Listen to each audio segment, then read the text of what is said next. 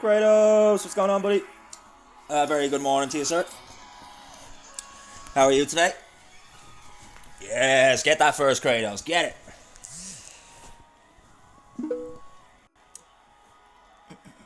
Chilling, chilling. Good to hear, bud. Good to hear. Hope you have a lazy Sunday plan, because we got some absolutely banging wars today, mate. 4 round of 16s for the WSA Cup and 2 round of 32s for the Battle Chess Championship, including one with Mighty Mercy in themselves.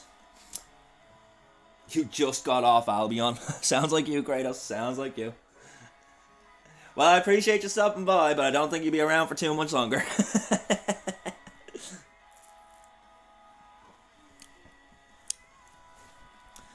Alright, we got some CWL hits to do. I already done the one for 600, so let's go to 599.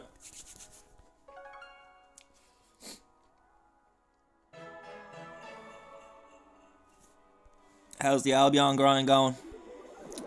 I don't know if you heard, man. I had to factory reset the laptop, so I lost Albion, unfortunately. Until I get a better setup, I'm going to have to keep that one on the back burner. It's going good. Good to hear, man. Good to hear. It annoys me because that is exactly my style of game. Like, I would love to play that with you guys, but unfortunately I can't.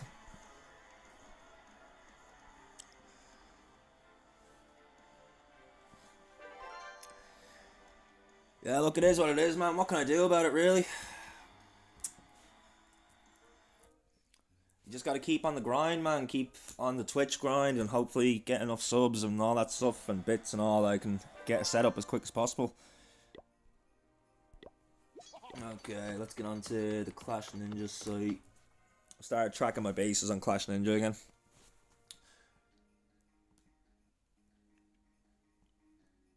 So we just put the cannon on, and that's going up to level 5.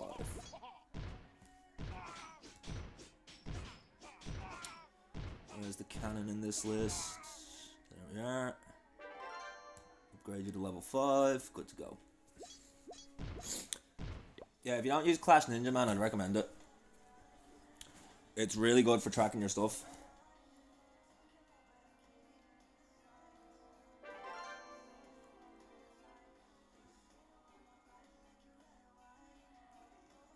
Yeah, the esport really is starting to kick back off, man. I mean, we're into the round of 16 for the WSA, but I've got two more tournaments coming up for you guys. We've got the JC Cup, that's Jakalaku Clashers or something like that it's called. That's going to be a $350 prize, I believe. And then, of course, we have the Legendary League that I've been talking about all week. That's starting the 11th, so about 6 days from today, actually, so we're about a week away.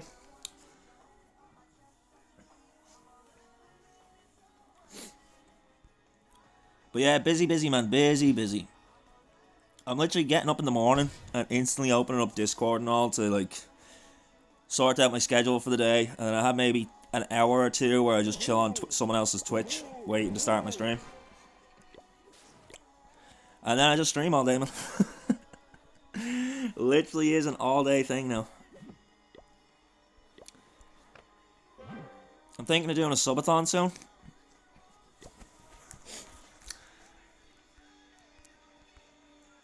I was thinking at the start of these new 2 tournaments, I could cover as many matches as possible for a subathon.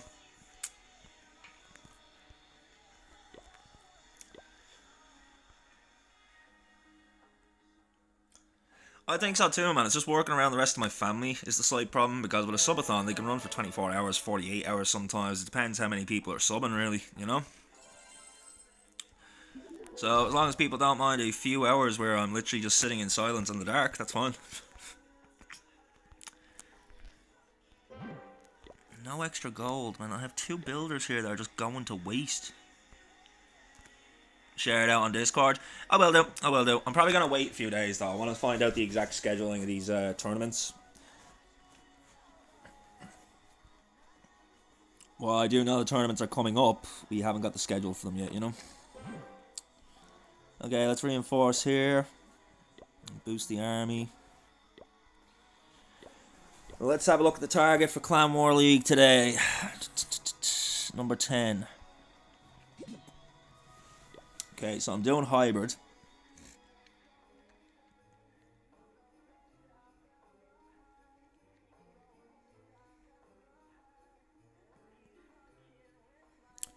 Can I pull that CC?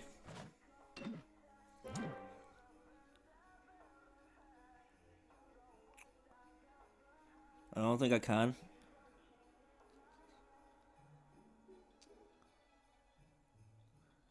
So I'm gonna have to deal with the CC as I make my way through.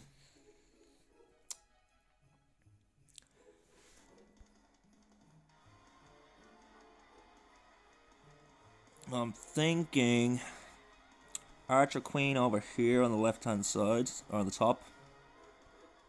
One hog to which cannon? To this cannon? The problem is if I send the hog in for the cannon, I have a funny feeling he's going to attack the cannon from just outside the range.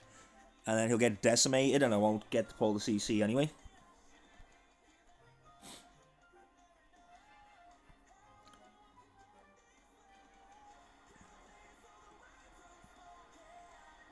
Maybe if I use a baby dragon to snipe the archer tower here, or the wizard tower here, I can send a hog in from here for the crossbow. As long as I let the archer queen clear out the other defenses on that side first. And then I can barbarian king here, siege barracks just here up by the army camp. Spiky ball earthquake boots, if I do it at either this collector or this dark elixir drill, I can open up all three of those sections.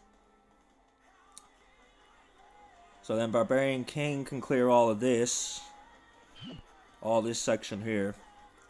Archer queen can clear out that. If the baby dragon snipes the wizard tower and the archer queen clears out these defenses, I can send one hog in to pull the CC. Okay, let's give that a go. I think that's a plan.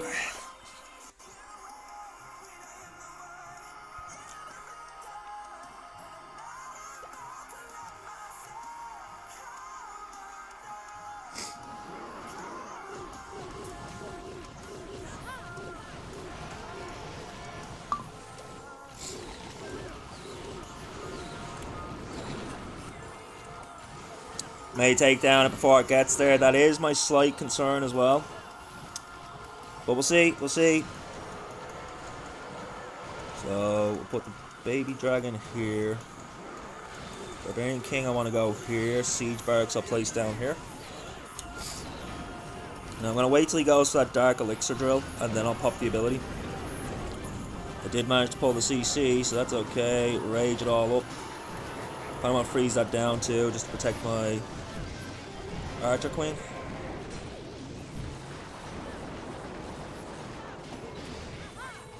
It's looking okay though. I'm getting the value that I wanted. Now I just need to wait and see what way these hogs are going to run when they come out of the siege barracks. They should head towards the wizard tower though. No, they're heading for the crossbow. Okay, down with the Grand Warden, reinforce the rest of the hogs. Here come the miners. Pop the Warden ability, and we'll save the heal spells from the back end of the base.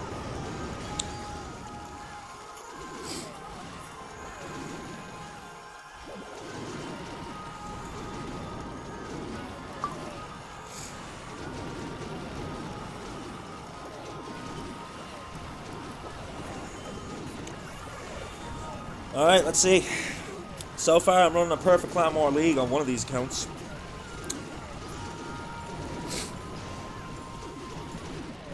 Ah yeah, this looks absolutely smashed. Let's go.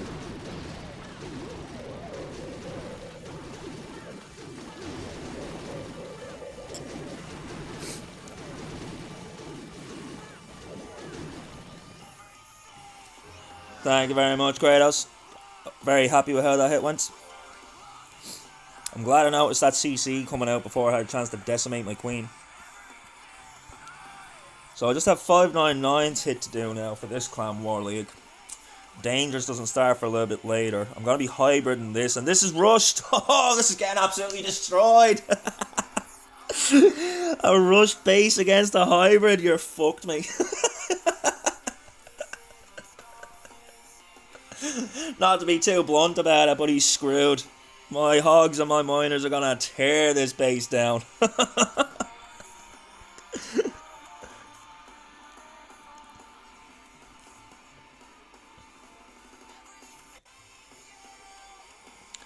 I don't even care that I can't pull the CC. It doesn't matter.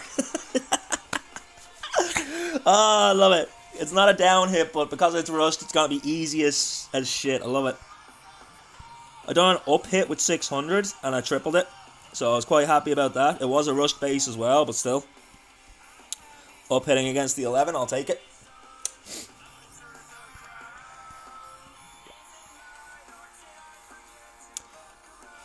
The 600 now, 601 is the new Town Hall 8. Also, Kratos, if you need a place for Ore Wars, be sure and jump in, mate, because I'll be spending another war for 601 straight away for Skull's Crypt.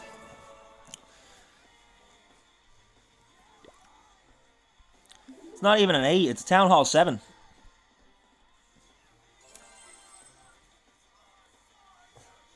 That the new Town Hall 8? No, that rush base.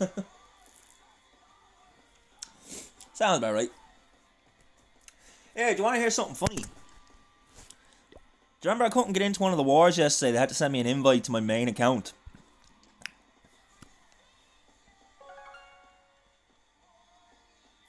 They tried to call this a rushed base, man. It's a max 11 with a Town Hall 12. It's a brand new 12, but everything's maxed on it. How is this a rushed base?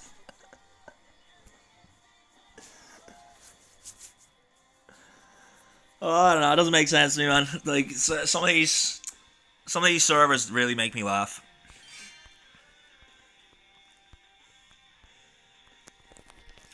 How long? Okay, we can get the battlecopter back down soon. Thank God for that. We're getting very close to that 6th builder. And I have to wait to unlock the 6th builder till after the challenge with Hunter. Twinkle, twinkle, divine. Welcome in, buddy. I'm good, I'm good. We just done our Clan War League hits for all of our alts. Our next one isn't until later on tonight. Reaping my benefits. No worries, Stabby. No worries. Appreciate you showing up all of those links.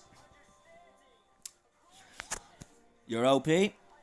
So yeah, we're having a pretty good day so far, man. We're waiting to do our training army for our Clan War League hit for 999. But our enemy is a rushed base. So I'm using hybrid. It's going to absolutely annihilate this. Gonna absolutely annihilate this base with the hybrid.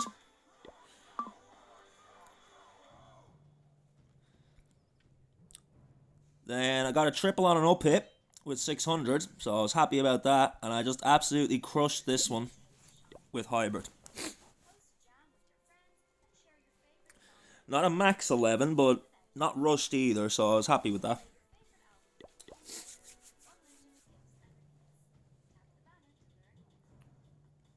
You like wars? Well, exclamation wars if you want to see the full list of what I'm covering today, bud. You like rush wars? Yeah. Rush wars do be fun.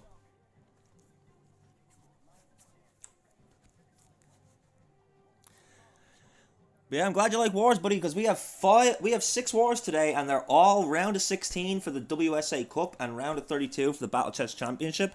Our last match of the day is featuring our affiliated team, Mighty Mercy and Esports. They're the defending champions from Season 5 of the Battle Chess Championship. So looking to go for back-to-back titles if they can.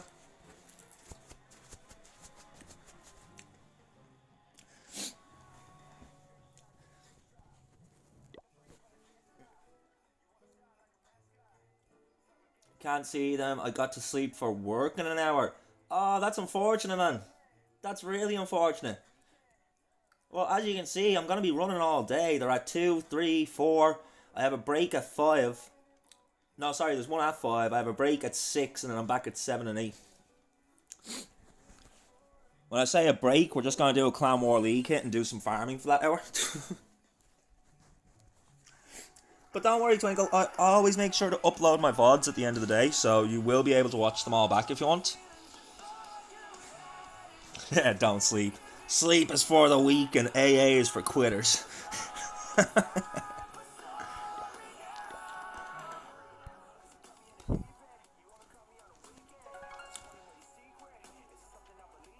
So yeah, the first match starts in about an hour. It's currently 13 UTC for me. The first one's at 14.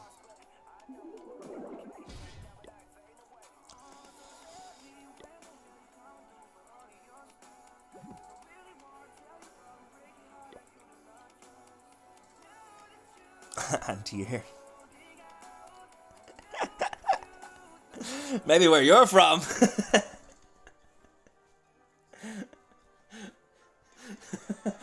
Around here, AA is Alcoholics Anonymous.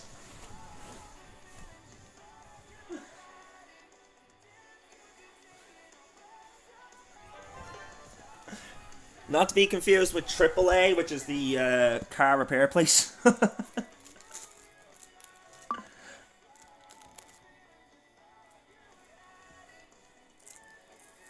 Yeah, guys, we're just going to chill for the first hour. I'm going to chat with chat. We're going to get in a good humour, and we are going to do some... I don't want to do some farming on this account because I'm currently training my CWL army. But we do need to get some farming done because 598 and 599, as you can see, I'm quite low on loot. And my builders are coming back any day now. Get that breakdown service. Exactly, man. Exactly. Where are you from, Twinkle? If you're going to bed right now, I'm going to guess you're somewhere near the Australian hemisphere.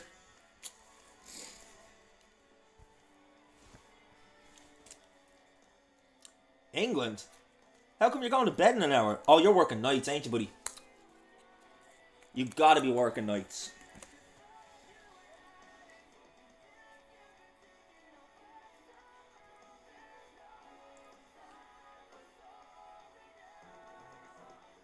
What do you work as?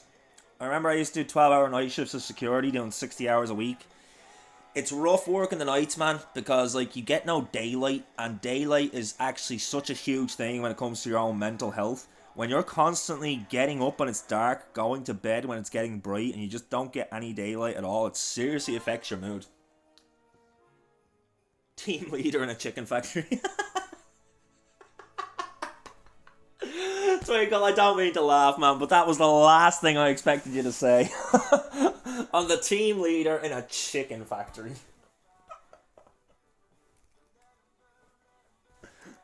W's, man. What time did you start at?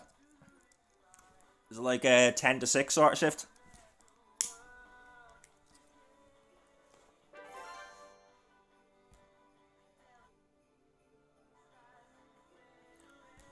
Fade away. 6:30. Twinkle, what are you doing, man? Go to sleep. It's like 5.5 hours from now, you mad thing.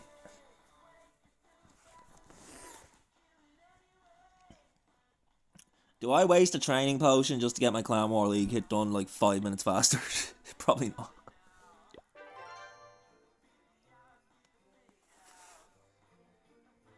Oh, I get that, man. I definitely get that.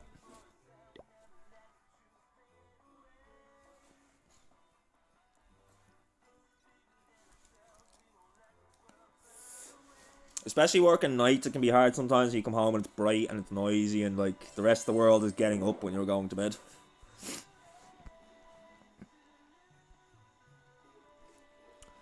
Okay, I got a couple out. No, set 597 is full. Got lost in a dungeon and just made it out. You know what you do now, Kratos? You go back into another dungeon. You try your best for the double.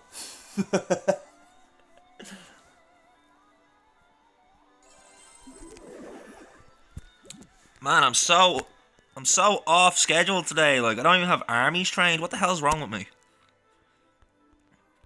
Absolute goated streamer. Let's sit here for a half an hour while I train my armies.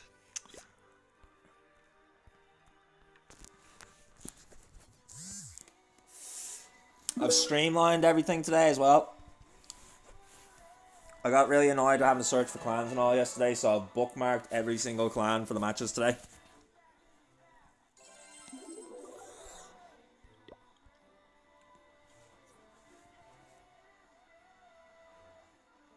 Try and crawl to my bed first and rejuvenate. Okay, just don't get lost on the way to the bed.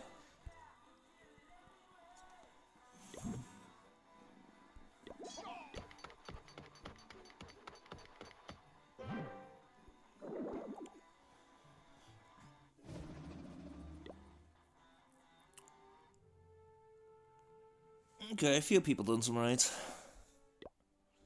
I tied a rope to it.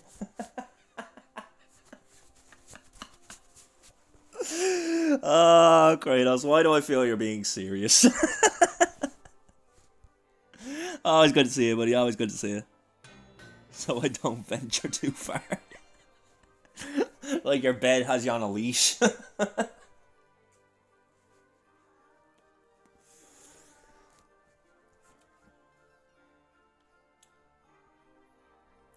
Okay, let's update the title. Give it an hour for people to get in here. I'll get the first prediction of the day live in about 30 minutes, 40 minutes or so.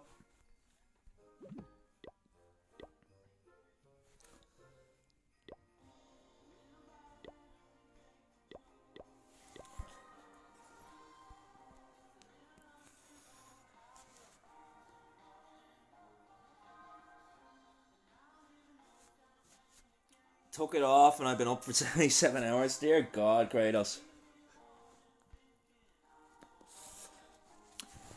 I mean, when I was a bit younger, I used to be able to do that, man. I can't do it anymore. Every morning now, I wake up between 8 and 9 o'clock, and come 11 o'clock at night, I'm ready for bed. The perks of getting old.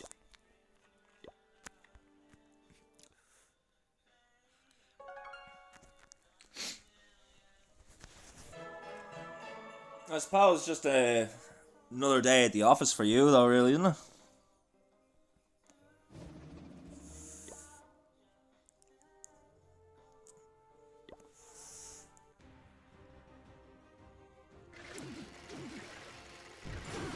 Yeah, the Super Minor Strat is still strong.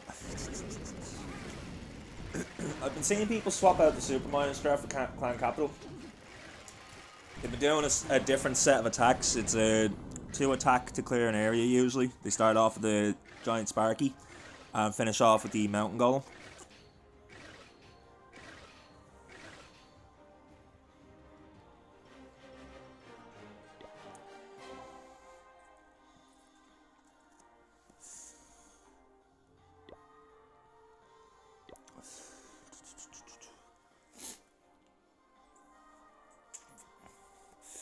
Yeah, I don't get but about 5 hours sleep a day. I mean, that's fair. Know what I'm not doing? You're not going to care for the animals today?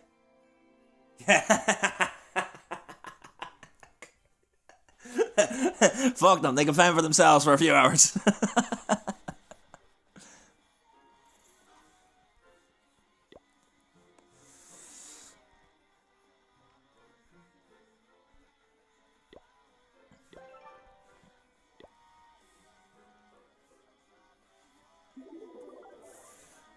I'm not saving gems for anything anymore on this account, so I'm going to use it for the Goblin Researcher, because research is just the biggest part of this game.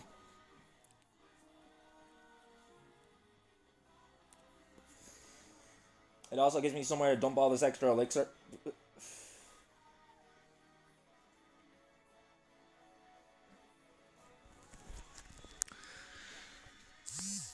I really need that to start doing the heroes again as well, just to start spending some of this dark elixir, because I'm seriously overstocked on dark elixir. But with the first set of upgrades taking like nearly a week in their own right.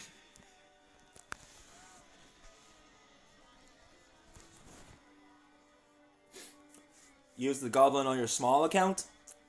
See, like I said, the only reason I'm using it on my main is because, first of all, we're not allowed to use gems for the challenge, so we're not allowed gem things to be finished or anything like that.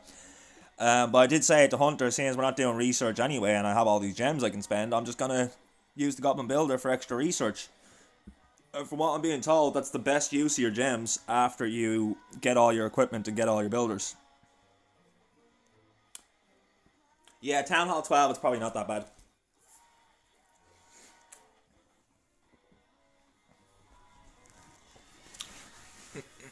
The only thing I will say,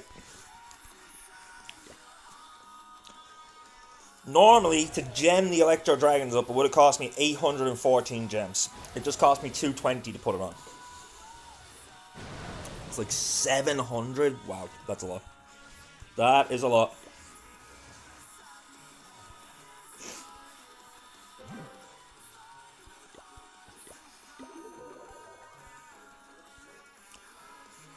Oh, I need elixir now, so I guess I can do an attack with my main. Yay! I don't bring the. I don't bring any CC troops when I'm just farming because it's a waste of medals as far as I'm concerned. Raid medals. I wonder if he has anything in there. No, it says 040, so nothing in the clan castle.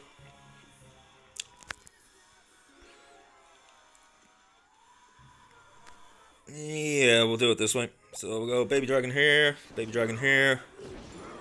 archer queen in that corner, along with her healers.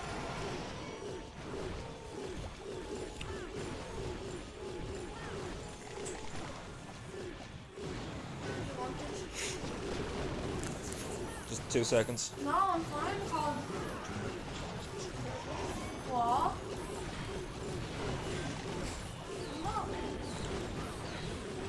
Ask the call, can I ring her back in a minute? I'm really busy. Is there anything back in your own call? Just in a minute, I'm just finishing an attack. I'm leaving now. Just give me 2 seconds to put everything down. So just give me 2 seconds to change everything out.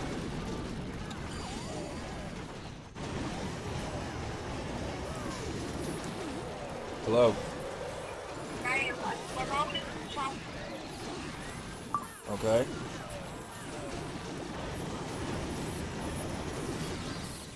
Yeah, just I'm in the middle of doing an attack right now. That's what I was saying, just give me 2 minutes. But yeah, I can do that. I'm just saying I'm in the middle of the stream and I was doing an attack. That's why I couldn't come to the phone straight away. Just let me know when you're here and I'll come out and grab it. Yeah, right. I'll finish doing the attack. I'll come out and grab it now. What's going on, Clasher of Clashing? Why Kratos have a founder's badge? Because Kratos was one of my first 10 subscribers.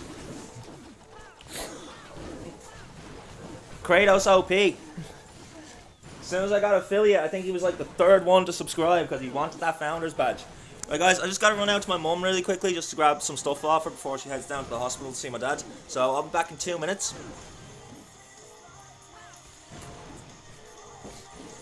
Ignore this attack, I started spamming everything down because there was a phone call for me.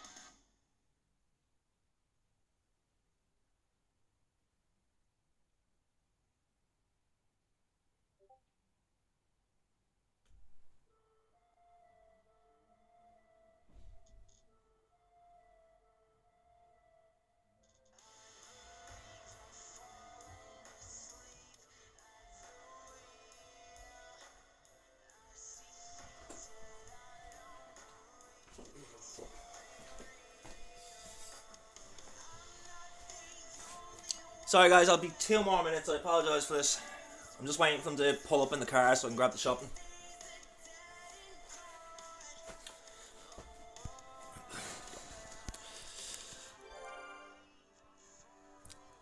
Welcome in now guys, we'll be getting started with the first war in about 45 minutes. I'll have the first prediction up in about 20.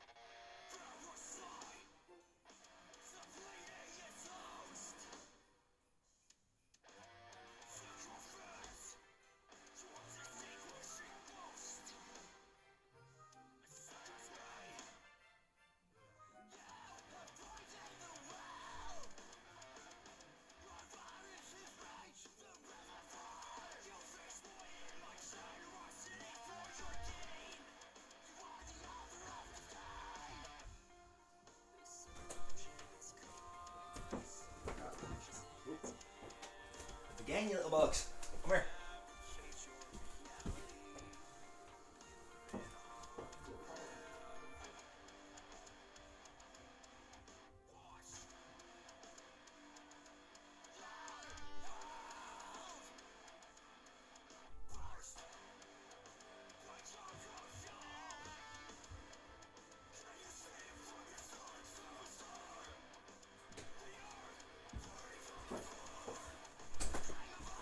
Okay. I apologize for the delay, guys.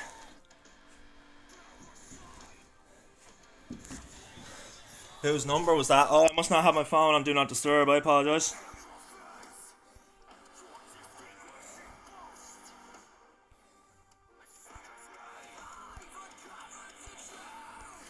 And actually, 2 seconds, guys, just because I have messages there.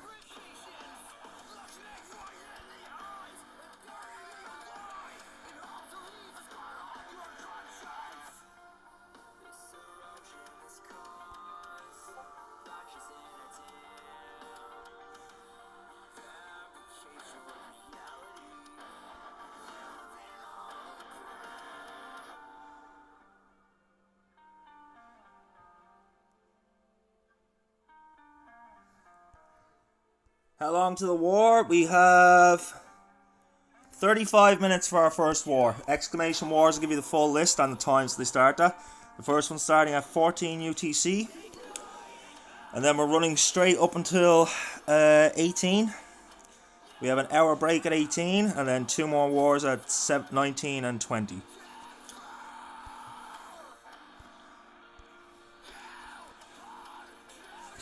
So yeah, roughly about 20 minutes there, Clasher. I'll be getting the first prediction up now in about 15.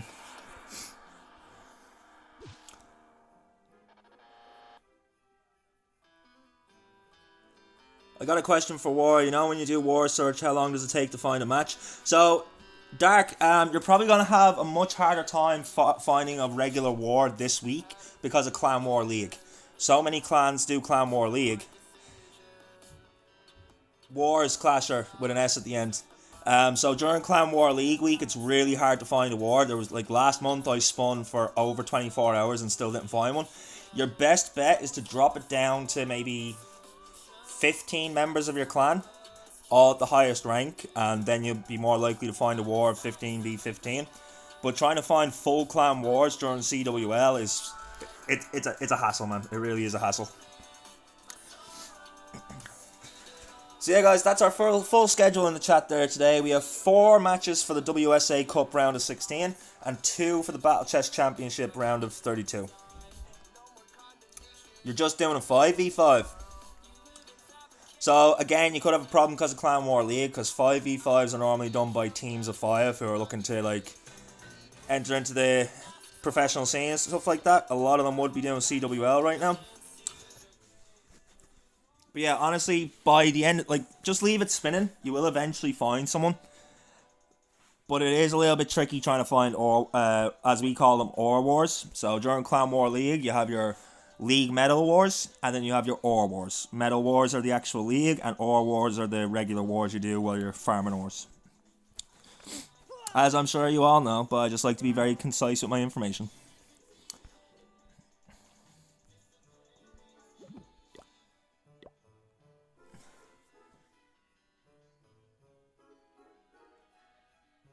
Oh no, round of 32, man. Round of 32.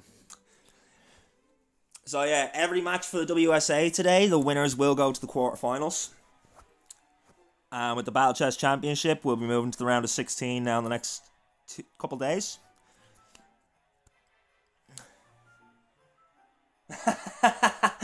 No, not 32 versus 32. Every professional war that's streamed is 5v5.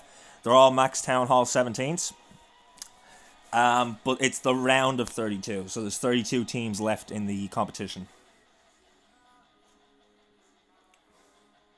No, Battle Chess Championship. BCC.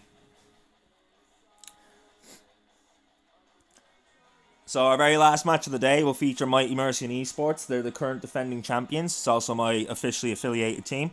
They're the defending champions from Battle Chess Season 5. This is Season 6 that we're currently on. And Dark, welcome in as well, by the way, buddy. Always happy to have new people here. Hope you're having a good day. Where are you from, mate?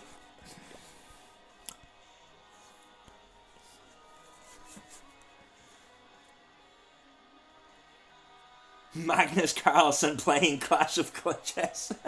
Clash and Chess. Damn, he's a max down all 17. Yeah.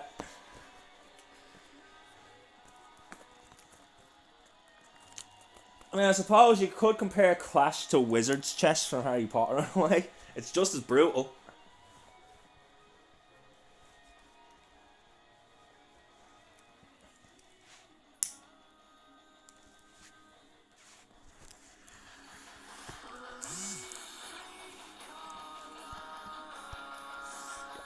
Now, let's see if my army is trained for my last CWL hit for Iron Zone.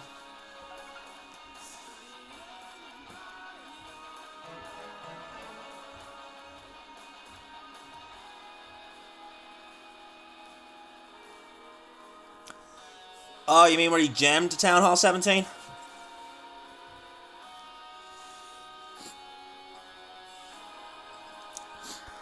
See, that's the only downside with Judo's videos.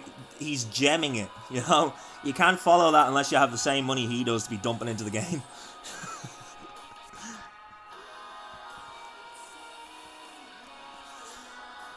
I will say, though, fair play to him. 9 times out of 10, he does have a sponsor for those videos. And a couple of times the sponsors fell through, and rather than cancel the video, he's still done the video and he's just paid for it out of his own pocket. Alright, how long do we have left on this? Just the one hoggy. So let's have a look at the base. As far as I know, this is a rushed.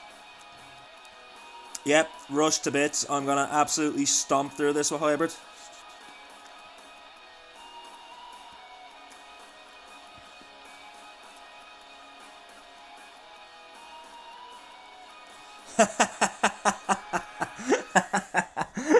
Yeah, they can ask, alright. No harm in asking.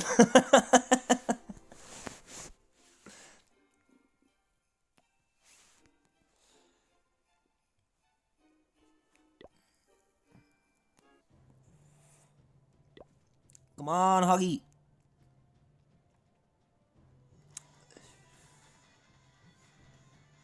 What? No, cancel that. I'm not going to boost the heroes.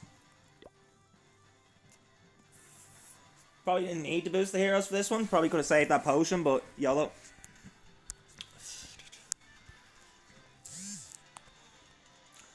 So yeah, I'll get the CWL hit out of the way, then I'll start the prediction for the first war. We're 30 minutes away from the start, from it being spun. I just always like to come on about an hour before the first war starts, give people a chance to turn up.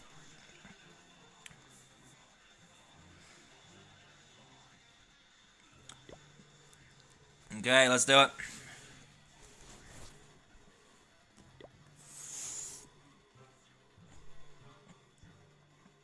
That wall strip is annoying me. I did want to come in from this side, but I guess I'll come in from the back side here, because that wall strip will mess up the pathing for my troops.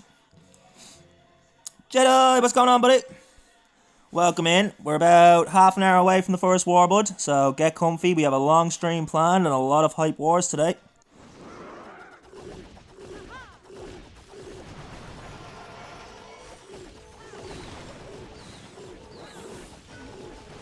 And we put the baby dragon here. Barbarian King, I'll put here. Siege barracks, I want roughly about here. You open up that compartment so the Pekkas and the Wizards follow the King in there.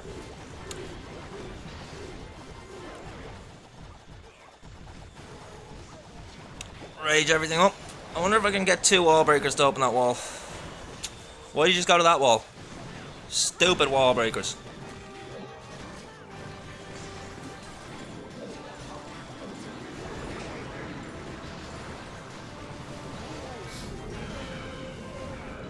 You got another what?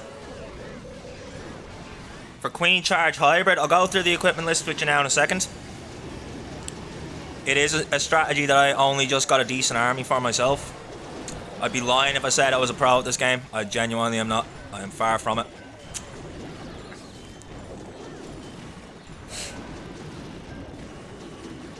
But the basic equipment you're looking for is... You want the...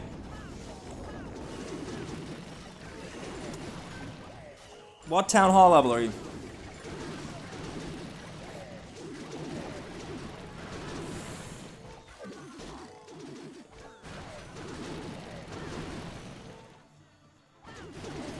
Close to 11? Okay, I'll show you my exact army now in a second.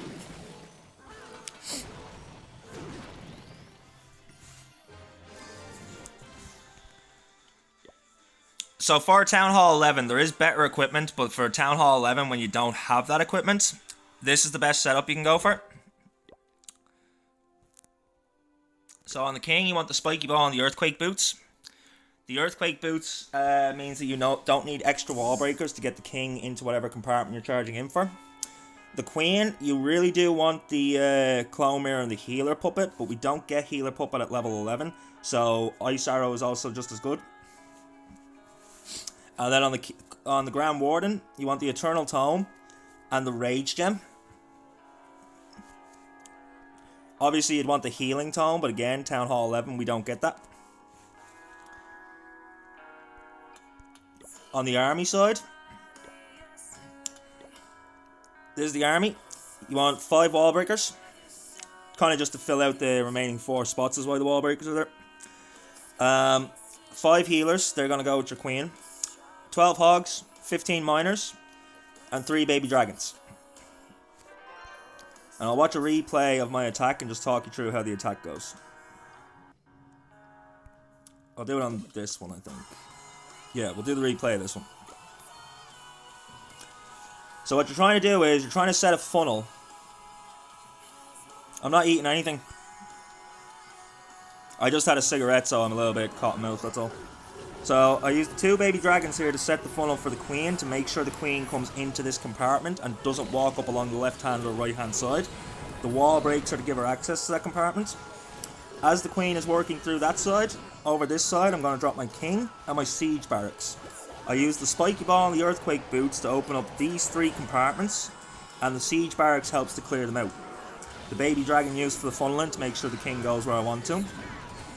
Once the 12 o'clock corner is cleared out and the 3 o'clock corner is cleared out, I watch this Siege Barracks. Now once obviously the enemy CC, you're going to want to poison that, rage up your Queen to deal with the enemy CC and make sure she stays alive. And then you're watching for the Siege Barracks to pop. And you'll see here that as my Siege Barracks gets close to popping, I drop my Grand Warden, I drop the rest of my Hogs, and I drop my Miners. And because I've set this path here, I know that they're all going to cut straight down the middle towards the Clan Castle, the Eagle Artillery, and then towards the Town Hall. So that's the basis of Hybrid. You want your 3 heal spells to keep your Hogs and your Miners alive. That's why you use the Eternal Tome as well, because you can protect them as they move into the base. And then your freeze spells, you're mainly looking to target Inferno Towers, heavy crossbows, anything that can deal a lot of damage quickly to your Miners and your Hogs. Those are what you're targeting with the freeze spells. It's a seriously OP attack strategy. Takes a little bit of time to get used to the funneling, but once you get used to setting a funnel where you clear out 2 sides and you have a single path in the middle to bring them straight into the base, you're pretty much good to go.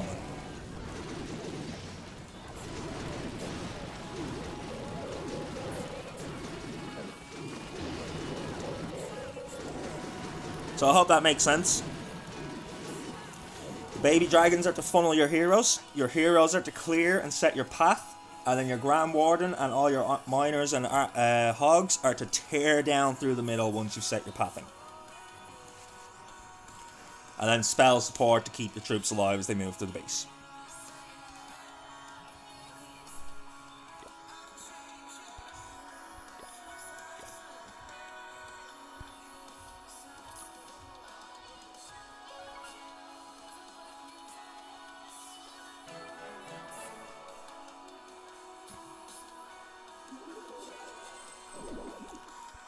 The best way I can say to you to practice it, the Siege Barracks, you don't need that. You can claim the Siege Barracks. The Siege Barracks comes from your reinforcements. So your reinforcements are going to be the Siege Barracks, Hogs, and a poison spell, and a freeze.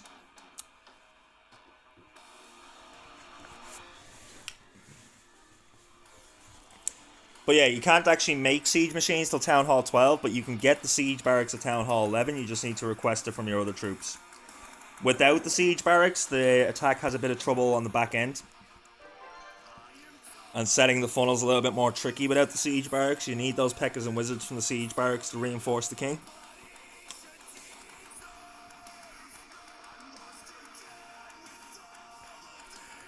It is 11. I switched to a different account, mate. That's my Town Hall 10.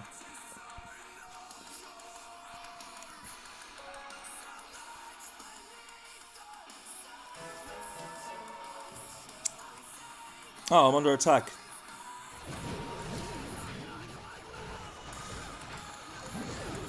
So this is a brand new Town Hall 12. The rest of this is all a maxed 11. But yeah, from Town Hall 11 you can get siege machines in your reinforcements. Yeah, siege machines and barracks are a completely different thing, my man.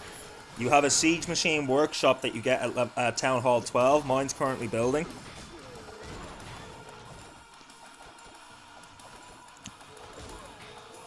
I'm kind of stuck here now until this attack finishes.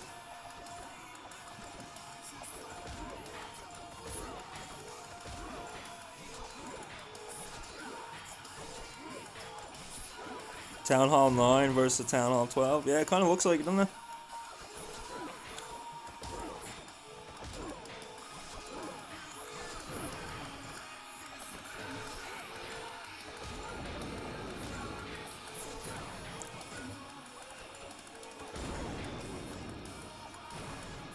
I mean, I suppose technically Town Hall 11, because I haven't done any of the Town Hall 12 defenses or anything yet. I've just done the army upgrade so far, and they're still on for another few hours. So we're technically just a Town Hall 11 with the Town Hall 12 in it.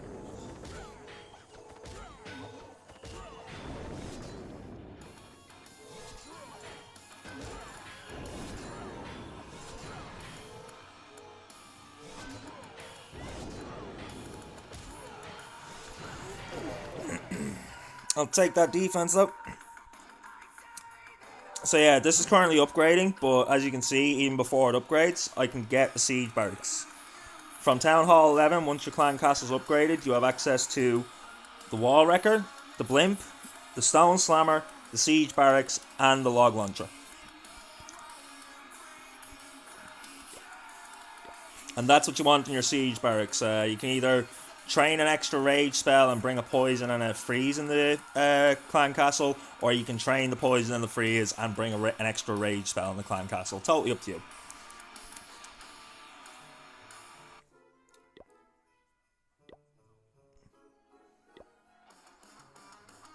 And yeah, I have 3 days, 20 hours left on the workshop before I can even build my own siege machines. I'm not doing great with this Clan War League. I'm only in this clan for Clan War League because it's the same clan as one of my viewers, and we're doing a race to max Town Hall 12 challenge. So we have to be in the same league for the same medals and all that stuff. But I'm not doing great, not gonna lie.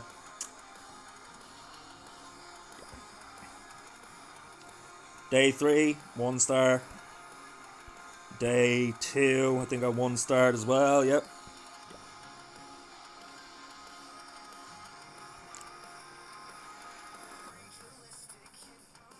And yeah, 1 star here as well.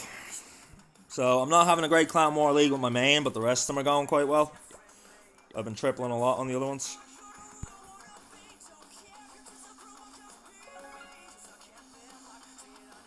You're Town Hall 14 and you signed up for Legends Clasher. Damn, man, that is ballsy.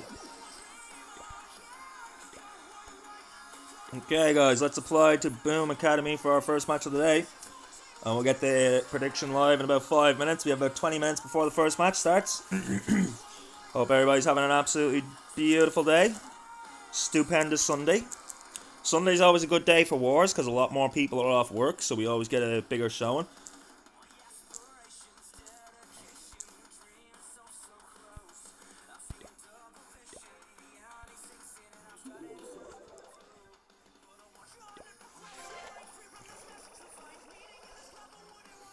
A Town Hall 9, you wouldn't want to go with hybrid, no. Town Hall 9, the main attack strat I used was you want to do a Sui Lalo, so you're going to use all your heroes in one corner. Like, let's say if you were attacking this base here, you might dive into, say, my Town Hall corner, and what you're looking to do is you're looking to create an L shape, so you'd send all the heroes in with a little bit of support to clear out as much as possible, and then you're going to Lalo from one of the other two corners. So, if you imagine this was all that was left of the base, this strip down to the right, and then this strip down to the bottom, you would send in a Lava Hound from the left hand side and one from the right, and then you would drop 3 to 4 balloons for every single defense, a haste spell to bring the first lot in to catch them up to the rest.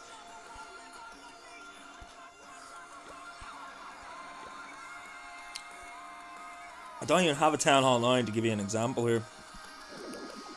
But what you're looking to do is you're looking to cut out one corner of the base, make an L shape, and then you're looking to have your loons all coming in from around the side. Your Lava Hounds are used to tank, to distract the air defenses.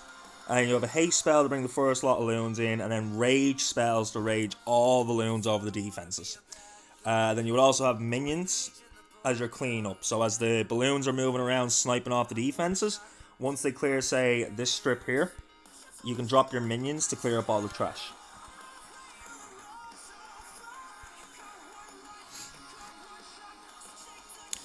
But yeah, you don't want to do a queen charge at Town Hall 9. Your better option is to do a Sui dive, which is where you take all your heroes, dive them into one corner, get massive value, and set an L shape for the Loons and the Lava Hounds to come in and sweep the rest, with your minions on the back end then for cleanup.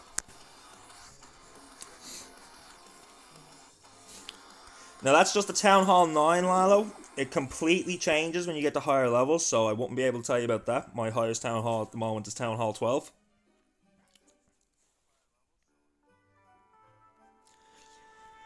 But, from everything I've heard, mastering Lalo is one of the biggest steps to mastering this game, because it's one of the most technical attacks out there. It can go so badly wrong if you don't know what you're doing.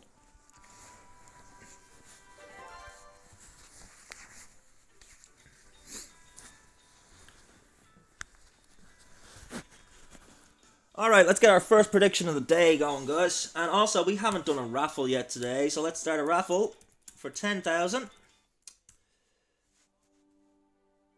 And we'll do the prediction, get it live, get it going, get locked and loaded and ready to roll it. First match of the day is going to be a hype one. We got Boom Academy.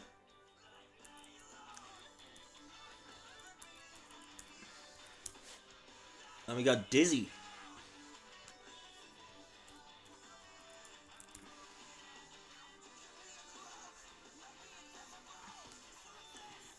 We'll do a 30-minute prediction. We should have plenty of time for a 30-minute prediction from now.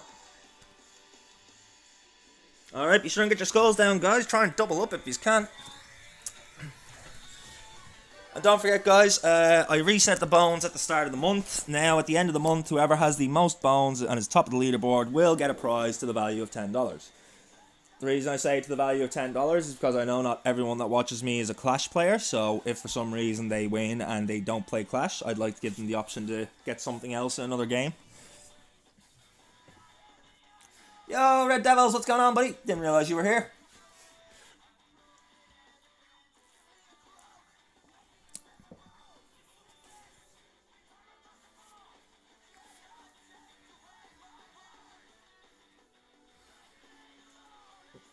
So yeah, you can get bones from the raffles, you can get bones from doing other people in chat for their bones, stuff like that. And then there's the other way of, for any money you spend on the channel, whether it be bits or a sub or anything like that, for every dollar spent you get 100,000 bones. Alright, we are in Boom Academy. We are ready to go for our first war of the day. Let's go. We're not going to click on that just yet, because as far as I know, they are still in a friendly war, and we do not want to be risking revealing any bases or anything like that. We will get an attack in, though.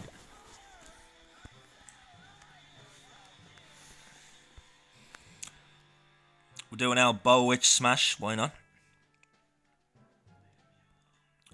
Don't like how much of a funnel I'd have to set for that side. Let's go this way instead. So we start off with a golem, 2 witches. And a golem and 2 witches in this corner. Gonna give them some time to funnel.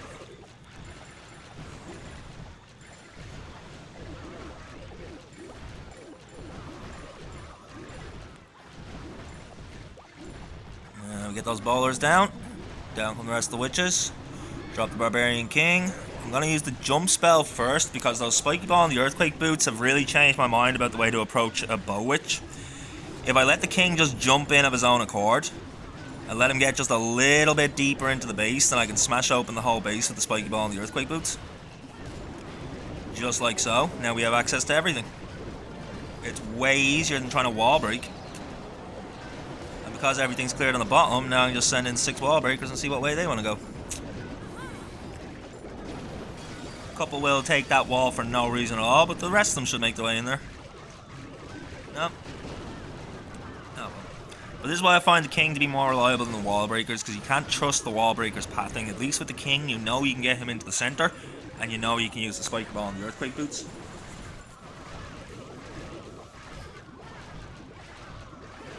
It's looking pretty smashed considering I had no CC.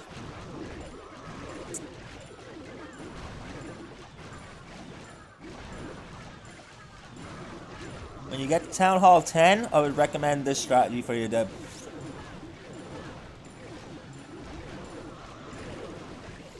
Oh, Dark. It's a really easy smash strategy. It's just 2 golems and 4 witches, so that you can set a funnel on either side, and then you just follow it up with a load of bowlers, a load of witches, and your heroes. The only tricky part is the pathing of the bowlers. If they split off and go 2 different directions, you're more than likely not going to get the triple. But if you can set the funnel properly and get them all to go straight into the base, you have a huge chance of the triple, even without any CC troops.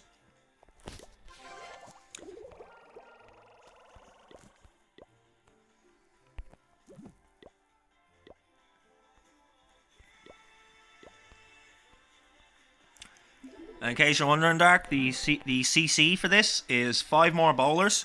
I throw a hog in there just to fill out the other 5. A poison spell, and at this level you can't get the log launcher, which is what I would have liked to have. But you can get a wall wrecker. So wall wrecker is the better choice because it opens up the walls.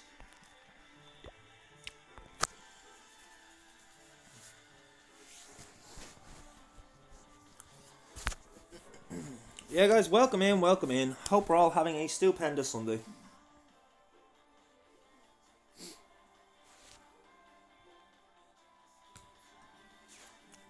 Clash Ninja just told me I have a builder free.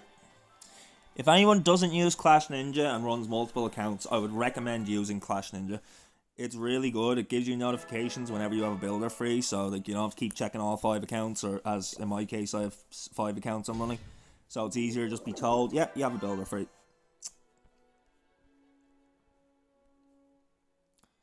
Let's get the Arch Tower on.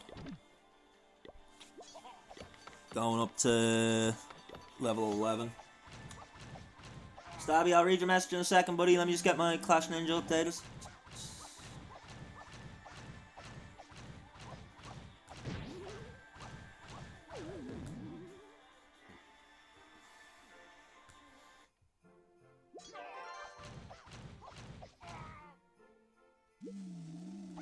You wouldn't recommend it. How come, Stav?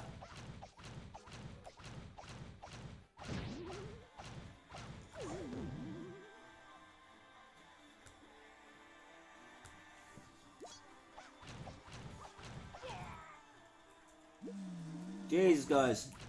Just throwing those bones away. No one wants a prize at the end of the month.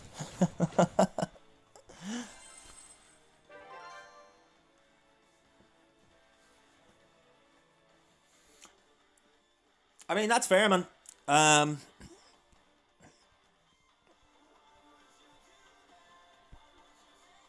only thing I will say is it's recommended by so many clashes around the world because it is a really good app. Completely free as well.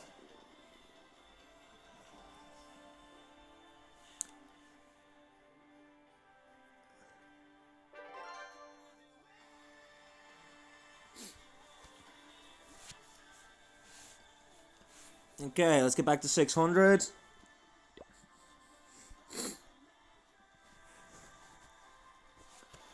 So we're about 10 minutes away from the war being spun. While I have a chance, I'm going to go get some fresh coffee, guys. Enjoy the music. I will be back.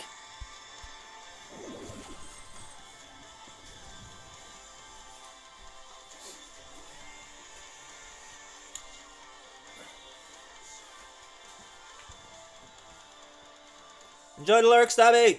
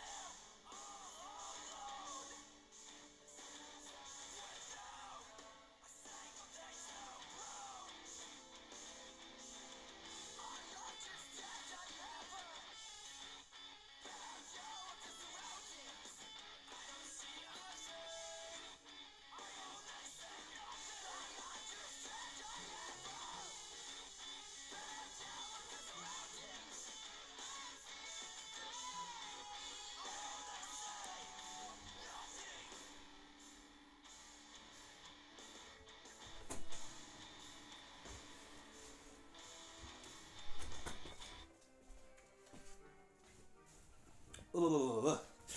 Sorry guys, getting a lot colder, so I had to get some coffee. Been losing a lot of body heat the last couple of days.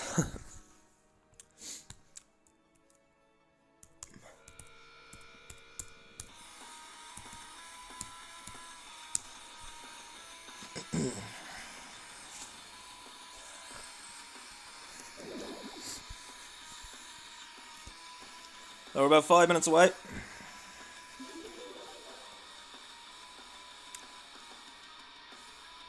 This takes too long. Jedi, I start my stream an hour early just to give people a chance to come up, turn up, like, you know.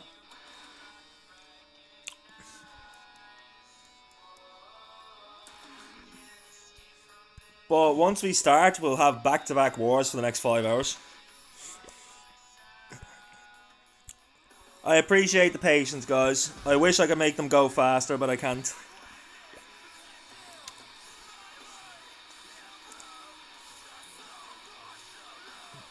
Oh, you're making a Discord server. Okay.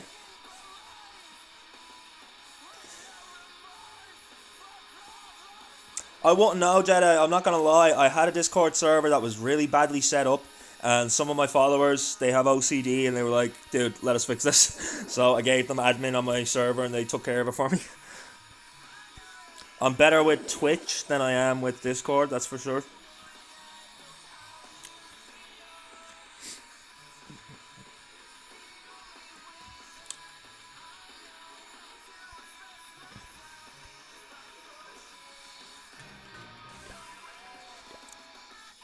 You're alright at both?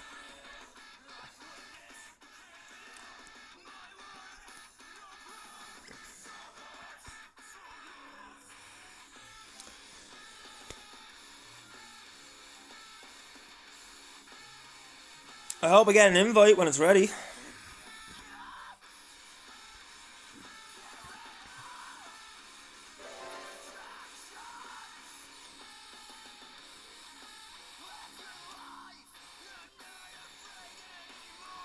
That's 2 raffles, no one entered. I'm not even bothering with it again.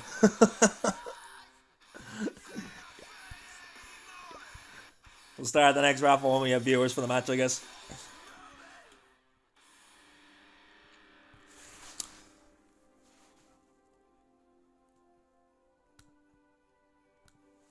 Mr. Iron Knight's online. Let me go give that man a lurk.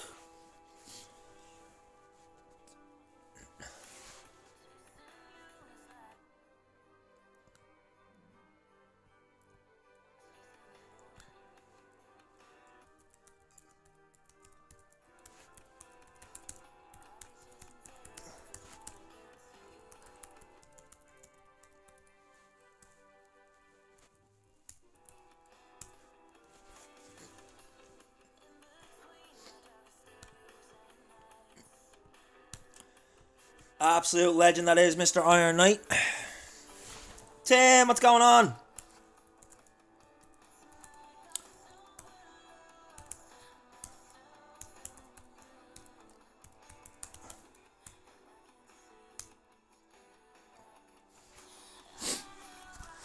Shout out for the L, Mr. Iron Knight there. Just as he came in, I gave him the shout out. What's going on, buddy? Enjoy your stream, my man.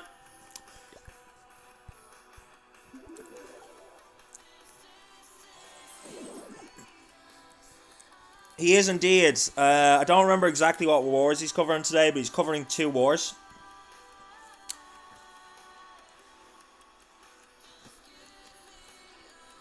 Yeah, he's here. He's here. We gave him the old lurky loo.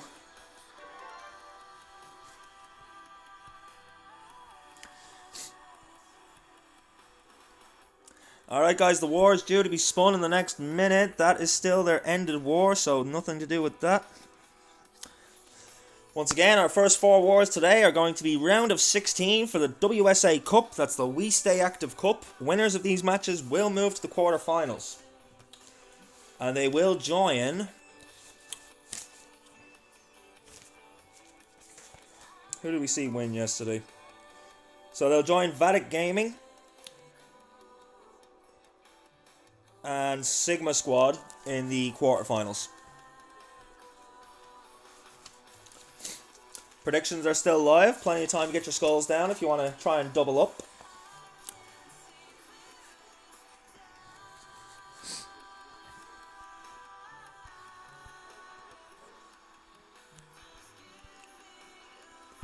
This is our first of 6 wars today, guys. All the tournaments are coming to their penultimate rounds now, so we're getting much more hype wars. We had a great day yesterday. Such close matches. So many nail biters yesterday. It was unbelievable. We were on the edge of our seats practically all day. And for a 9-hour stream, that's some good content.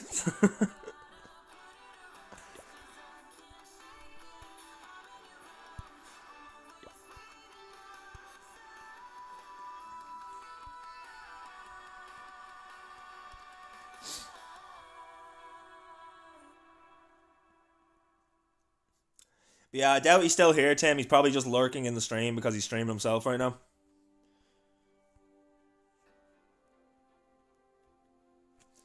Oh yeah, yeah, we got them, bud. We got them. We're also streaming Tribe, and we also got Charlie's boys as well. You think I was gonna not grab the boys for Charlie? Of course I'm gonna grab TGG. We have so much fun with those clans here on the channel. Not to mention, it's TGG Space. Those are the guys that won CCK EMEA. They had a very, very unlucky day 2 days ago. Both the wars we watched, the one for Space and for the Send, they literally lost by like 3 buildings in one of them and 1 in the other one. It was such a close war. It was so hype.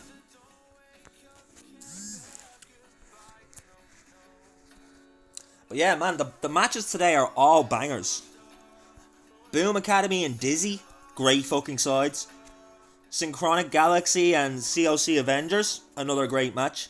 Tribe Gaming taking on Supersonic Bears. Like, come on, guys. What else could you ask for? TGG Space and Vatic directly after that.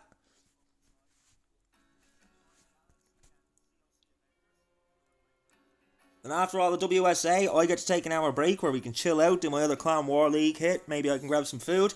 And then we're straight back for 2 rounds of Battle Chess Championship.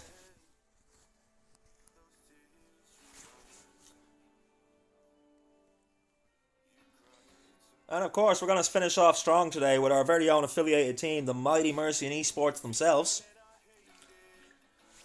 We're going to see all the guys. Should see them all here in chat as well. They usually turn up to cheer each other on.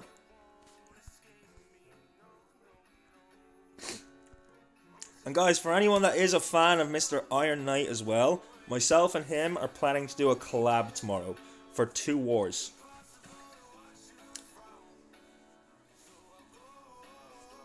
As long as my setup can handle the collab, then we should be dual casting a war 2 wars tomorrow.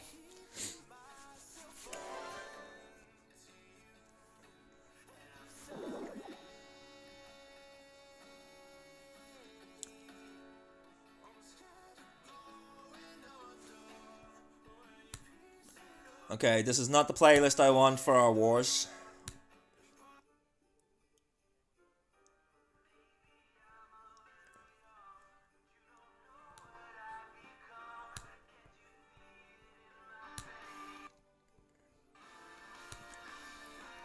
Demon written in my eyes, you can see the killer in my eyes. I really am enjoying this playlist so much. It's been, like, definitely my favourite playlist that I use for the stream. For DMCA free music, it is absolutely banging.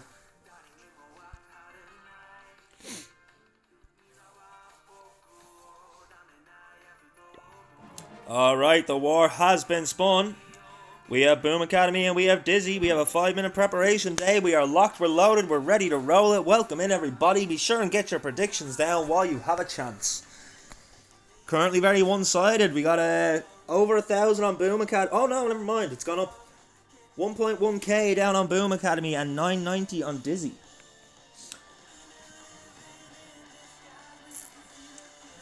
Both these teams very well known in the Clash community. This is definitely a coin flip of a match. It could go either way. On the side of Boom Academy, for the names I can read, we have Kinara, we have Ezike, and we have Soup Meow. And then for Dizzy, we got Sinthe, we got Hawk, we got Darkstar, we got Fluxy, and we got Panamask.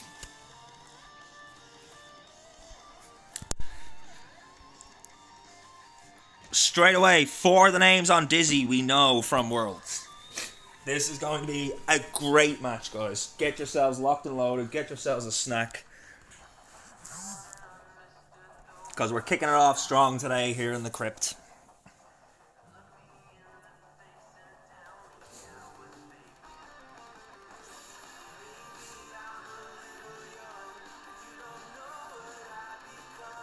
Can't you see it in my sleeves? Living in disguise, or you can see the killer in my eyes. El Seb, what's going on, buddy? Welcome in. Seb, we have such a stacked card today, mate. You thought yesterday was a good day. Wait till you see the matches today. So many great teams playing today, man. As we get to the penultimate rounds of these tournaments, they're just going to get closer and closer. It's going to be great. Starting off strong, man. Dizzy taking on Boom Academy. Let's go. Might be playing 2 matches today. Really? Okay, what matches?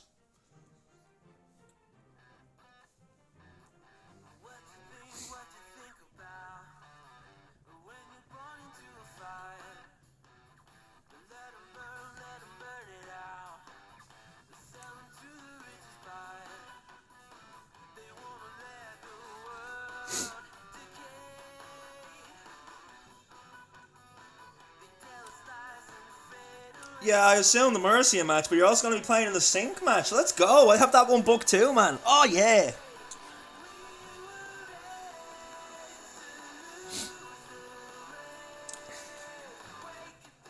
Nice, so we're going to be featuring El Seb twice today. Sir Dex, welcome in. Yep, good luck to both teams. Good luck and have fun. That is the most important thing when it comes to Clash, guys. Have fun. If you're not having fun with the game, then what are you playing it for, you know?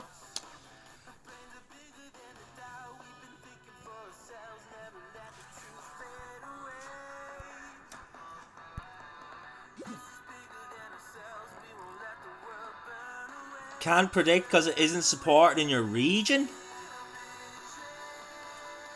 That's bull.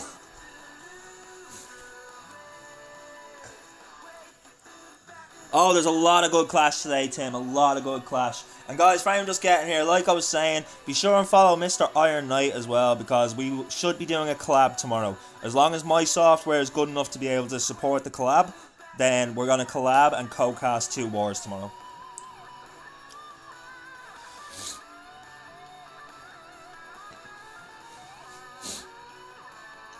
But I do think that'll be very interesting because I have a very hyperactive, on the edge of the seat style of casting awards. Like, oh, is he gonna get it? Is he gonna get it? Whereas Mr. Iron is a lot more cool, calm, and collected.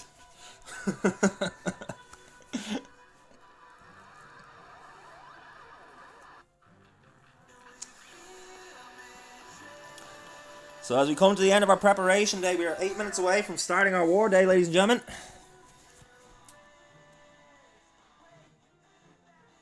He used to stream your old team's wars too. Was that Pulse by any chance, El Seb?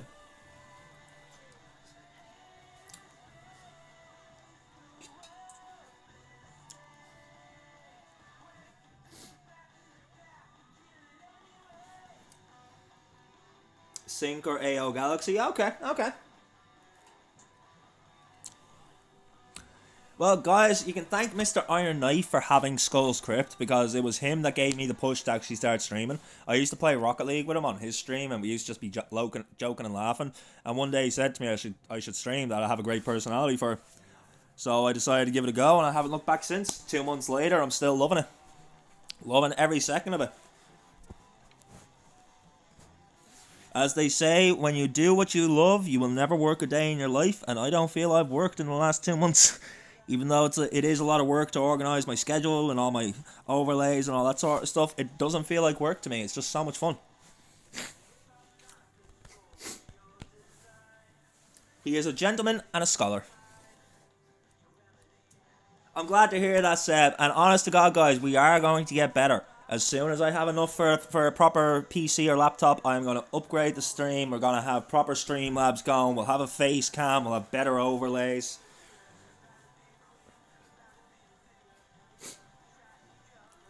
Like I said, when I started 2 months ago, I never thought I'd get 10 followers. Now I'm 1 away from 250. I have 40 subscribers. I'm always in double digits with viewers. You guys are seriously OP. So now that I realize that I can do this, I ain't stopping. I am not stopping.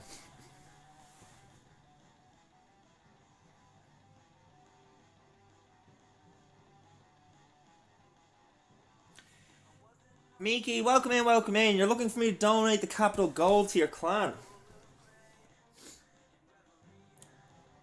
I am streaming Tribe. I don't have Navi though, because Navi are playing at the same time as another match I'm covering. But yeah, I have Tribe Gaming versus Supersonic Bears at 16. And then the Navi match is at 17. I've taken TGG Space versus Vatic Gaming, because it's a round of 16 for the WSA.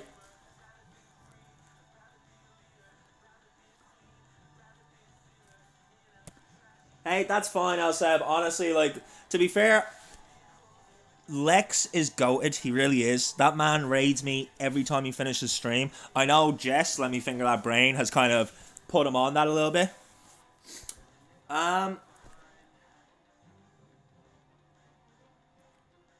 Miki, where are you going? I haven't even answered yet.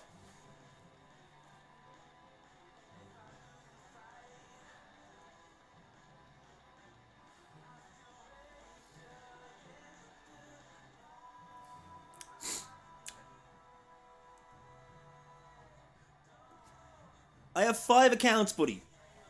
I'll dump the gold for one. Because I do have my own clan that I'm working on, but I'll help you out with one of my accounts.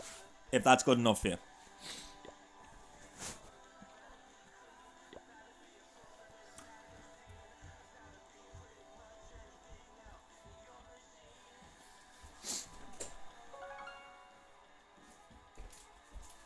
Thank you. You going back out to mommy? Yeah. Okay. Bye-bye. Love you. Love you, bud. That's my nephew, my little Mario. He calls me as Luigi.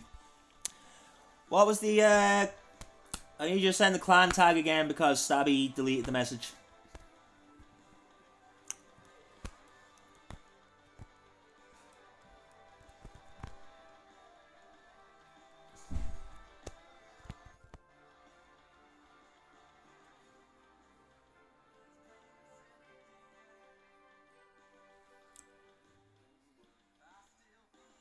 So yeah, I do have a brand new clan of my own that I'm trying to do the clan capital for, but I'll give you one of my accounts gold. I don't mind that.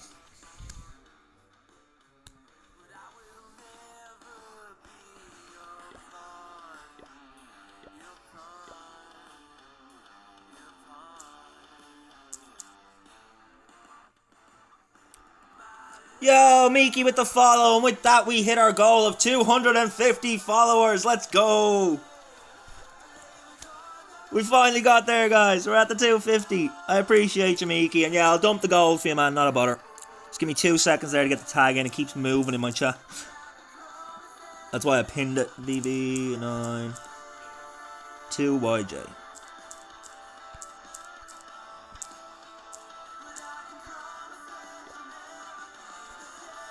Alright, I'm just going to bookmark you for now because we are about to start a war. At the end of the war, I'll dump the gold for you, okay?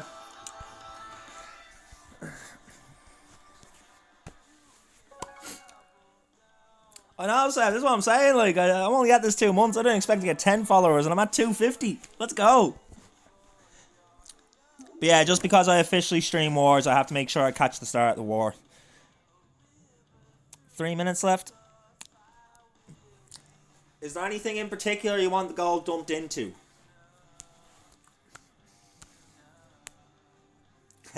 Stabby, the moddiest mod that ever did mod, of course.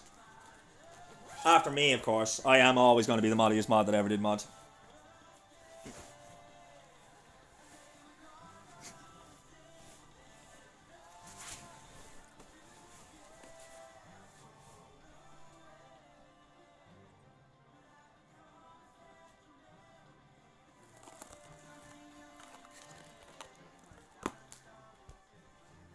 Okay, guys, I believe predictions are closed. Yep, predictions are closed. We are ready to go. First hit is due to come in now in 2 minutes. Let's turn the music down a bit. Not off completely, because I do like having a little bit of music in the background, but I don't like having it overtaking the sound of the game.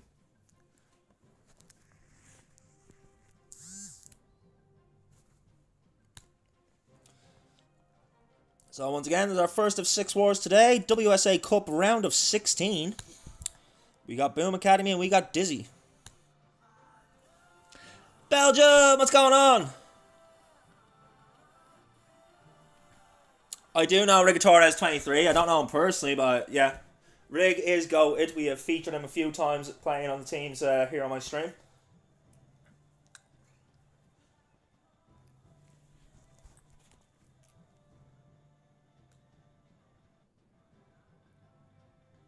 Okay, we'll make this a little bit louder because I'm about to go to the window to have a smoke. But yep, Boom Academy are Team A in this.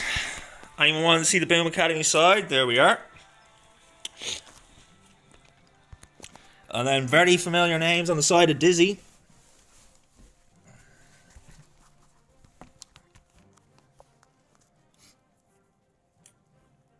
Boom Academy due to hit first. For anyone that's not sure of how the time works for a war, exclamation time hit will give you the exact breakdown of a war and what time each team comes in at.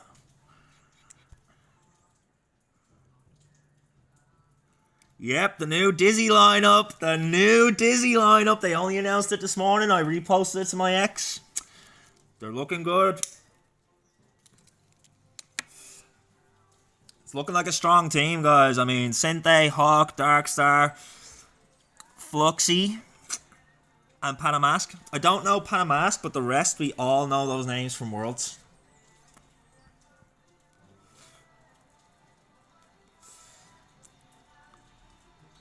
I'm hoping to get some twin hoggies today. I'm loving the twin hog attack.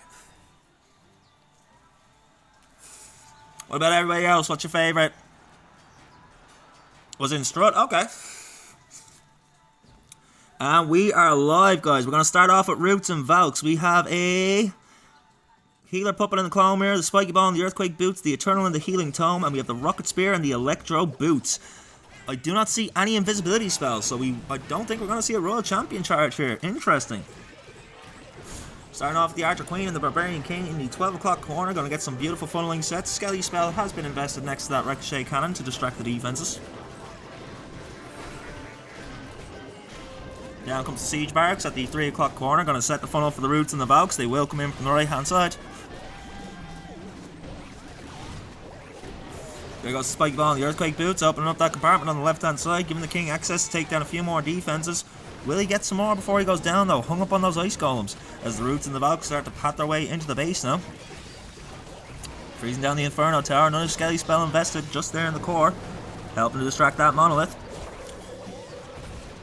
Now the Eternal Tome has been popped to protect all of his troops. They make their way through the core of the base. That red Airmine unable to affect the healers right now.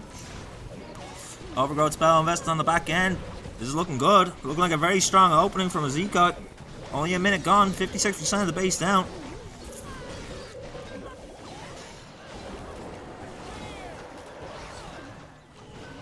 Boom Academy are here to play, ladies and gentlemen. Minute and 40 left on the clock. 25% of the base left to go down. Still has Roots, still has his Royal Champion, still has the Grand Warden. I still see the Apprentice Warden. This is looking absolutely smashed.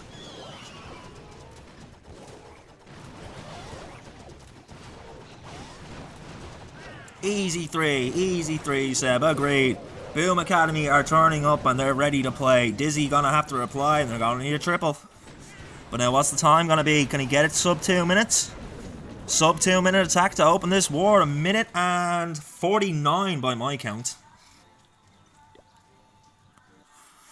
Super quick opening attack. Love to see it. Starting off strong today, boys. I love it. I love it. Yeah, relatively fast. Still not the fastest hit we've seen, of course. We did have 1 minute 20 yesterday. Now, Dizzy Esports not due to reply to the 33-minute mark, so that'll tell you how quick that actually was. We have just under 2 minutes to wait for the next hit.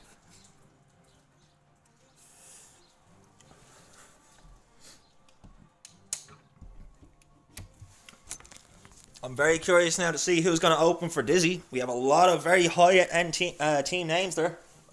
High-end player names, I should say.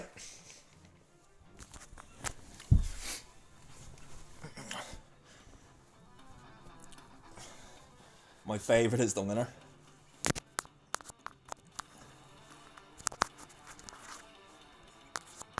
The new Twitter X, oh yeah. Yeah, Belgium, it's not Twitter anymore, it's now X since Elon Musk took over.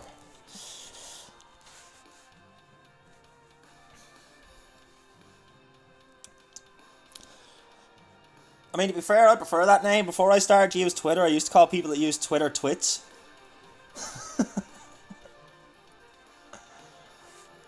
Oh, you miss being a twit, do you, Seb? And we are live. Hawk is going to start us off here, ladies and gentlemen. Coming in with that. Okay, not going to give me a chance to check the equipment. He's starting off the Barbarian King. And what is that? A Super Barbarian at the 9 o'clock corner.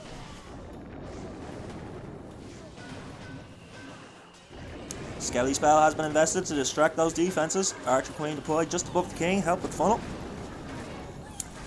I reckon Siege Barracks at 12. Yep, down comes the Siege Barracks. Down comes the Super Barb and the Ice Golem. Royal Champion in tow. Going to clear out the entire 12 o'clock corner. Set the funneling now for down come the Roots. Down come the Grand Warden. There's the Healers and the Loons and the Apprentice Warden as they start to smash their way into the core. I know I can still check the equipment, but I'm not going to get distracted checking equipment when we have the opening happening, you know? I prefer it when they give me a few seconds to check at the start. But that's okay, that's okay.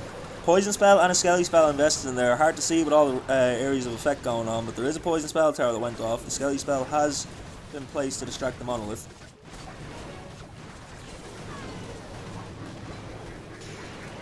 World Champion and the Hogs making their way down. Hog Pupper has been popped. Rage Spell being used to rage up those Hogs. A minute and 40 left on the clock. 70% of the base down.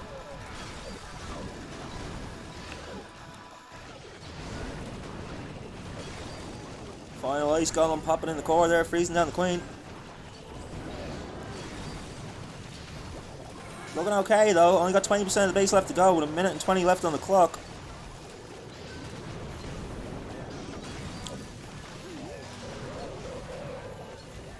Dizzy's answering back, very nice. Is it not as quick though? That's the other question. It's not going to be far apart. 3, 4... I'm going to say 4 seconds in the difference based on how the API on this works. How the game's calculates it in-game. But by my reckoning, it's a 4-second difference. 3 seconds! The game is registering it as 3 seconds difference in the time right now.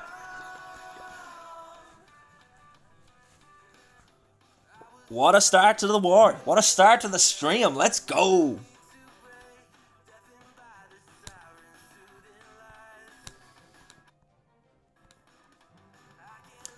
With our next hit due in at the 29-minute mark. Boom Academy do have the advantage, but it's only a 3-second time advantage. Obviously not the most comfortable spot. They are still in the lead though.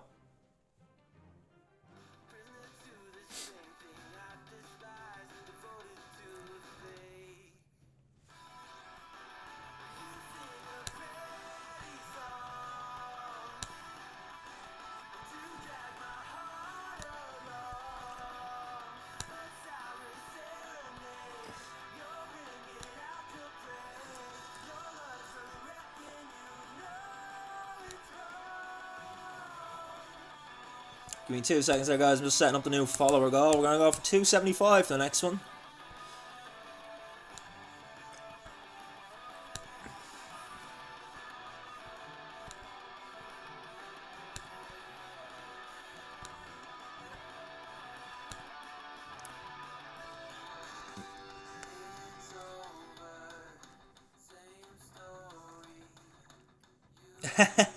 No worries, Stabby. Can Boom Academy answer? That's a very, very good question, my man.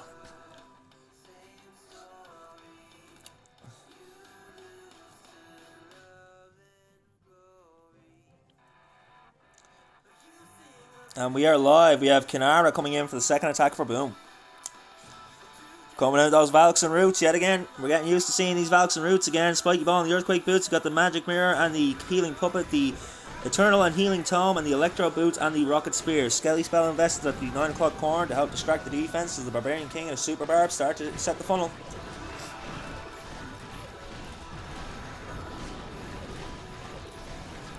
Archer Queen deployed, also helping to clear. I'm going to say 6 o'clock for the barracks this time. Yep, there goes the CH barracks along with a couple of Super Barbs. Going to clear out the entire 6 o'clock corner. Down come the Roots in between those 2 points. There's the Apprentice Warden along with the Grand Warden. And down come the Loons, down come the Healers. Down comes the Valks.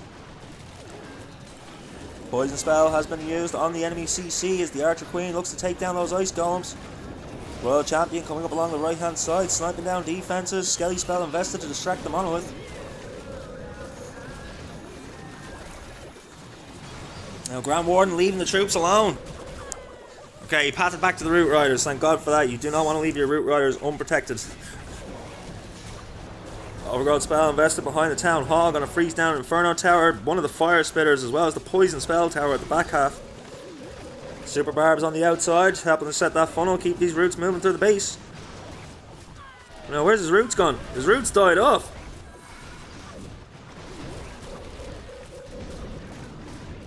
Royal Champion with the Rocket Spear will snipe the Town Hall to save the 2-star. Minute and 30 left on the clock with 34% of the base left to go. 30% now, roughly. Oh, this is looking dodgy.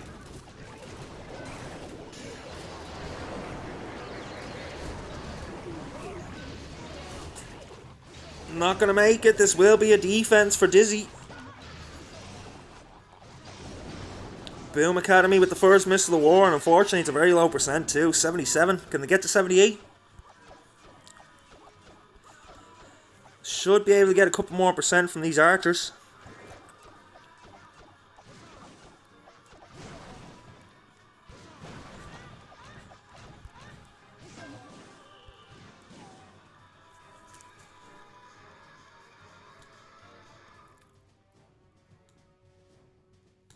While we have a second, guys, how's everything sounding? Is the game sound okay? Is my voice too loud? Let me know. Should be fine, though. It's the usual setup. Minion Prince is a menace on defense. The Minion Prince seems to have a thing for these Root Riders. So many times we see Root Rider attacks just be absolutely decimated by the Minion Prince.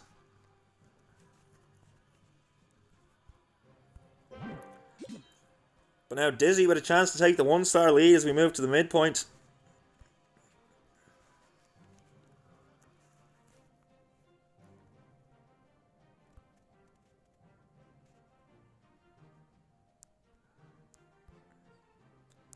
Call my name.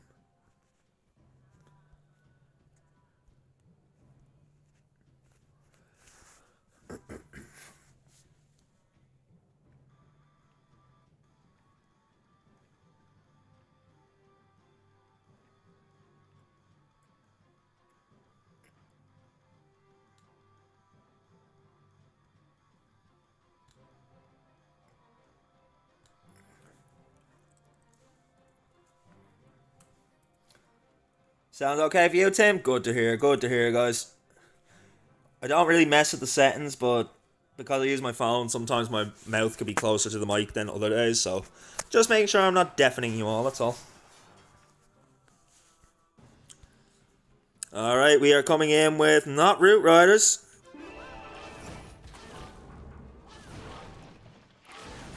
Looks like a Lalo.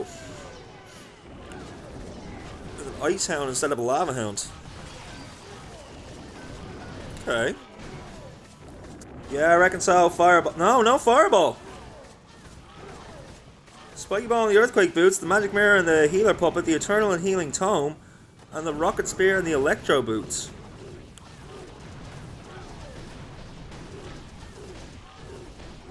We do have the Barbarian King and the Archer Queen clearing at the 12 o'clock corner. A couple of loons being sent in to take down the double cannon.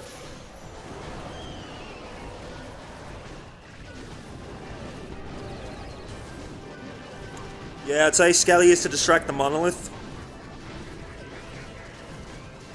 Poison Spell Tower has gone off and Poison Spell has been invested as the enemy CC Ice Golems do make their way towards the Queen. Manages to pop one before they reach her area though, so she won't have to deal with being frozen now by that one, but holy hell, the Queen taking so much damage from that ricochet. Down goes the Queen.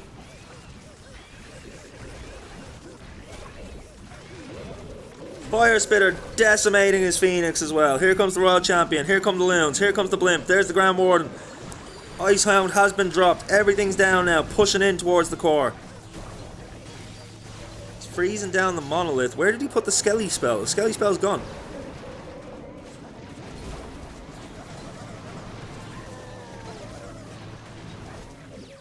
Missed where he used the Skelly spell there. Not looking too bad, but I'm not sure how I feel about that Fire Spitter he used at the Town Hall, did he? I didn't even see that, Seb, thank you.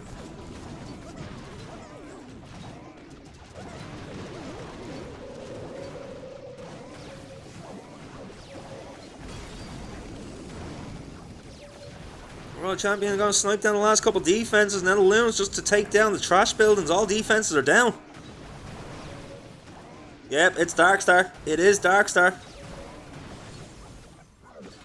A few of the teams recovering today. I expect them to bring something I've never seen before. So that was a very interesting one. I also thought when I seen the Loons, like, Fireball. So when there was no Fireball there, like Eternal and Healing Tome for Loons and one Lava Ice Hound. Interesting combo.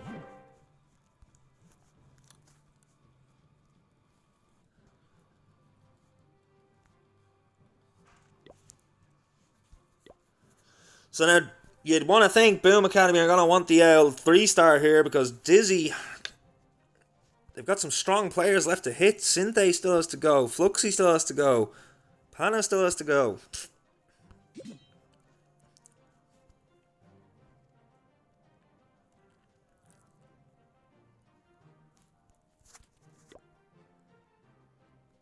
The attack duration is exactly the same. Damage isn't off by that much either. About 21 buildings.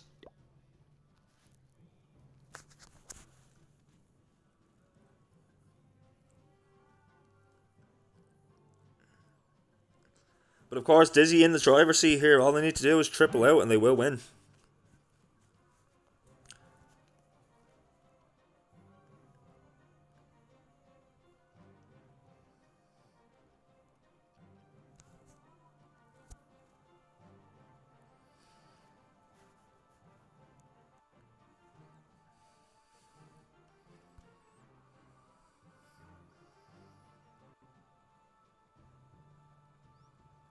Let's go, Seb. Get some dubs. Get those bones, man. Get those bones. Alright, here we go. We're coming in with Roots and Valks yet again. We have a Spiky Ball and Earthquake Boots. We have a Healer Puppet, I'm assuming, and a Clone Mirror. Yep. Eternal and Healing Tome. And we should have the Electro Boots and the Rocket Spear. Skelly Spell invested. Siege Barracks down at the 6 o'clock corner. Down come the Roots, down come the Valks. Spiky Ball and the Earthquake Boots skipping across to the right hand side to help fix the funnel there.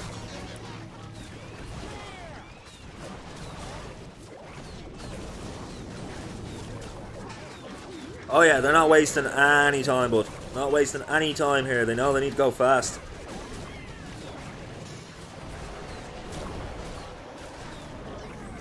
It's not even a case if they need to go fast. They need to triple.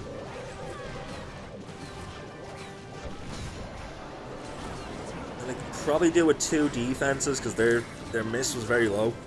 Overgrowth invested on the right hand side. The Eternal Tome has been popped to protect the troops. The Ice Golems from the MECC slowing down his attack as those multi-Inferno towers being raged up, as well as the multi-Archer tower. Absolutely decimating troops here. Spending an awful lot of time under those defenses. I don't like it. Diggy making his way through, trying to get some extra value. Raid spell deployed as the Royal Champion, and still has some Root Riders making their way up to the 12 o'clock corner. Super Barbs on the outside to help with the funnel. That could be it. It could be a mind game, man. Could be a mind game.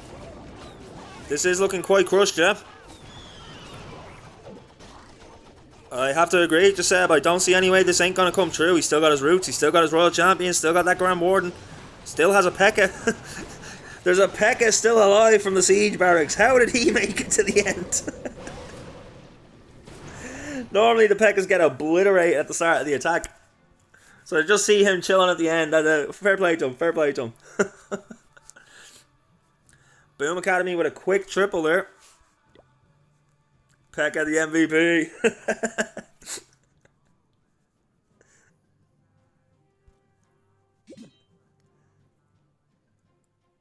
So now Dizzy looking to keep the triple here.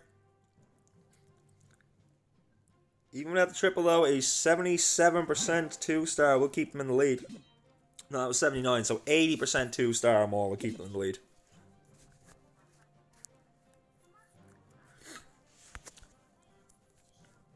If for some reason, which we have had happen a few times this week, if for some reason they hit a 79 and we're back low 2, rip. Yeah, it's a very low 2, man. But we've seen some strange things, dude. Don't forget the 1-star we seen yesterday that completely threw the war out the window. I'm trying to remember which team it was that got the 1-star. It was Mega Sultan, wasn't it?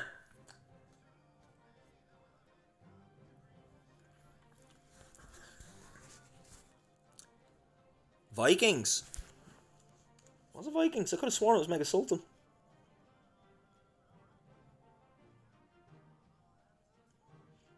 It was definitely one of our last 2 matches of the day, anyway. So it might have been Vikings, but when I seen the list from yesterday, Mega Sultan was the one that jumped out. Remember them 1-starring too? Yeah, there might have been 1-star in both them, but I know for one of those wars, that 1-star completely changed the pace of the war.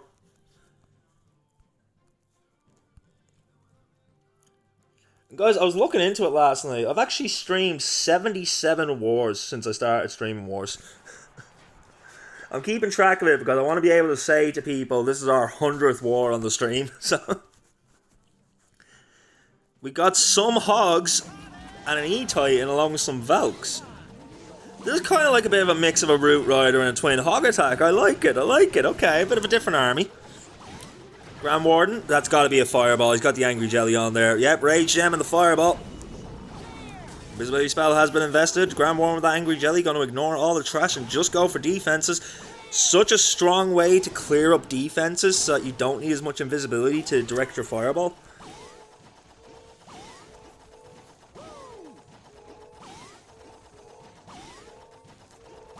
That's not even in 2 months, man. There goes the Fireball. Because remember, I'm streaming 2 months, but I've only been a Clash streamer for maybe a month and a half.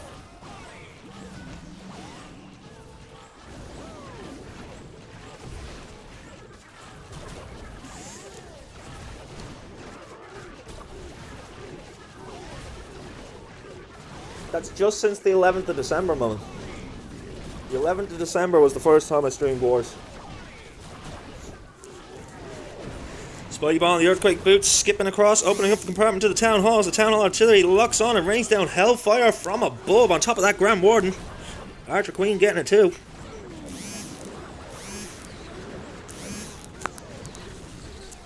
Yeah, man. That's what happens when you stream every day and you do 6 or 7 wars a day, you know? And I love every second of it, guys. Please keep turning up, because as long as you keep turning up, I'll keep doing it.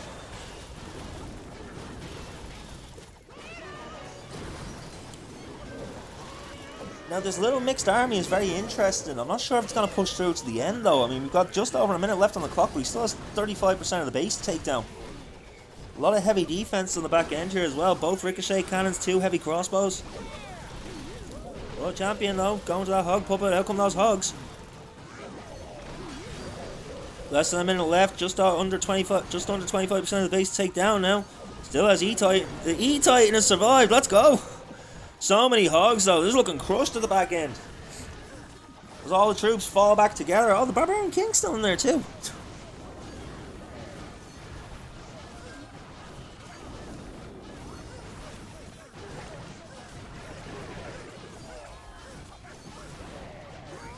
Absolutely crushed. Sinthe giving us another triple, keeping Dizzy in the lead. Shout out to Sinthe, absolute powerhouse in the Clash community.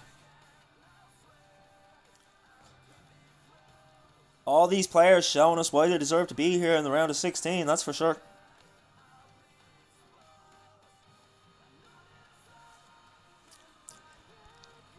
What's interesting is, if it wasn't for that miss, Boom Academy would be winning right now.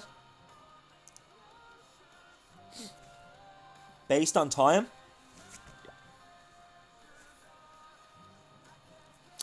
Yeah, that's very true.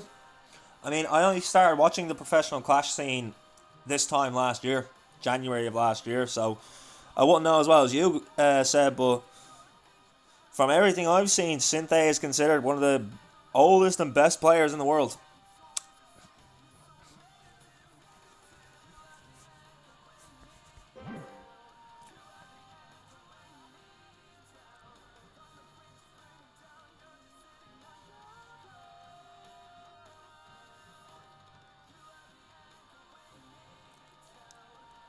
Alright guys, we have 20 seconds till the next hit. Boom Academy looking to keep the pressure on here. They cannot afford another miss.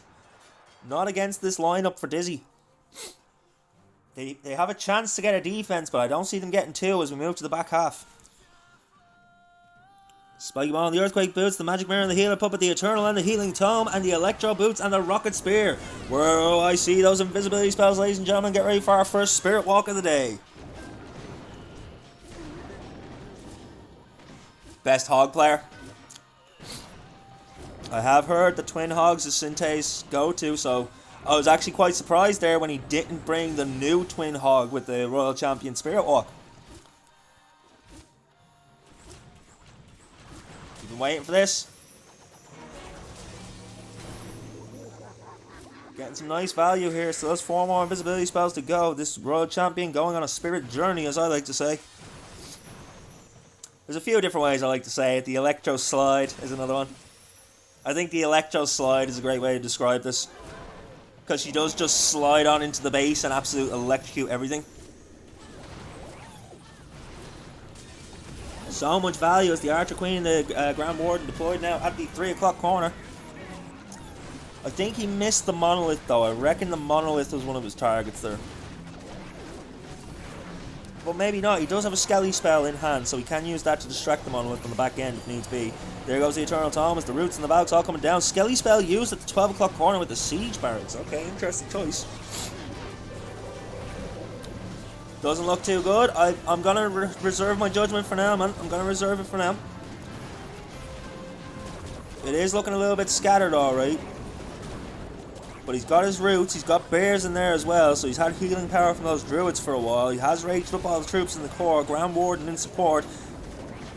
Enemy CC's Lava Hound has popped though. Those Lava Pups are going to distract his troops just a little bit. Another Skelly spell invested near the Clan Castle. Spiky Ball and the Earthquake Boots. 20% left to go. They cannot afford another miss here. They need the triple. He's only got one of each of a Super Barb, Archer, and Goblin left to drop. Just the Goblin left to go now. Yeah, King not going into the base was definitely an issue. But I think he has enough on the back end here. If this Queen can get through this wall, she should be able to reach pretty much everything else without having to shoot another wall.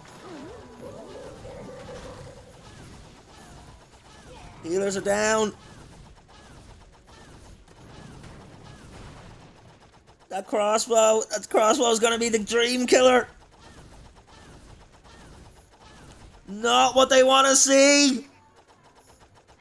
98% 2-star. Boom Academy. Dizzy with a chance to go 2 stars ahead. With 1 attack left each after their reply. Boom Academy. They were doing so well.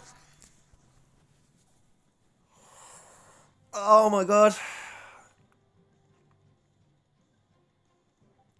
Boom Academy need a miss of 1 star below 68%, I believe. No, below 77%.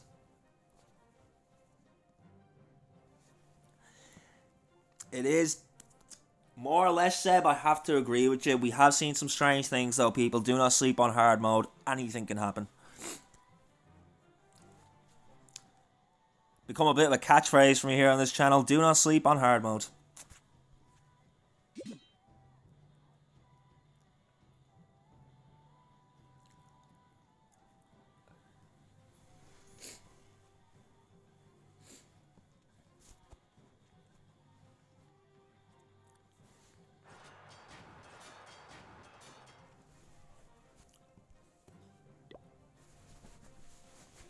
You would think at this point, though, Dizzy have it wrapped up. We have E-Titan Smash coming in. I love it. Another one of my favourite attack strategies. I love seeing those E-Titans. Masks is in. Spiky Ball and the Earthquake Boots. We got the Claw Mirror and the Healer Puppet, the Eternal and the Healing Tome. And we got the Electro Boots and the Rocket Spear. Starting off with the Grand Warden at the 12 o'clock corner. Baby Dragon sent to the right hand side to kind of funnel a little bit. It's interesting to see him place the Baby Dragon after the Grand Warden.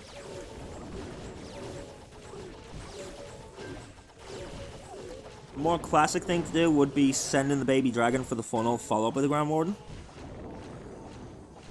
I see a revive spell in there, ladies and gentlemen, so something is going to be revived. Probably the Royal Champion.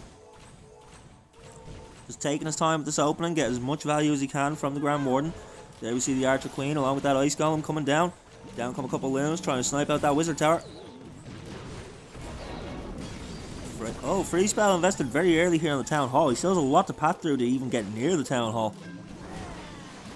Siege Barracks coming out at the 9 o'clock corner. Going to help clear out that side as the Royal Champion comes down. We have our E-Titans down. We have everything coming down now as they smash in from the 3 o'clock corner. Not sure about this setup.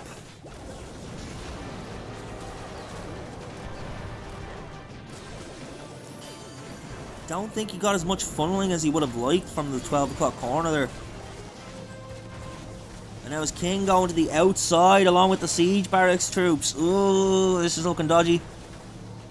Jump spell has been deployed in the center to give those Electro Titans and Royal Champion easier time to get into the core. Did he have the spiky ball and the earthquake boots? He definitely wanted his king to go into the base to open up that core.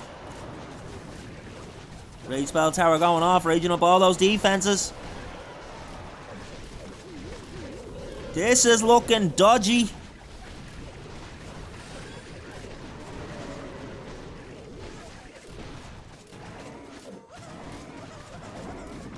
It's above the percentage they need to keep the lead on damage anyway. I'm not sure this is going to find the mark. There's a lot of defense to deal with on the back end there. We still got a Wizard Tower, still got multi-archer tower, still got a Ricochet Cannon. A lot of heavy defenses. Invisibility spell being invested to help protect his troops as they come through to the 3 o'clock corner. He's got just over 30 seconds left on the clock and 10% of the base left to go.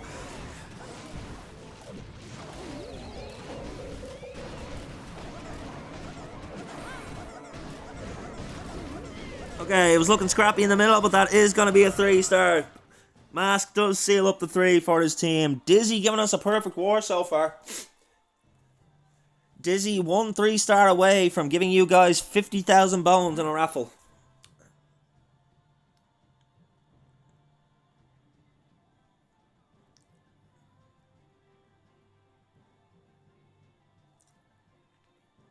Mask is him? Is who?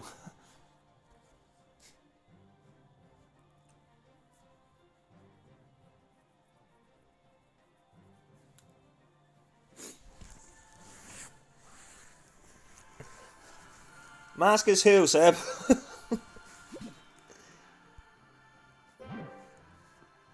Oh, him, a god. Okay, I'm trying to remember what religion that comes from.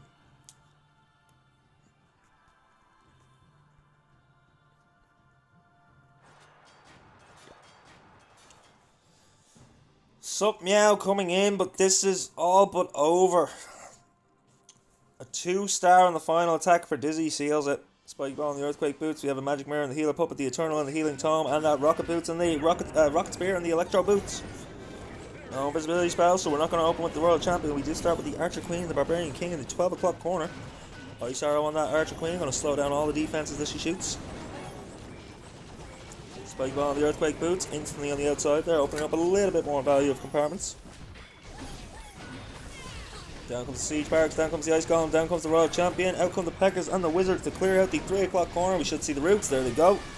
Coming in between 12 and 3, looking to smash their way into the core. They are going to path through the Giga Bomb though. Skelly spell on the outside next to the Peckers and the Wizards there to help protect the defenses as the Wizards step in and take down the Ricochet Cannon.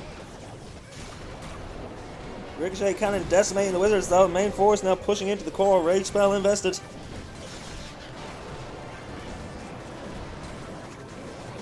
I think they have.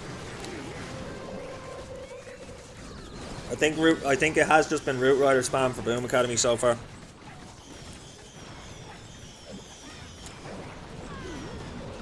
Super Minions out of the Siege Barracks. Guys, I just want to make the point for everyone that says Root Riders are too OP and make the game easy. They're only OP if you use them correctly.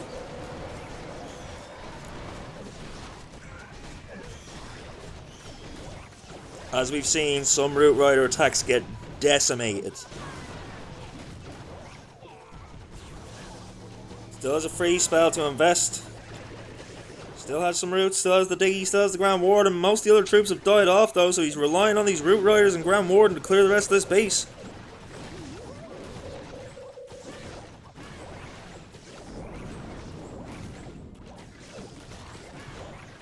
I can kind of agree with that, Seb. It's not that Root Riders is boring to watch, it's watching 5 Root Rider or 10 Root Rider attacks in a row gets a bit boring.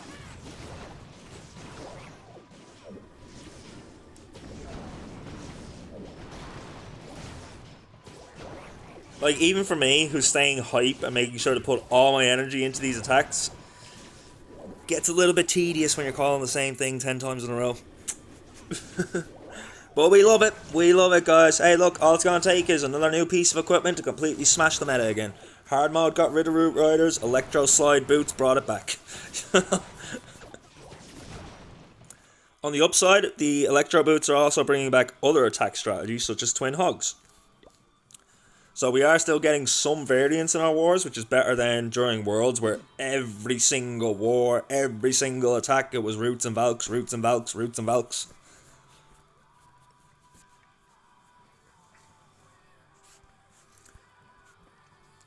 The Root Rider meta was the only time that you didn't watch the troops, you watched the clock. You didn't care about the troops. You knew they were going to triple. We had no hard mode at that time. All you cared about was the clock. Because the faster team was going to be the winner. Simple as. But now one left. One attack left. The only hope Boom Academy have here is a dreaded 1-star. And it's going to have to be a low 1-star as well. Below 80%.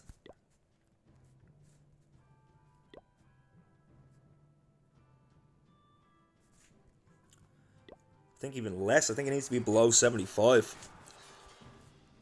But 50% of the base on the Town Hall. We are coming in with Dragons. Thank you, Fluxy, for not bringing Root Riders.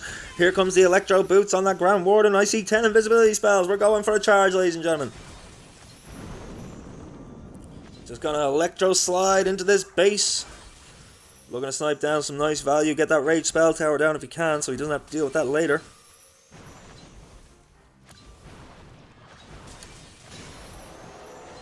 Anyone else in chat feel that if you destroy a spell tower without triggering it, it shouldn't automatically trigger?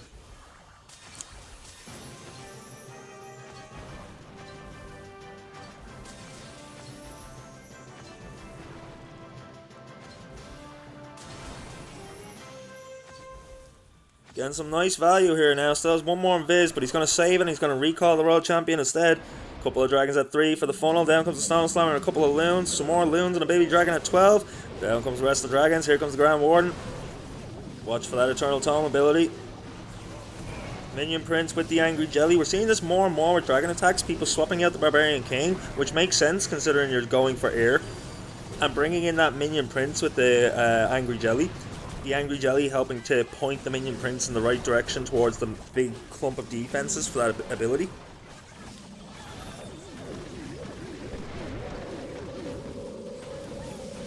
And that Rage Gem putting in the finest of work here with these dragons. And there goes that minion ability, freezing down the entire right hand side. The Archer Queen's Claw Mirror pops, she gets her healer puppets, and now the 3 queens are going to do their best to clear out that corner. Rage Spell Tower has gone off, raging up that Fire Spitter, which as we know could be detrimental.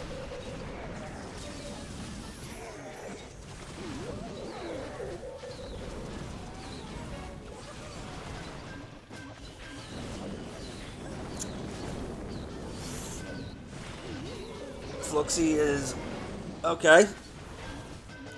Fair. Can't exactly say you're wrong.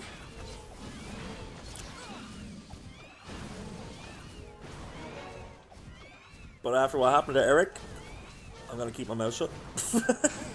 If that makes sense. That's all I'm going to say about it, guys. But that will be a win for Dizzy with a perfect war of 15 stars, giving you guys a raffle for 50,000 bones.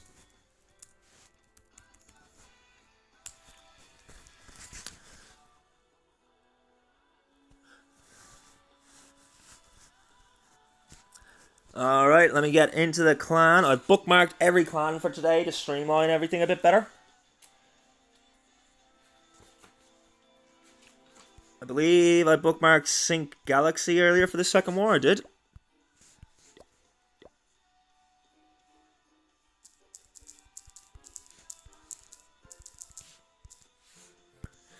And also, guys, after what happened yesterday, I've now registered every single account I own into League Utils. I'm not being reported again for not using the right account. But yeah, let's update our title. Congratulations to Dizzy. They will move to the quarterfinals of the WSA Cup. Now we're going to have Sync Galaxy taking on COC Avengers, or as I'm sure most of you are going to enjoy saying, the Cock Avengers.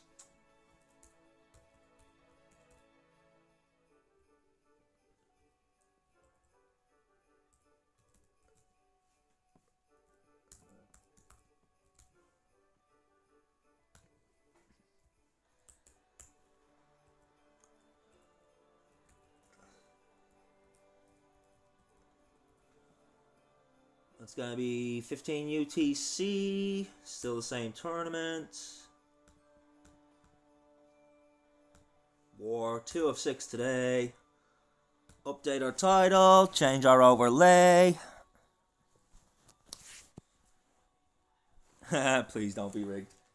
Seb, is it only rigged when you don't win? Because you won quite a few yesterday and you've been winning a lot today on the gambles and stuff like that. So I'm guessing it's only rigged if you lose, yes?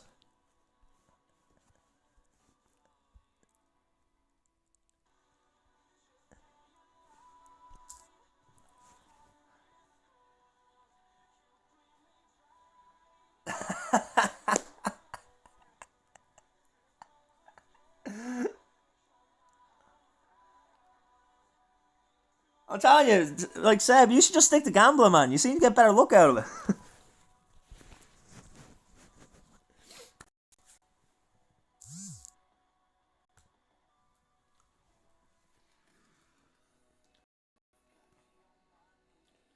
Dang, the gamble is being nice to people today, I have to say. Like, I don't set the odds or anything in that. It's all done by itself, but most of the time, people are just losing all their bones. Yeah, I love it, guys. Get the hustle on. We are only on the 5th of the month, so there's still plenty of time to get yourselves up to the leader position if you want that prize at the end of the month.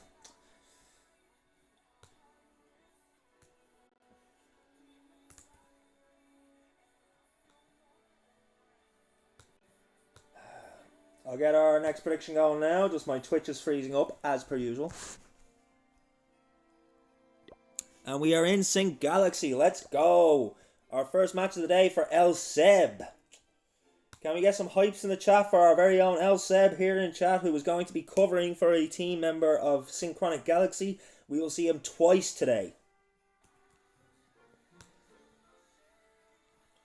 As we all know, Seb, a member of our officially affiliated team, the Mighty Mercians themselves. They will be doing their Battle Chess Championship defensive run later today.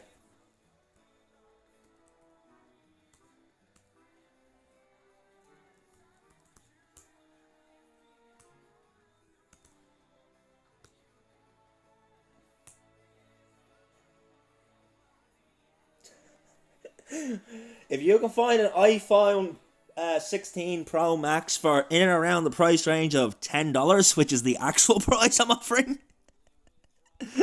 because I'm still a small time streamer, then sure. Okay,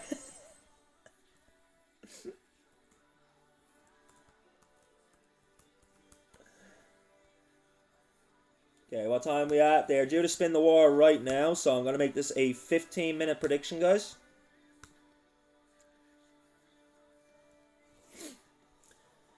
War has been spun. We are ready to go for our second war of the day. Sync Galaxy taking on the COC Avengers, or as I'm sure most of you are going to call them, the Cock Avengers. On the side of Synchronic Galaxy, we have Dr. Jonas. Dr. Jonas, call him Dr. Jonas. Then we have Mudtick, something like that. We have Alex.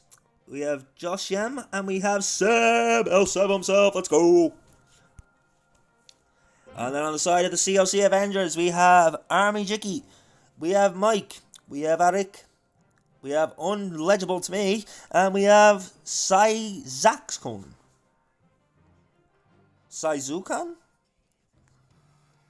I'm just gonna call him Sai. Yep, let's go Seb, let's go both teams. Good luck, have fun. I'm hoping for another amazingly close war, guys. Because as we all know, we love those wars when they're close as hell. It's always fun to stream the wars, but I think we can all agree that when one team is running away with it, it's not as much fun to watch. Because you kind of know the result before you get there. We appreciate you, Seb. We appreciate you, Seb. Thank you for always turning up, buddy, and having a good time. And yeah, always points out that he loves my streams. Gives me a big head. I like it.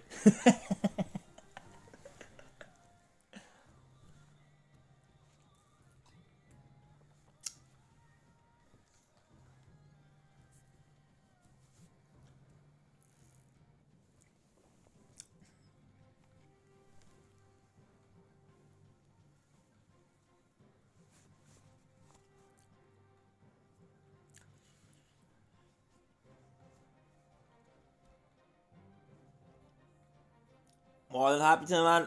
Appreciate you, bro. Appreciate you. Appreciate everyone that turns up. Like, I mean, we've built such a lovely little community here. I love every single person that turns up. They're all so much fun.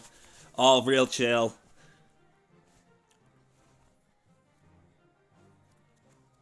And of course, we are all connected through our love of the noble blood sport that is Clash.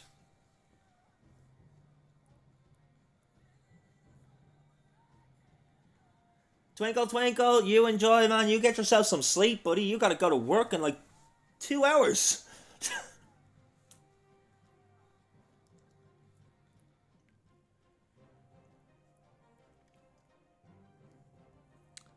Still sucks how you can't predict. Yeah, it really does suck, to be honest, Seb. Can you not use like a VPN or something so that like you're in a different part of the world?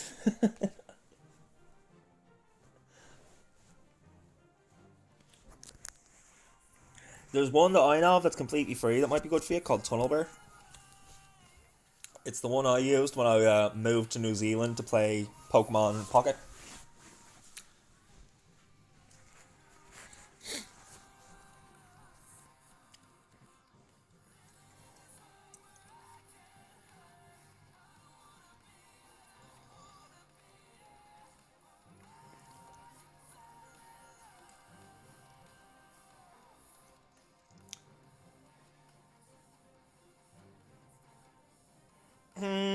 Do I have time to make coffee? I think I have time to make coffee, don't we, chat? Yeah, we got time to make coffee. I shall be back. We have about 10 minutes before the first hit comes in. Get your predictions down. Our prediction is live. Second match of the day. Sync Galaxy taking on the Cock Avengers. I'm going to stop calling them that now because it's a little bit disrespectful, but it is funny as hell.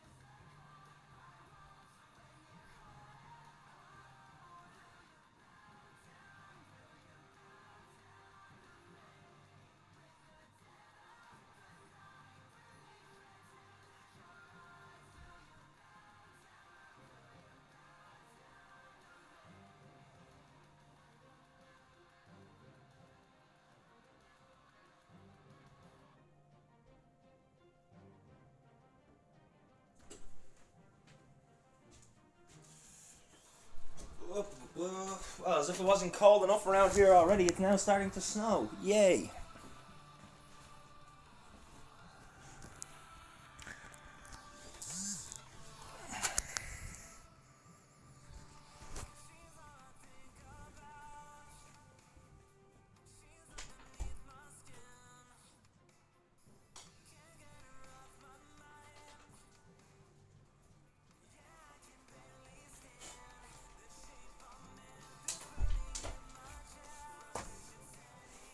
Alright.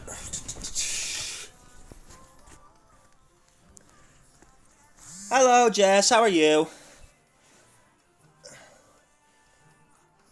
Over in Lexus stream at the moment, I'm assuming.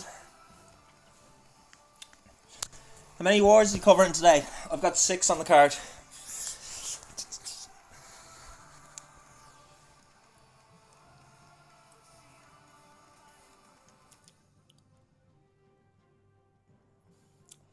How is there 271 people on the leaderboard when I only have 250 followers?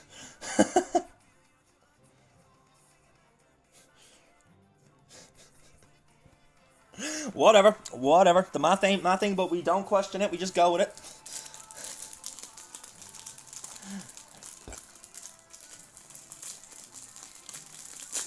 That's also true, people watching don't follow.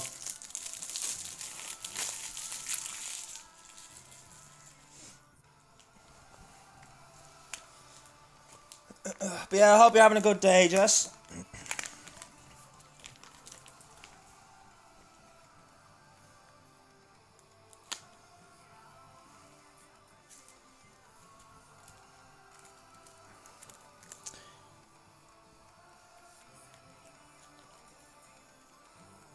Woohoo! A lot of points down on Sync Galaxy at the moment. Clash of Clans Avengers 1.4k, Sync Galaxy 3.2k of skulls.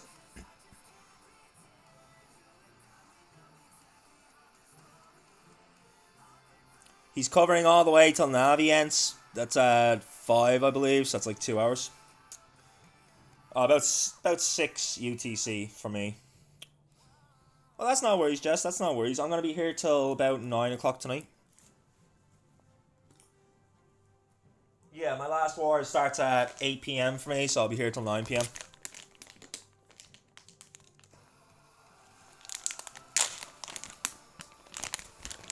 Oh, that's because they are, that's their names. I was going to stream them today myself until I seen Sync Galaxy and COC Avengers were playing for WSA.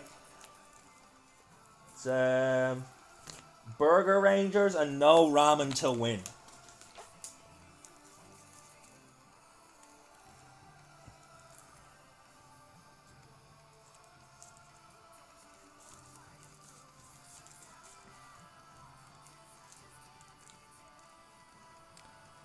Really, I'm surprised that Lex went for that one over Sync Galaxy and Clash of Clans Avengers.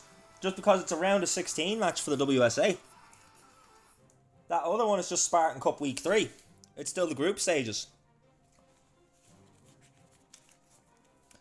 But hey, each streamer to their own. Each streamer to their own, as they say.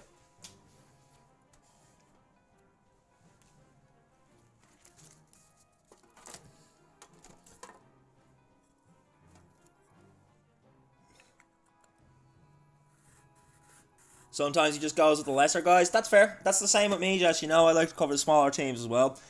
Just if it's a choice between a group stage. Yo, Fonzarelli, what's going on, buddy? Been a while. Can't remember the last time I seen your name in my chat. A few days, and anyway. But yeah, just given a choice between a group stage match and a round of 16, I'm going with the round of 16, 100%.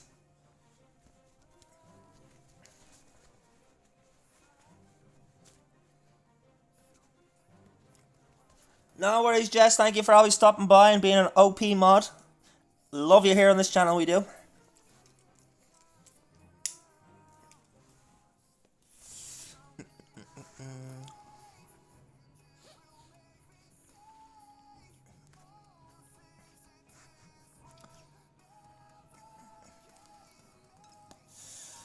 Alright guys, we are less than a minute out from the first attack of our second war of the day. Aww, love you, Jess. See you later. Tell Lex we said hello. Send them all the love from the crypt from us. Welcome in, everybody. Welcome in. The prediction is still open. We have a couple minutes left on it. It should close just as the first hit is going on. And we have Alex coming in for Sync Galaxy to start us off. Gonna go with those roots and those Valks. Seeing this meta come back a lot. But we have a Minion Prince instead of Barbarian King, which is not the usual that we see with the roots. So this should be interesting. Of course, we have the Royal Champion with that Hateful and the Electro Boots. Gonna do an Electro Slide into the base here. I'm guessing his target is that Rage Spell Tower. Now chat, is it just me or did we see this base already in the last ward? This base looks familiar.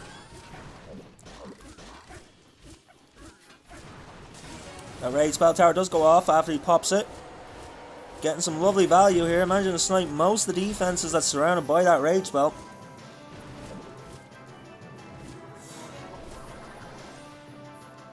For 4 invis, that was some good value. Recall on the Royal Champion as we see the Root Riders being placed along with the Grand Warden. Coming down with the Apprentice Warden near the 9 o'clock corner. Not sure he set enough of a funnel there as Archer Queen still working on the left hand side here.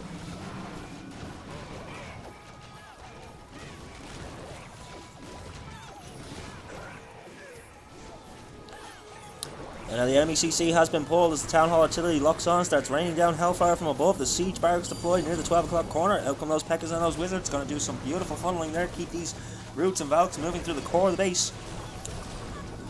Ice Golem's popping though, freezing down his troops in a very heavy area of defense. Is that Minion Prince ability shooting across the Town Hall and hitting a lot of defenses actually. That was a very nice ability.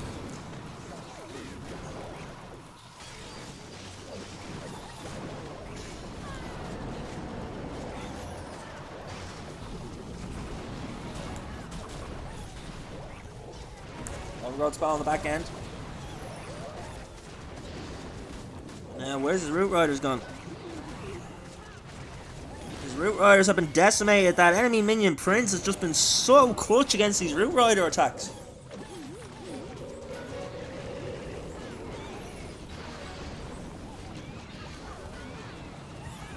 This ain't gonna hit. It's not gonna make it.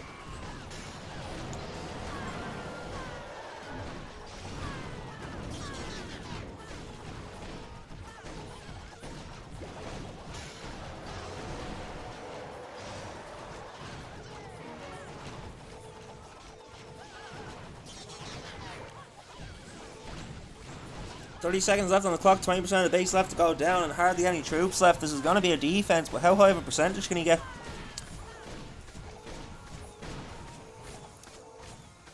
I agree, Seb, rip.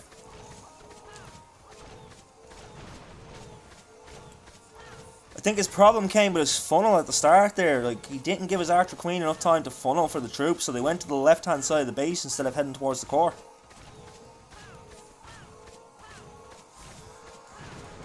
Forced him to come in at an angle from the left-hand side, and he just ended up in a path of so many heavy defenses with the Ice Golems popping and freezing them down. 85% 2-star for Alex to open this war. Not the start the Sync Galaxy wanted. COC Avengers now with a chance to take an early lead.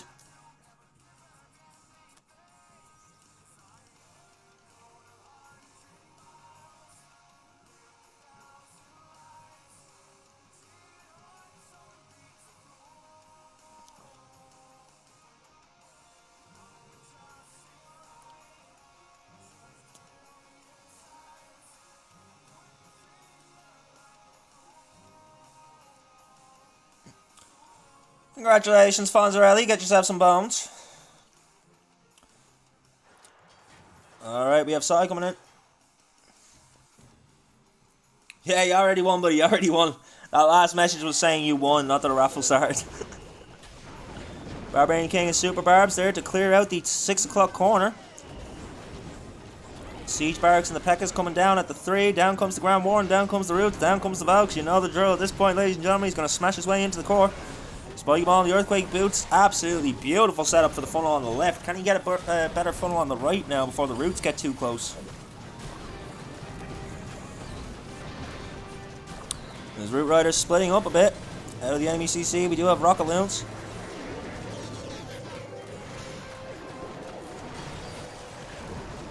Now we got Hogs coming out of that Siege Barracks as it finally pops.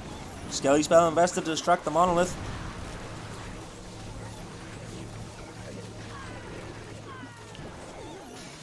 As Root Rider's kind of just pathing around that heavy core. Another overgrowth has been invested on the left hand side. Lock down that town hall yet again. Also locking down the fire spitter and the poison spell tower along with a scatter shot. And the RC goes down.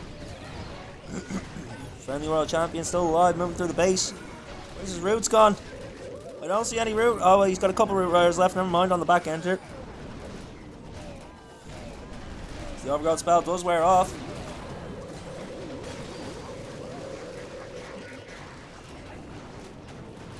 Friendly Archer Queen taking down the town hall.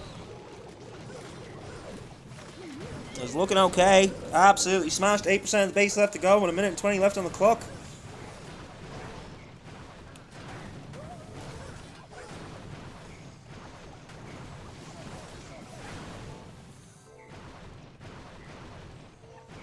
Very nice hit from Kai.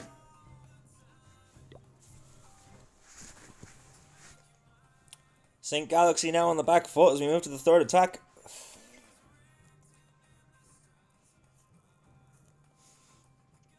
Fairly quick attack as well. We have 2 minutes to wait for the next one. Again, not the quickest we've seen today, but not the slowest either.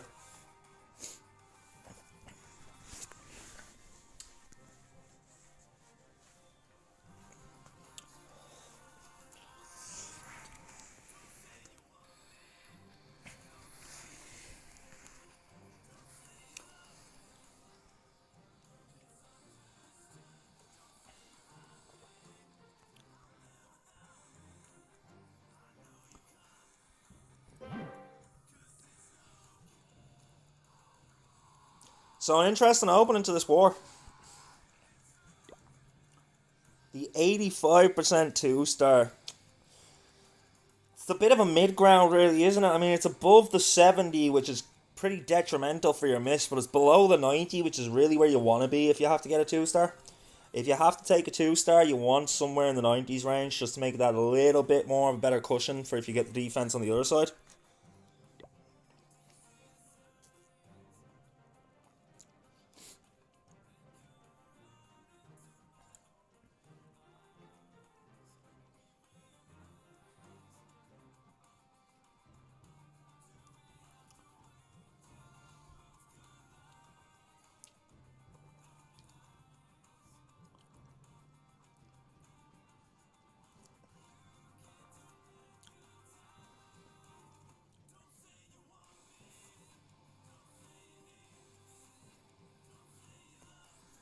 So as we're 30 seconds out, the hit can come in any second now. It's usually give or take 30 seconds.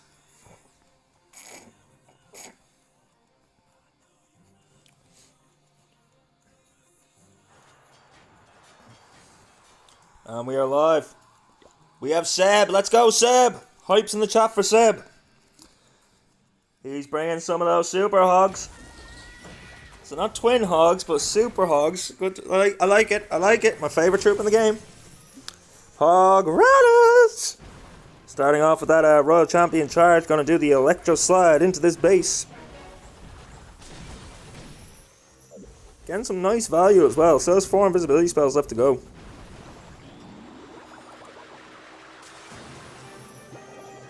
Now raging up that Royal Champion as well. Does also have the haste foil, which is, I believe he's already popped that.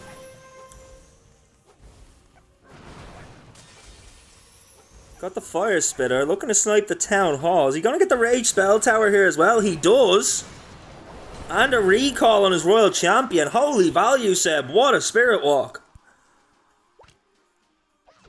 Now archers deployed, pulling the enemy CC. There go the ice golems and those enemy archers. Oh, enemy headhunters, I apologize.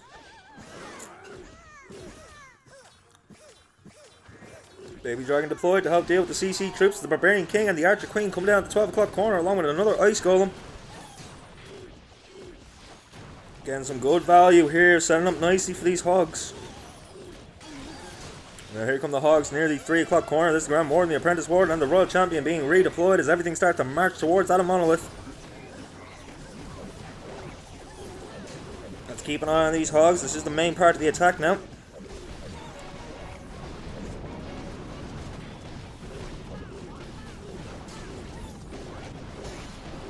Grand Warden's Eternal Tome being used to great effect here.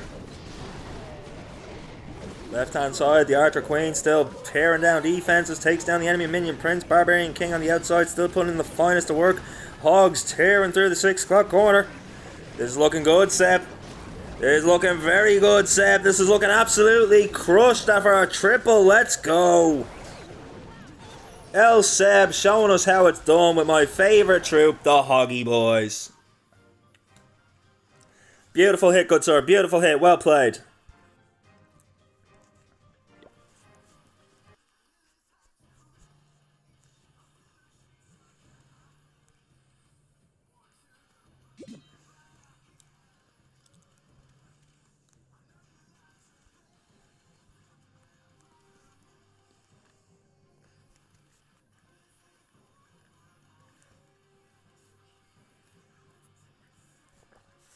So thanks to Seb, the pressure will be kept on for COC Avengers.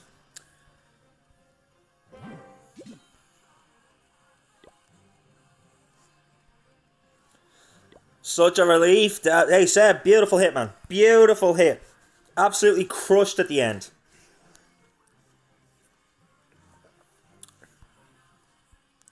GG's to you, good sir. On a personal note, the Hogs, love them.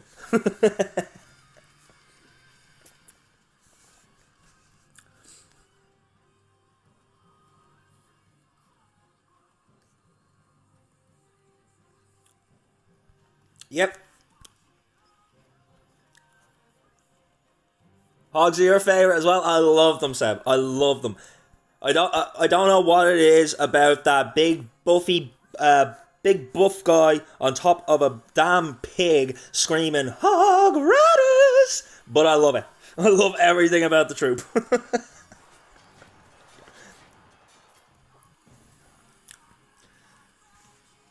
Alright, we got the Spike Ball and the Earthquake Boots. We got the Healer Puppet and the Clone Mirror. We got the Eternal Tome and the Rage Gem. We got that Hog Puppet and the Electro Boots. Siege Barracks at the 6 o'clock corner. Skelly Spell for defense to distract. Down comes the Archer Queen, setting the funnel. Down come the Roots, down come the Valks. Not wasting any time here, looking to get in nice and quick. Yo, Seb, have you seen Clash-O-Rama? Because I have to say, one of my favourite storylines is the retired hog rider who got hungry one day and ate one of the legs off of his hog. So he has to have the local blacksmith fix up his hog with like a fake prosthetic leg so they can go back to war.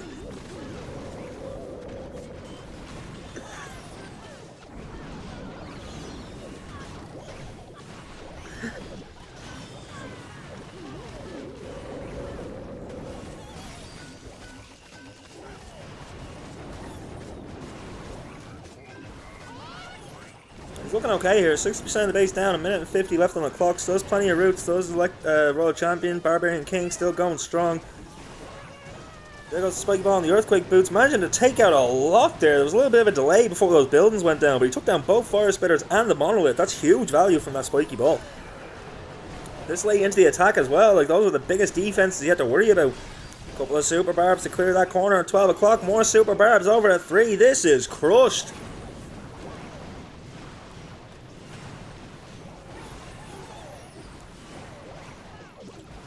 Mike making sure to keep the lead for the Avengers.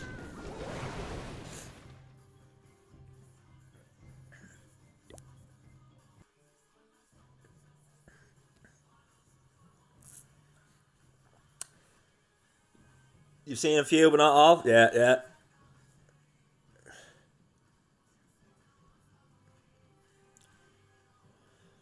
It is going to be tough to get a defense during the round of 16, Seb. This is why I made sure I grabbed every round of 16 match I could today, because this is the creme of the crop when it comes to the WSA Cup.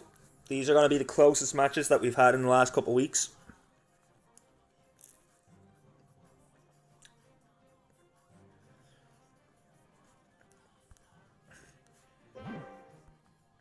It's pretty fast as well. We still have 90 seconds to wait for the next hit.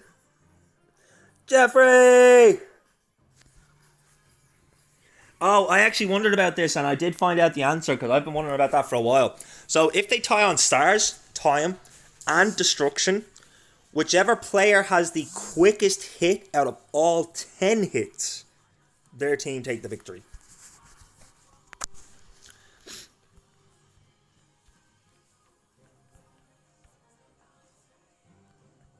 But good question, Jeffrey. That's something I asked a couple times during Worlds.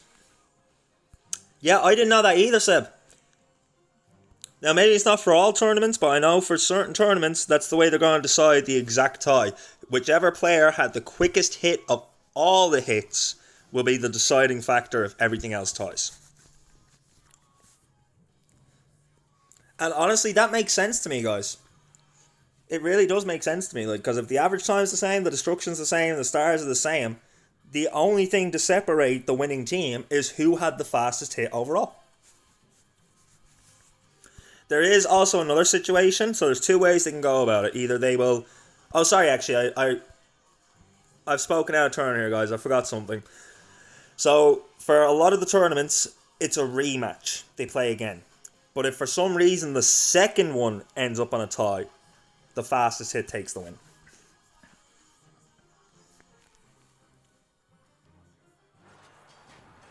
Your builder huts, man. I'm not even at the point where I can upgrade builder huts yet. Alright, we got some E-Titans and some throwers. Okay, thrower army. We've seen a lot of these turn up when the throwers first released, but we've been seeing less and less of them over the last couple of weeks. I think people are having a lot of trouble with the funneling of them, to be honest.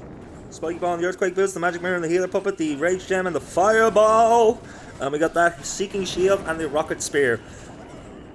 If Hog Riders are my favourite troop, the Fireball is definitely my favourite equipment. And there it goes, straight to the core. Beautiful setup, taking down lots of value. Doesn't get the Ricochet though. The Ricochet stays standing.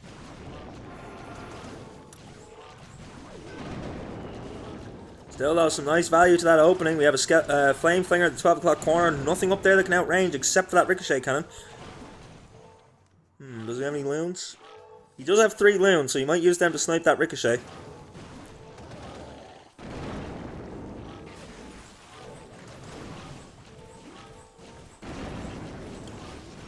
Oh, my Wizard Tower's finished upgrading. Thanks, Clash Ninja.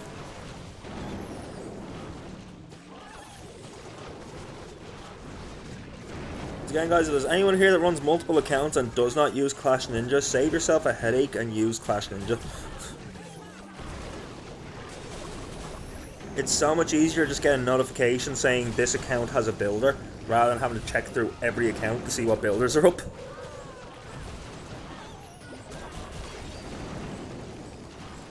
Sucks for me because it doesn't just auto-connect. What do you mean?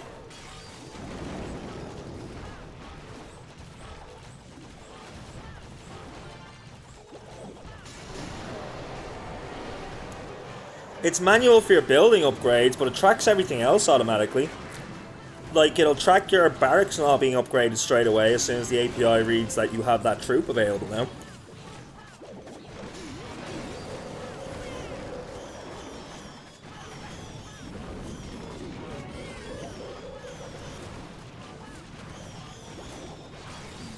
I mean, fair enough, Jeff. Fair enough, Jeffrey. To each their own.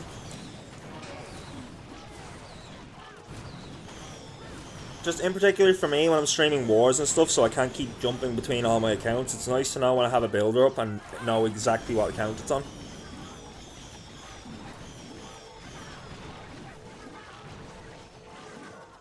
That's also fair. Oh, you're only running one account, Jeffrey. Yeah, Clash Ninja's not for you then. You don't need Clash Ninja for running one account, but for the likes of, say, Clash Playhouse and stuff like that, who's running 50 odd accounts, Clash Ninja is your best friend.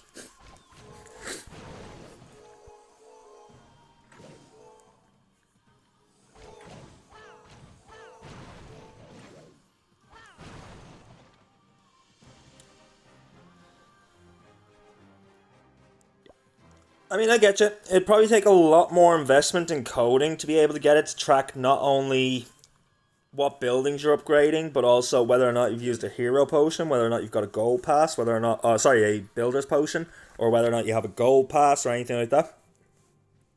It would take an awful lot more coding. I'm sure it would be possible.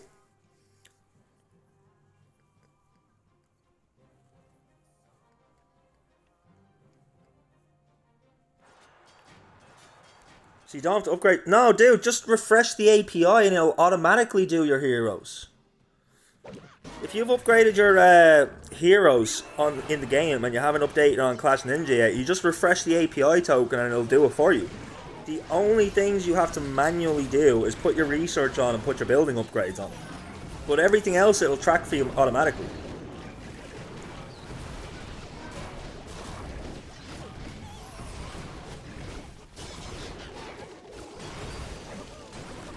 But yeah, no, I can understand why it would be annoying for you if you were manually clicking the button to complete the upgrade like 23 times. But for heroes, it'll track that automatically. All you gotta do is just click refresh on the API.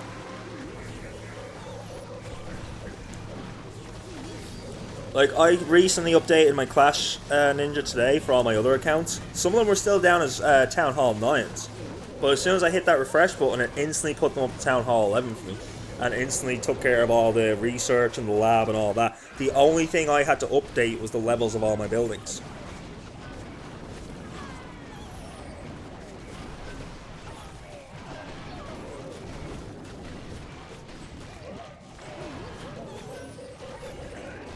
I was doing manually for literally everything. Yeah, that would be a pain in the ass, man. But 100%. Hang on a second, let me get this site open. So as you click into your base, click view home base.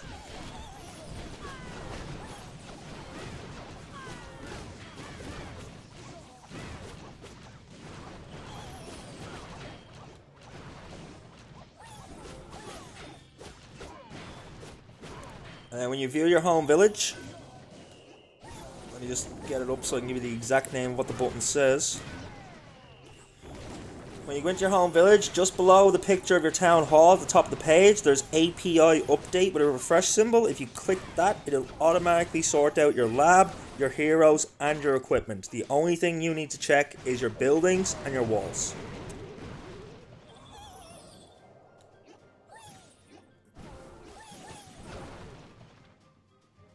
You're on the site right now, yeah?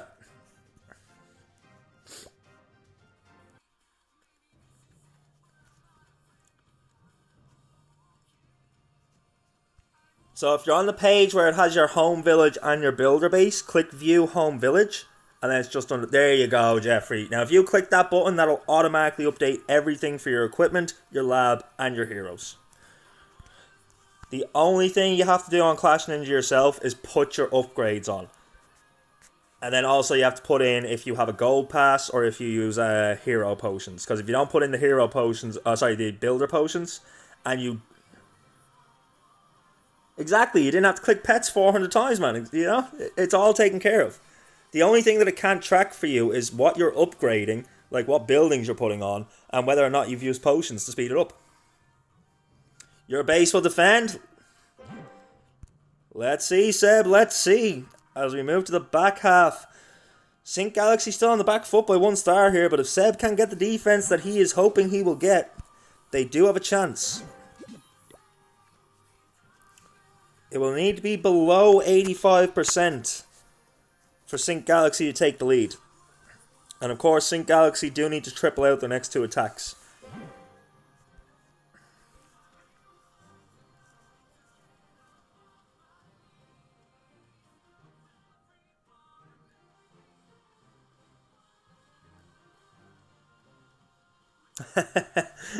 That's fair, man. Hey, look, the one thing that I've always said is that the 2 buildings that you really don't need to worry about is your elixir collectors and your gold mines, because you're not going to be getting your loot from them anyway. Yeah, you get a little bit of extra loot from them, that's fine, you take that when it's there, but most of your loot is coming from attacking. You raid most of your loot, so it's more important to get your storages up.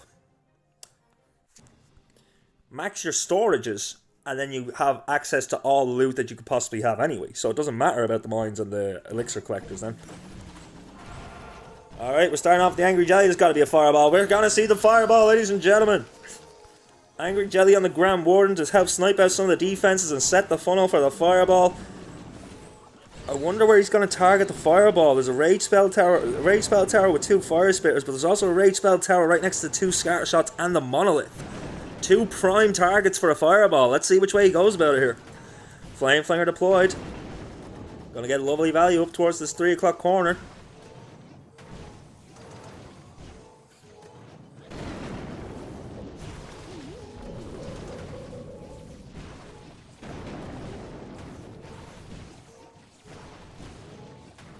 I love talking meta and strategy and stuff like that with you guys. It's always my favourite thing to do here on the stream.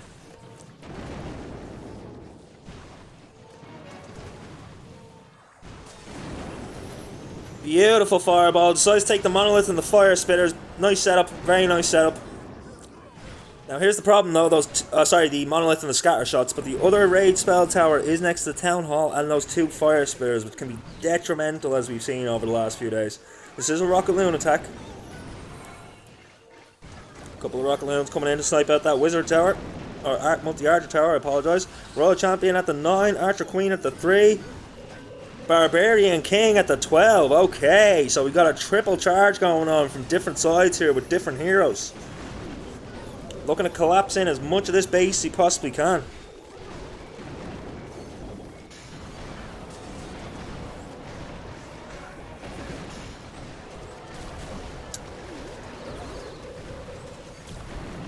I suppose you could call it quad because he committed the Grand Warden at the bottom side, but the Grand Warden was pretty much done, so for that stage of the attack it was a triple commit. But agreed, he did technically do a quad commitment from all 4 corners. Now Rocket Loon's coming out of that MECC, sends in some Rocket Loons to snipe down the Town Hall. Is he gonna get it? No, Town Hall still very full on health. Rest of his Rocket Loons down. Oh, this isn't looking good, guys. He hasn't got anything that can deal with that core left.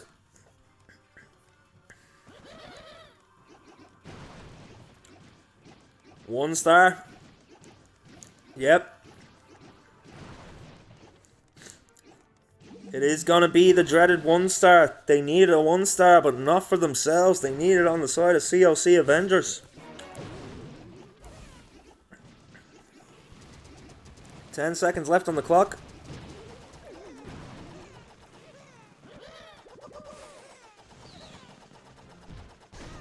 Rip the dream for Sync Galaxy. They are so far behind now. It's going to be very hard to catch up if they can even catch up at all. Ooh! They're tied on stars and Avengers have an attack in hand. It's not what you want to see as you move to the back half of the war. Yeah, GG's, boys, GG's.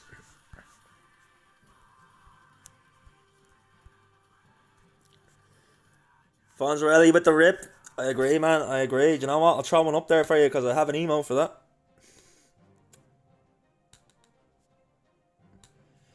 Rip the dream. Rip the dream. There's also a command for it if anyone wants to rip the dream.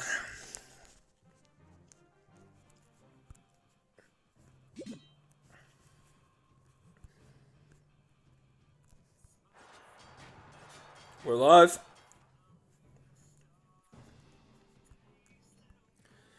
Roots and Valks with 12 invisibility spells. We don't normally see 12 invisibility spells with a Root and Valk army. Let's see how this goes.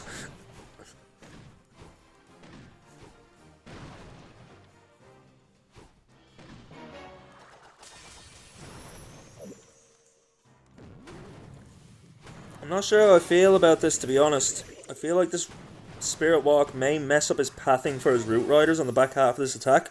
We'll wait and see.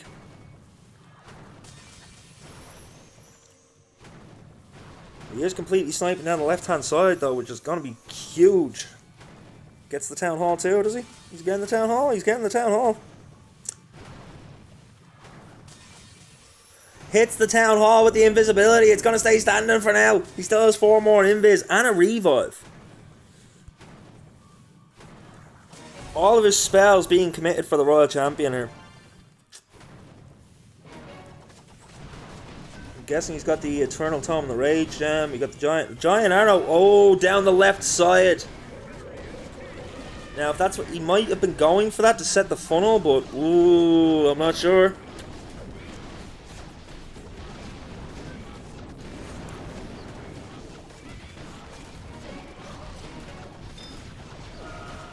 We got the Pekkas, we got the Wizards, we got the Root Riders and the Valks. There goes the Eternal Tome.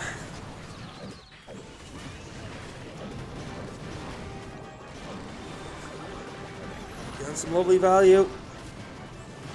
Coming up to the 60% mark, a minute and 20 left on the clock. Hogs coming out of that Siege Barracks.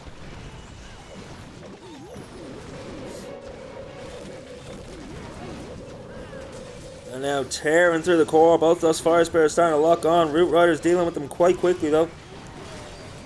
Royal Champion marching through with the Root Riders. Invisibility spell being invested yet again on that Royal Champion. Still has one more invis. It's looking okay. 50 seconds left on the clock. 10% of the base left to go. Is the Minion Prince gonna be the destroyer yet again for the Root Riders?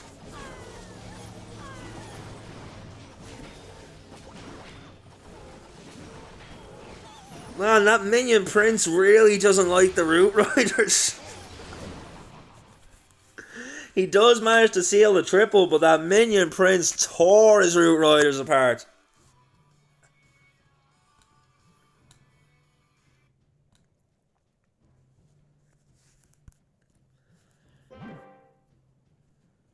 But he has left his team. Minion Prince is the GOAT. I love the Minion Prince, but goddamn, give the boys some pants. Like, look at this, like. Put it away, lad. This is a family show.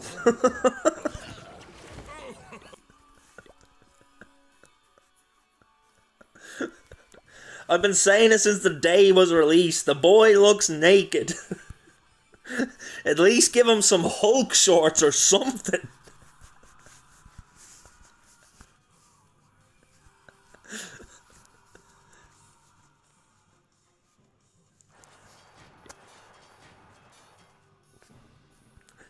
And we have another Rocket Loon attack coming in.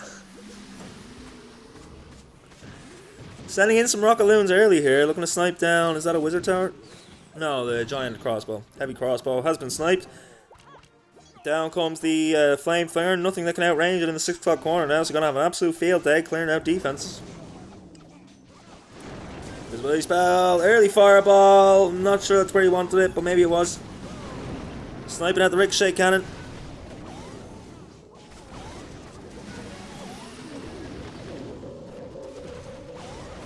Now Royal Champion deployed between 6 and 9. Invisibility spells being invested. So there's another 8 invisibility spells.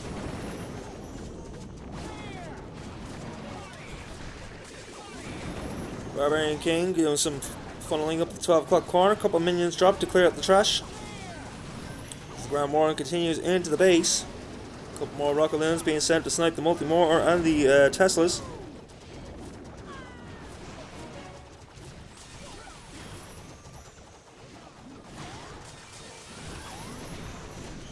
Committing a lot of invisibility there, considering he didn't go that far. I mean, I don't think you need a 3 for that. Probably could have got away with 2. As the Spiky Ball and the Earthquake Boot skip across to the 3 o'clock corner. Barbarian King has gone to the Phoenix. Healer's being destroyed by the Poison Tower. No, down they go. Out comes the Archer Queen at the 3 o'clock corner. Still has 12 Rocket Loons.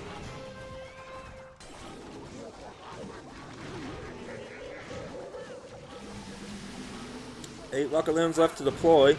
Minute and 20 left on the clock. 71% of the base now.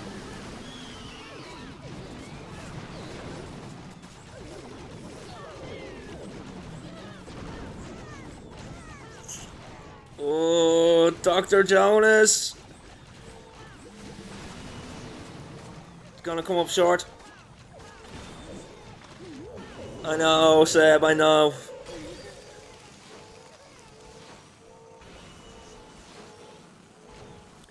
See, I do wonder sometimes as well if the fact that they know the match is being streamed puts more pressure on them. Like for you, Seb, does it matter to you that the match is being streamed? Does it change anything at all for you?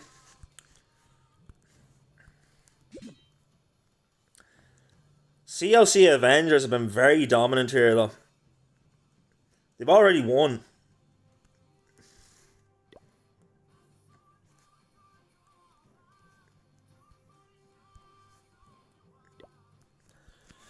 I guess we can pay out the prediction, guys. Unlucky to sink Galaxy. They used to, but not anymore.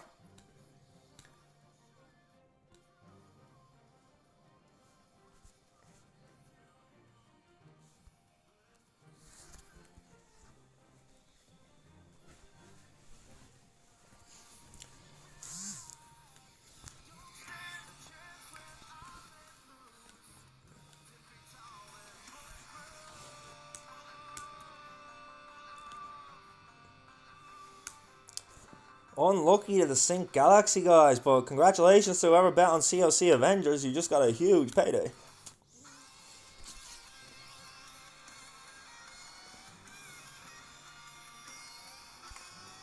You reckon you're gonna ruin their perfect war, Seb, eh?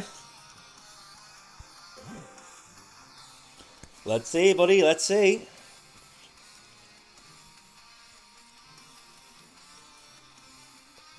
You have a feeling? Okay.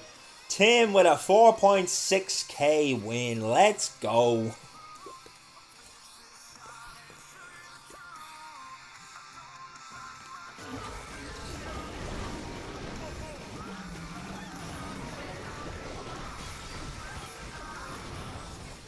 And Red Devils as well, sharing in that. Let's go.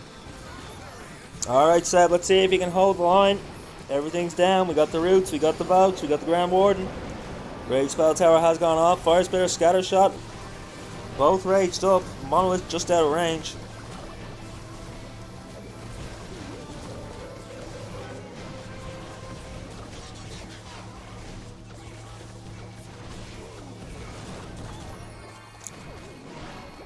%50 down in less than a minute.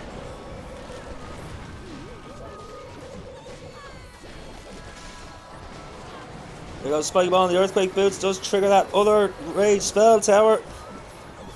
70% down with a minute gone.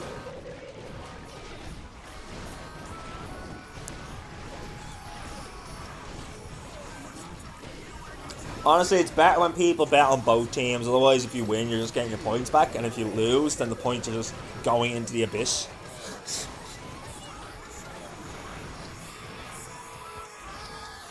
Absolutely crushed. Sorry, Seb. This will be the perfect war, and that will give us a raffle for 50,000 bones.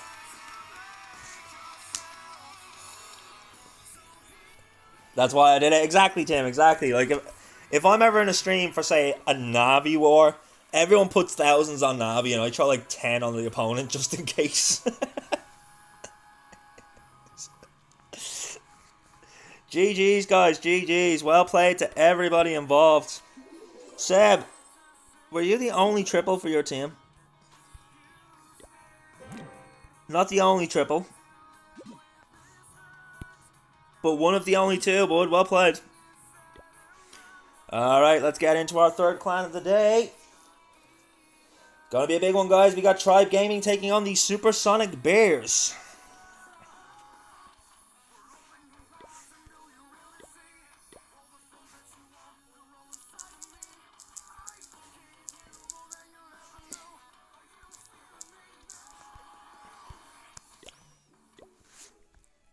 We can change the title in a second, but first let's get our prediction up.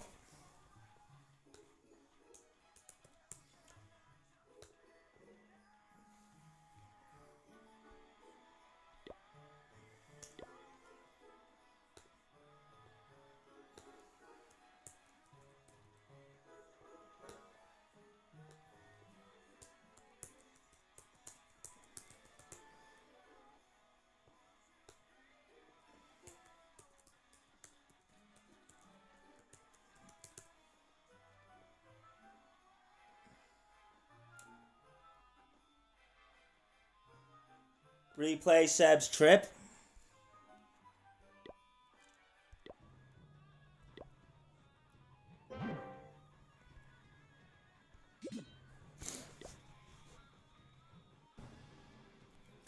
Who won't see it in time? You guys act like I can't multitask.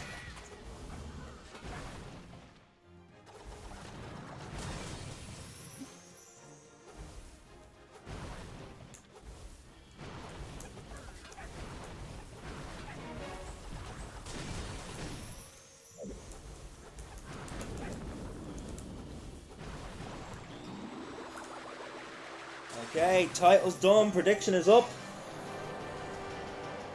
No worries, dude. We can watch it. It's no problem. I'm gonna double up the speed though because we do have to get back for the next war in 5. No, we got 5 minutes actually. We're not gonna double up the speed. We got plenty of time to watch Seb absolutely annihilate this base. Not twin hogs, just super hogs. I liked it.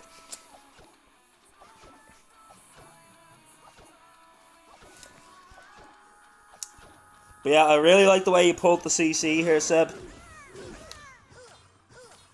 Like, just completely out of range of everything, so you can just deal with it in your own time.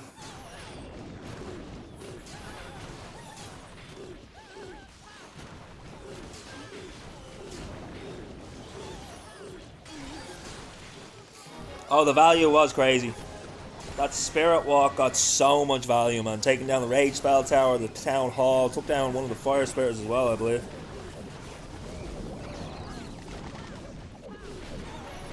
And then just completely smashed it from the right-hand side straight down. But keep an eye here, Tim, because it's in the last few seconds of this attack. It's as if his troops just hit turbo mode. The last 20% just drops so quick.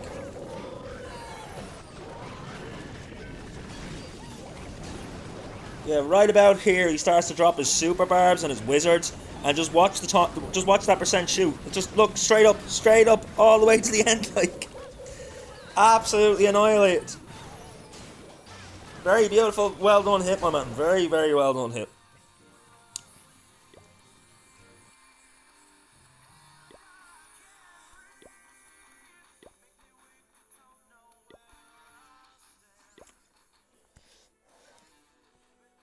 Alright guys, we're just waiting to be accepted into the clan, but we are ready to go with our third match of the day. Prediction is live, title has been changed. I haven't changed the overlay. That's the one thing I haven't done.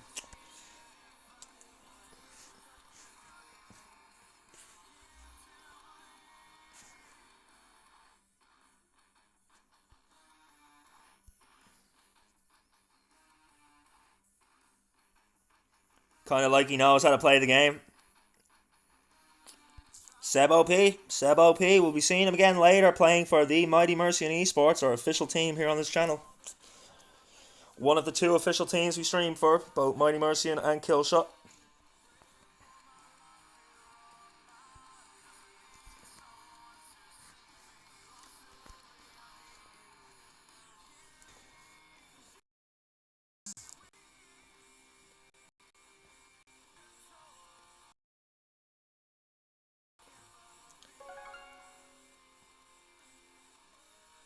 This is the other reason I need to get a better setup. How annoying is it for you guys every time I have to change the overlay and everything just starts spazzing out?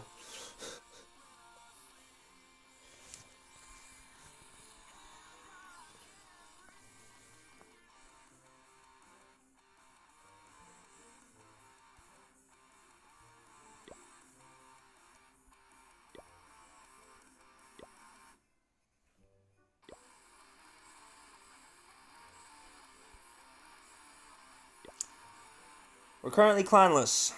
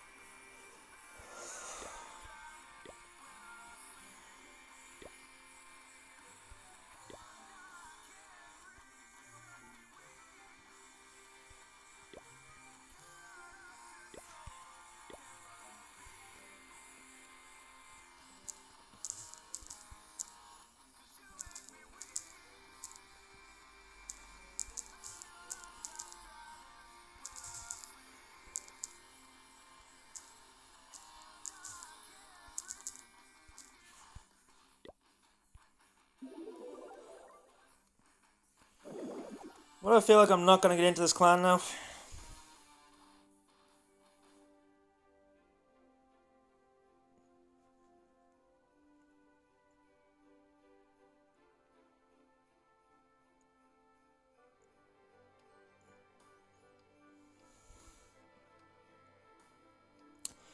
Okay, I guess we're applying to tribe instead.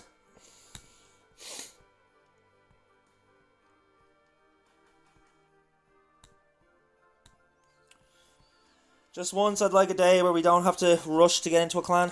I even bookmarked all the clans today so that we wouldn't have to deal with this.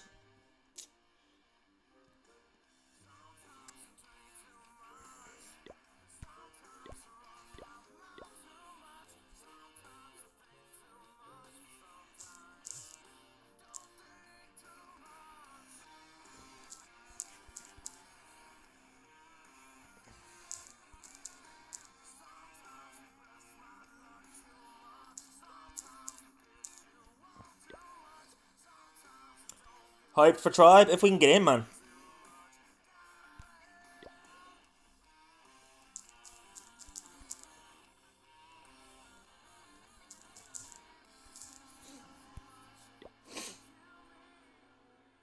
Unable to join the clan at this time. Please try again later. What? Let's try the other one.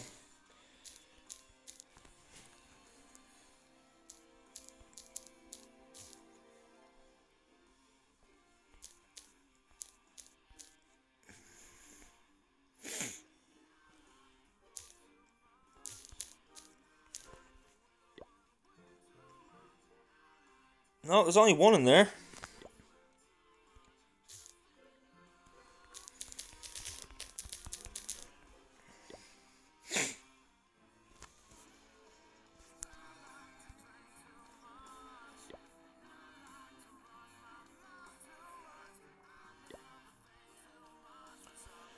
Why is there so many called Tribe Gaming? That's not it.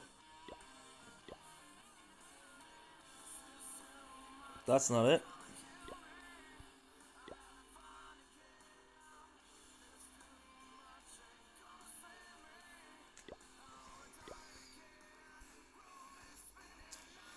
Well, this is irritating.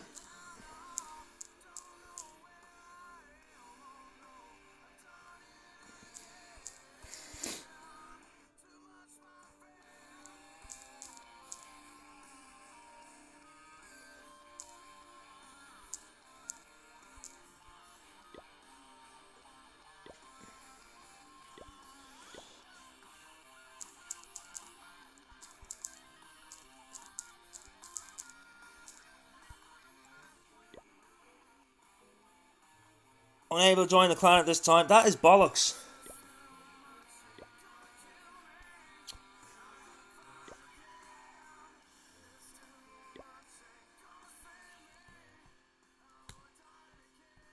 This is so irritating, like, I mean,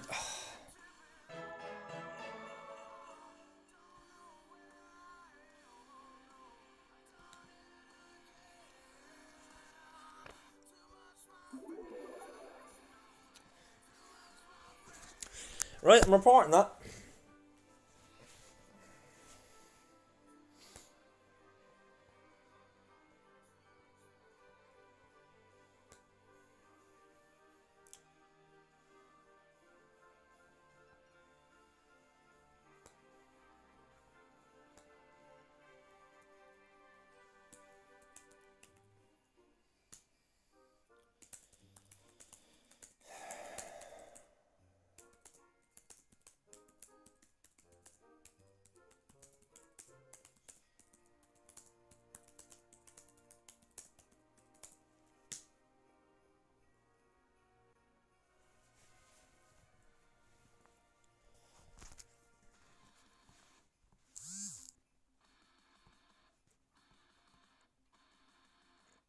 This is really irritating.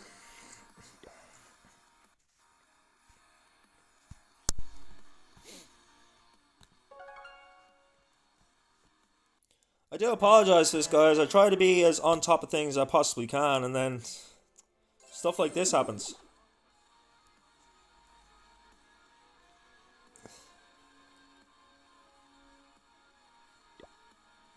It's okay. Supersonic Bears let us in. It's fine. We're good to go.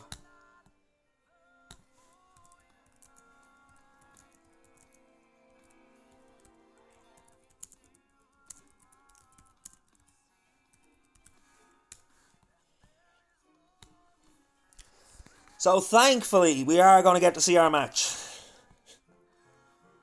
I always get so worried when we get to the time and we still haven't even gotten in.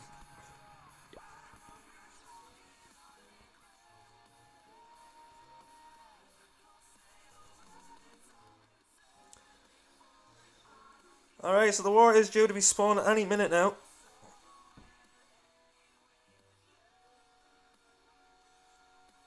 I'm sure this will get easier as time goes on, as I start to get a bit more known by these teams as being a streamer. But we've had a weird couple of days with it. Like, I got accused of showing bases. I got reported for using the wrong account to stream. It was such weird coincidences, guys. Such weird things going on the last few days.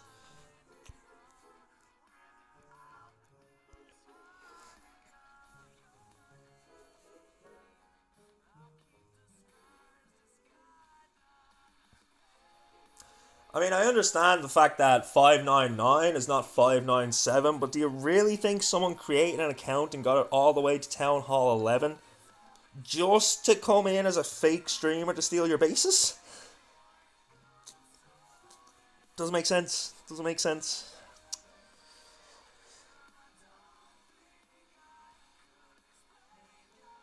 I'll tell you one thing, that's commitment to the game if you gem that quickly just to steal base designs.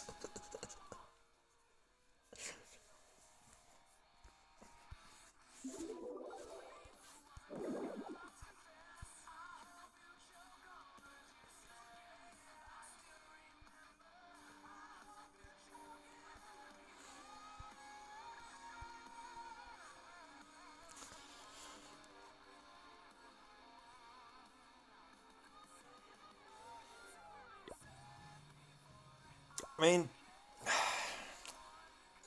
that war should be spun now any second. Should have been spun by now, to be honest. It's going to leave us cutting it close on our next match. I might use 599 to apply to the clan for the next one now. Just to be clever about this, because we obviously don't want to be rushing on the next one. The next one's TGG Space as well, so we definitely want to make sure we're in for that one.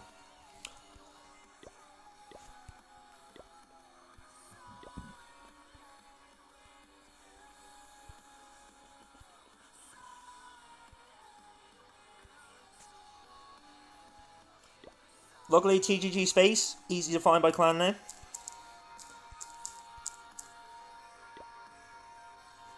There they are, there's the boys.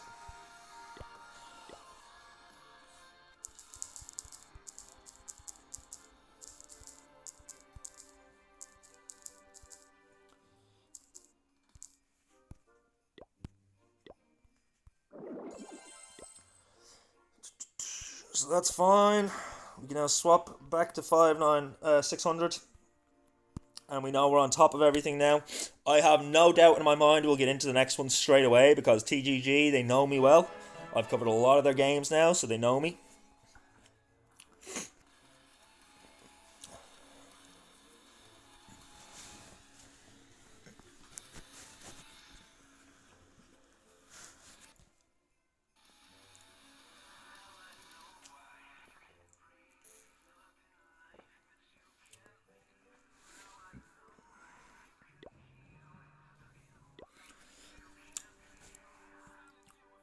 Did I forget to update the number?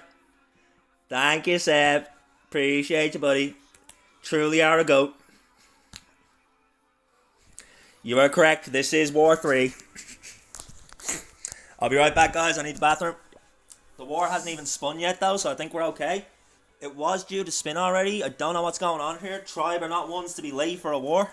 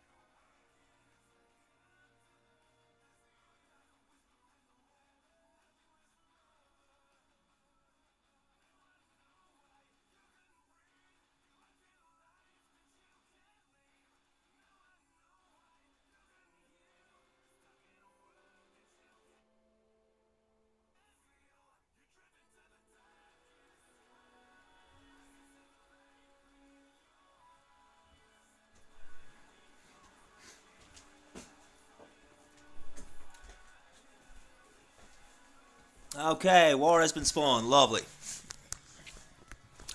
So guys, our third match of the day is ready to kick off.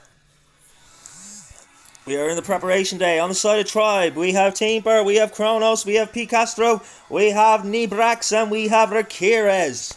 What a lineup. What a lineup.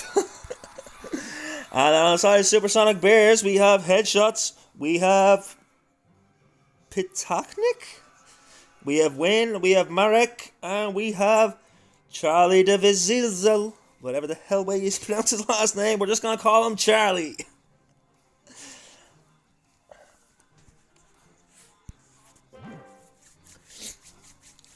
I tell you, some of these names really challenge me.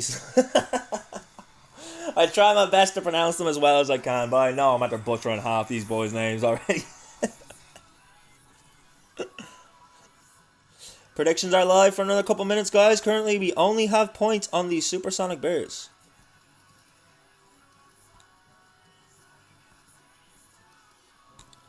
Which is actually an interesting thing to see. I would have expected this to be heavily weighted towards Tribe.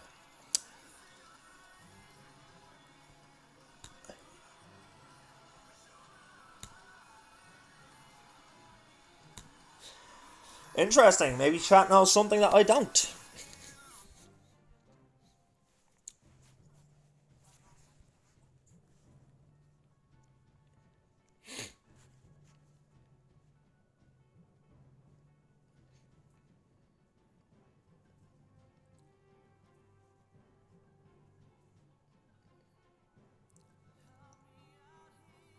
I just can't put points. Would have put like 4k on Tribe.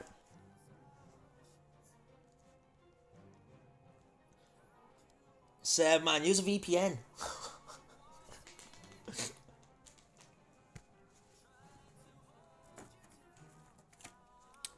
Use Tunnel Bear, man. It's totally free.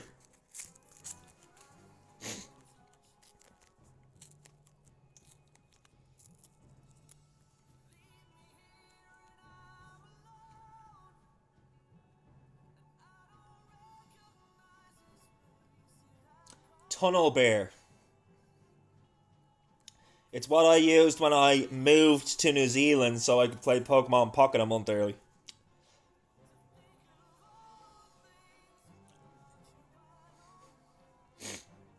Completely free. There is a paid yep, Tunnel Bear. There is a paid version which unlocks more domains, but for what you're looking to do, the free one is more than enough, man. But yeah, I'm guessing it's restricted because it's technically gambling, because you are betting on a team with the points.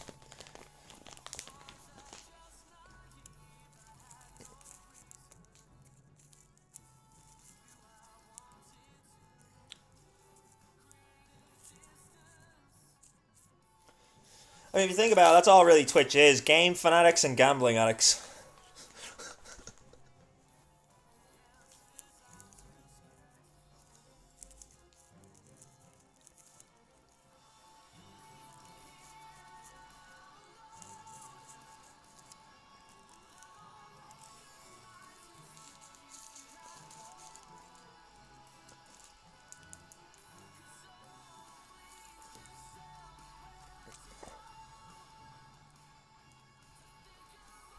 Alright guys, preparation day is just about to come to an end, and then as per usual we have about 7-8 minutes before the first hit comes in.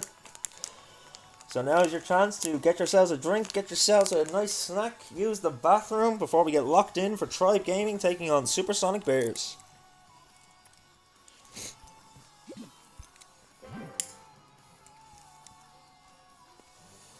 Battle day has started, first hit will be at the 37-minute mark.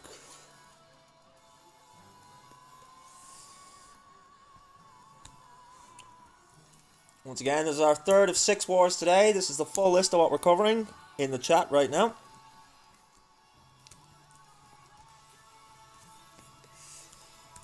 Start of a new war, so we get a raffle going for 100,000 bones.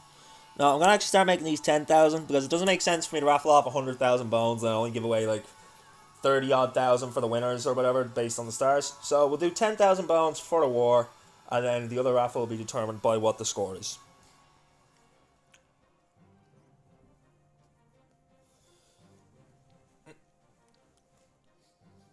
You never know, Seb. You might be the only one to join right now, so you might snipe yourself 10,000 free bones.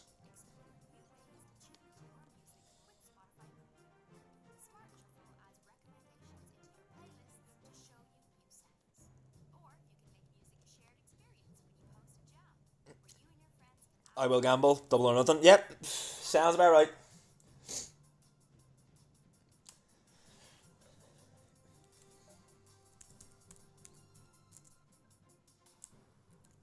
Let's have a little look-see here.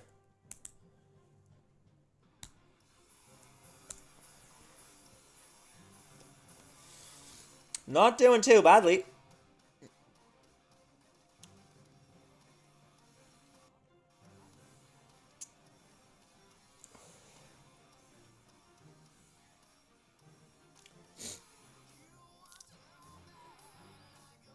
How are people on 1,000,000? Because for every dollar people spend on my channel, they get 100,000 bones. So if anyone subs or gifts a sub, that's worth $5, as far as I know. It's worth €5 anyway, so to my knowledge, it's worth 5. So they get 500,000 bones for a sub.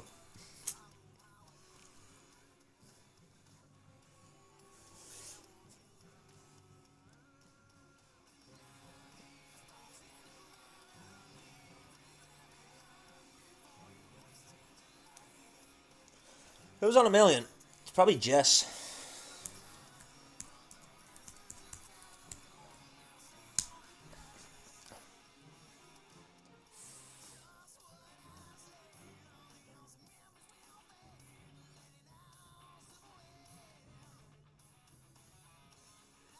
I don't know why I have 1,000,000. I shouldn't have. I don't count on this leaderboard.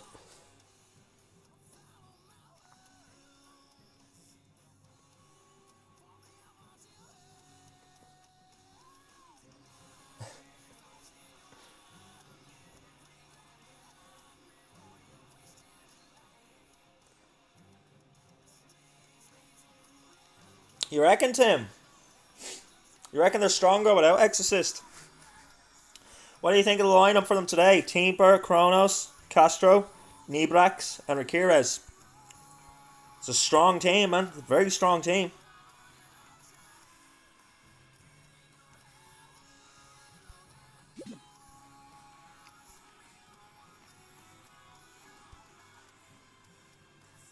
And of course, on Supersonic Bears, we got Headshots, Potasnik, Win, Marek, and Charlie.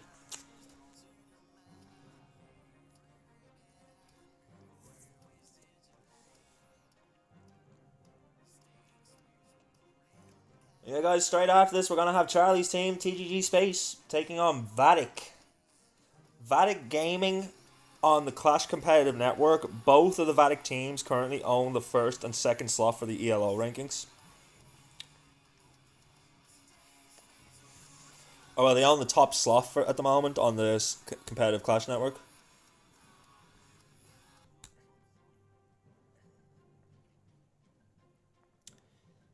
Yeah, the January rankings right now, Vatic Esports and Vatic Gaming are the top two.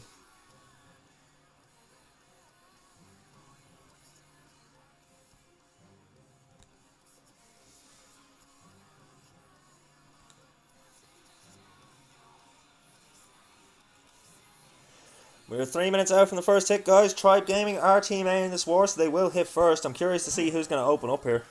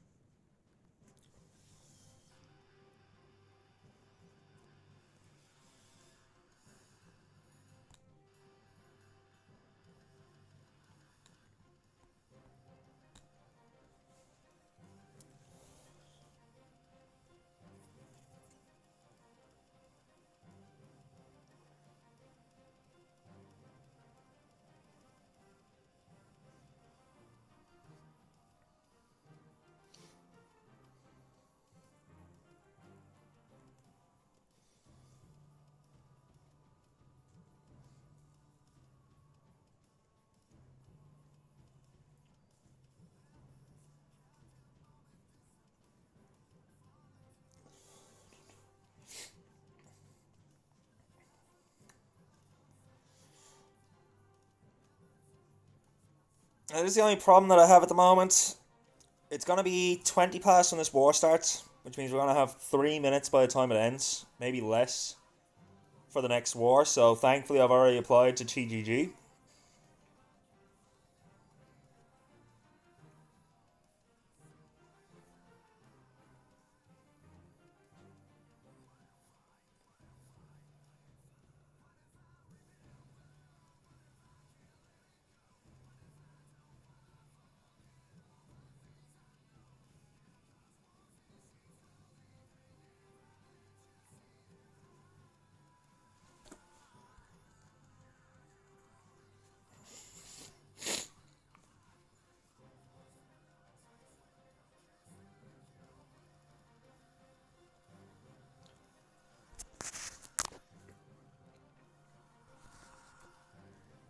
Okay, we're 60 seconds out from the first hit, everybody.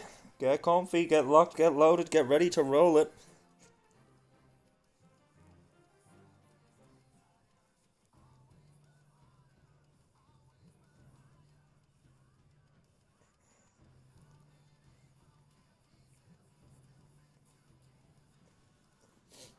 I wonder where Tigger is today.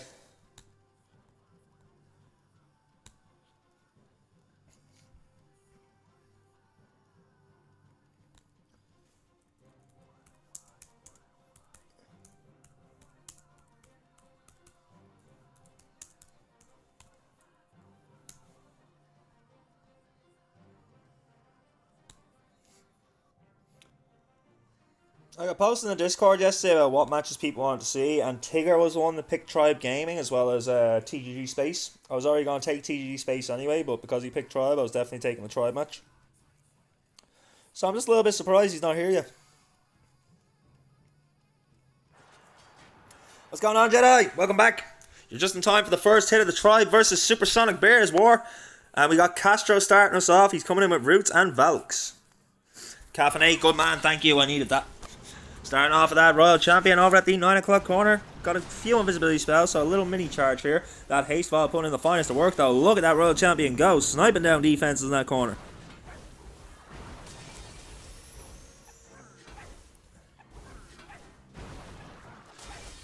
Best starter of all time.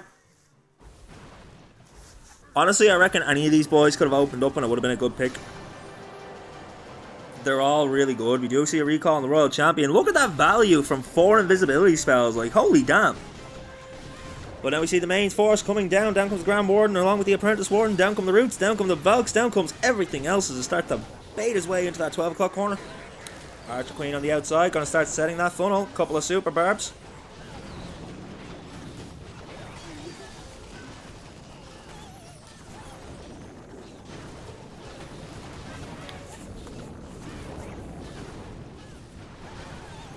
And he's already dealt with the ice golems. No, he has not. Enemy ice golems coming out.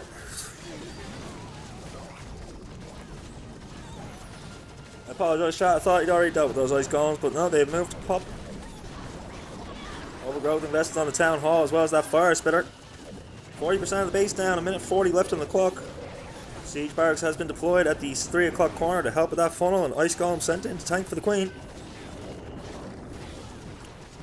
Royal Champion again locked onto by that fire spirit. You see the spiky ball and the earthquake boots skipping across the base to clear out a bit of funneling, send the troops back to the right hand side.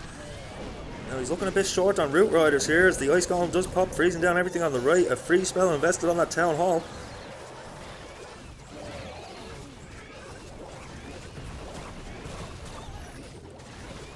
Now raging up his Archer Queen, getting that town hall down. 60 seconds left on the clock. He should have the force to get through here, but do not sleep on hard mode, people. We never know what's going to happen. That multi-archer tower getting a lot of shots off.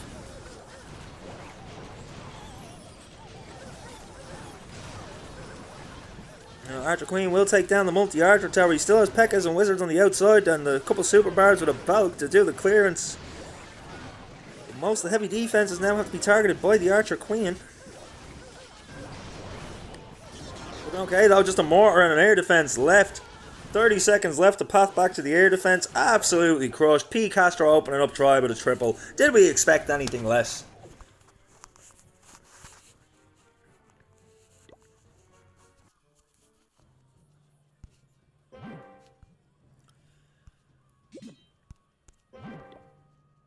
2 minutes 33 was the time.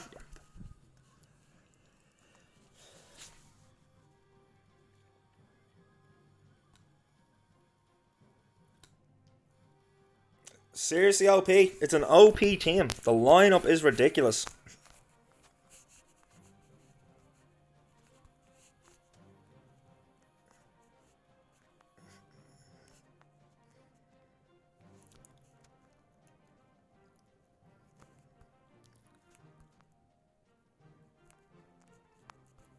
So the next hit due in.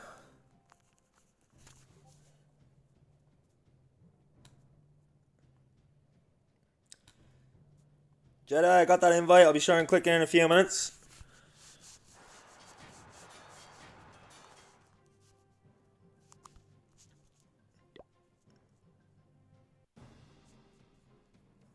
Slowly but surely, dude. Slowly but surely.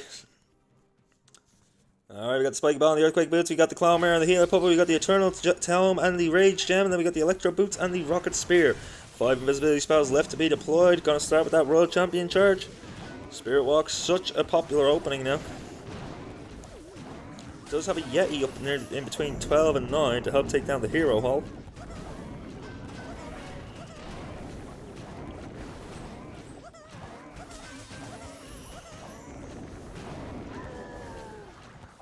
World Champion getting some nice value here. Can he get that Rage Spell Tower though? Surely that's the main target he's looking for.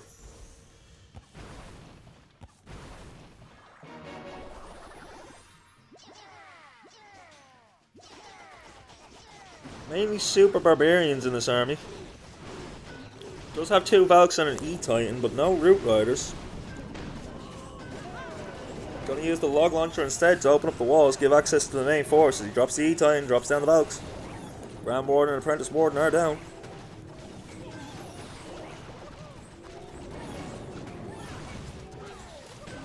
His Log Launcher should get some beautiful value moving its way towards the Town Hall. Has plenty in front of it to tank.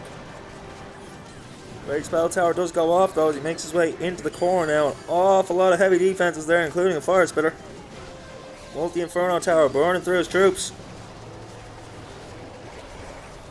Here comes the Royal Champion near the 12 o'clock corner along with a Druid. Skelly Spell invested just below the Royal Champion to help distract the defense as she steps in to snipe down that Ricochet Cannon. Rage Spell on those Yetis. Flinging of the Yetis though as they find the Spring Trap. Barbarian King has gone to the Phoenix. And we see the Archer Queen go to her puppet there. Healers do pop out. We have a cloned up Queen.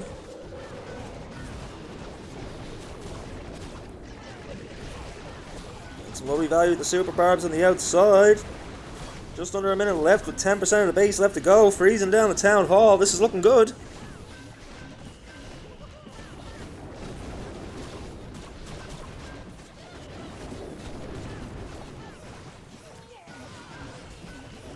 Very nice cleanup at the end there. Beautiful 3-star. Being Supersonic Bears, keep them on the tail of Tribe Gaming. Now, who had the faster hit? Supersonic Bears with a 12-second lead over Tribe. Okay, interesting start.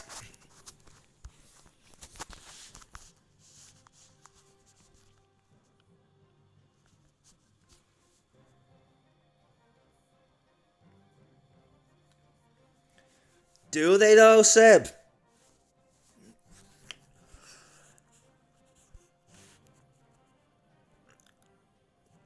Yeah, Tim, no one bet on Tribe. As Seb said though, he can't bet because of his reason. Because of his region. Wait, you did get the bet down, did you?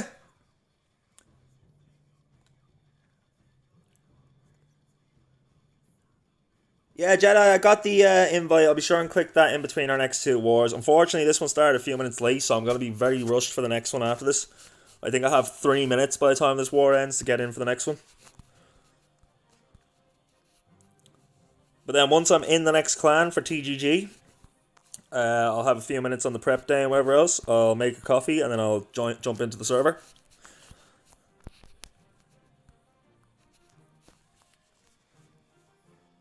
Alright, we are live. We're going to see Kronos come in next. Starting off that Royal Champion, he has 4 invisibility spells. We've already seen what Tribe can do with 4 invisibility spells. They got some beautiful value in that first attack. So can Kronos do like Castro and get absolute massive value with just 4 invisibility spells? Tribe opting for that haste file over the rocket spear. The rest of the equipment, we got a spike ball and an earthquake boot, we got a magic mirror and a healer puppet, and then we have the eternal and the healing tome. Recall on the Royal Champion, nice little bit of value there, completely cleared out the 6 o'clock corner of defenses bar the multi-archer tower. Now Grand Warden and a poison spell placed at the 6 o'clock corner along with the Apprentice Warden to help deal with the enemy CC ice golems. Siege barracks down at the 9 o'clock corner along with that Archer Queen. And now here comes the main attack force, here come the Roots, here come the Valks, here comes everything else. Took a risk there with the Grand Warden to make, not sure if he would path back to the Roots, but he set his pathing quite well, so worked out for him. Now as the Root Riders start to turn to the core here, off goes that Rage Spell Tower, 2 Raged up Fire Spitters. Overgrowth Spell invested on the right hand side of the base, freezing down the Inferno Towers as well as the Monolith and the other Spell Tower. Royal Champion, Roots, all getting lovely value here in the core, but slowing down a bit. And now as Roots have split. Main pack of the Roots moving with the Royal Champion up towards 12. 1 or 2 of them down at the bottom with the Grand Warden moving around towards the 3. Overgrowth Spell has worn off now as the Inferno Towers will lock on to Root Riders. Still got a P.E.K.K.A in the mix there too. Down goes the P.E.K.K.A. No, rip the dream. I thought we were going to have the MVP P.E.K.K.A again. Couple of super barbs left to deploy for the cleanup on the outside. This is looking okay though. He's got 60 seconds left on the clock. 15% of the base to come down. Now the Monolith's down. I don't see any heavy defenses that can really mess him up here. His hero's pathing could be the only thing that screws him here, but he still has a lot on the right hand side here and only 44 seconds left on the base, on the clock.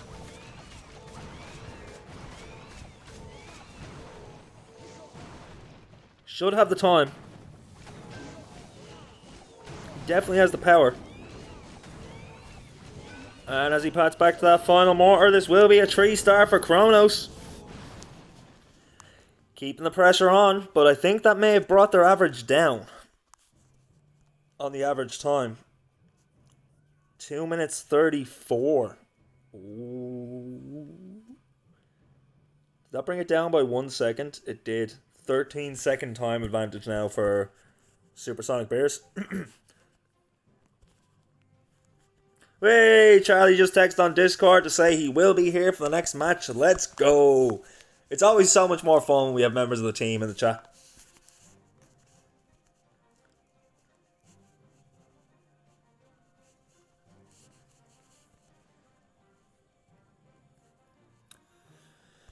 They definitely have to respond, man. They definitely have to respond. I do get that. So the time difference could change. What I am saying is that attack brought Tribe's average time down by a second.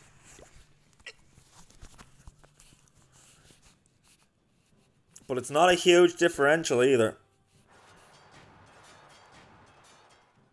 13 seconds, 26 total. They need to be below 2 minutes and 47 seconds in their attack to keep the time advantage.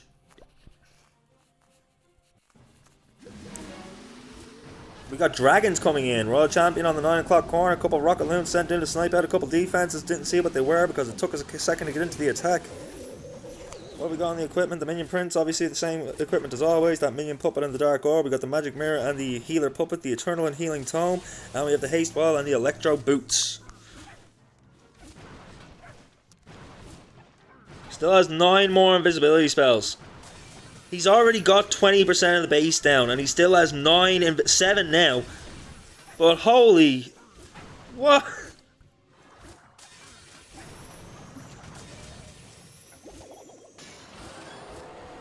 Zap Lalo still an option for Rakirez? Not sure, man. Not sure. I do know that Rakirez likes his Lalo alright. But here's the thing, depending on... if this attack misses, then he can probably risk the Lalo. But if it's a perfect war all the way through.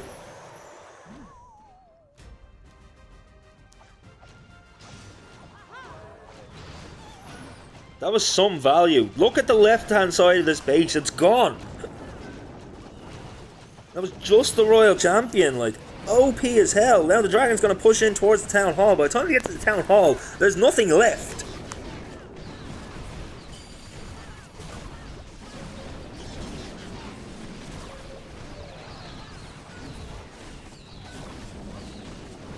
%30 gone, and while some of that may have been a couple of trash buildings, nearly all of that was defenses. This is going to be absolutely crushed. Still has 60 seconds on the clock. I just hope he didn't commit too much time to that opening. Because dragons are not the quickest troop in the game, that's for sure. They're power, but they're not speedy.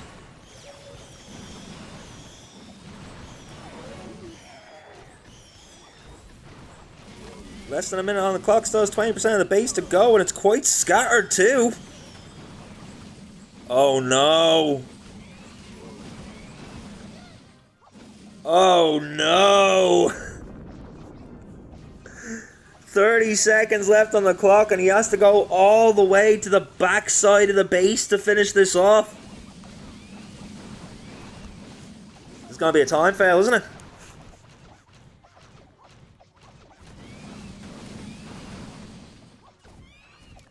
No Rage Gem, I kind of agree there, to be honest with you, Seb. Rage Gem Eternal Tome, you don't need the Healing Tome for your dragons.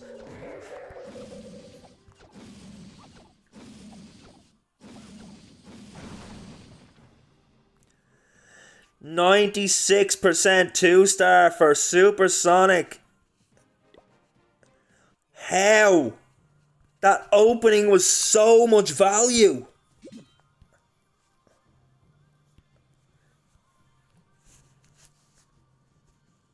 Honest to God, guys, as soon as I seen that opening, I was like, this is tripling.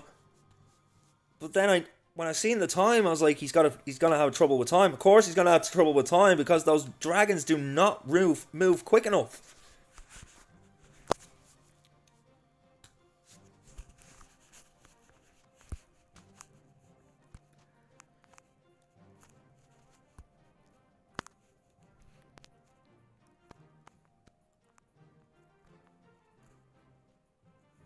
Who's left to hit on this side? We still have Temper, we still have Nebrax, and we still have Rakirez. Now with that miss, we might see Rakirez bring that Zaplalo. I doubt he would have brought it if they were still playing the time game.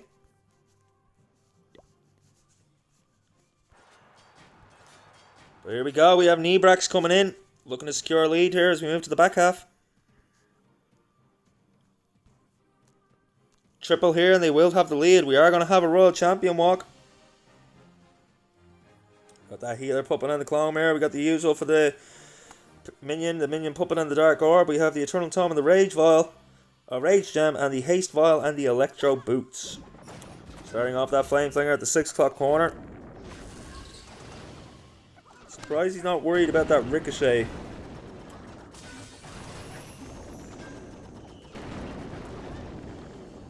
Zaplalo can be quick though. If he's doing what he couldn't do. I agree with you, Zaplalo can be extremely quick if you get your funnel set correctly at the start. If you get massive value from your opening, then Zaplalo can be quick, but Lewins move slower than Dragons move.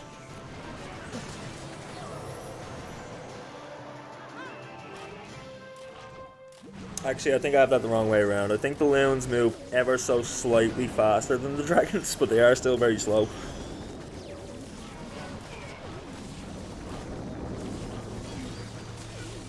It's basically the same attack that we've seen from the opposite side, but the main difference, no Eternal Tome, he does have the Rage Gem, which is definitely more beneficial for your pack of dragons as you try to push them into the core.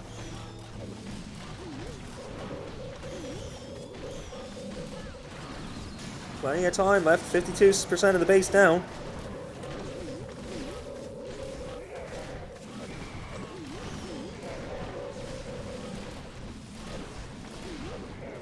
As Eternal Talon wears off, the troops are now vulnerable yet again. That Rage Gem raging up all of those dragons though. Minion Prince with a couple of dragons over to the 12 o'clock corner. Grand Warden forcing his way through the main.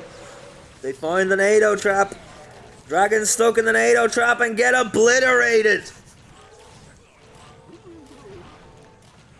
That NATO trap beside the multi-archer, the heavy crossbow and the air defense, those dragons did not stand a chance.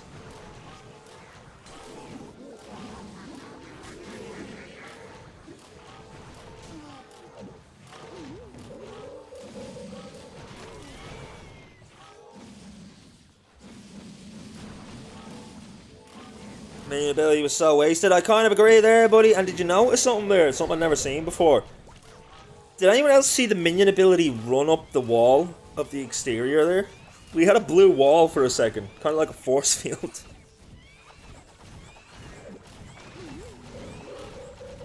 This is not going to find the mark though.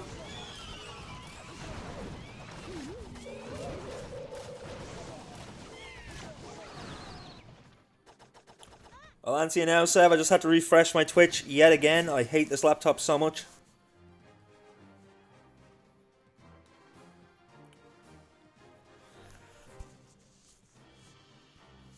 I wouldn't be able to tell you, bud. I genuinely wouldn't be able to tell you, and I honestly can't even comment on that. I don't want to get Eric'd. But now, Supersonic Bears with an opening here. A triple gives them back the lead.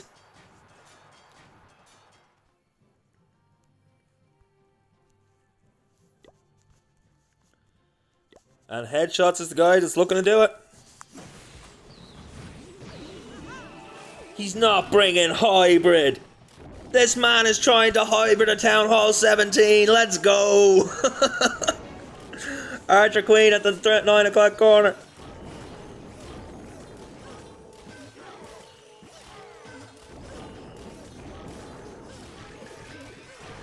Trip here, game on. Guys, if he sets this funnel correctly, he's going to have a fun time with this hybrid. I love this army. It's my favourite attack strategy that I'm using right now for my Town Hall 11s and 12s. Obviously, it's a little different at this higher level with the Headhunters and the Apprentice Warden and stuff, but you've got the basic same principle. Set a funnel in 2 corners and send the main force down the middle. He's cleared out the 9. Now is he going to go for the 12 or the 6 for the second part of his funnel? He's taking an awful lot of time here as well. There goes the Siege Barracks, a couple of Super Barbs. Haven't seen Hybrid of 17, neither have I, man. That's why I'm very interested.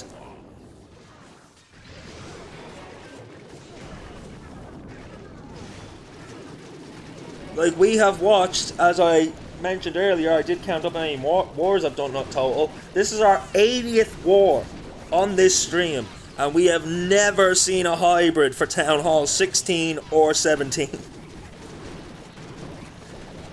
Beautiful setup. Out come the hogs from that Siege Barracks. We should see the rest of the hogs come down. Down come the miners. Everything's down. He lost his queen.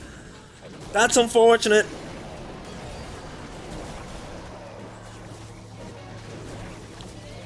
Now the Eternal Talon popping as these miners and hogs absolutely tear through the centre. Royal Champion with the... Did the Royal Champion just go down? No, the Royal Champion's still alive. There's so much going on in here right now. Such a busy core. That's the other part of the hybrid. You can never really tell how much is left on the force because the miners just pop up for a second and then they're gone.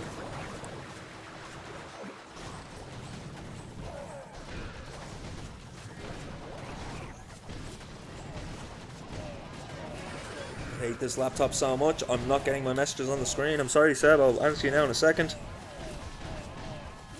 Unfortunately, this is not going to find the mark.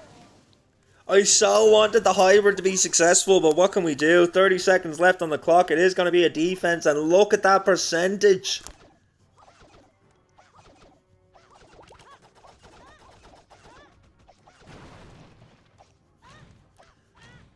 I also think this would have worked if he hadn't lost his queen, and if he had alerted the CC. Yep, totally agree. Totally agree, Tim. If he had alerted that CC, he would have had an easier time of making his way through that base. Maybe the lure just wasn't possible.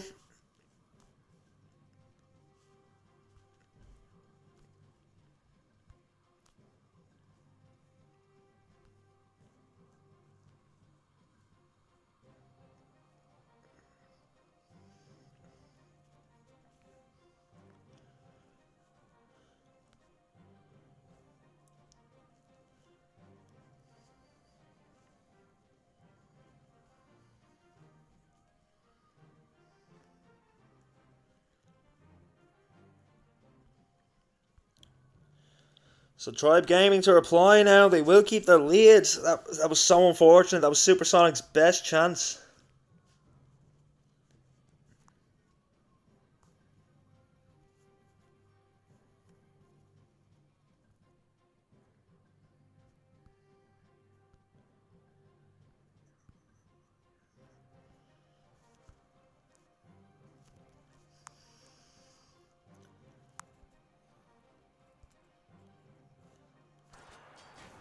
So we have Ramirez coming in. Is he going to bring the Zaplalo? He is still going to go with the Zaplalo. Taking down that Rage Spell Tower in the core, getting some value. Poison Spell Tower too. We got both the Spell Towers.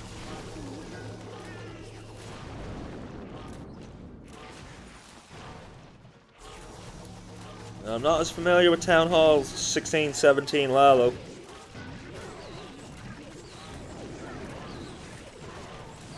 Well, basic principles, smash as much as possible with the opening, and then clean up with the loons and the lava hounds at the end.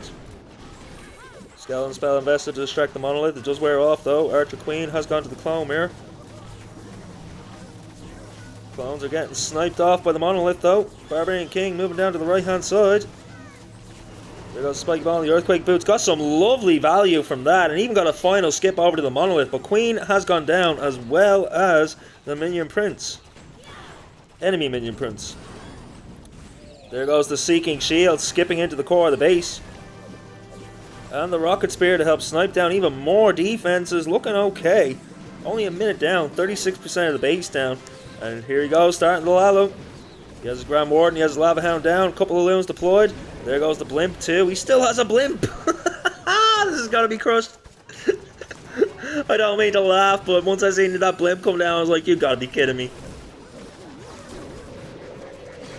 Raises down to Town Hall. All those red air mines, they're all there! Out come the loons, sniping down everything in the core. Clan Castle does stay standing. Yeti's in that Blimp as well. And then those loons slowly making their way around. The Lava Hounds have popped plenty of lava pups here for the cleanup. Still has his Grand Warden in tow. Enemy Barbarian King and the Ice Golems, just nothing they can do. All they can do is look on as these balloons make their way towards the last few defenses, freezing down the 6 o'clock corner. Absolutely crushed. Ramirez with his signature Zaplalo. Look at all the cleanup on the back end.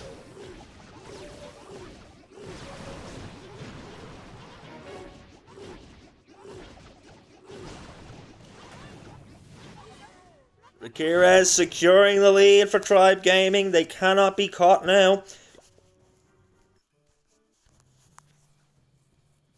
Ramirez is a Zaplalo god. No cap. No cap, man. No cap.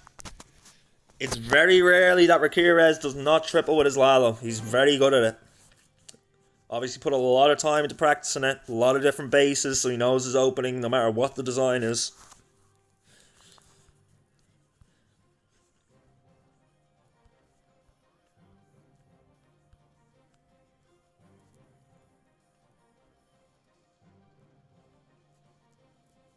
I mean, I think it's safe to say this is pretty much over. Supersonic cannot catch on this attack. And I'm pretty sure Tribe can afford to 2-star the last attack because the damage percentage difference is 25 buildings right now. If they triple this next attack, it'll be 25 buildings in the favour of Tribe.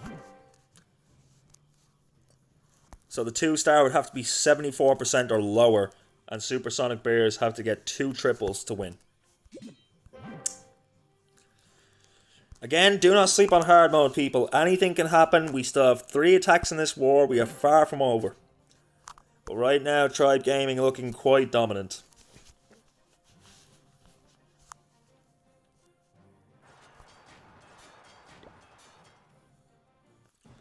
Win coming in. He's bringing Rocket Loons. Okay. Spiky Ball and the Earthquake Boots. I'm expecting to see a Fireball. Fireball and a Rage Gem. Seeking Shield and the Rocket Spear, and then of course the Healer Puppet and the Clone Mirror. He's got 19 Rocket Loons. I also see 5 Healers. Down comes that Flame Flinger at the 3 o'clock corner. should be fine to work away out there. Down come the invisibility spells. There's the Grand Warden. Fireball straight off the bat. He's going to get both of them. He gets one of those crossbows. Doesn't manage to take down the Clan Castle either. Clan Castle stays standing, and the Builder is going to repair it. Rip the dream. Raging up that Grand Warden. He does have the Electro L to get a little bit of Chain Lightning value here too.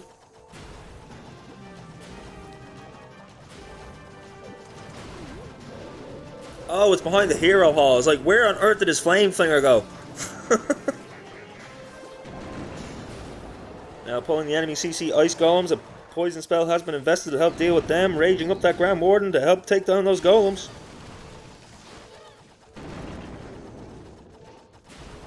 Now he's already a minute into this attack. He's got 20% of the base down. Of course, Rocket Loons, it's all about the back end of the attack. Gonna try clean up nice and quickly at the end. For right now, just trying to invest his heroes, get as much value as possible, set clean pathing for the Rocket Loons to head towards whatever he leaves behind here.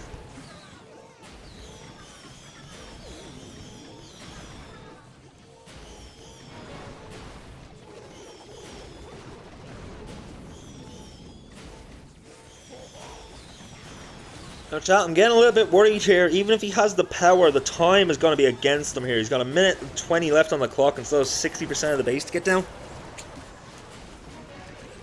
What do we think, chat? What do we think? I'm thinking time fail.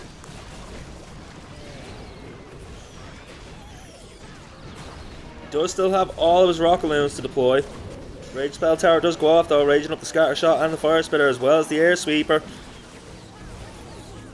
Normally wouldn't care about the Air Sweeper, but he's using Rocket Loons, so the Air Sweeper being raged up is a thing. Down comes the Town Hall Artillery.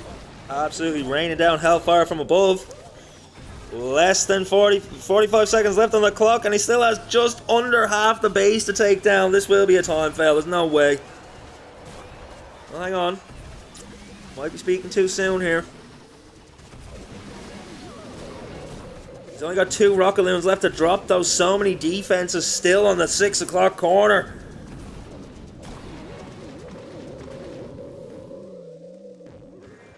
That's it. It's going to be a 1-star. The Builder is repairing the Town Hall. He has 13 seconds left. It's going to be a 1-star for win. Tribe Gaming have already won. They don't even need to attack.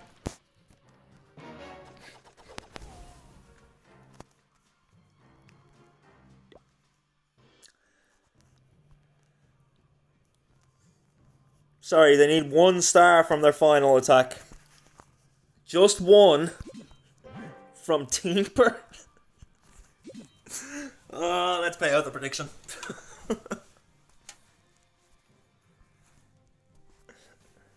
Which means someone just lost their points because no one actually bet on Tribe, so those points are now going into the Nether.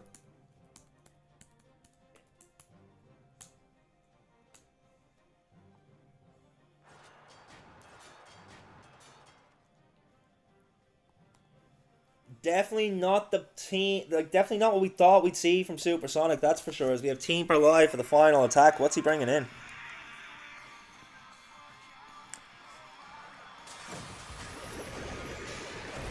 Also bringing in a Zap Lalo. Oh, not a Zap Lalo, I apologize. But he is going to Lalo.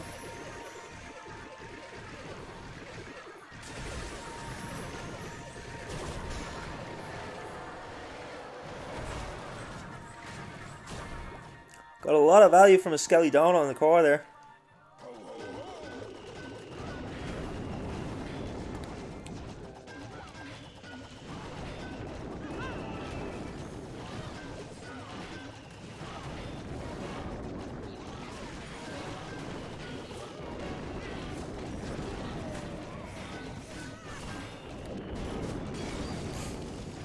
Now, purely because we're going to be cutting it close, I'm actually going to start the prediction for the next match now.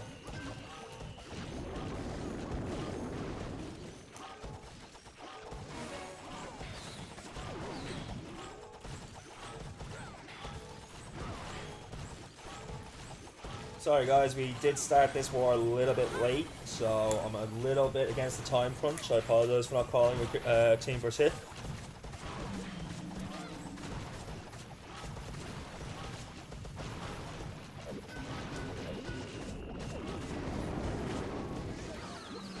It's due to spin in 5 minutes, so make it a 20-minute prediction.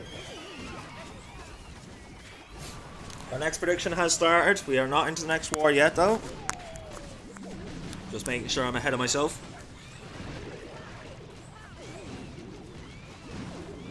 And he just needs 1 star, so with what he has coming in here, he's definitely got that.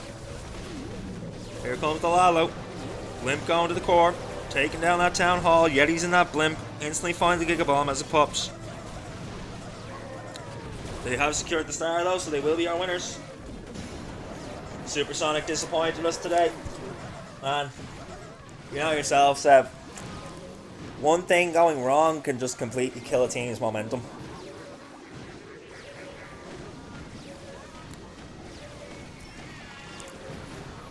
Fair play to everybody involved though. I mean, Tribe are a hard team to go up against. There's a reason that they usually make it to Worlds. There's a reason that Tribe Gaming and Navi are the 2 most well-known names for teams, probably in the entire Clash community.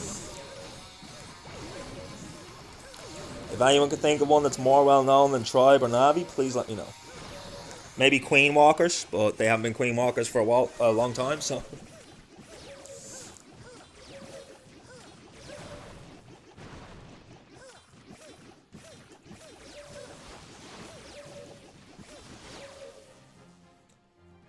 So it will be an 88% 2-star, but it will not matter because Team Power will finish this off for Tribe and they will take the victory. And thanks to that, we will wait to see what the final score is before we start the raffle because we will not have a perfect.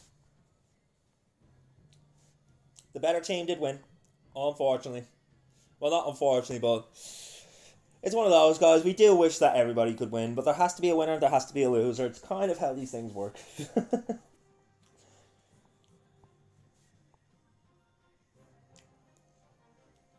And I'm going to put a new rule in for the predictions. If everybody predicts the same team and that team loses, I don't like that your points go to the nether.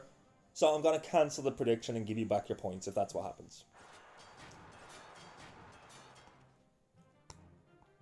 Psycho, what's going on, buddy?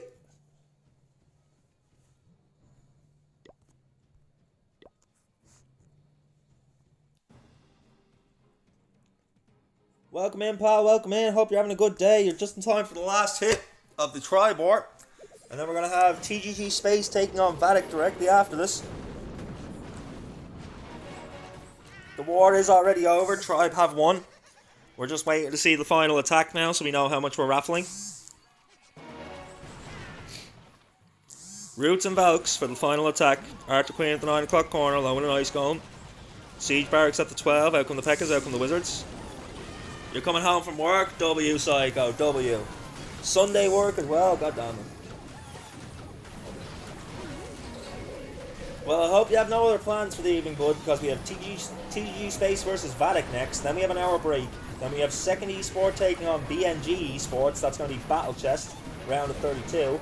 And then our final match of the day will be the Mighty Mercian Esports versus Freestyle Esports for Battle Chest, round of 32 as well. Every match we've shown today so far has been WSA Cup, round of 16, so all of our winners are now in the quarterfinals.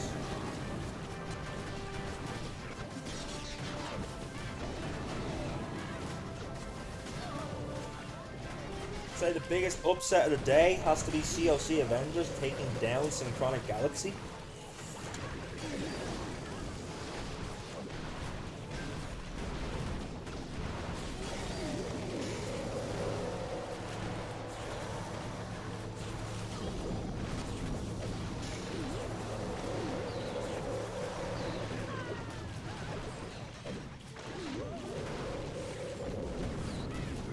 Working yesterday as well. God damn, Psycho. Yeah, guys, I apologize if I miss any of your chats and it takes me a minute to reply. This laptop I use is just so old, it keeps freezing. Like, not freezing everything, just freezing my Twitch for some reason. Absolutely crushed. Marek finishing off strong for Supersonic Bears. But unfortunately, it will not be enough. Our winners will be Tribe Gaming, and with a score of 13 to 11, you lovely people are getting a raffle for 24,000 bones. GG's to everyone involved. That was a great match. Very unlucky on the side of Supersonic Bears, guys. I stream from my mobile, yeah. I have to use my mobile for streaming, for my overlays, for everything. But the only thing is, the app I use for streaming from my mobile, I can't interact with chat. I can't do raffles or anything like that, and I can't do predictions. So I have to have my chat open on the laptop. But the laptop is so old that I can't use OBS software on it. It keeps freezing on me all the time. I've had to factory reset the thing like 3 times this week.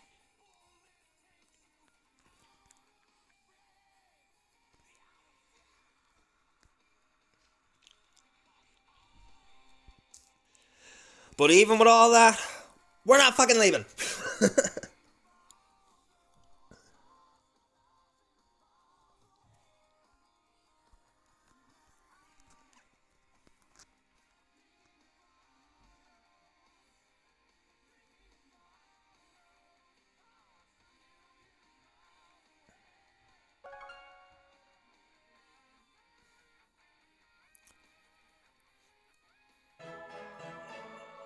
Where have I done all the buttons? Oh, what do you mean?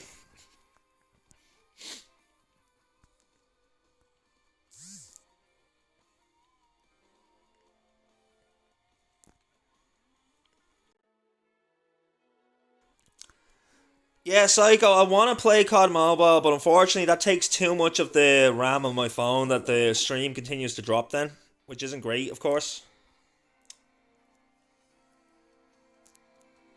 I don't stream to TikTok. I stream to Twitch and to YouTube.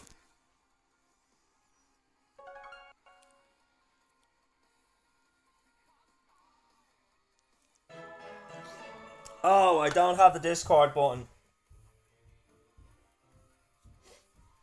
Oh, you're talking about on the actual profile, all the little buttons that have all the links and stuff.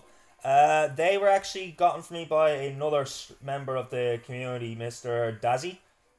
Dazzy went down and sorted me out with all my emotes and all my stuff for my home screen. 30 gigabyte space, yeah. Yeah. Alright, we are in TGG space.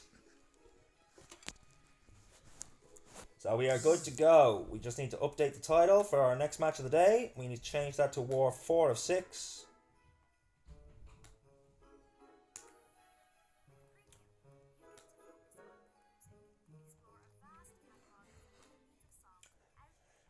Yeah, see, Dazzy doesn't really turn up anymore.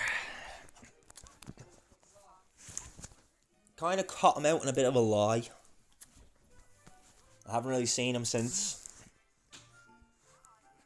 Yeah, guys, our prediction is live. I got it started during the last match because we were a couple minutes behind schedule. This one is due to already be spun. It is spinning as we speak, guys. So I'm going to go grab a quick coffee while we have a minute. You guys enjoy the music, the sweet, sweet music of absolute hardcore rock until I get back.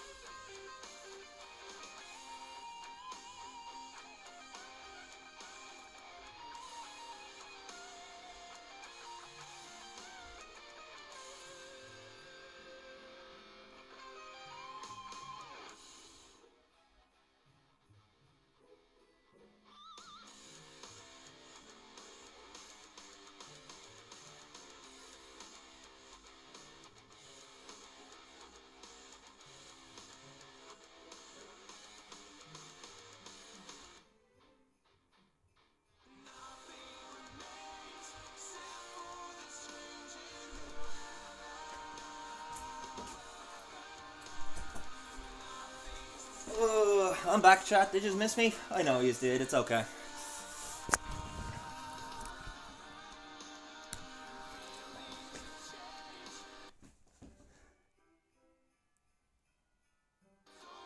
No worries at all, Jess. Thank you. Appreciate you.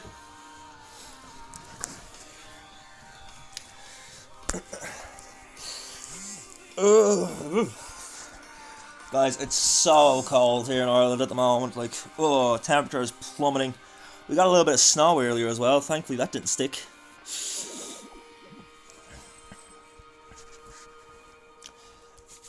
Alright, guys, there's still a couple minutes left on the predictions. Currently, we only have 2,000 down on Vatic.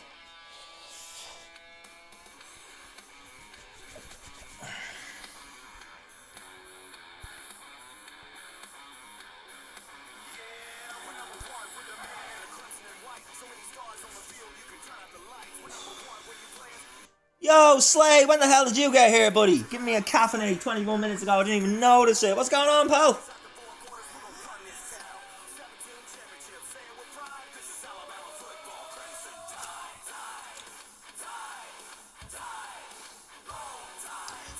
Yeah, you've been there lurking in the background, man. I wouldn't have even known you were there if you didn't hit me with that caffeine.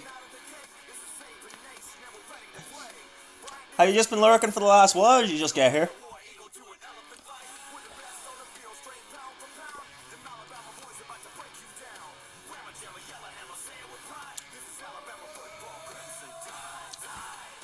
Lurking for a bit? I appreciate you, bro. I really do. Alright, guys. On the side of TGG Space today, we have Jackhammer. That's a new name. Vincenzo, Bomber, Lucio, and SMNS, or Simmons as I like to call him.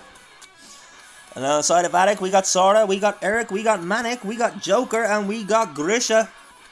Both these teams we have featured here before. Vatic, I believe we had yesterday. Could be, or maybe the day before. Wait a second. Is this a rematch?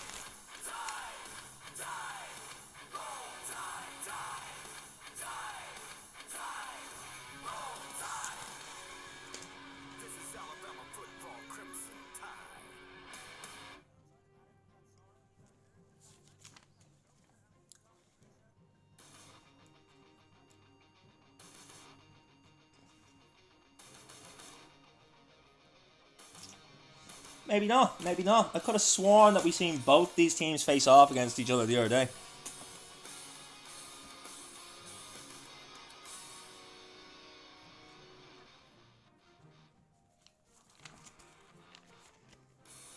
No, I must be imagining it.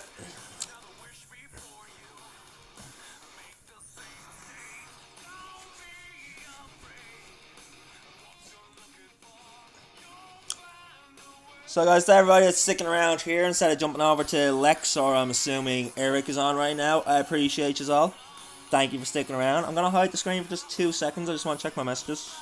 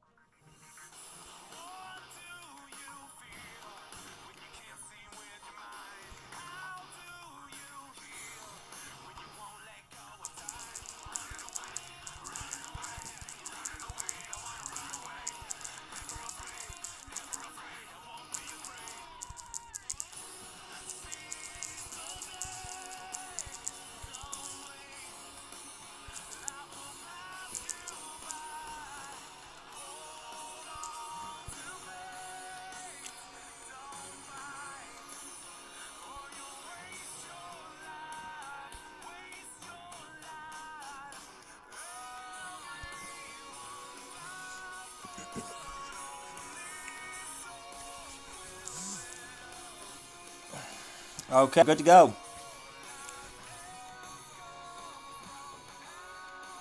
So guys, still a couple minutes on the predictions, I believe, unless my Twitch is freezing up again and it just looks like that.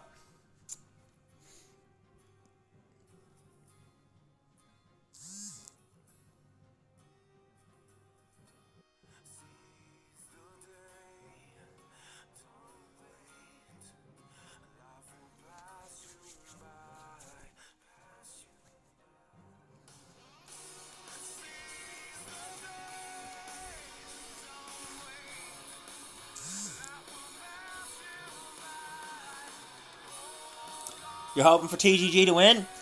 Honestly, I kind of feel the same. Like, Charlie has been in here so much with the boys. Like, we've gotten to know them a little bit. I always enjoy rooting for the team, for the guys that are supporting me in chat. And big W's to Charlie as well. The first time I covered his matches, I was doing it anyway, but he came in and he dropped 5 subs. I was like, let's go. But yeah, absolute sweetheart Charlie is. He's got two teams that plays, TGG Space and TGG Ascent.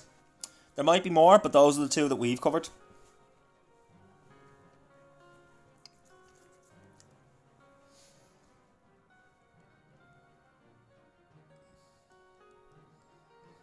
They really are a lot of fun to watch, Seb. Really are, like. And I'm glad to grab their match, considering most of the streamers are probably going to cover Navi. Because Navi are playing against... I can't remember who they're playing against, but they are playing against someone for Battle Chest, I believe.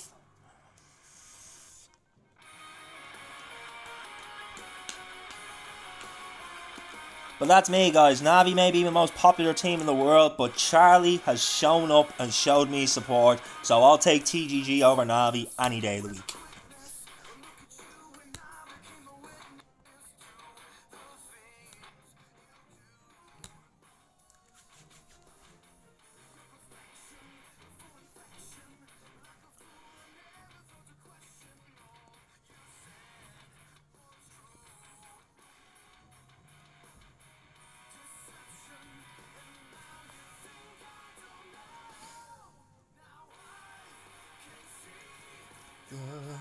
Disease.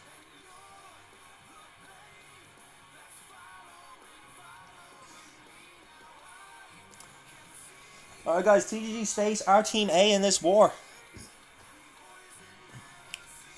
So they will hit first. Once again, on the side of TGG Space, we have a new name that we're not familiar with. We have Jackhammer. I don't think we've ever seen Jackhammer play.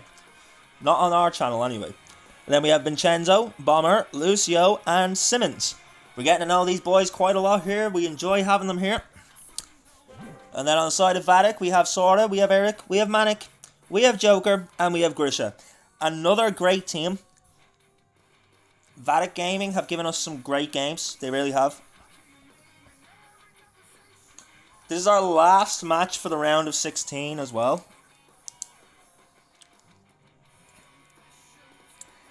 And I could be wrong, but I believe the next set of matches will be the quarterfinals. How many of the round of 16 have we seen? We did 4 of them today, so that's 8 teams from the round of 16. We covered 2 yesterday, so that would be another 2 down.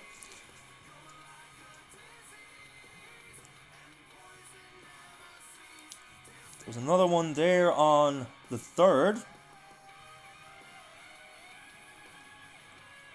And I think there was another round of 16 played today while we were watching another one. So I believe we have our final 8 teams for the quarterfinals after this match. TGG Space looking to grab that last slot.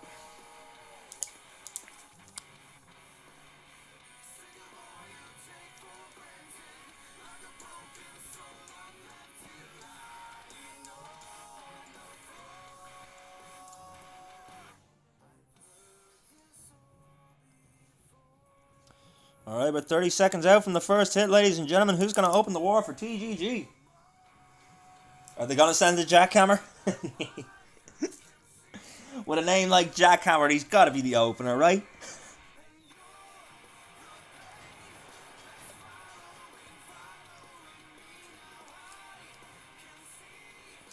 Oh, we are live. Gonna start off with Vincenzo. Vincenzo's gonna show us a Rocket Loon attack.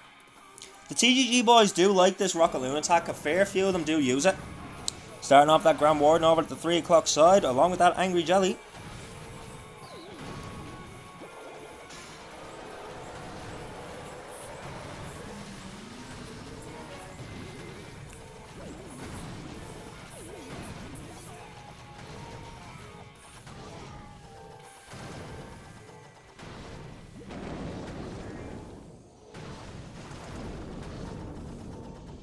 They swag so many Rocket Loons. They do sometimes as well, don't they?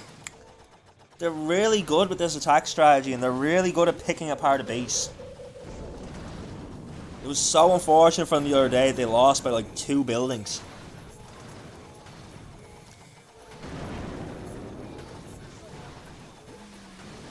Sending a rocket loon to snipe down that heavy crossbow, help protect the ground ward, and that flame flinger putting in the finest of work down the 6 o'clock corner. Invisibility spell on that ricochet cannon. There goes that fireball straight to the core. He gets everything around the town hall. Holy value, what a fireball. Both rage spell towers have gone down.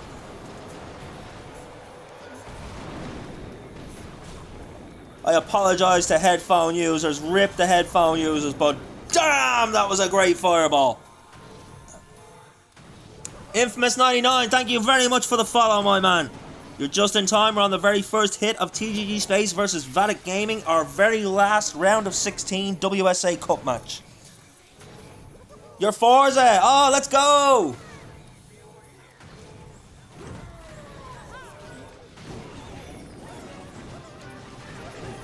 Let's go, man.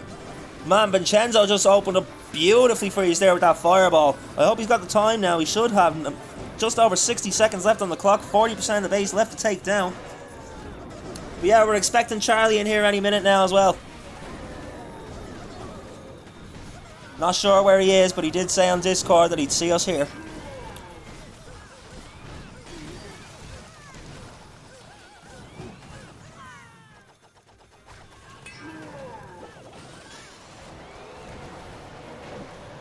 Hey, and there he is, Charlie! Yo, no, Charlie, you don't have to thank me, man. We love featuring you guys here. These are so much fun to watch, and these are hitting hard. We like it. 30 seconds left for Vincenzo, but he has all of his rocket loons still to drop here. It's like, come on.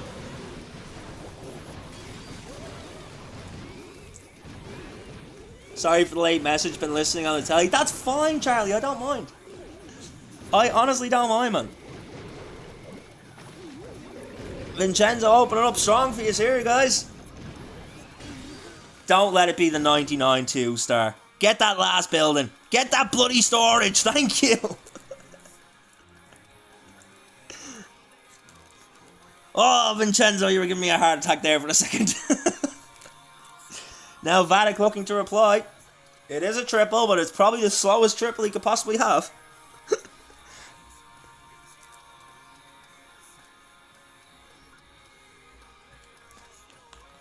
Actually, I tell a lie, we did see a 2 minute and 59 second triple the other day. Does anyone in the chat remember that? Literally on the very last second, he got the last building now. It was great. Oh, guys, I'm so pumped today. We've had so many amazing wars. It's been great.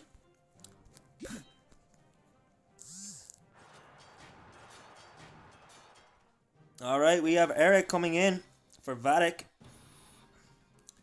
He's gonna bring Roots and Valks. See, Charlie, this is the other reason we love you here on this channel. You guys don't bring Roots and Valks. Maybe one or two of you might from time to time, but as far as I know, you mainly do the Rocket Loon attack. So I know for a fact when I claim your wars, we're not gonna see a Root Rider battle.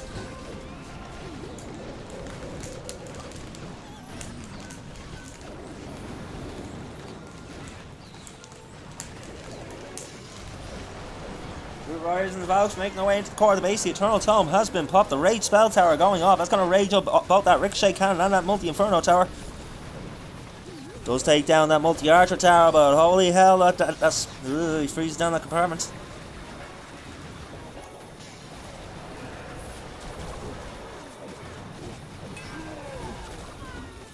The other thing about Root Rider attacks is everything gets so clumped together, it's hard to call. That Rage Spell Tower does go off. The Overgrowth's down on top of that Ricochet Cannon and that Fire Spitter. Those have been detrimental underneath Rage Spell Towers. They really have.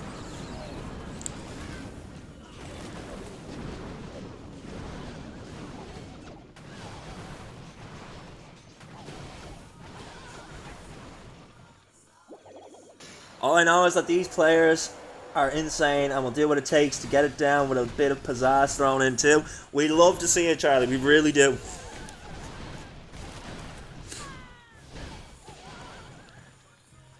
Vatic Gaming will pick up a triple of their own. I believe they have the advantage on time. I didn't see the time there before the attack ended. There's 6 Italians in this match. Oh!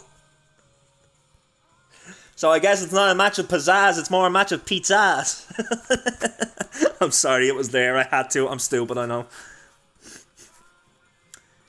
Vatic miles ahead on the time here, so TGG Space are going to look for that defense.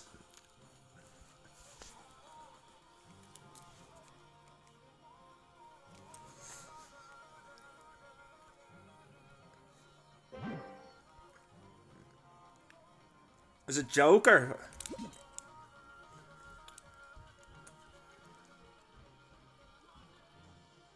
It is Joker. Okay, I was right. Let's go. I'm getting better at this.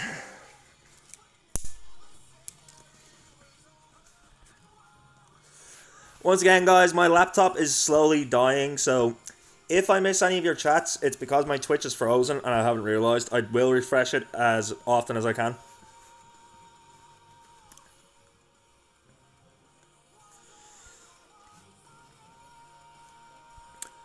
Yeah, Charlie, I'll be interested to see Jackhammer's attack, because to my knowledge, Jackhammer is the only member of your team that we haven't seen on my channel. I'm pretty sure the other guys are playing.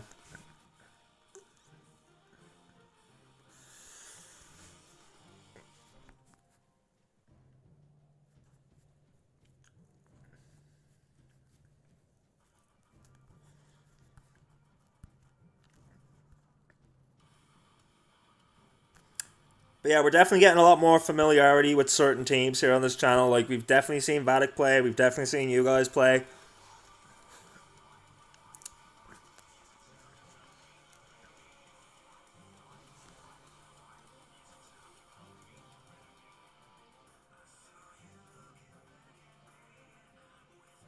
You don't think he was playing last time, but be ready is all you can say. Oh, Charlie, I love it when I hear shit like that.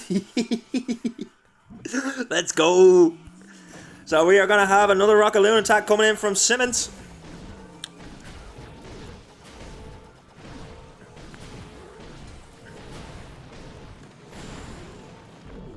Very early fireball. Has that Angry Jelly on the Grand Warden. As I said, TGG, they love this opening. They like the Rockaloon attack. They make it work.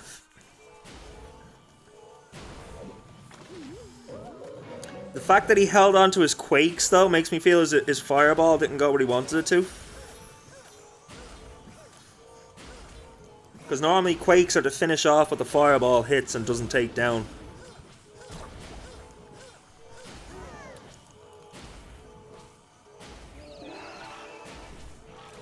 Archer Queen deployed in support of the Grand Warden.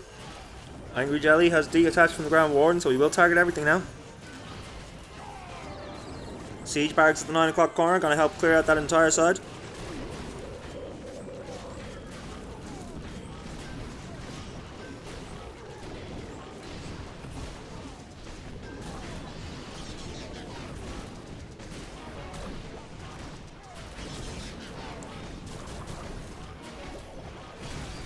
Getting some lovely value here as he freezes down the Town Hall. Barbarian King stepping in to take that down with the Archer Queen and the Grand Warden. Now at Siege Barracks we do see some Valkyries. Both those Rage Spell towers do pop in the core. Gigabomb. Oh no! Barbarian King went to the Phoenix and instantly got caught in that NATO trap.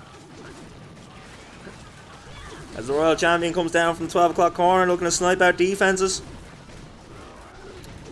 50% of the base down, just over a minute left, but as we know with this Rockaloon attack, it's about a quick finish, so don't worry about the time just yet.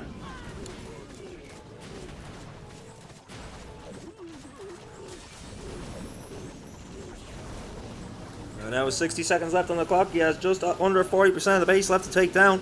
Here come a couple of Rockaloons sniping out the outer exterior defenses. He's got some minions down on cleanup. Freezing down that monolith, couple of Quakes. Dippy! What's going on, buddy? And Royal Champion looking to snipe down the last couple defenses. As long as he has time on the cleanup here, this should be a triple. But does he have the time to get the leftover resource buildings?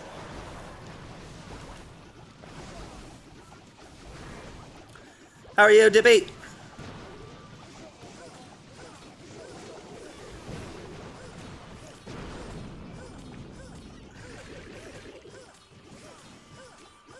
Joined your clan on one of my accounts. Let's go, Dippy!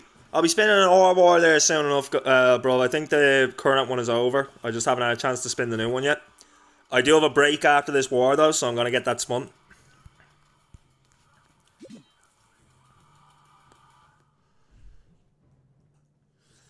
Yeah, welcome to the crypt, man. Welcome to the crypt. Now, Skull's Crypt is a very casual clan right now, but we're only a couple months old, so we won't be doing CWL or anything in there, but we do still do the raid weekends and stuff like that. And we're constantly running ore wars.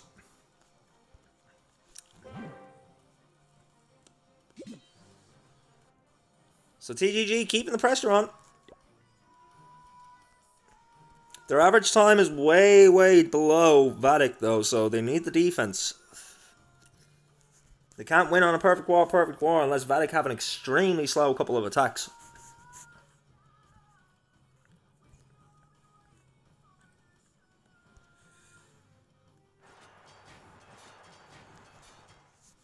Alright, we have Grisha. Coming in to take on Simmons' base. Coming in with Rocket Loons as well. 31 Rocket Loons. I also see 9 invisibility spells, so he's going to go for a Spirit Walk here. Clear out as much as possible. Use his heroes to try and get as much more as he can, and then finish with those Rocket Loons. Fireball as well. Wow, he's going for absolute destruction power here.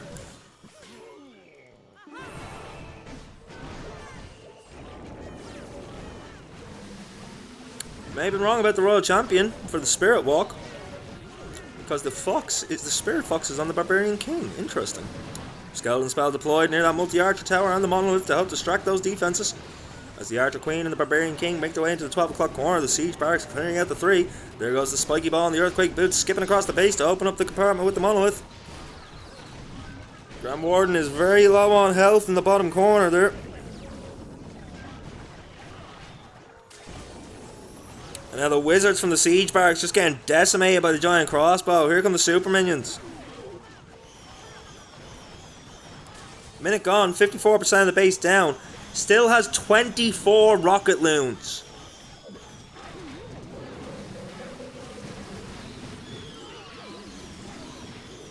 Now he's down to 17. That's usually where we see people start, roughly around the 16, 17, 18 rocket loon mark.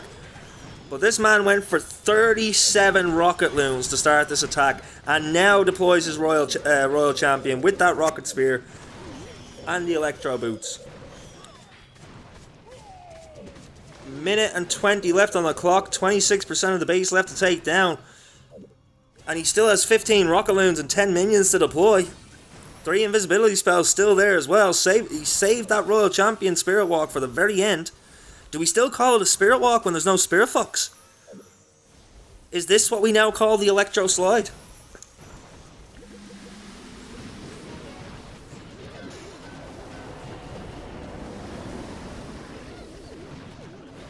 Flying the rocket loons, less than 50 seconds left, only 10% of the base left to go, and as the last couple defenses fall, this should be a triple. But it's a slow one. This could close the gap on time for TGG.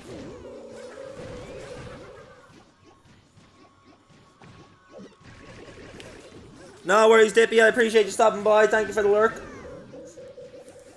I actually have no idea if Clash is even your thing, dude, so I appreciate you stopping by.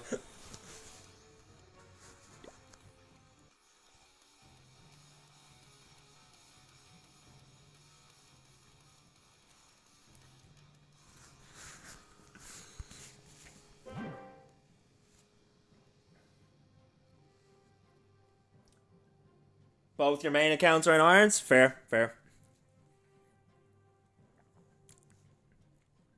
Well, I know that you play Clash. I kind of meant the war scene, pro-war scene.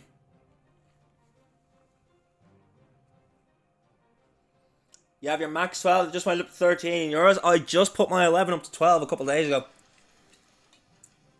Waiting on that first set of beautiful upgrades to finish.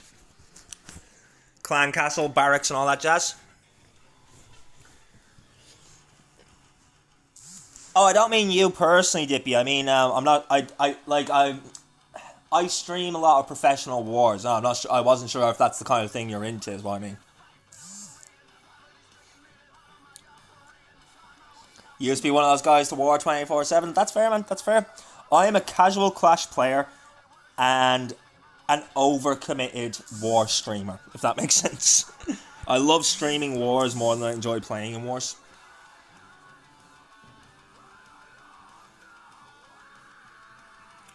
Watch them on streams, but never on your own. That's fair, Dip. That's fair. Alright, we got Lucio coming in. Yet again, those boys bringing in the Rocket Loons. We got that Spiky Ball and the Earthquake Boots. We got the Magic Mirror and the Healing Puppet. We have the Fireball and the Rage Gem and the Rocket Spear and the Electro Boots. Where's he starting? He's starting off the 12 o'clock corner along with that Flame Flare. Going to start setting up some nice values. Shouldn't be anything up there. Maybe the Ricochet Cannon that can outrange him. No, sorry, the Ricochet Cannon doesn't outrange. I was corrected on that yesterday. Rage Spell being invested on the Grand Warden down the 6 o'clock corner. We do have the Angry Jelly. Gonna ignore the trash and just go for the defenses.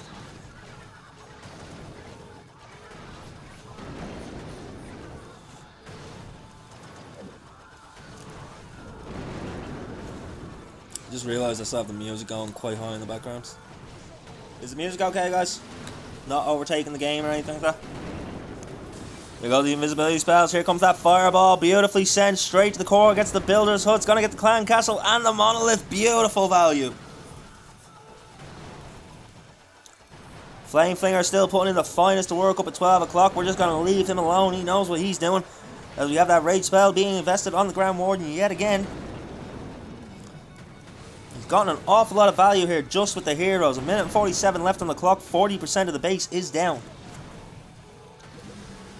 Rocket Loon's being sent to snipe the Wizard Tower as we see the Valks come down to clear out the 9 o'clock corner.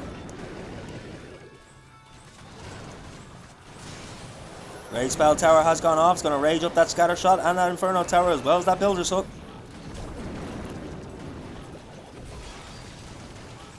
Now Archer Queen with the Barbarian King helping to clear out the rest of that 9 o'clock side. 1 minute and 20 left on the clock. Down comes the Royal Champion. We should be seeing those Rocket Loons any second now. He has 10 left.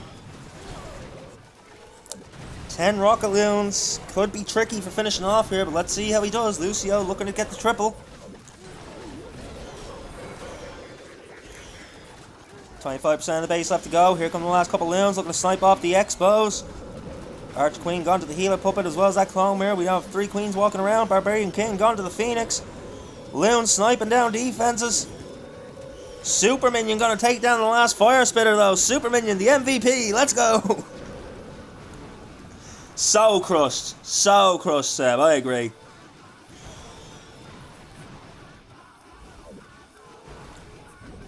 They really are on fire, man. Some of their fireballs and everything have been absolutely beautiful. Their setups have been just perfect. And what's the time currently sitting at? I know we have an attack in hand from Vatic, but Vatic's average time did come down from the last hit. And until we see a miss, time does matter. If TGG Space lose because of time, and we get a perfect, I'm going to be so good.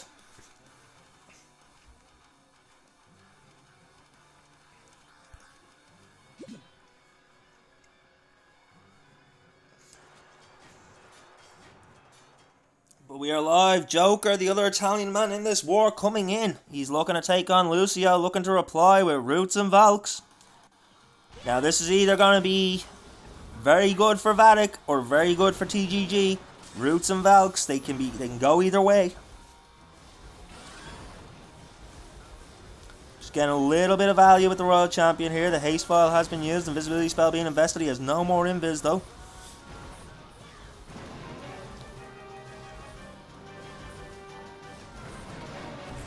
Recall the Royal Champion as the Town Hall Artillery locks on. Now from the 3 o'clock corner we have the Archer Queen along with the Siege Barracks going to clear out that entire side.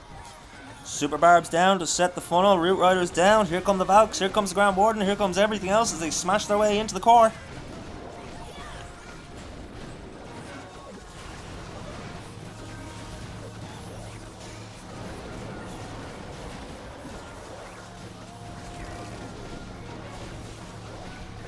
And there goes the Eternal Tome protecting these Root Riders as they make their way into the core. They did get distracted though, as Pathing brought them a little bit to the right. Royal Champion now stepping in with that Spirit Fox. Poison Spell Tower has gone off, and a Poison Spell invested to help deal with those Ice Golems, but is the Royal Champion going to get out of there alive?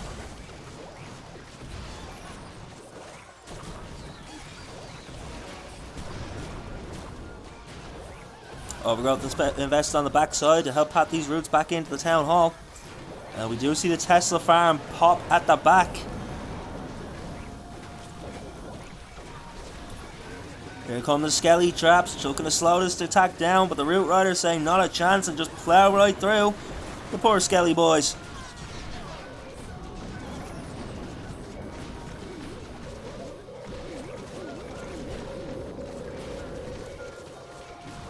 Minute and 9 left with 10% of the base left. This is absolutely crushed. Too many roots left for this to be a miss.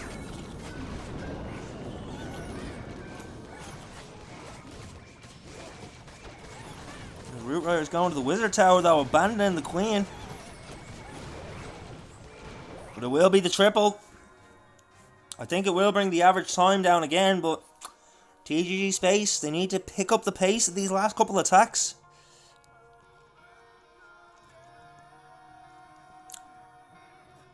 Right now, 36 seconds in the difference on average of spaced over 3 attacks. That's a minute and 48 seconds total.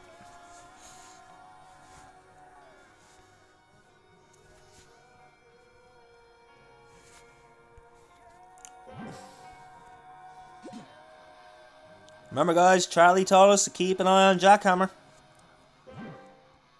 We have Jackhammer and Bomber left to attack.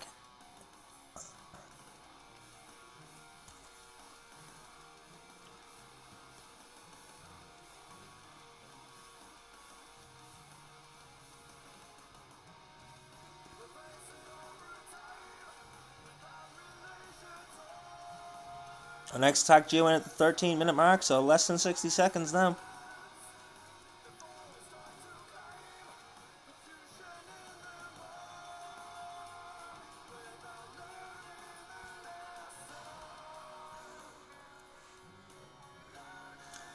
So guys, after this one we do have an hour break. I'm not going to end stream, but I hope you guys will give me a few minutes to go and maybe make a sandwich or something like that, because I haven't eaten yet today. And hopefully you'll all still be here when I get back. Should only take me about 15 minutes.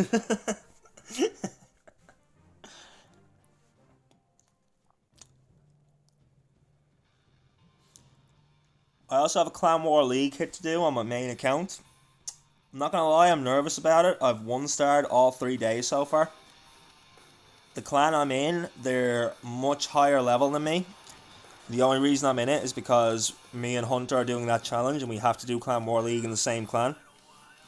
I feel really bad though because he is going to be giving me bonuses and I'm after getting 3 1-stars. I don't feel like I deserve those bonuses, but he is trying to keep it fair, so I get why he's giving me the bonus, I just don't feel I deserve it.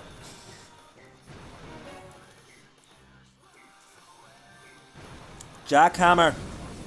We were told to watch this man. He's bringing roots and Valks. Hunter, what's going on, buddy?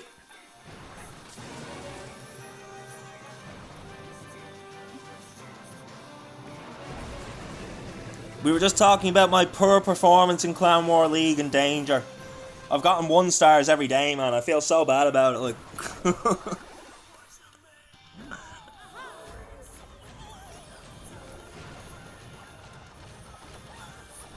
Now here comes the Siege Barracks at the 12 o'clock corner along with the Archer Queen to help clear it all out, set the funneling. Down comes the Valks, down comes the Roots, down comes the Barbarian King. There's the Grand Warden. Everything coming down now as he smashes his way into the 12 o'clock corner. 5 hours up, I'm back from the dead. Let's go, Kratos.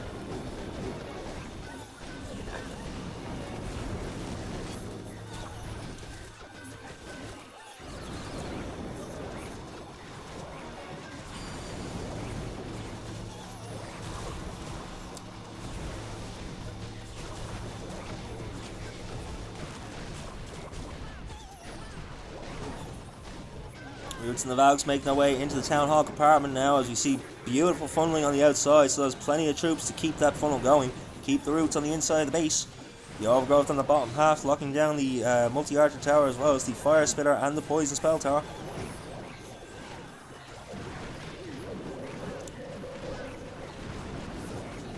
that overgrowth wears off right now. That's perfect for the Royal Champion.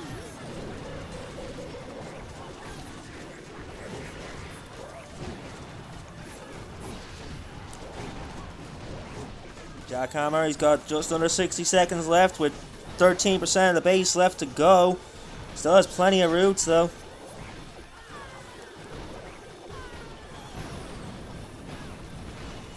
Absolutely crushed. Spiky ball in the earthquake boots right at the end. Didn't realize he still had that ability. Beautiful cleanup. He just has to get back in for that Inferno Tower and the Root Riders will smash straight in for that. Very nice attack, Jackhammer. Very nice. Doesn't help them on the time front, though, as far as I know. Okay, I did bring it down by a couple seconds. They're not doing too badly, but they do need to close this gap a lot more.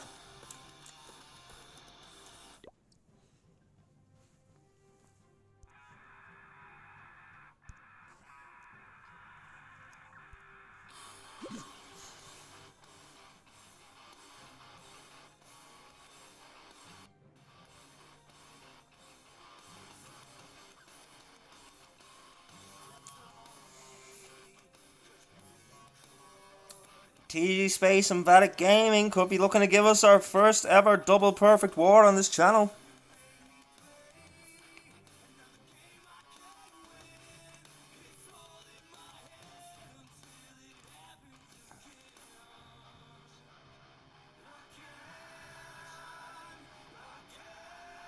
And we are live. We have Sorna coming in.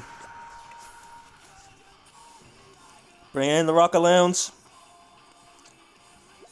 Do we have a fireball? We do have a fireball. We have the spiky ball and the earthquake boots. We have the Cold Mirror and the healer puppet. We have the rocket spear and the seeking shield and the fireball and the rage gem. Flame flinger deployed at the 6 o'clock corner. Gonna get beautiful value down there. Just sniping off defenses. Going to town. As the Grand Wars deployed at the 9 o'clock corner with the Angry Jelly, as we are used to seeing for this attack strategy now. Angry Jelly to ignore all the trash buildings, snipe down as many of the defenses as possible, and help with the funnel for the fireball.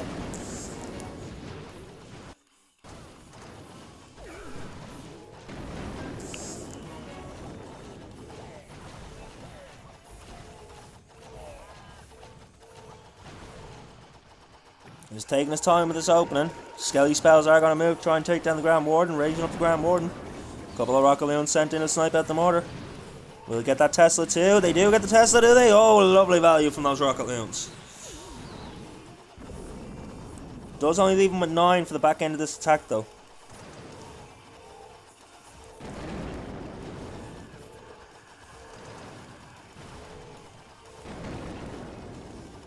We still have not seen that fireball go yet, but here come the invisibility spells. Fireball straight to the clan castle with the quakes, taking down beautiful value, including the rage spell tower. Got a fire spitter there as well, I believe. Boom is right, Elseb. What a fireball. Beautifully directed straight to the core.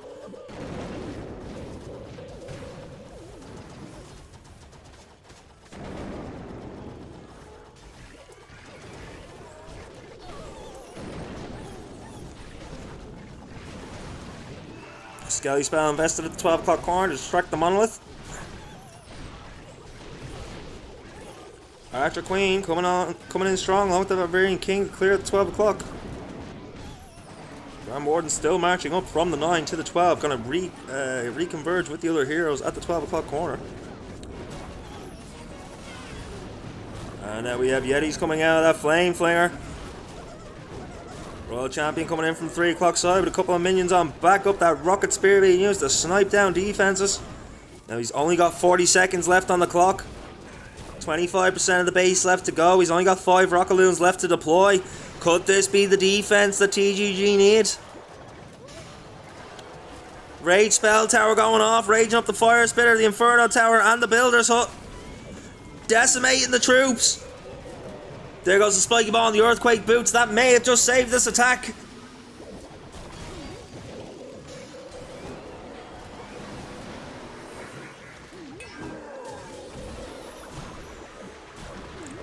Time, I know. What's left? Just the storage. Oh ho ho! That could open back up the game for TGG though. That was a very long attack. What's that going to do to the average time?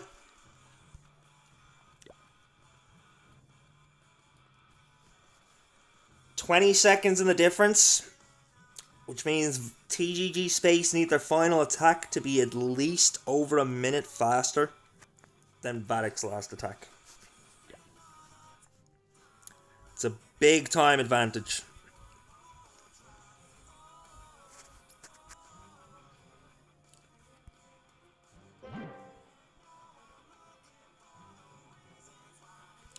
Let Bomber cook. Exactly. We need this man to cook so hard he needs 2 hours to rest after.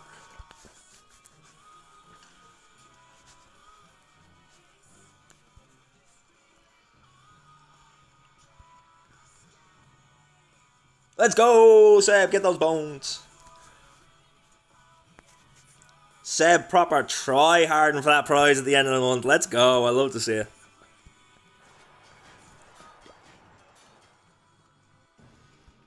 And we are coming in with E-Titan Smash. This has the potential to go fast. This really has the potential to go fast. 3 E-Titans in there. Those things like to tear down defenses.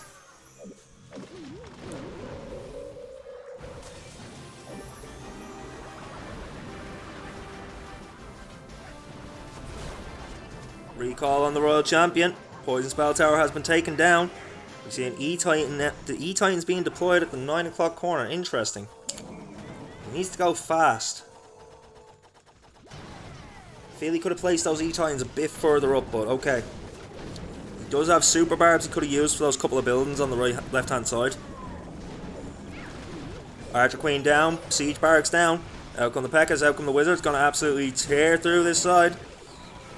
As the E-Titans start to smash their way in, Jump Spell has been deployed, give access for the King to get in there. Does he have the Spiky Ball and the Earthquake Boots? He does, so I'm expecting to see his core open any second.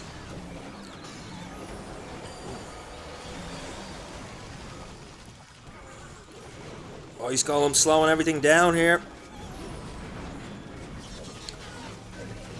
And now surely the Spiky Ball and the Earthquake Boots. The King can't get any more centered. There goes the Spiky Ball and the Earthquake Boots, opening up every compartment in that core. E-Titans and Golems in there, tearing everything down. 70% of the base down, 1 minute and 27 left on the clock. This is the speed they need. This is the speed they need, but can they make it less than 2 minutes?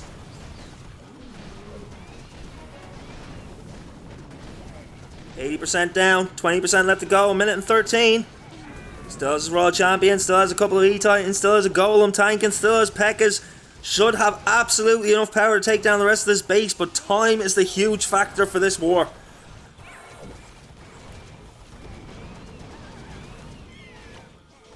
As we tick over that 2 minute mark, he needs to get this down quickly. Drop the other Super Barb, drop the Archers, do whatever you have to do, man. No way, it's not going to come up short.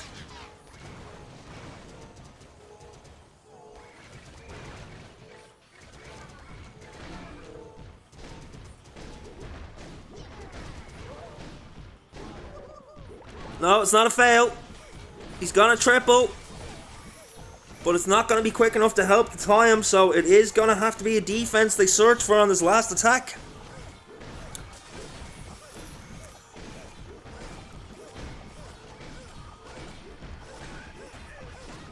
Come on, Archers! Just get it! Oh, that was close!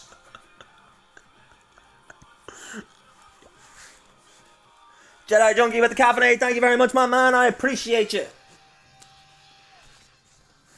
Damn, and wow, I agree, guys. What else can we say? If Vadic triple, they win. If TGG find the defense, they win. It's right down to the final attack. It's the closest war we've had. It's our first chance at a double perfect on this channel. Remember, guys, a single perfect, we raffle 50,000, but for a perfect, we raffle 100,000 bones.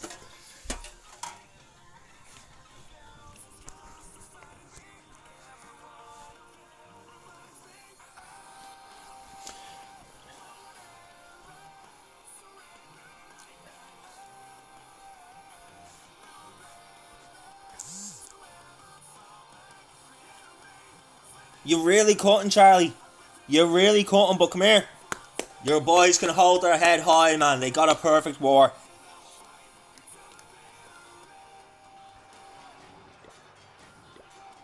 Over to Vatic, exactly.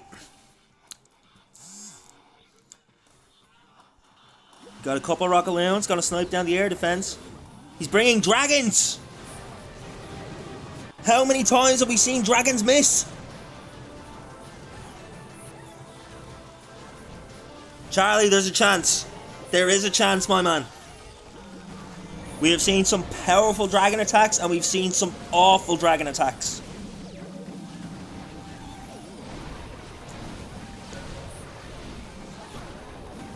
Skelly Spell has been invested to distract the monolith as the dragons start to pat their way in. There goes that blimp.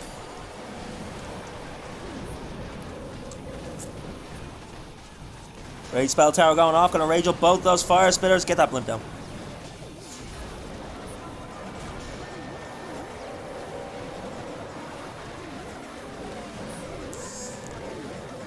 You are right, Seb. I didn't even notice that. There's no minion prince.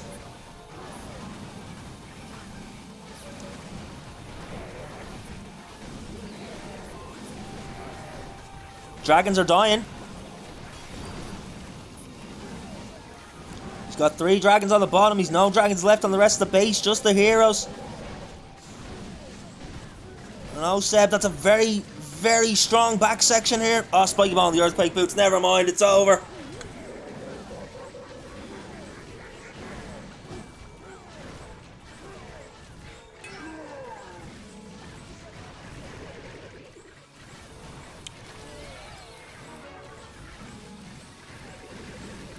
Wait. Wait. Enemy minion prince.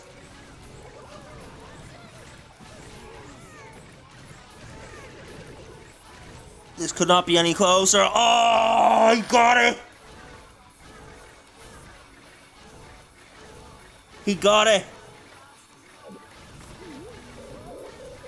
That was so close. That Archer Queen had no health left. That has got to be the closest war we have ever seen. And ladies and gentlemen, we will be raffling 100,000 bones. And thanks to Charlie and Vatic, to the boys from TG Space, we have finally had our first perfect war on this channel. The double perfect. Let's go. You'll love to see it. Okay, guys, let's catch our breath. We have had 4 amazing wars so far. We have 2 more left to go, but we have an hour break right now. And I have not eaten, so I do want to go make a sandwich or something. But I will be back in the next 10-15 minutes. Charlie. So unlucky, man. The tie-in was the only thing. You boys crushed with those rocket loons.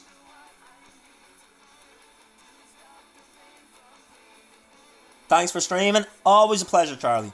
Always an absolute pleasure to have you and the boys here.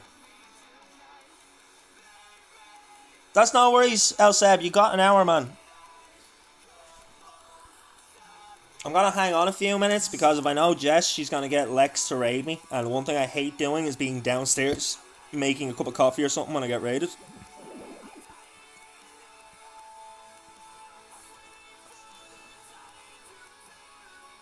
Holy hell, guys, that was nuts. You gotta pay out the prediction as well.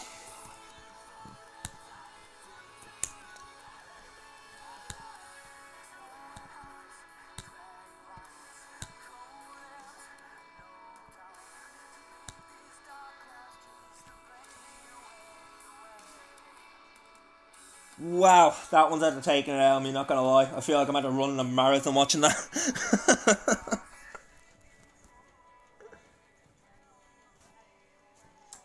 If it's a draw, I will cancel the prediction and I will refund the points.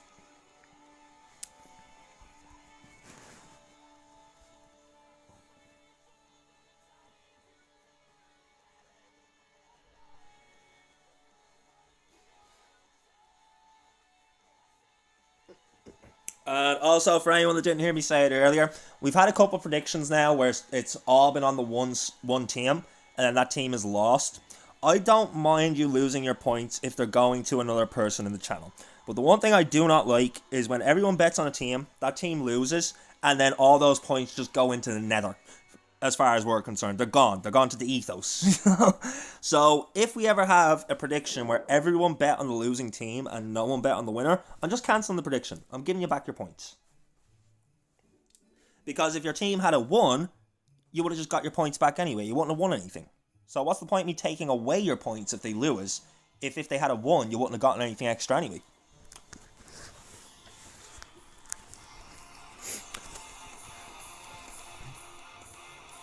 Holy hand of mother, that one took it out of me.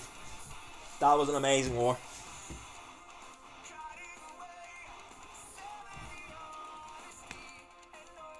And guys, this was just the round of 16. Can you imagine the quarterfinals? Face card! What's going on, buddy? Welcome in, welcome in. I can't remember what your name used to be. I know you used to have a different name before you changed it to face card. I can't remember what it was, though. Curds! That's it! Cheese curds! Welcome in, pal. You picked a bit of a down point to join, though. We have an hour break before our next war. We have 2 more wars today, both for the Battle Chess Championship Season 6. Round of 32.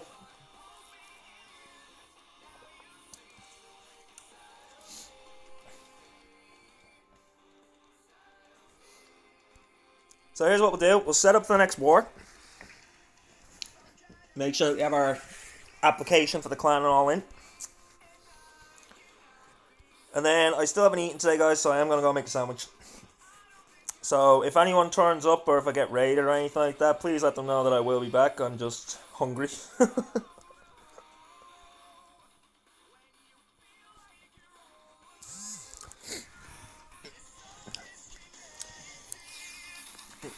How has it been going? It's been going really well, man. The wars today have been so hype and so close.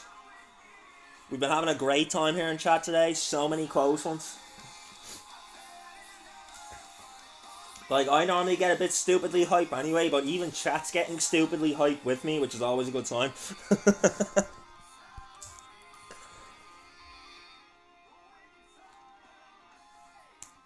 Alright. Let's set up the title and all for our next war of the day.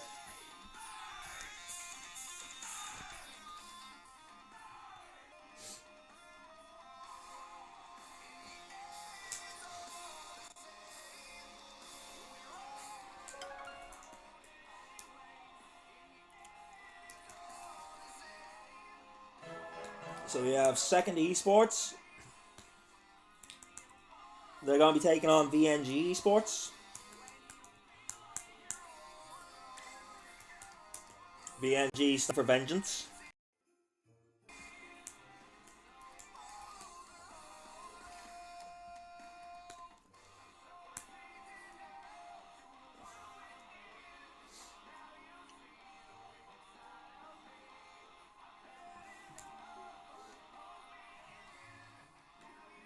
We're no longer the We Stay Active Cup.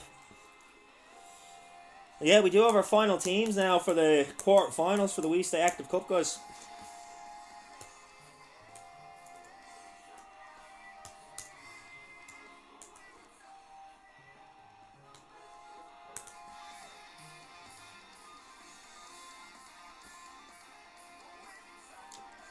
Ouch, face. Jesus. Yeah, that doesn't sound like fun at all. Let's go, Kratos! We're not fucking leaving! Play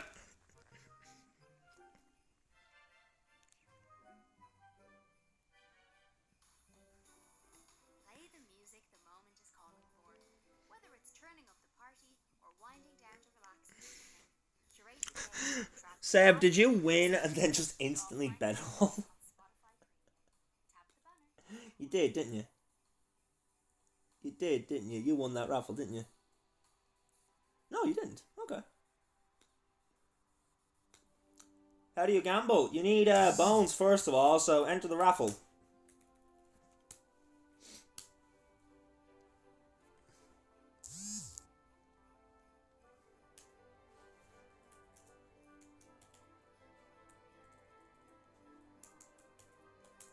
I'll tell you what, just to be nice,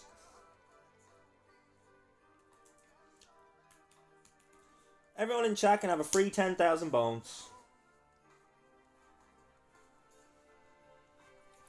Seeing as there's a couple people here that have no bones because they've never been here before or whatever, or they haven't been here for the raffles.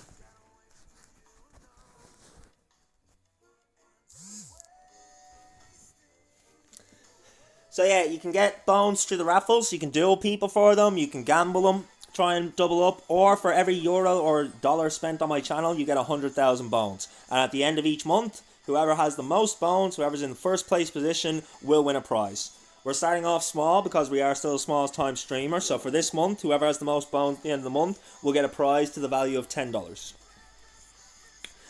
The reason I say to the value of $10 is because if it's a Clash player, they're probably going to want a gold pass. But if you're not a Clash player, then obviously I'm not going to lump you with a gold pass that you don't use. So yeah, the option is there for any prize that you like within the value of $10.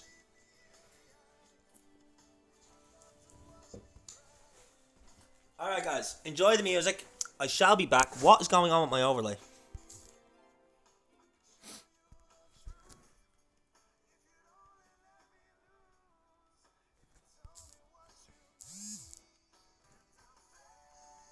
Jay!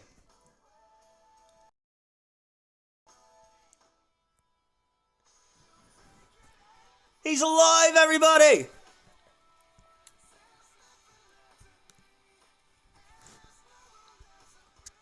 Jay, where the hell you been, man? Bob been asking, where's Jay? Where's Jay? We've missed you, buddy.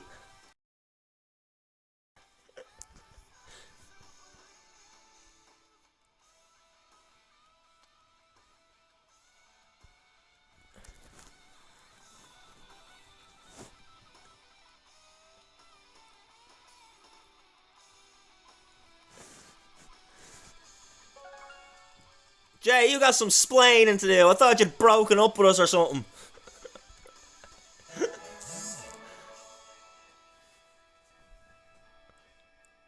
No way. That definitely puts you in the lead, buddy. Seb, I believe that puts you in the lead. Exclamation, check the leaderboard.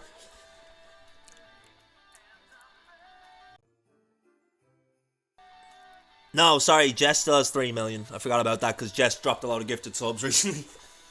Alright guys, I will be back. I just need some food. I'm just going to make a quick sandwich and I'll be right back to you.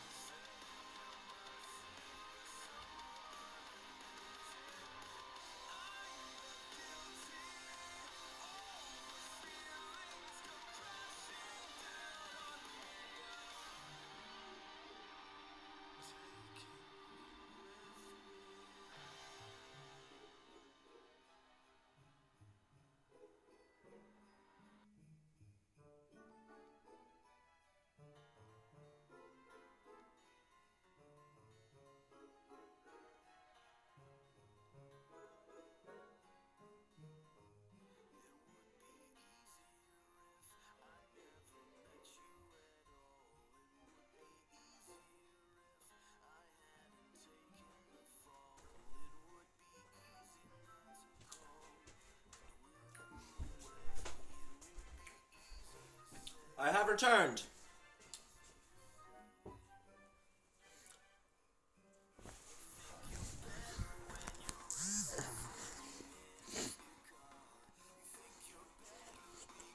Never win 100k raffles.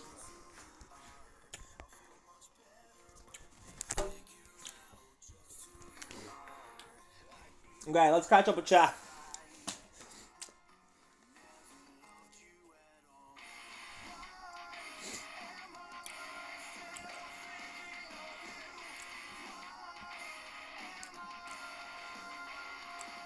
You've been snowed in waiting on your Wi-Fi to come back.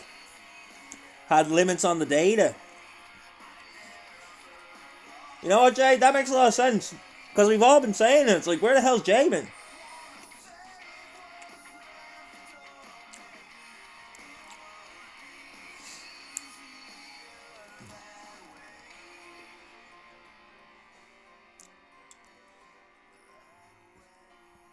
I'm good enough to beat my wife anytime I want is such a mad statement out of context.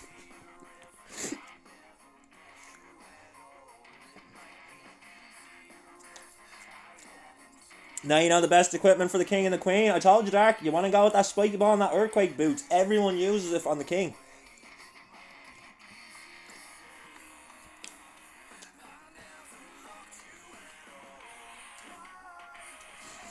And yeah, healer, puppet and clone mirror is the most common for the queen.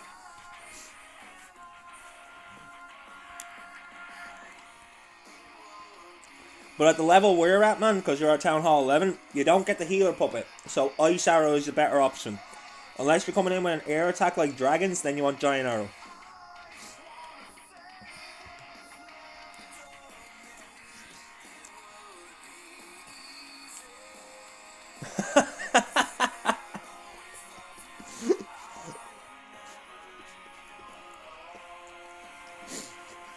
Wow.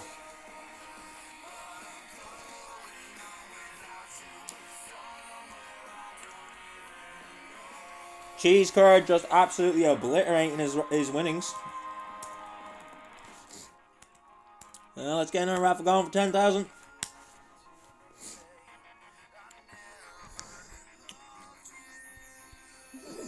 Okay.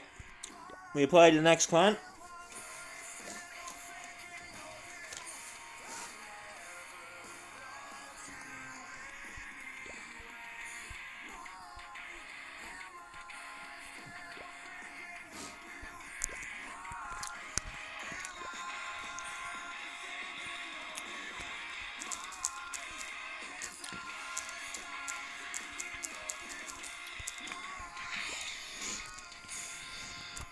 Trust the process. Oh, I know what you're doing. You're doing mini bets.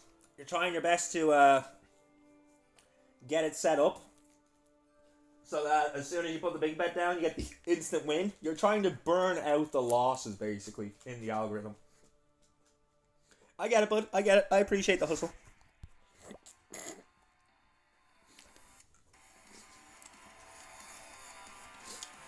Yeah, man, that's the same as with blackjack. When you're counting cards, you don't start going all in. You put the tiniest bet you possibly can until the deck is hot, and then you start going all in.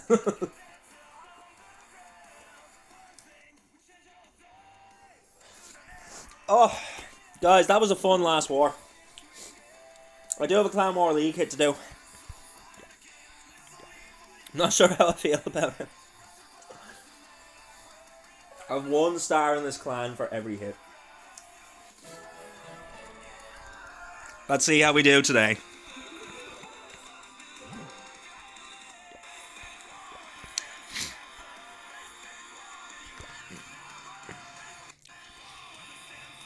Oh, it doesn't start for another 20 minutes. I guess we're going to be finishing the stream at my Clan War League hit. So guys, while we have a minute, I want to talk to you all. So, we have 2 brand new tournaments starting in the next week or 2. We have the Legendary League, which is starting on the 11th. That's the brand new tournament with the $2,500 prize and some of the best teams in the world.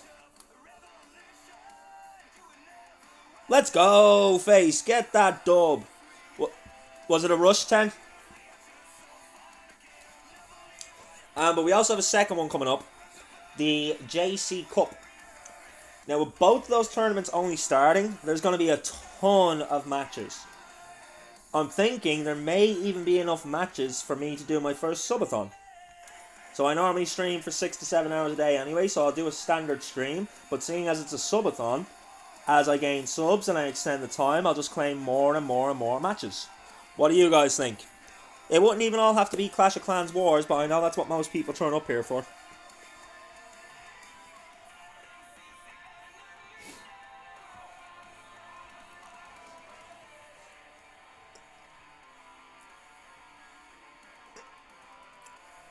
You like the idea? I like it too, Seb. The only downside to it is, if we're doing a subathon, because I live with other people, when we get past a certain time, we'll still stream wars, but I might not commentate them.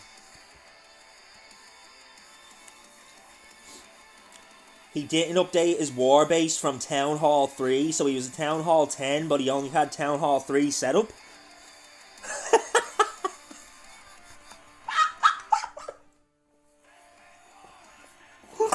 Why is he even in the war?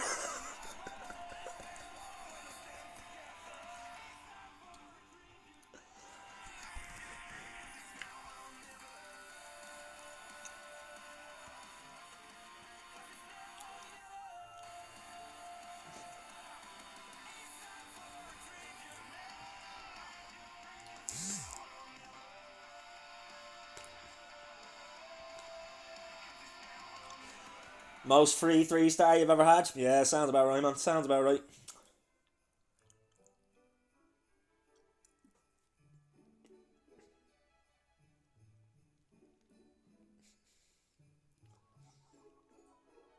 He had like 3 defenses. What were they? Wait, let me guess. 2 cannons and an archer tower.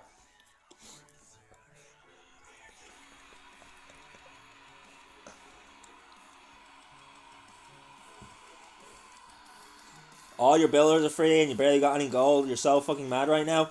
Jay, throw down heroes. Put some of your gold mines on. Invest your elixir while that's all you have.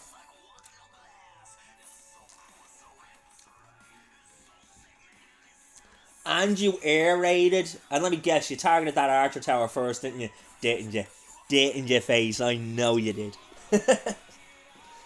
But you can't have it.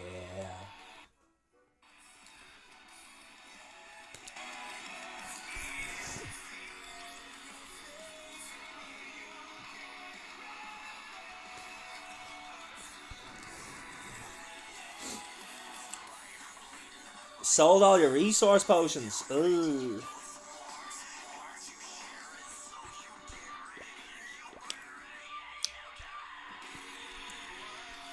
It all, but you can't have it.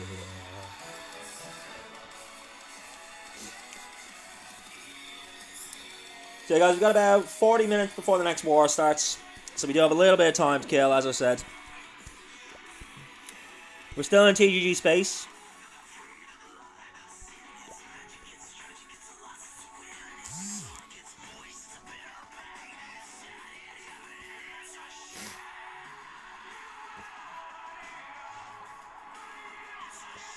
Free gems. Huh?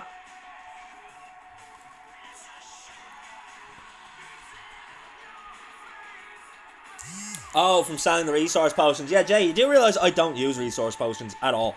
The only use for resource potions for me is this. Hey, look, 10 gems. Hey, look, another 10 gems.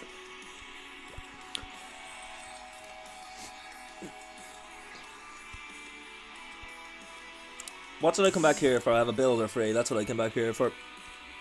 I'm not putting the warden down because unfortunately I am still in CWL. So I guess we're going to do one of the gold mines because I am farming up golds at the moment. So I'll spend elixir to upgrade the gold mines. It's the only thing I can really put elixir into right now.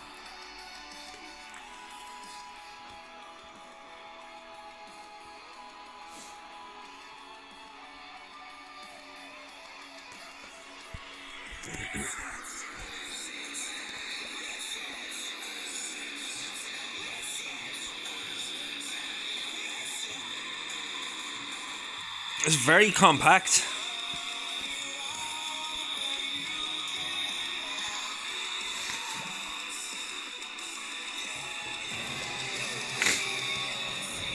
Should have seen that coming, to be honest.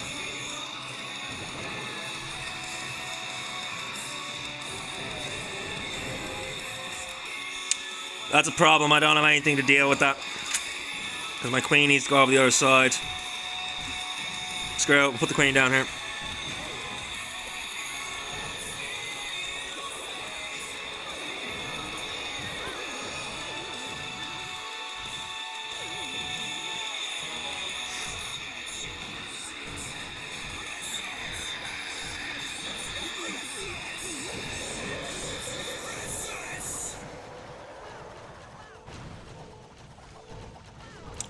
Not gonna get the value I needed.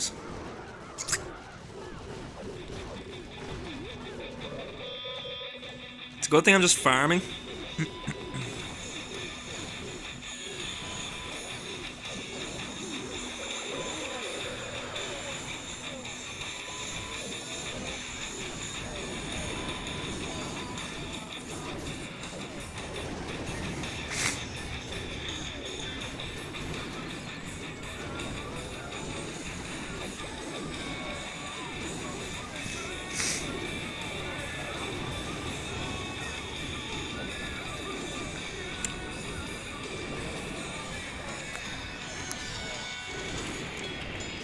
Well, that was atrocious.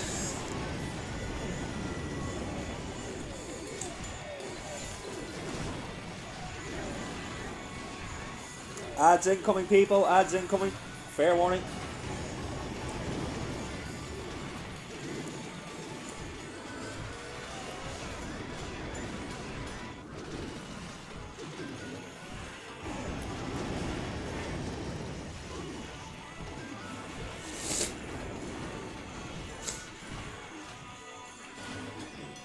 Oh, I apologise for that, guys. I didn't need to clear my nose.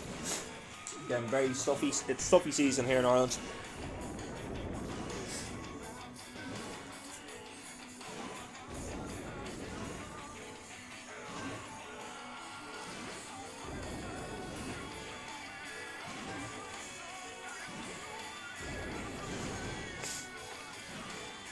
We will be getting our prediction live in about 20 minutes.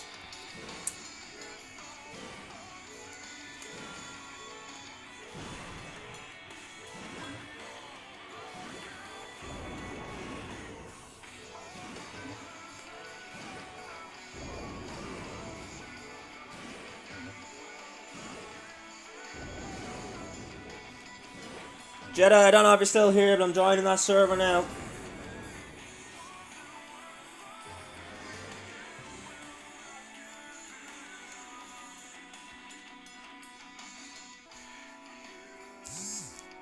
I'll have a little look around it later. You started streaming? Let's go! Hang on a second. If that's the case, let me give you a follow. W's, man, W's. Yeah, just have fun with it, man. Just have some fun with it.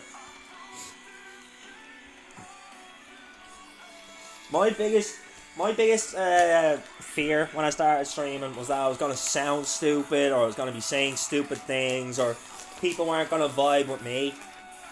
It's totally the opposite, man. Totally the opposite. Does not matter what you sound like. Does not matter what you look like. As long as you're doing something you enjoy on stream and you're bringing good energy, the people will turn up and they will support. I mean, a lot of people told me at the start that because I use a VTuber instead of a facecam that I would not be able to build a following. Well, I say to those people, I have 251 followers and 40 subscribers. And I have never used a facecam. I think there was one day I tried to use the facecam that's built into the app and it nearly destroyed my phone, so I don't use it anymore.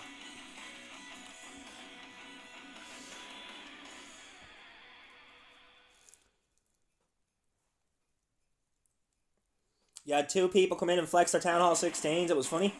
Man, people on Twitch like to flex, man. Honestly, they do. And the best thing you can do in that situation is just have a look at their base and, like, yeah.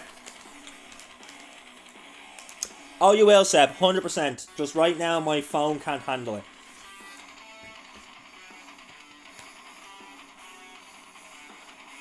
So most of the people that have been here since I started streaming know the situation, but I don't work. I'm on government assisted supported payment, and I care for a disabled father, so I can't get a full-time job. That's the main reason I started streaming.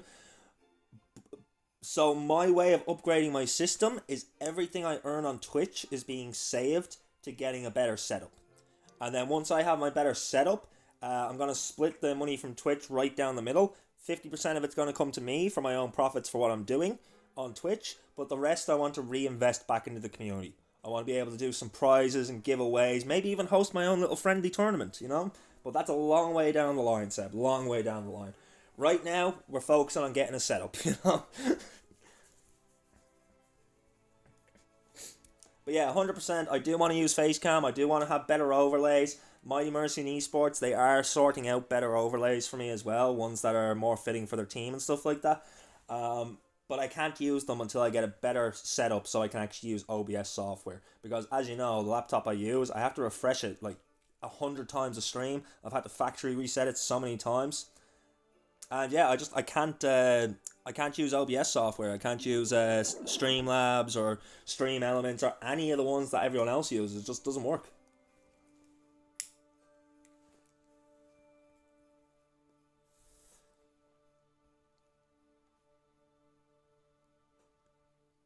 I appreciate you, Seb. I really do. I appreciate everyone that turns up, guys, because even the guys that turn up and they just sit there watching ads, that does help.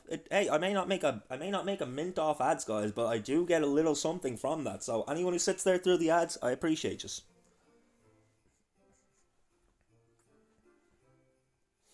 Believe it or not, the $5-10 that I can make a month from people watching ads could actually push me over the threshold to actually get a payout. So you haven't seen a single ad? That's an interesting thing to mention because I do have ads running.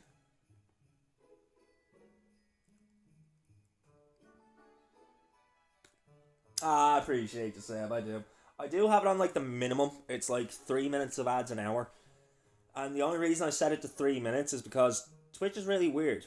If you run less than 3 minutes of ads an hour, then they only give you like 30% of the revenue for that. But if you run 3 minutes or more, they give you 55% of the revenue from it.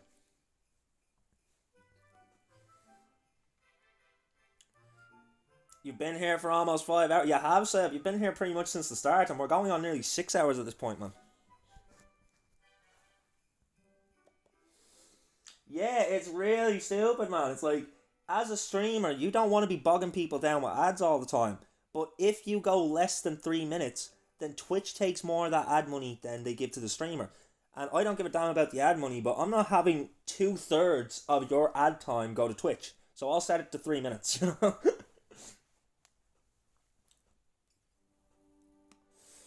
So here's another one for you. When you donate bits, okay, like if you sub, half the money from the sub goes to me, and the other half goes to Twitch. But if you buy bits, they do it differently. So I will get the full amount that you donate in bits, but it costs you more to buy the bits. So one bit is worth a cent, but to buy 100 bits, I think it's like nearly $1.50, $2 or something like that. So what they're doing is, rather than taking half of the sub, they're charging you a little bit more on the bits so that I can get more out of the bits, if that makes sense. It's really weird the way they do it, man. It really is. But yeah, they basically set it up that there's no way to support a streamer without also supporting Twitch. And to be honest, guys, without Twitch, we wouldn't have this platform to be able to watch Clash of Clans and hang out and all that other stuff. So I really don't mind, you know? You had a really rough start, but zero remorse, and Jamar helped you. Yeah, that's the exact same for me, man. Zero came straight in, like the first time he seen me stream, and he said he really liked my style. He thought I had a good attitude, good energy, and yeah, he's been one of my followers and one of my subscribers. Pretty sure Zero is one of my founders. He came in the other day and he resubscribed for like 3 months or something like that. And also, Mr. Iron Knight has been a huge support. He resubscribed for 6 months this month. I was like, whoa! Because for all that man knows, in 6 months' time, like, my laptop might blow up and I might not be streaming anymore. He's that committed to helping me out. He's such a good guy. It's such a good community, such a wholesome community. I know there's some people out there that take advantage of the community. I know there's some people out there that have had a bad experience with the community. But if you get in with the right side of the community, it is one of the best communities out there. And with that, I'll turn the music back on. I'll go back out of serious mode. But I just wanted to turn the music off while we were having a serious chat.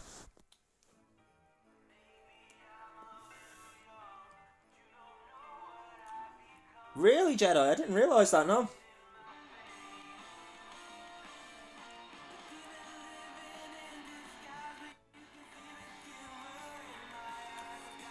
The only reason I'm here is because, hey guys, as I've said multiple times, and he'll say that I did it myself and whatever else, and that I should take all the credit, but I will never accept that. Mr. Iron Knight is the only reason that Skull's Crypt even exists.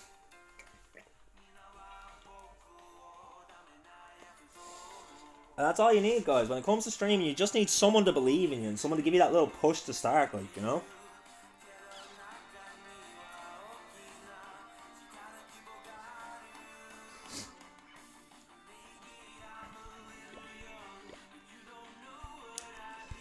And I don't know if it's the same for you with Zero. I'm sure it is, though, Jedi, because I know Zero is an absolute sweetheart. But even now, I can turn around to Iron and I can talk to him about anything that I'm worried about when it comes to streaming or any questions I have. And he'll come back not only with an answer, but with more affirmation that I'm doing a good job, you know? Such a good guy. Yo, hang on a second. Your name is Facecard. Why did it still come up as smell like cheese curds?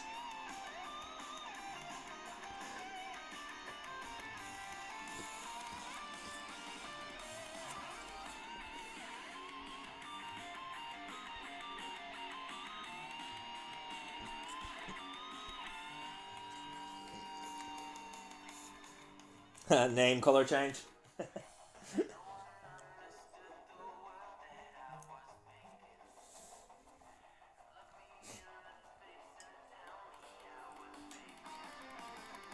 Yeah, and that's it as well, guys. That's how I try to be as well. Like, if there's anyone in this community that at any point just needs someone to talk to, hit me up on Discord, guys. Honestly, hit me up on Discord. When I'm not streaming, all I do is spend time on Discord and in other people's streams, trying to show the same support that they're showing me. The only thing for me is I do 7-8 hour a day streams. You get me? So it's kind of hard for me to drop in on people that are doing 2-hour streams, because 9 times out of 10 they finish before I do.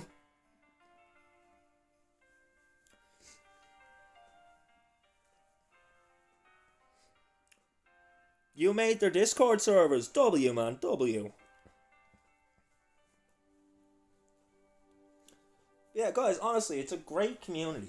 And you will get as much out of this community as you put into it. You know? Not in the way of, like, putting money into it or anything like that, but in the way of, if you show passion in the community and people see that, they'll pick up on that passion and they'll vibe with you.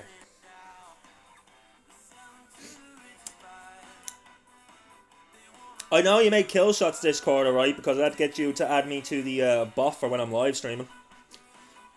W's to you for doing that as well, man. Appreciate you.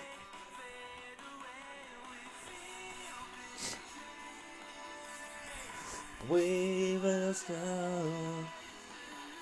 Hunter is an absolute goat. He really is. And because I'm sure he's probably got me on his telly and just not talking and he's just like lurking in the background. Hunter, I'll say it again. You're a goat.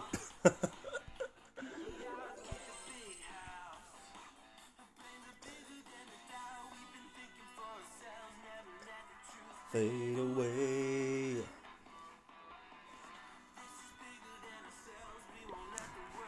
Alright, we're already in VNG, so we're good to go on our next one. Let's go. Oh yeah, 100%. 100%. Do you know how many times I'm like giving Hunter a compliment or talking about mine and Hunter's challenge and then out of nowhere it's just 2 question marks with Hunter's name beside it in the chat?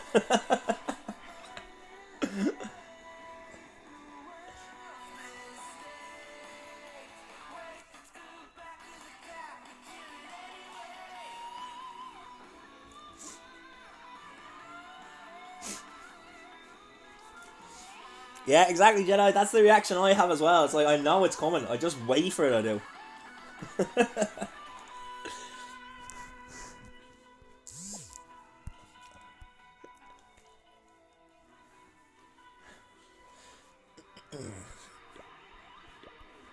I could probably be doing an attack here or something, but I'm just kind of taking a break and just relaxing with chat now for a few minutes.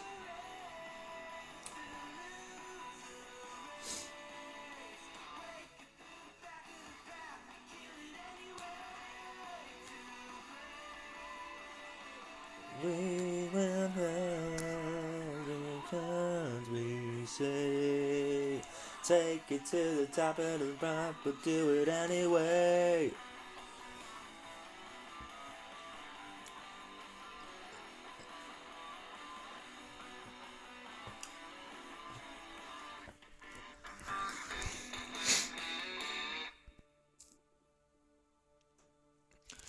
Alright guys, give me 2 minutes. Want to spice up your listening? Smart Shuffle can weave in song recommendations for your playlists when you join Spotify Premium. Just need to make a phone call. Start a jam where you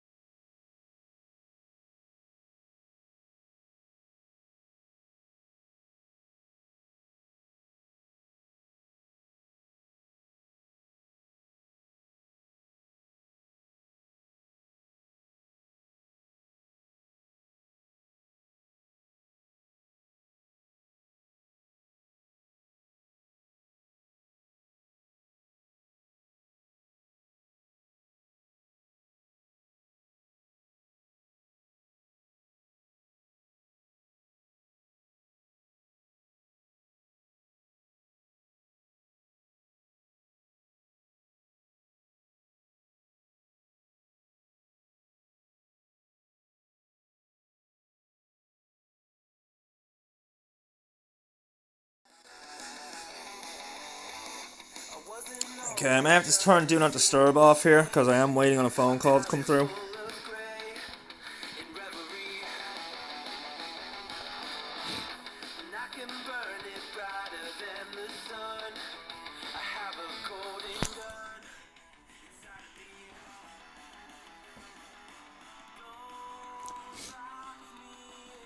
Let's see. I'll give it another 5 minutes before I put the prediction up. I like to have it timed that the prediction closes just before the first hit comes in. Give everybody that just turns up from the Discord notifications and all about the matches a chance to get some points now.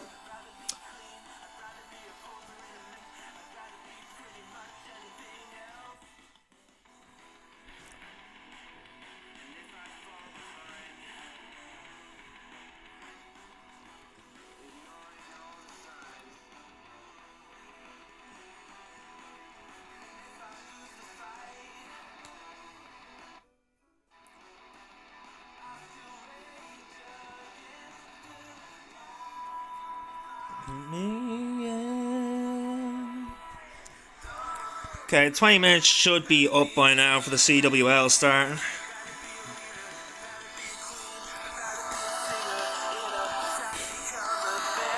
My last hit I need to do today for CWL. Another dub, let's go, Seb. You're getting them all today.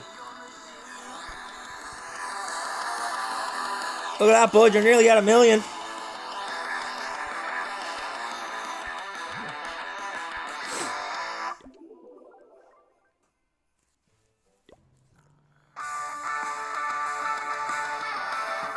Oh, that one was ending in 20 minutes. Still another 35 minutes till the war day starts. Okay. Hopefully you can hit a mill today, but we'll see, man. We'll see. It's going to be a lot more populated soon, I'd say, because there are some streams that are starting down now. Now that Navi and all of them.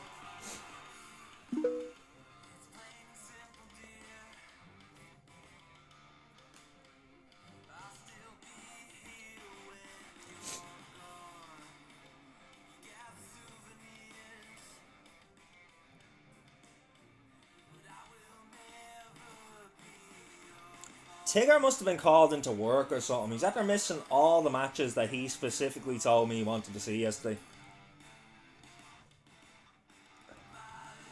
Just need to win a 100k raffle and I'm in. Hey, share 100 bits and I'll give you 100k.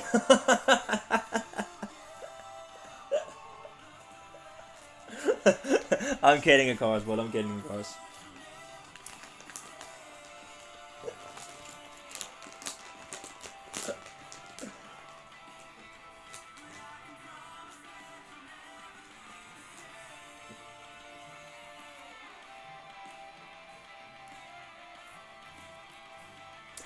So I remember my sister turned up in stream a couple of times, and there was a couple of times she cheered bits, and I gave her bones for the bits, and she didn't know what to do with them.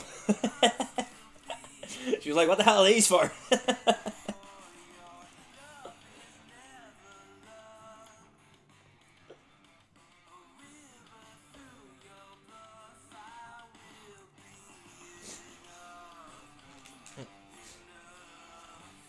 But yeah, if you ever see Nadine in chat, that's my sister. And if you ever see Gibbo in chat, that's my brother-in-law, technically. They're not married, but you may as well say he's the brother-in-law.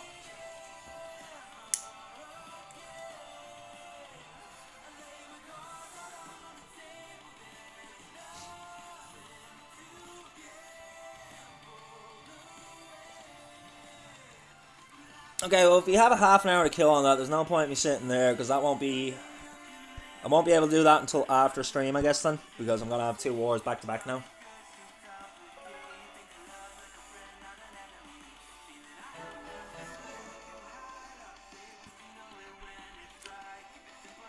Let's get our prediction going.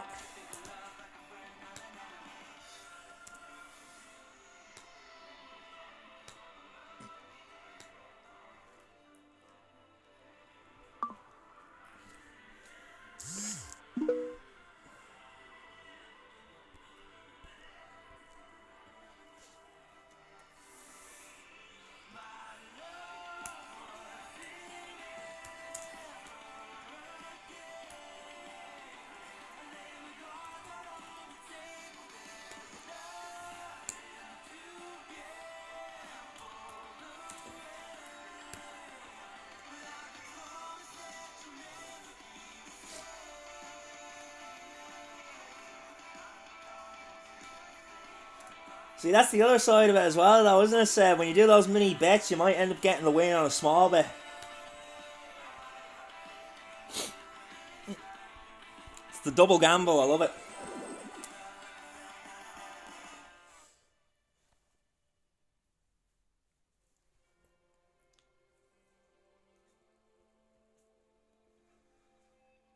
Yeah, predictions are live, people. Our next match is due to start in 15 minutes. First hit should be about a half an hour, so I've given you all a half an hour on the prediction.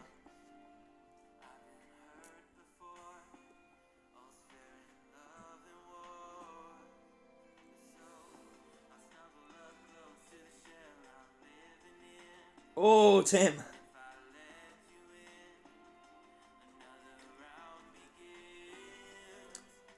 Will I be streaming each day?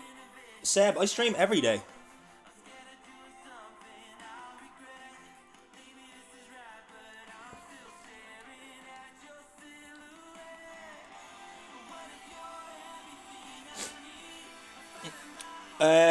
Tim, there is a cooldown on that. I don't control it. I can't change it. Same schedule each day. Sometimes a little bit shorter. If I'm having a bit of a rough day, if I'm a bit sick or whatever, I might only do 3 or 4 wars. But yeah, I normally start around 14 UTC and finish between... It depends on the last war of the day. Like, I try not to go later than about 11 o'clock. Just because I do have a brother and sister that work and have to get up in the morning for work, so I can't really be sitting here screaming my head off about wars.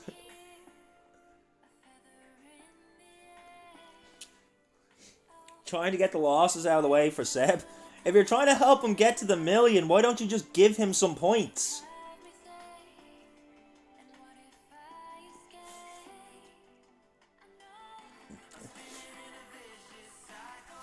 Well, it's a bit late for that now. The points are gone.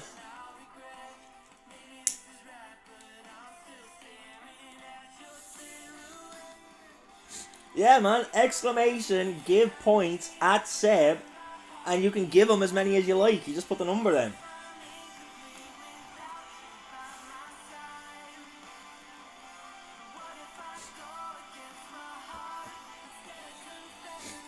There was 1 month that Dazzy came in, and this was before I kind of like locked in the values of everything. I was giving out $1 million per sub for him then. He had like 25 million. He just kept giving it away to everyone else, and everyone else kept gambling it away.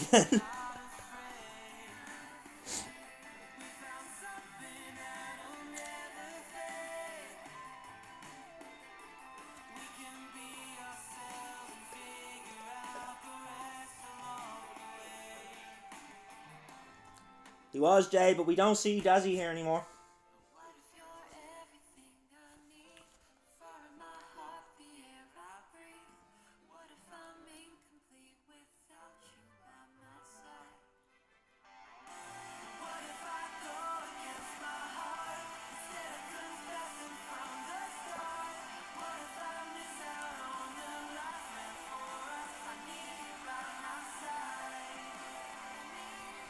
Dark, there's no need to put red. It's not roulette. It's just gambling, man. It's just regular gambling. It's not roulette.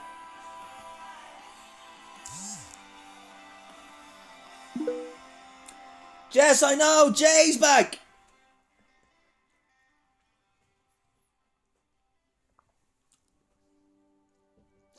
Okay, you just like to say on red. That's fair. That's fair. Yeah, there is a cooldown on that, guys. I can't change the cooldown. It's just automatic.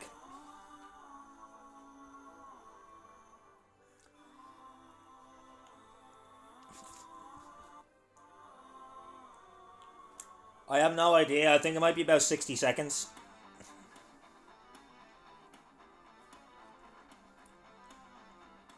The cooldown is individual though, so it's a cooldown for each individual person, so it's not a cooldown for the whole chat, if that makes sense.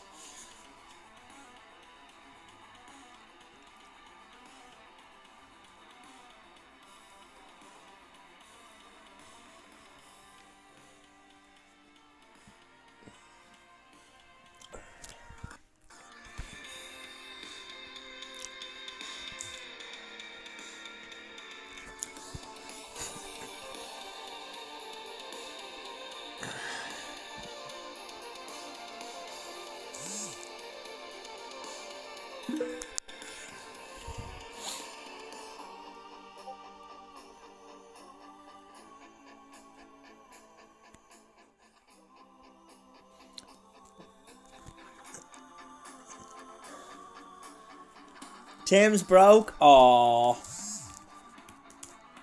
There you go, guys. Oh, Jess, really quickly, I'm changing up the raffle. If you're doing a raffle, could you just make it 10,000? The 100,000 is going to be for a double perfect war. 50,000 for a one-sided perfect war.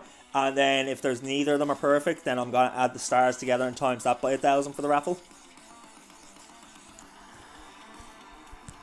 Just 2 seconds, guys. Just answering my message.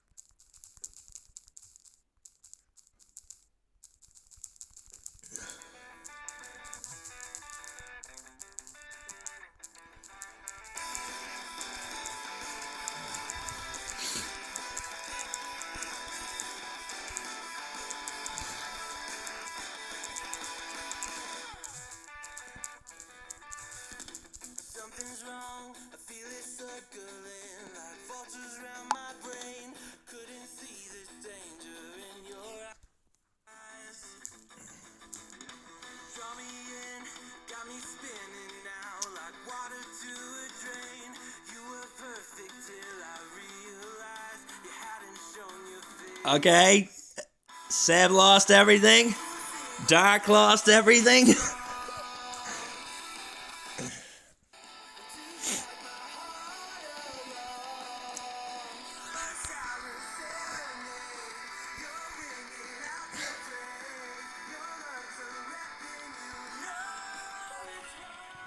What's the limit for what? For betting? There is no limit. You can put as much as you want down. The hits are on the raffles. I can't raffle more than 100,000 at a time.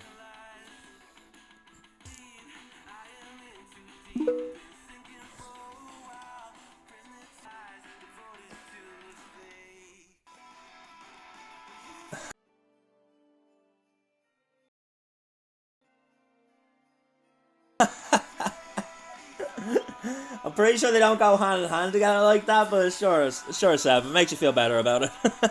The raffle messed you up.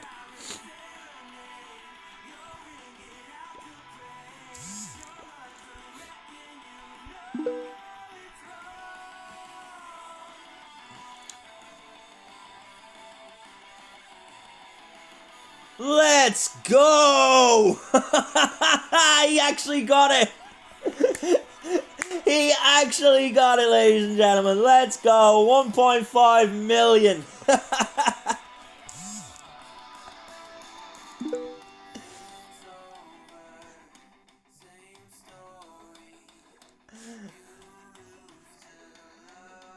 You are second. You're only behind Jess, who has 3 million right now.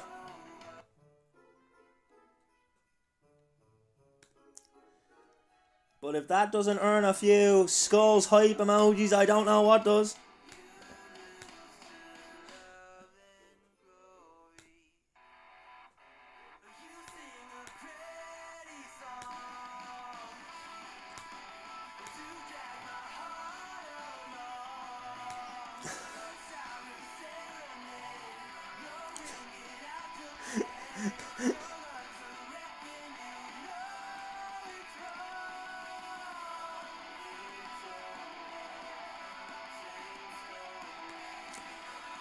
Hunter, you have to do give points, Kratos, and you have to be specific. So check how many points you have and then type in what you have. Oh, never mind, you can do all, okay.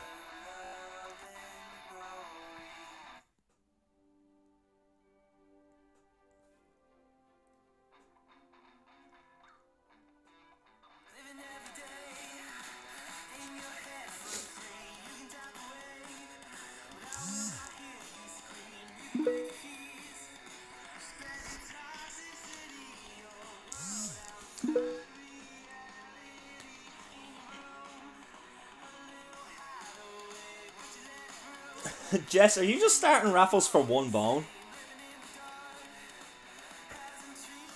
I knew you could do percentage, I just didn't think you could do give points all.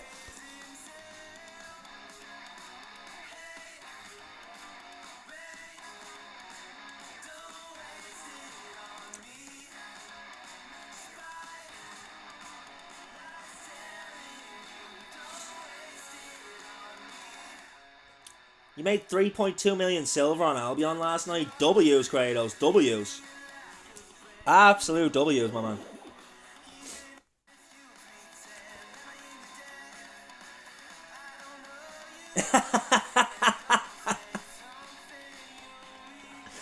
I didn't want Kratos to catch up, so yes. Well, let's have a look-see.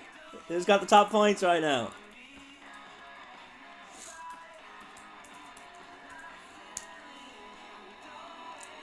Huh? How did that go in as pot? I definitely typed top.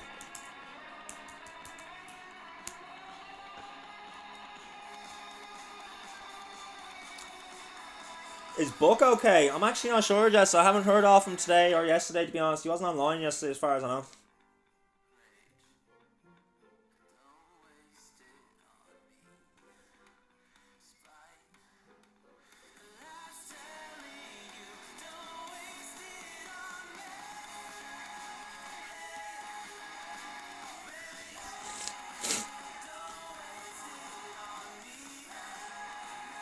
Pop points. Yeah, that's for a completely different game.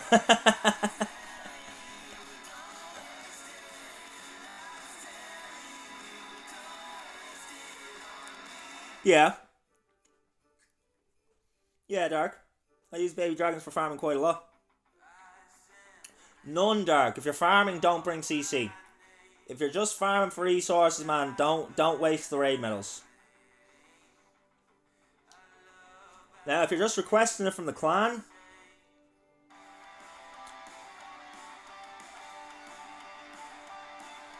maybe some loons to snipe out some defenses.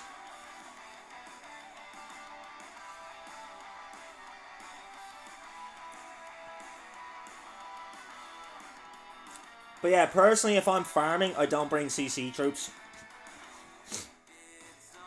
If I'm pushing, I will.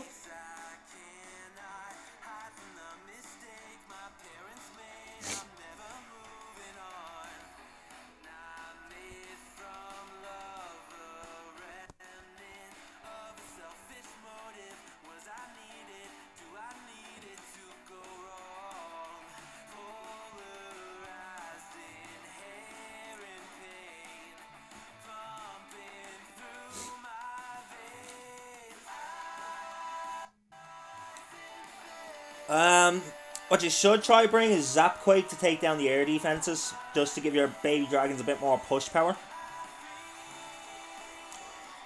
But the thing to remember with baby dragons when farming is, man, unless you're down hitting by at least the town hall level, baby dragons aren't going to triple. Baby dragons are good for clearing up resources and farming resources as quick as possible. They are not good for tripling.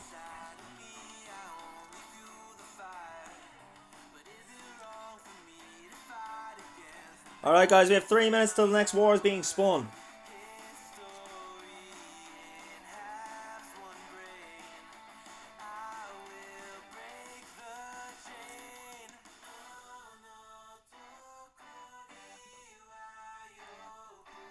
There's still about 15 minutes left on the prediction. Get your points down. We have Second Esports taking on Vengeance Esports. That's what VNG stands for.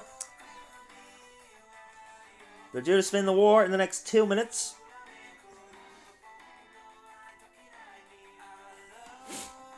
This will be our 5th war today. It's a Battle Chess Championship Season 6 round of 32 match.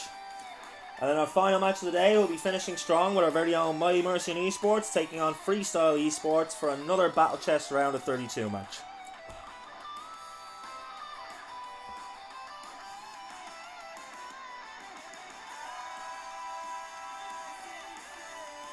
Exactly, Seb. W Mercians. And Seb, I don't know if you noticed this, but I made sure, once I got my emotes, to make space for you guys. And don't worry, Hunter, I will be adding one for a kill shot as well.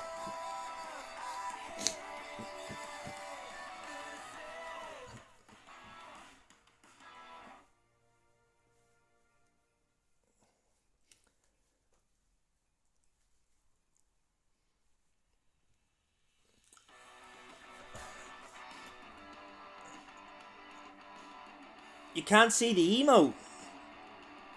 What?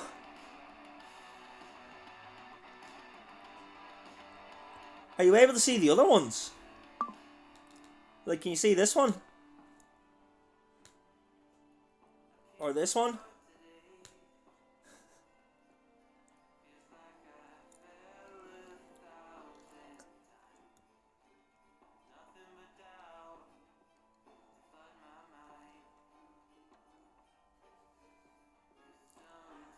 Oh, Seb, it's a subscriber emote.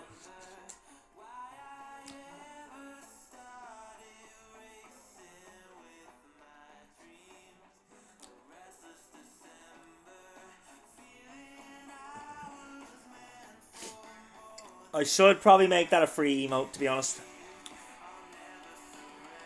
Yeah, you know what? I'm going to make it a free emote. Because it is, you guys are team. You shouldn't have to subscribe to my channel just to throw up your own team logo.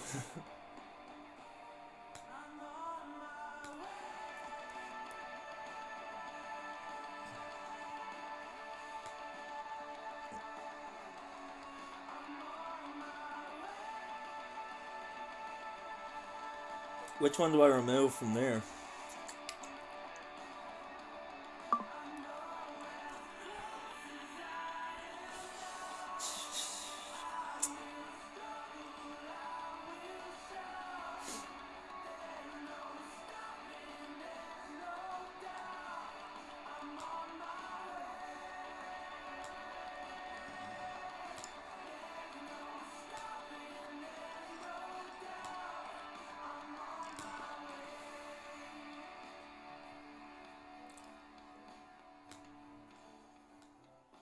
Okay, so now I need an emote to replace that one. I can do that later though, it's fine.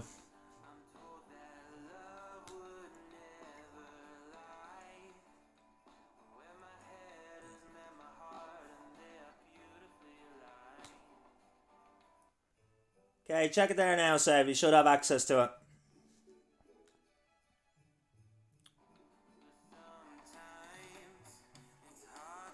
I can tell you that now in 2 seconds. Our war has been spun, ladies and gentlemen, so we have a few minutes before it starts.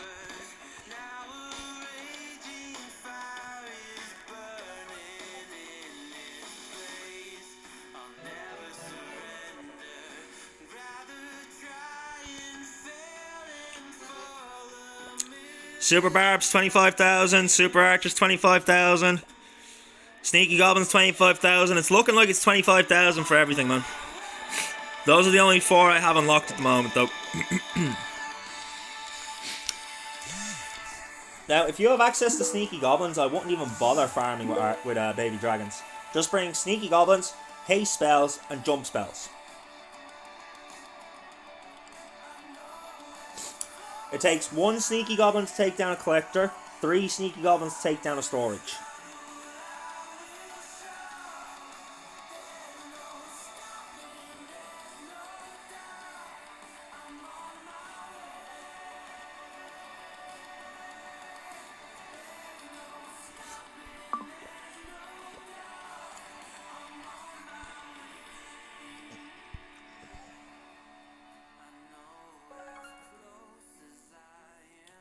It's also 5 to the Town Hall, it's on the outside, yeah.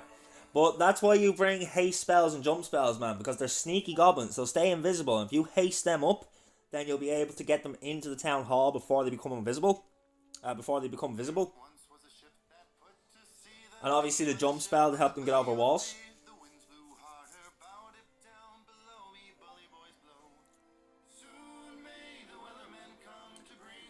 I would say don't bring all Sneaky Goblins. Bring a couple super wall breakers, just in case you don't want to commit jump spells. If there's a lot of stuff around the outside, you can just open up some walls and send the goblins in that way.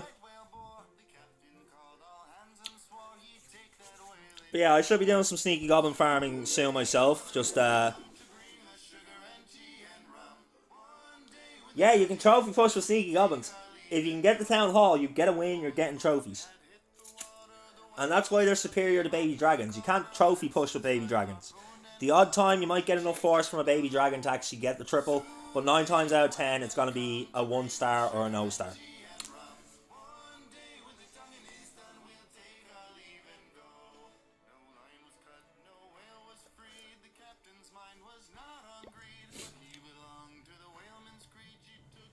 Oh.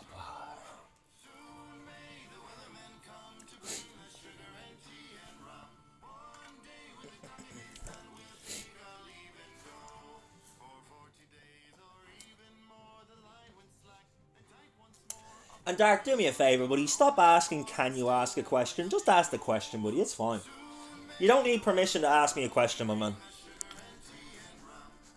If it's something I don't want to answer, I'll tell you that. But if you're just asking about Clash, man, I'm gonna answer, you know?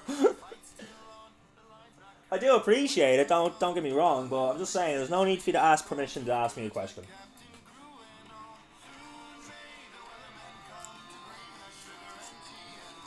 One day when the fighting is done, we'll take our leave and go.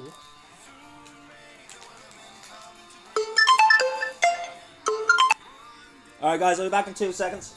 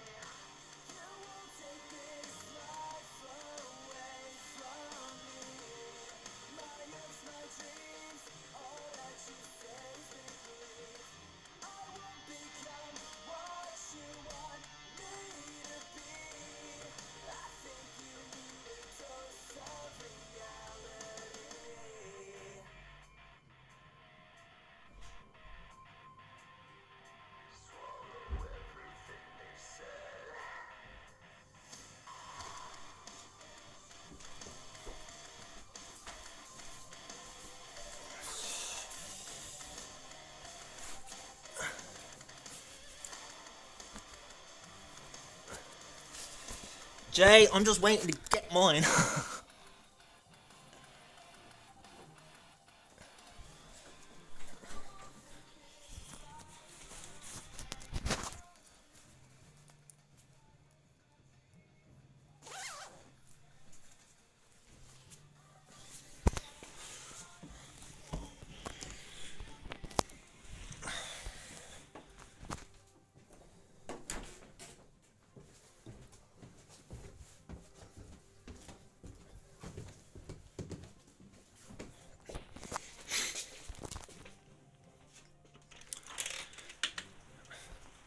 It's holiday season, man. What are you gonna do? Okay. Yeah, my guy turning up at the worst possible time. Luckily, we have 5 minutes.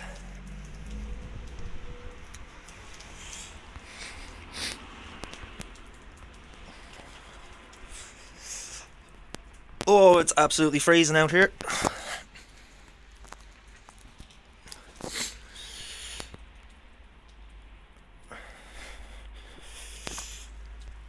Why would you be scared, Jay?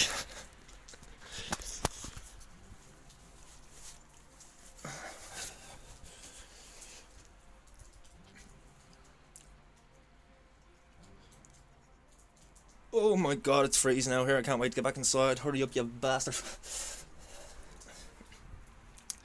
He drops down to me, then realises he's after losing it, so he has to go get more.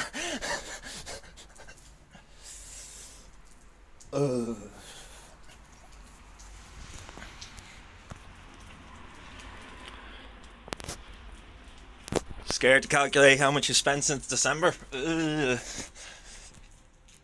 mean, you could just not calculate it.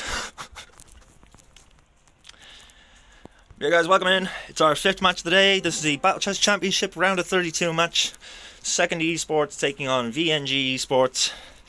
Second esport to hit first. On the side of second, we have Ethiz, second Dam, Sash, Fauci, and Junior. On the side of VNG, we have Crispy, we have John, 99% John. Son, I want to say, because of some of those characters. Henry, and I don't know who that is at the end. I tried to name them all, but I don't speak that language.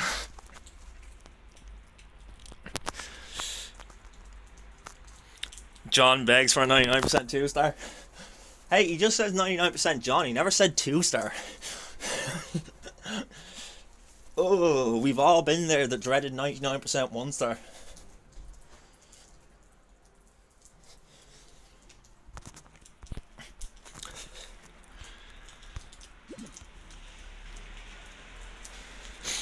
Yeah, second esports are due to hit first here. Depending on when this guy turns back up, I might not commentate the first hit. The mic might be muted.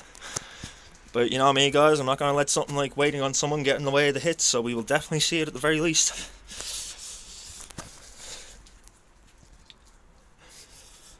If I don't let me dad needing to use the toilet interrupt a war, I'm not going to let this interrupt a war.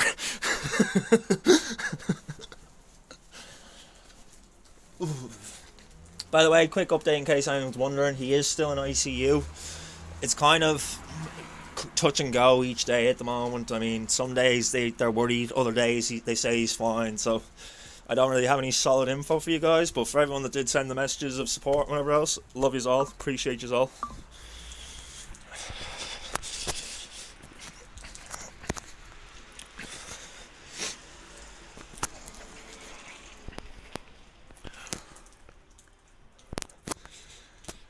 We are 90 seconds out.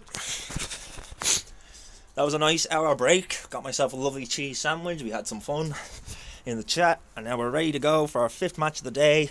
Holy balls, I'm freezing my balls off.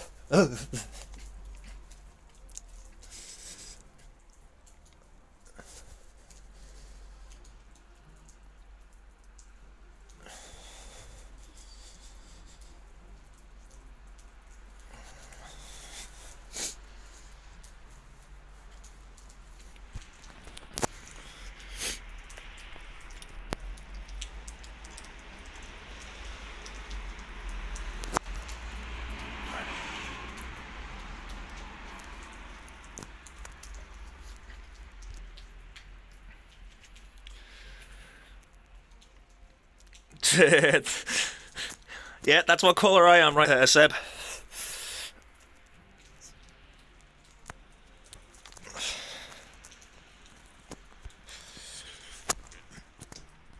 Alright, first hit is due in, second esports, Team A in this match. Who are we going to see first and what are they going to bring?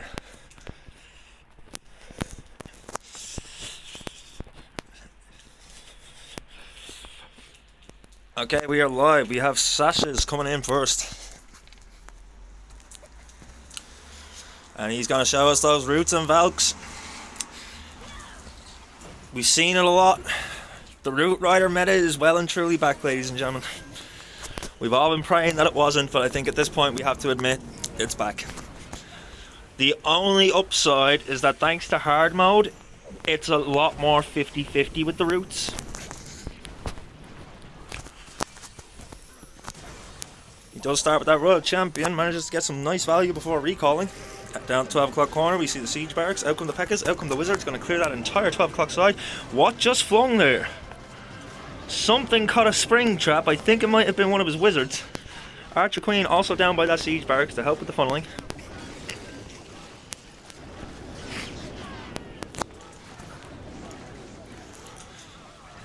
Now this Archer Queen really getting slowed down, taking a long time to take down this corner.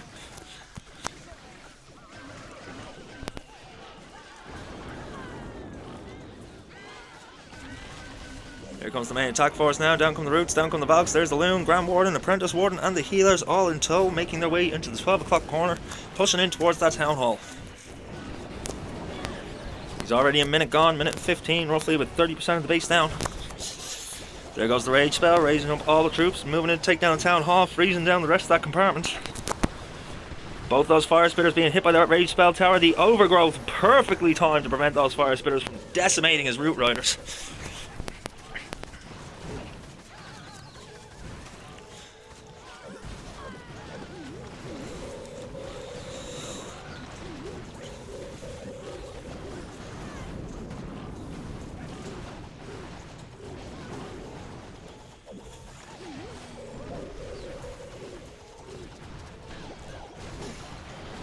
He's looking okay here, looking strong as he moves into the core, freezing down that monolith.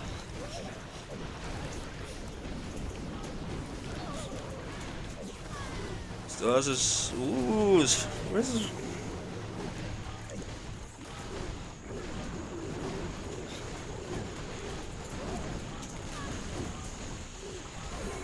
Alright guys, I'm just gonna mute the mic for 2 seconds.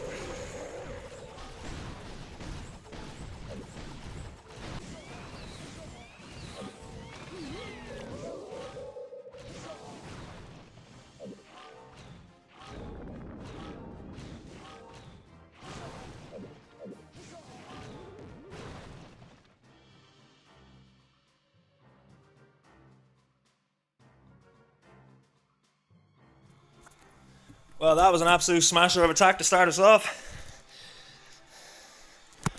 Second Sasha's securing an early lead here, 3 stars. What was the time on that attack? 2 minutes 56. He could not have cut that any closer on the time.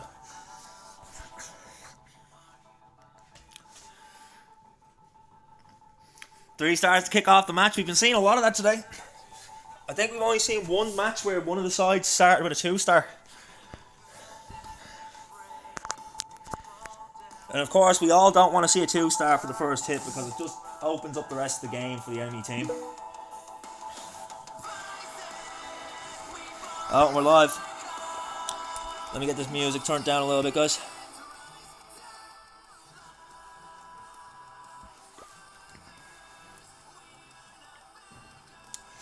That's right, we've seen former world champion Simon see it yesterday. Seb, you're just here all the time. I love it, man. Anything I forget about the matches, Seb recalls. It's great. Royal Champion charge to start. I see another 8 invisibility spells, so he's going for massive value here.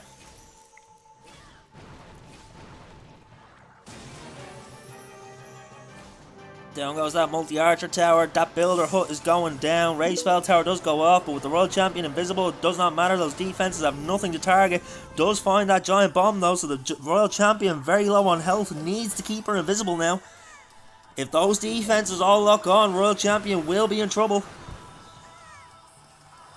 Can he get the Town Hall?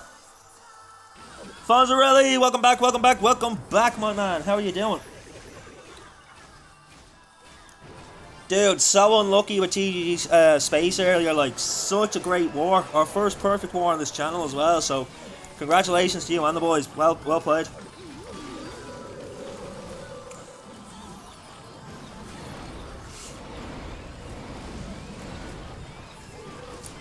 Fonzarelli, I want to ask, by the way, what's your name in Clash? Just so that we know which account is yours when you're hitting.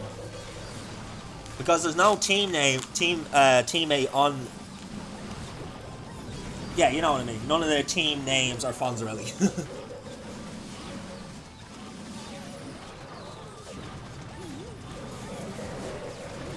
VNG looking strong here. Still has 1:18 left on the clock. Got so much value from that Royal Champion charge.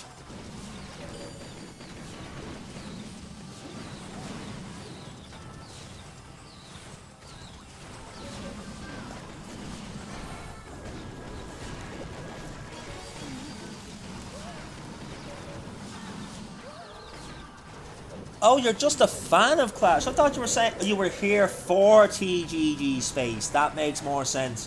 Your first message when you came in was just TGG Space, so I thought you were playing with them.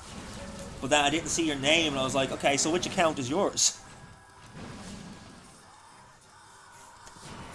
Guys, I'm so bad with team members sometimes. Like, you know, I officially stream for Mercian and Killshot, and I'm constantly mixing up the team members, those two.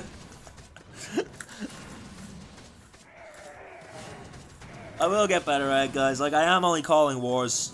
We figured out the other day, I'm actually doing this less than a month. 96% 2-star.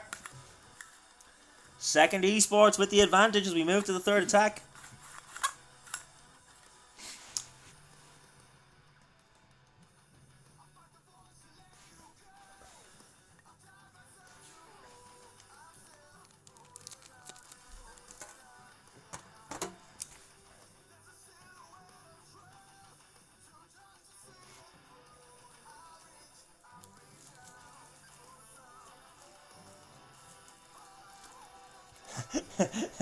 Seb, I can't mix you up anymore. You've been in the chat too many times.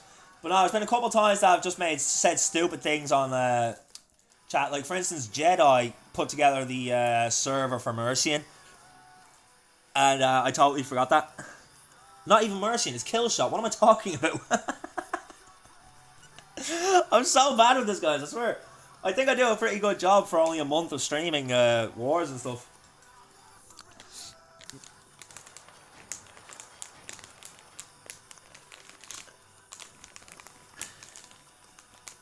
And Jess, yeah, you're currently our bone leader, so if you keep that first place right till the end of the month, you will be the winner of the first ever giveaway prize on my channel.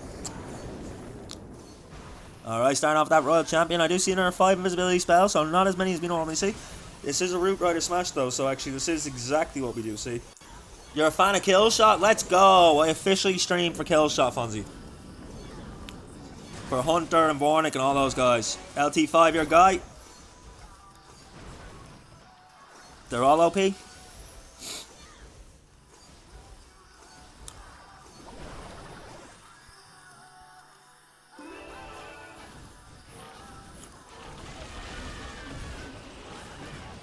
Alright, we see the main force coming down now. Interesting that he's dropped the siege barracks after the roots. He risked not having a very good funnel there. He really risked his roots breaking off there. But it works out for him as the roots do make their way into the core of the base. Got some nice funneling up the left side. Plenty of wizards coming out with that siege barracks to continue the funnel.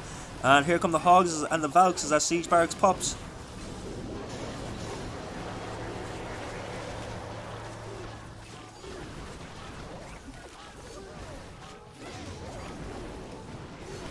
Oh, beautiful giant arrow sent across the base.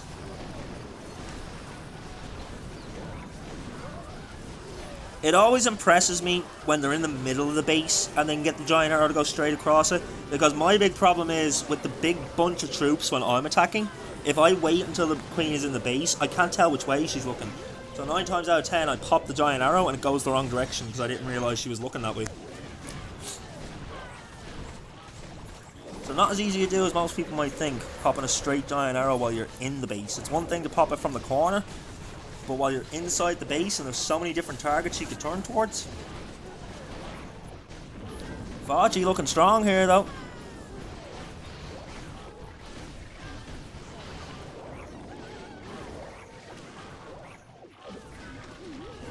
%6 of the base left to go down, 40 seconds, plenty of time.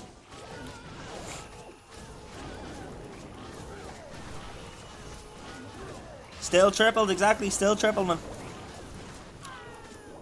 Even without a set funnel, like as nicely a set funnel as he could have had, he still got the triple. W's to that, man.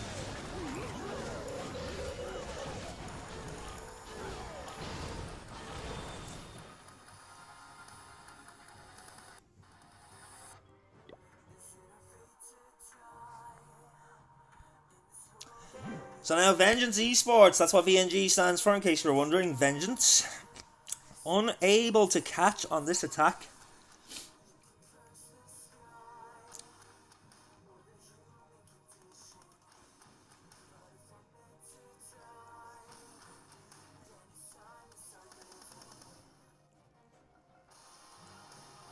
They will want the triple though. They really don't want to be down 2 stars moving to the midpoint. As we've seen, that is usually the detriment to these teams.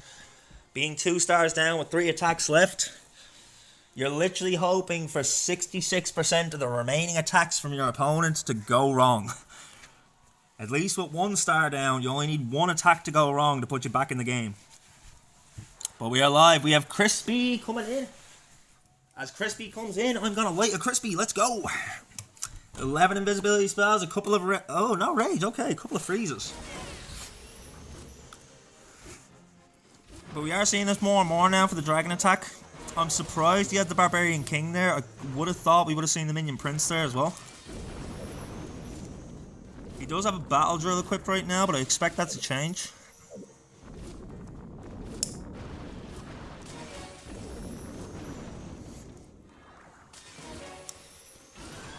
Now here's my thinking when it comes to dragon attacks.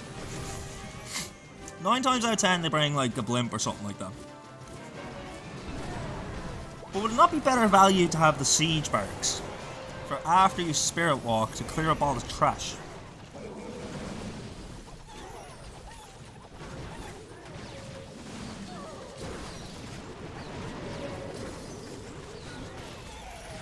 I suppose ground troops from a siege barracks don't really mesh as well with a dragon attack.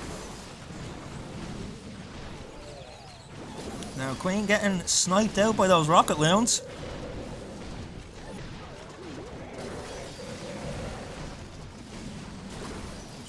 Eternal Tom has been popped to protect these dragons as they make their way towards the core.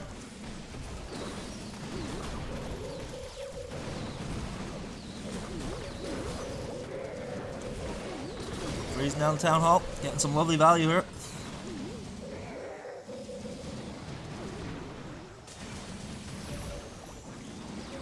Needs a triple here. They do not want another 2 star moving to the midpoint. Visibility spell used to protect the Grand Warden. A couple of dragons there with the Grand Warden. Down goes the Town Hall. That'll secure the second one. Still has a good pack of dragons on the left hand side there with just that strip to work through. Should be okay. Should have the force.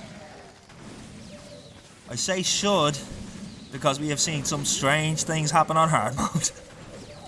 But now here we go. 60 seconds left. He has 12% of the base left to go down. Those dragons getting hung up. The multi-archer tower. The multi-archer tower going to decimate this attack. Multi-archer tower on 2 dragons, the wizard tower sniping out the one on the right. And here come the air bombs to finish it off. No, rip the dream, 90% 2 star.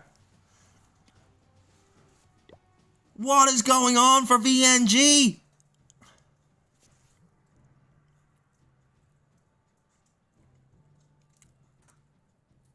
King is the real air defense.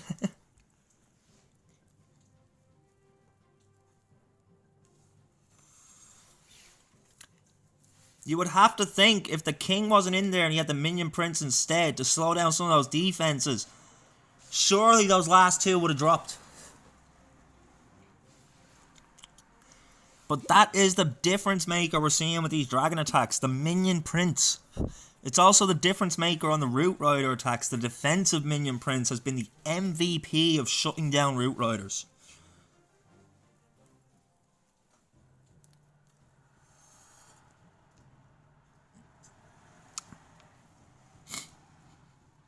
I always love it when we get new stuff like heroes and equipment and stuff, and everyone's like, it's so bad because they haven't leveled it up yet. And then once they level it, they see the pros who have actually leveled it up using it, they're like, oh.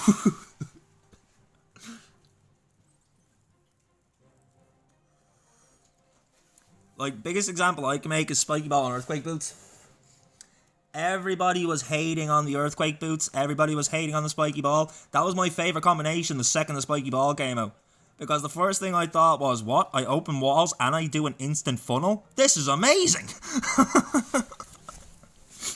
But so many people were hating on it when it first dropped. Alright, we are live. Eat this! Eat this, looking for this guy to eat his roots and Valks. Crispy looking to defend. Starting off with the Royal Champion down at the 6 o'clock corner. A few invisibility spells. I also see a recall, so we will see the recall of the Royal Champion. We have a Spike Ball and the Earthquake Boots. We have a Healing Puppet and the Mirror. We have the Eternal Tome and the Healing Tome. And we have the Haste Vial and the Electro Boots.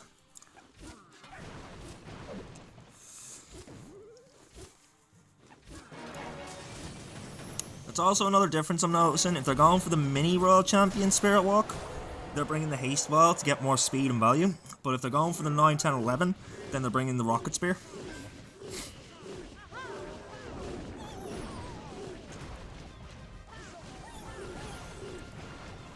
And Siege Barracks and Archer Queen at the 3 o'clock corner to set the funnel. Baby Dragon doing the finest of work for funneling over on the left, on the bottom there. Should see the Root Riders. There they are. There comes the Valks. Down comes everything else as we start the main push. But look at him putting the Roots right in front of that Minion Prince. Holy hell, the Minion Prince starting off already.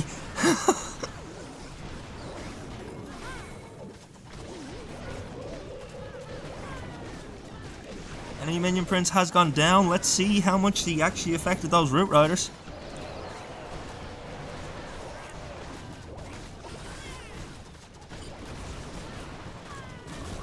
The Royal Champion redeployed as if she's on crack the way she just ran in there. Holy hell.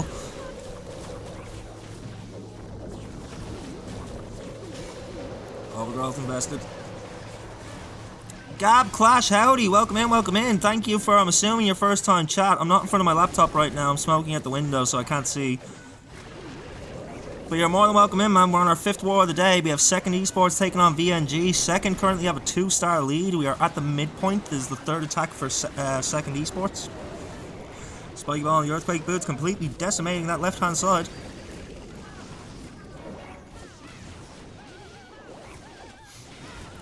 Now, with the 2-star lead, they can't afford a miss, and it's looking like this may be a miss. 46 seconds left on the clock.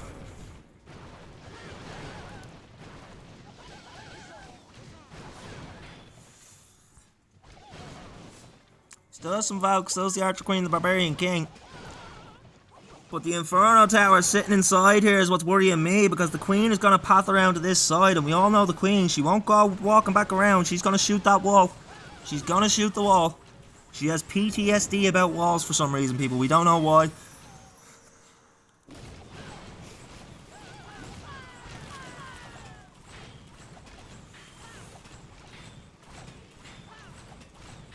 Rip the dream, but it's okay. They can afford a defense because they did have the 2-star lead.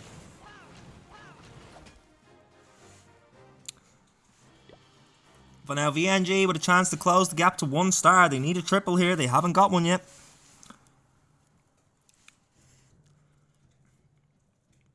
I will be back in front of my laptop in a minute, guys. I'm just finishing my smoke. Jess, if you're here, could you start a raffle for 10,000, please?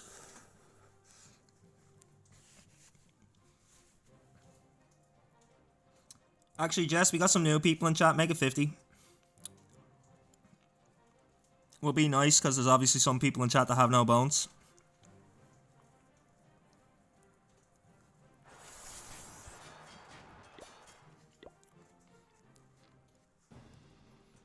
Okay, we're coming in with some dragons.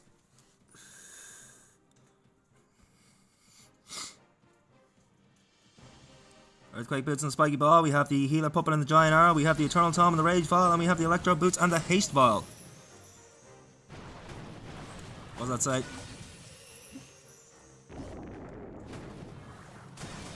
The Earthquake Boots and the Spiky Ball is pretty much the only combination that's being used on the King right now. The whole point with it right now is that if you can get your King into the middle and pop that Earthquake Boots and the Spiky Ball, not only do you open up the entire core, taking down all the walls, but you also get some lovely value from that Spiky Ball to help clear the core. Electro Boots, broken. Broken, man. So broken. So, Root Riders took over the meta during regular Town Hall Wars. Hard mode killed Root Riders. Electro Boots have brought back Root Riders. Giant Arrow shooting across the base. But yeah, there is no combination on the Royal Champion that we've seen in the last few weeks that doesn't include the Electro Boots.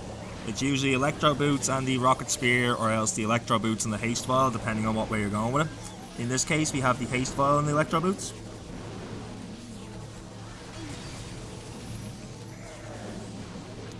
But yeah, if you invest invisibility spells on your Royal Champion, she can just walk through the base, sniping down defenses and chipping away at all the trash with the Electro Boots while she goes. It is stupidly broken. Every pro is using them. There's a couple of teams that we've seen where they're still going for the Rocket Spear and the Seeking Shield, but I reckon that's just because their Electro Boots are still a low level.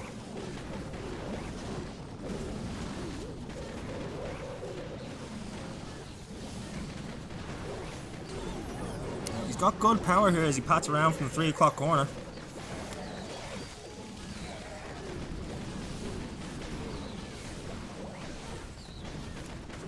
This is the problem that we always see with the dragon attacks. They always start to die off right near the end, and it's the power on the end to push through the last few defenses that they seem to lack.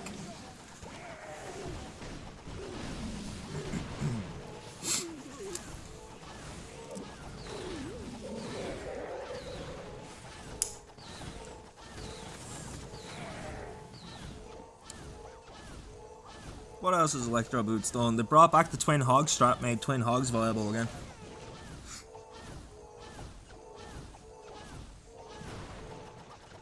No worries, Gab. No worries at all. It's what we're here for. We're here to inform. We're here to watch wars. We're here to have a good time.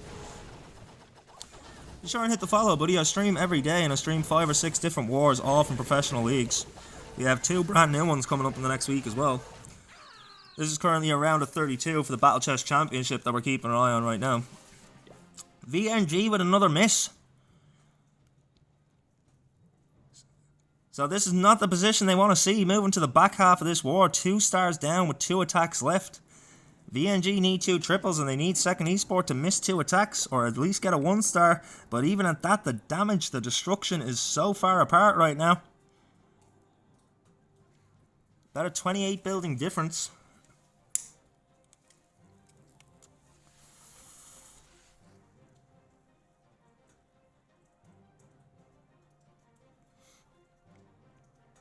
What's the clan? I probably did. Sorry, Gab, I didn't remember the name, so when I was first seeing you chat, I actually thought it was a first time chat, because I can't see it on my phone, and I'm not in front of my laptop right now.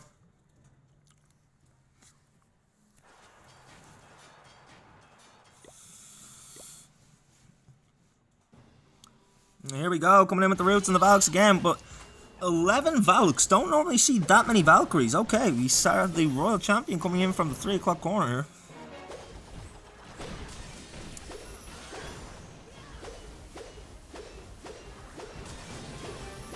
Getting some nice value. But you see this here, Gab, like he's after chipping away at not only the defenses but also resource buildings around him with those Electro Boots. So in a bit of a compact base, you get huge value from it. Okay, so he has recalled the Royal Champion. Siege Barracks coming down at the 12 o'clock corner to clear out that side. Archer Queen support. There goes the Barbarian King with the Apprentice Warden. Ram Warden comes down. Down come the Roots. Down come the Valks. Everything's down, ladies and gentlemen. Here we go. Ready to make the smash. Raging up all of his troops as the Roots make their way into the town hall, looking to take that down quickly. Monolith locking on. Out of the enemy CC, we do see those ice golems. The Skelly spell was invested just underneath that CC there, trying to distract the Monolith.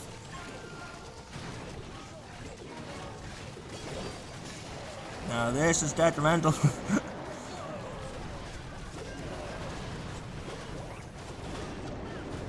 He manages to overgrowth the bottom half of the base. That will help to keep the Roots alive and send them on the right direction to meet up with the rest of the force on the left. Spiky Ball and the Earthquake Boots, look at that value, completely clearing the left corner to redirect the troops back down towards 6, because he has plenty on the outside to clean up there. Royal Champion stepping in, sniping down defenses left and right. This is looking crushed. This is looking absolutely crushed. Still, there's way too much force on this for it to miss. Surely.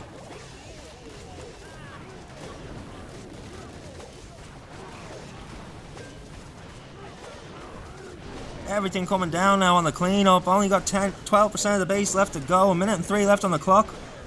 Fire Spitter doing some damage though. Okay, gets the Fire Spitter down. Barbarian King has gone to the Phoenix. Looking to take down that Inferno Tower. Will get it. Oh no, what happened to the Force? The streamer jinx is real.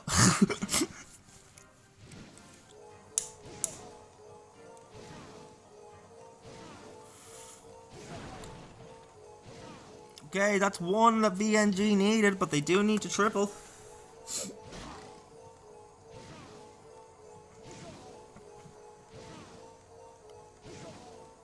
Faded, yeah, it faded away so quickly there, man, just at the end.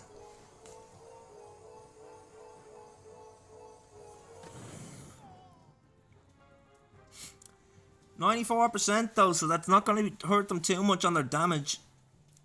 It is the defense VNG needed though, but VNG need triples. They can't 2-star here. They need a triple to close the gap to 1-star, and then they need another defense. If second esport can triple their last attack, it's over.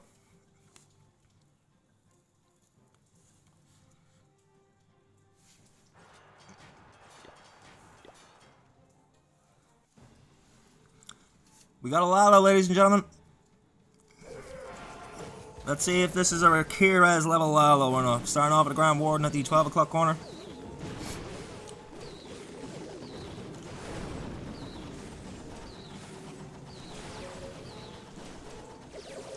Has the Electro L there for a little bit of chain value. Fireball, probably. Fireball, Rage Gem, yep. There goes the Fireball straight to the core, taking down both the Fire Spitters. Is he going to get the Monolith too? He does! Oh, the Ricochet can't stay standing though. Sorry, that's a Ricochet, not a Fire Spitter. I apologise. I looked as he threw the Fireball and reacted quickly.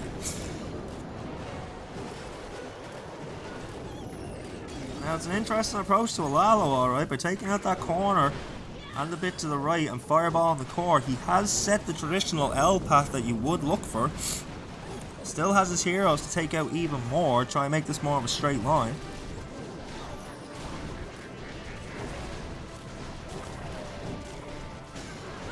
Big kill squad. Yeah, 17 loons on there.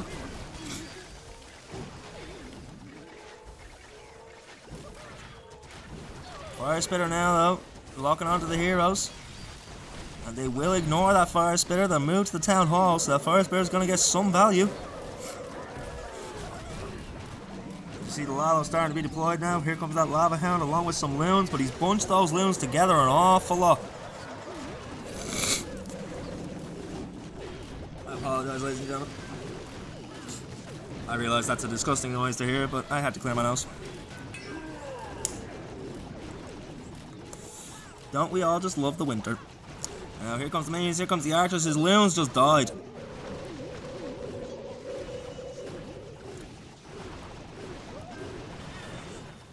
Oh, I'm not liking it. This is looking like another miss to me, guys. And if it's a miss, then that means that second esports will only need a 2-star. They just can't get the triple.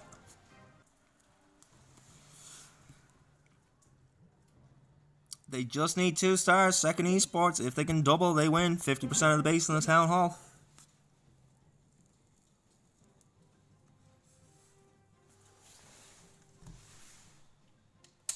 But do not forget, people, it was only 2 days ago that we had a similar situation And we seen a 1-star. That changed everything. So while I agree this is probably over, it's not over yet.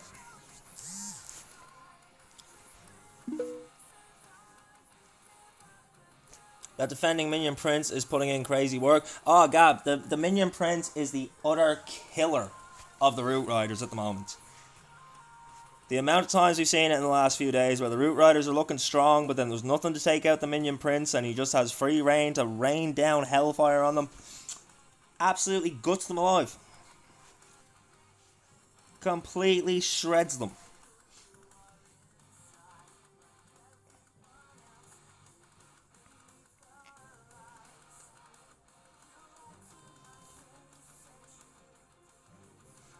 So keep an eye, guys. They only need the 2-star. This attack could decide the war. Let's be honest, it probably will.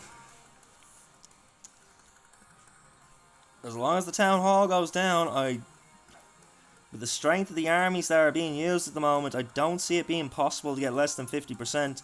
So as long as they focus on that Town Hall, Second Esports can lock up this win.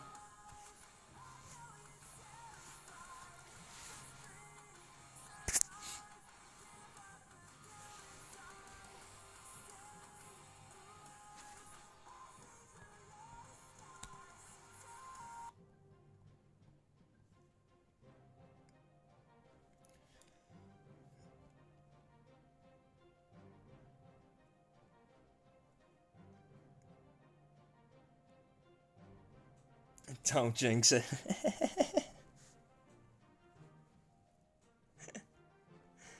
And we're alive. Coming in for the last hit for second, we have Damn!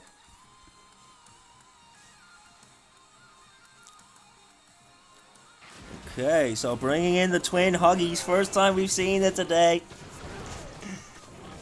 Okay, check this out. I love this attack. It's so much fun.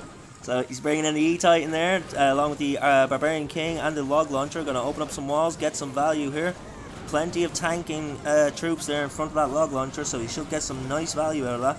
Sending in a Yeti as reinforcement as the Ice Golem pops, freezing down everything that could target the Log Launcher. Like, the Log Launcher's going to get the Monolith. If this keeps going the way it's going, that Log Launcher is gone. There goes the Monolith. That's huge value at the opening. Poison Spell Tower goes down too. As Town Hall Artillery starts to lock on, he rages up. Out of that, we had a Super Dragon. Hello. Was not expecting to see a Super Dragon come out of that Log Launcher, but okay. He's got the Giant Gauntlet and the Rage Gem. What equipment is he running? I apologise, chat. I did not check the equipment at all, but okay. Tearing through the core. Down come the Hogs. Down come the Super Hogs. There's the Grand Warden, the Apprentice Warden, the Royal Champion. Hog Riders! I love these boys so much. Let's go. Invisibility spell being invested on the Archer Queen to keep her safe as she keeps tearing through some more on the back end. Rage spell now as those Hogs and Super Hogs get to the 12 o'clock corner. Eternal Tome ability going. Yes, yes, Seb. Have you not seen the twin Hogs are back, man? You were here all day yesterday. The amount of twin Hogs we had, it was great. I love it. Hogs are viable again, ladies and gentlemen. Yep, completely smacked through the base. I love it. I love it so much. Hogs, Hogs, Hogs, Hogs. You would think Skulls would love the witches because of all the skeletons, but no way. Give me the Huggy boys. Oh, Royal Champion just stepping in like a boss to snipe down this last Inferno Tower with a gang of Hogs behind her. That will be the triple, and Second Esports will take the win. We will wait till the end of the last attack to decide how much we're raffling, but we will pay out the prediction.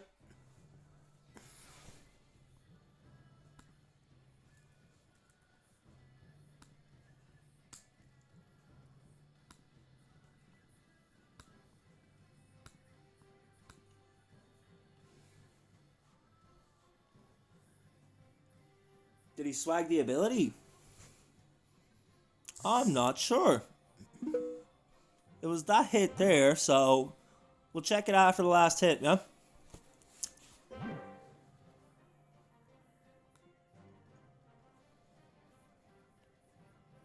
Now, let's update our title while we're waiting on the last hit.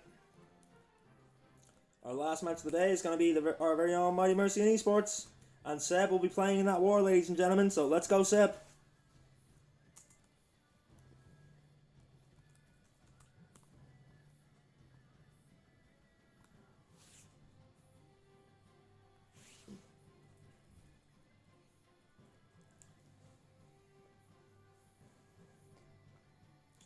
Taking on Freestyle Esports.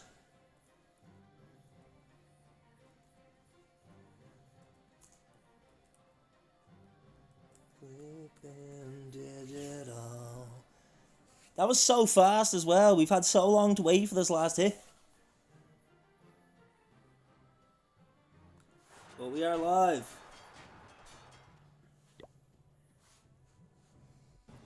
We have the Spike Ball and the Earthquake Boots, we have the Clown Mirror and the Healer Puppet, we have the Eternal and the Healing Tome, we have the Haste Ball and the Electro Boots, we have 9 Invisibility Spells, so let's go with the Royal Champion on a little journey here.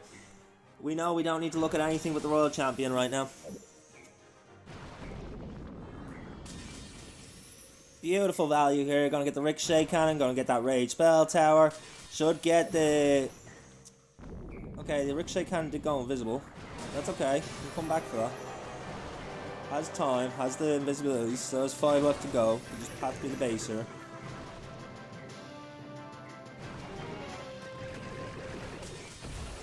Enemy minion Prince does spot her. Oh, she walked out of the invisibility. Stay in the invisibility. This is going so nuts. Those boots are insane, but what the flip was the Royal Champion doing walking out of the invisibility all the time? Like, hello? That's not safe. Oh, WAI, you gotta love it. Barbarian King and the Archer Queen now to help set the funnel down to the 12. We should have... The dragon's coming down. Okay, weird place to put your dragons. Let's go. Coming in from the 12 o'clock corner along with the balloons. There goes the Snow Slammer, Grand Warden in hand. Like bread and butter at this point. Freezing down that monolith.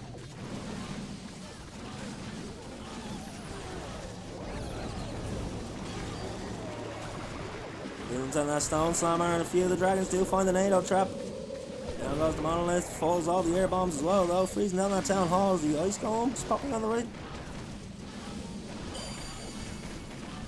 There goes the Eternal Taunt to protect the dragons as they pass through the town hall.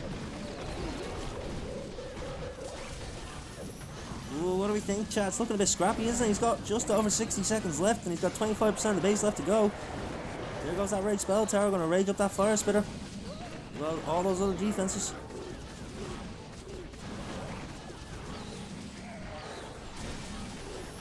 $50 seconds left. He's got 90% of the base left to come down. Still has his Archer Queen working on the left. Has the dragons coming from the right. Looking to do a pincer in on the end of this attack now.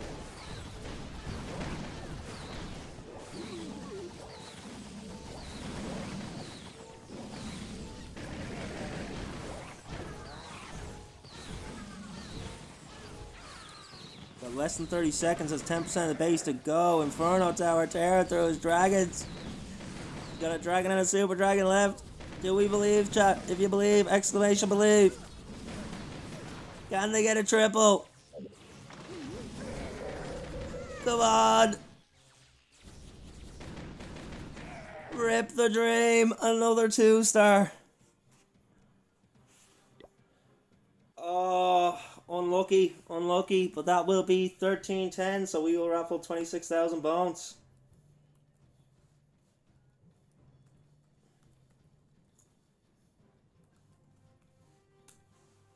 Get your bones, everybody, get your bones.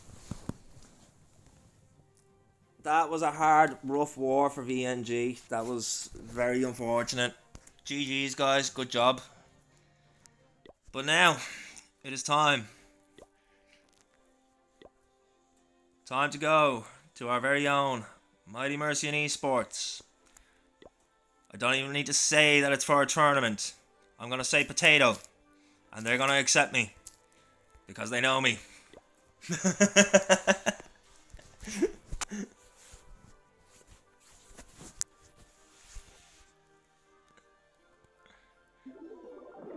I'll say, make sure that they know that that's me.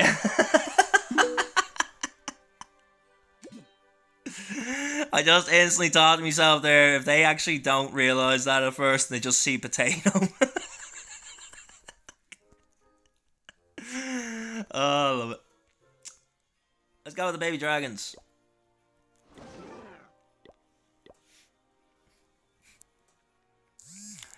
Now, we've already done our title. We need to update our overlay. We also need to get our prediction going.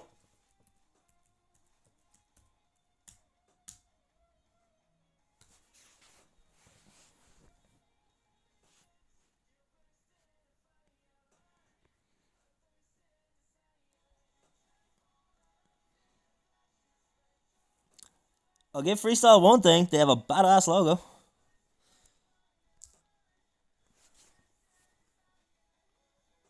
Okay, who will win?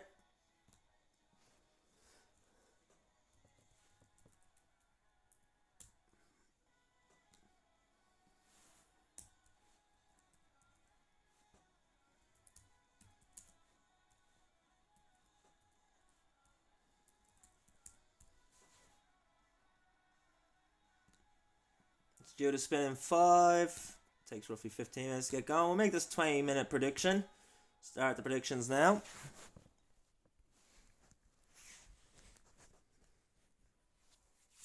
And yeah, this will be our last war of the day, guys. We just went over the 7-hour mark of streaming. We're on 7 hours, 10 minutes now.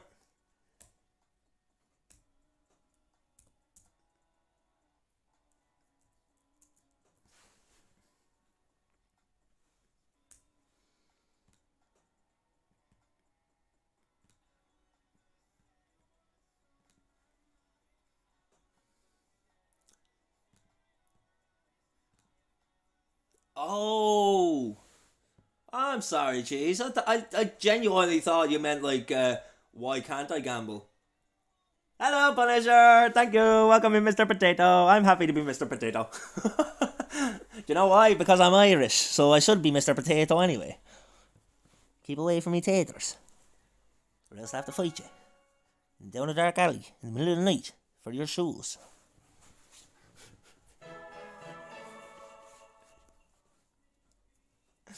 What's going on, Punisher? I hope you're ready for the war, because we have had some absolutely hype wars today, so we are locked, loaded, ready to roll it. We are in a good humour.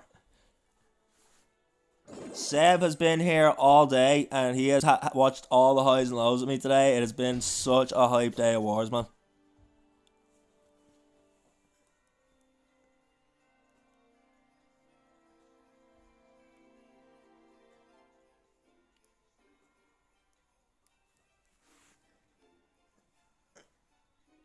W Seb. Good to see you as always, guys. I love that you guys know me so well now. I can literally just say potato and it's like, yep, he's in.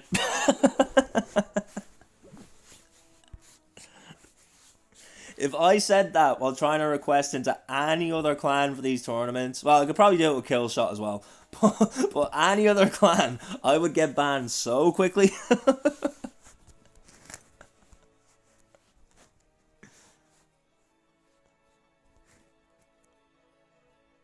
Alright, we got a couple of minutes, so I'm going to do a bad bow witch. And the reason it's a bad bow witch is, oh, I did bring CC. Okay, maybe it's not a bad bow witch. Maybe this will be a good bow witch.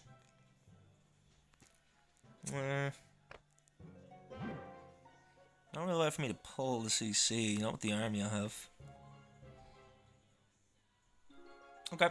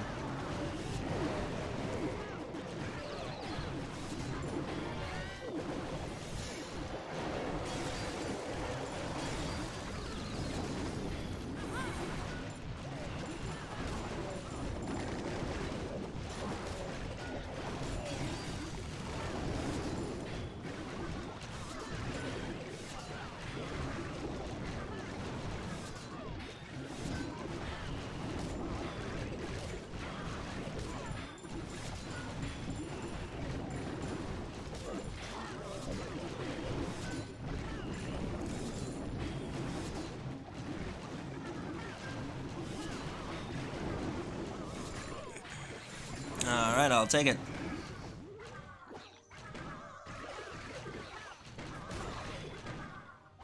Oh, I seen danger? Not yet, no. Is it a bad day?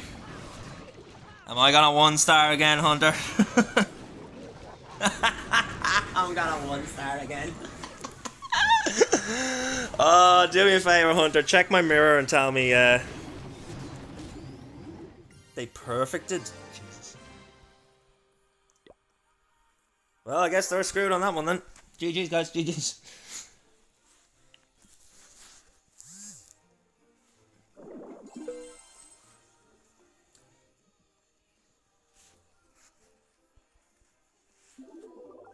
I'll stick another one on to train. Have you spun yet? Just haven't spun yet. Okay, welcome in, guys. It's our last match of the day. We are currently on 7 hours and 15 minutes of streaming. We've had a very fun day, a lot of hype matches. This is going to be our very last one, though. We have our defending champions from Season 5 of the Battle Chess Championship, Mighty Mercian Esports, taking on Freestyle Esports in the round of 32 for Season 6. Looking to make it back-to-back championships. Let's go, Mercian. Can we see the Mercian logos in the chat, please? It's now a free emote, so everyone can spam it if they like.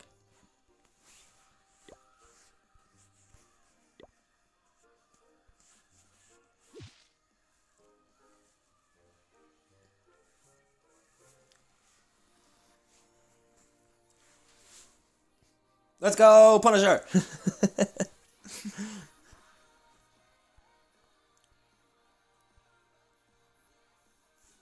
I love it. Let's go, guys. Get the hypes going. Gotta defend that championship, boys. Gotta come in strong. Exclamation believe if you believe in the Mighty Mercian Esports.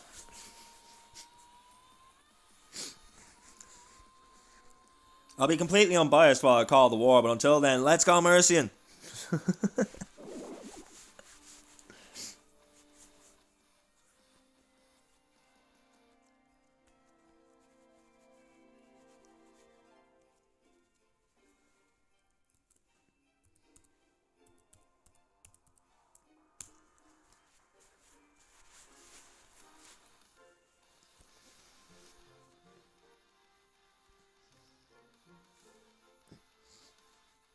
We believe in them in wars, but I'm not sure about their punctuality. They should have spawned a minute ago. Come on.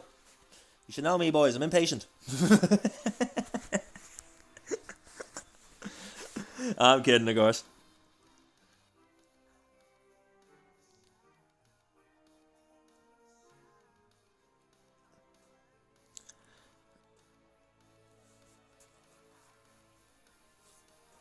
Alright guys, we're going to have a few minutes after the war spin, so while I have a chance, I'm going to go grab my very last cup of coffee for the day. I will be right back.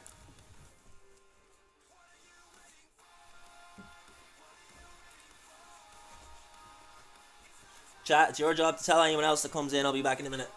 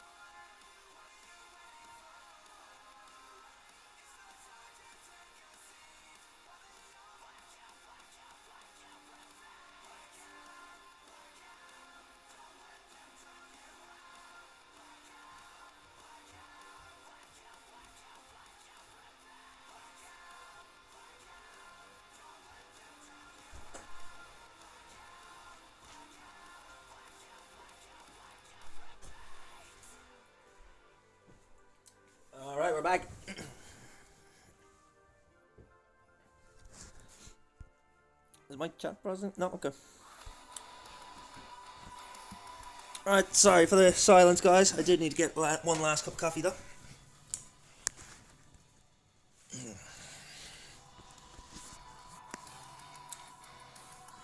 So, this will be our last match of the day. Mighty Mercian Esports taking on Freestyle Esports on the side of Mercian. We have Ricky, we have Ace, we have El Seb himself, we have The Punisher, and we have Void. And then on the side of Freestyle Esports, we got Robin, we got Nero, we got Dark Foxy, kinky name, like it.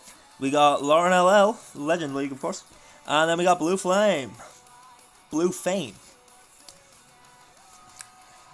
Good luck to everybody in the chat. Good luck to everybody that's playing. Good luck, have fun. Well, let's go, Mercian! Predictions are still open for about another 15 minutes or so. Or about another 10 minutes.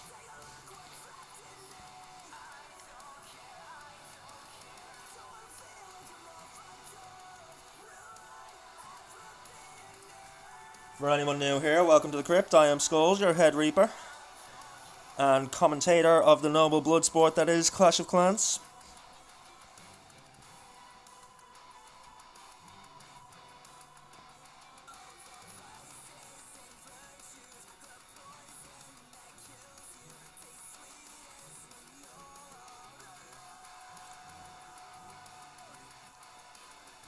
Oh, who's betting against Mercian? If they 3-star in their first match, I go all in on Bones. What do you mean by first match? You mean if they give us a perfect war? Speaking of Bones, let's do a raffle for 10,000 Bones. And you know what? Seeing as we're having a Mercian war,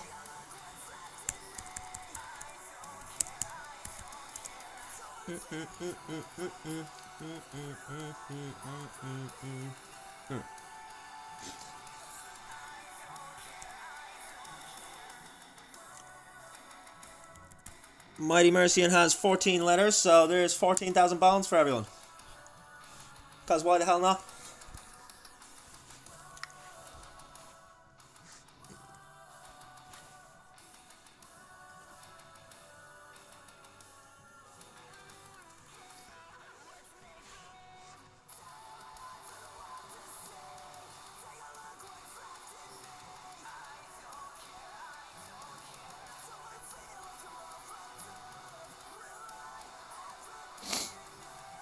Alright, our preparation day is coming to the end. 45-minute war day. First hit coming in at 37 minutes. Exclamation time hits if you want to know exactly how the breakdown of the war goes and what time each of the teams come in at. Sorry, time hit, not hits. No S at the end.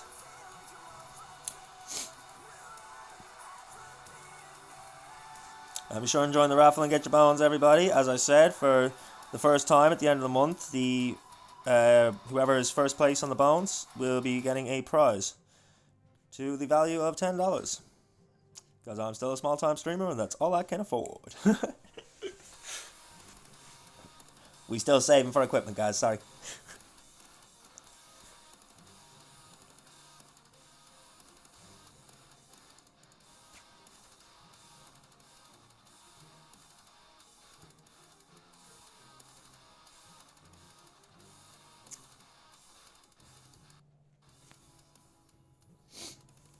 Okay, about 7-8 minutes before the first hit comes in, so get yourselves a drink, get yourselves a snack, use the bathroom if you need to.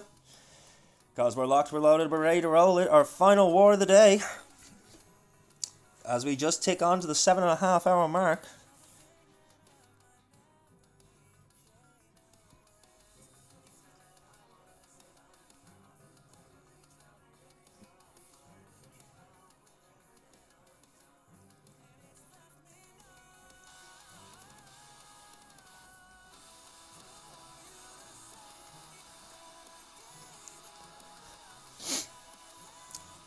It's always interesting streaming for the boys as well, because they do come into chat just before the war and do say hello and all that.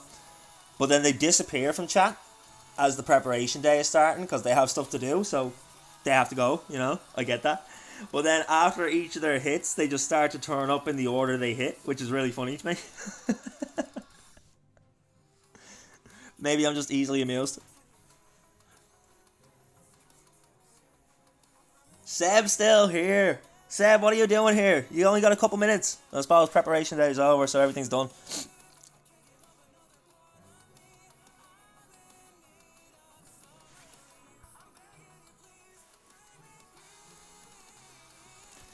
Shout out to all the boys. This should be fun.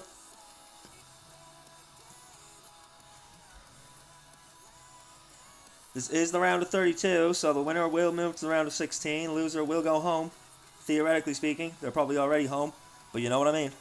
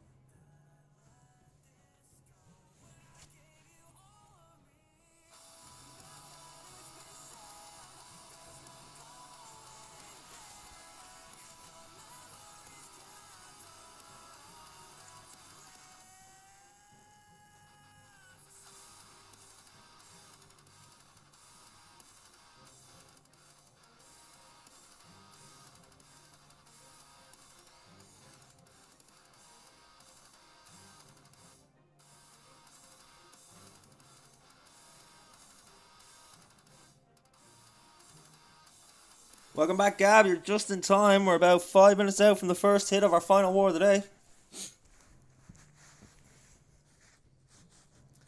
We have our very own Mighty Mercian Esports, one of our official affiliated teams. We have two, Mercian and Killshot. Mighty Mercians are the defending champions for the Battle Chess Championship from Season 5. This is their round of 32 match, taking on Freestyle Esports.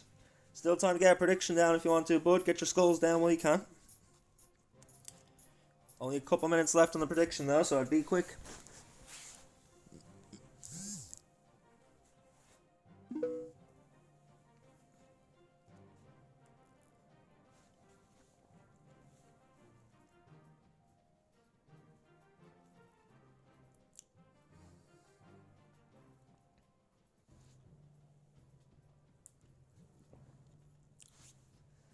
This music is a bit slow for my liking.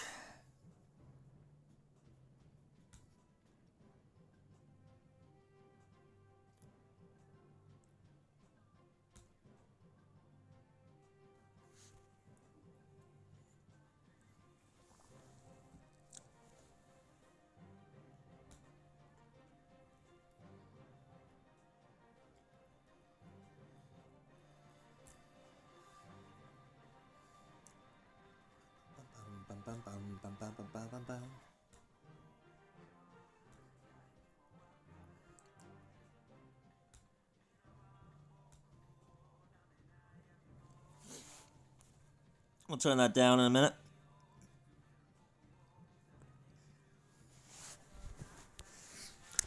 Alright, we're 3 minutes out.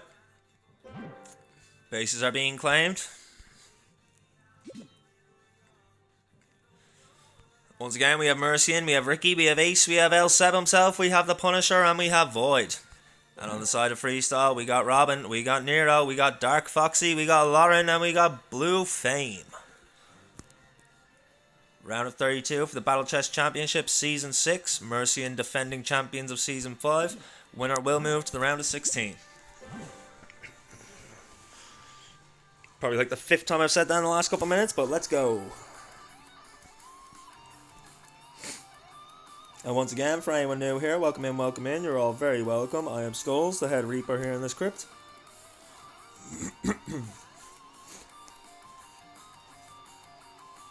Be sure and hit the follow button if you like to keep up with the Pro War scene, because I do stream daily with 3 or 4 different tournaments.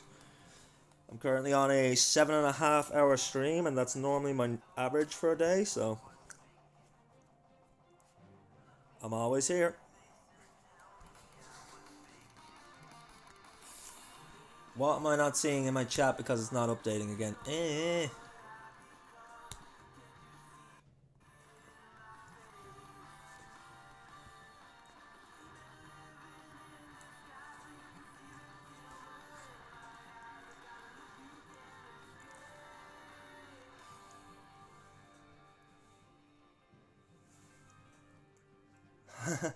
I am Jess, the head Undertaker in this script. Whoa, whoa, whoa, Jess, hang on. When did we decide this?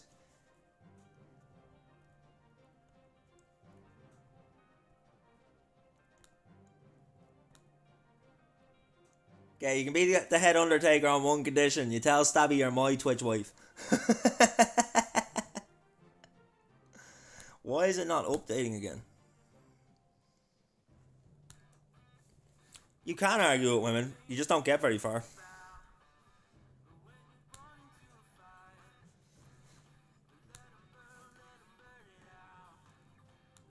Deal. Alright guys, we'll turn down the music just a little bit.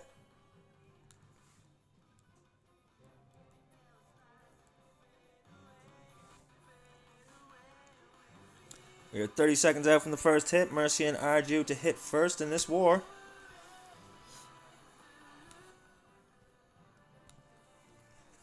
Good luck, have fun to everybody. Hope everybody got their predictions down because we're rocked and loaded. We're ready to roll it yet again. Our final war of the day. Let's go. Hopefully another hype and close war. And we are live, and it's going to be Ricky to start us off.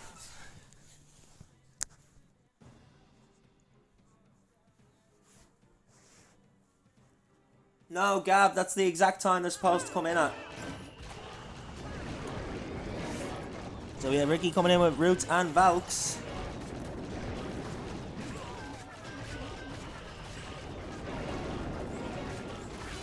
There you go, Gab. That's the exact breakdown of how the war works. There goes the Spiky Ball and the Earthquake Boots to open up that compartment. The Archer Queen in that corner too, getting some nice funneling as we have the Siege Barracks in the 6. No, you're fine, Gab. You're fine. It's been a while since you've seen the pro scene from what you were saying, so it's cool, man. That's why I have the command. This is also hard mode. Exclamation hard mode will tell you exactly what the difference is. Just so you're aware. I don't know if you even knew that there was a hard mode.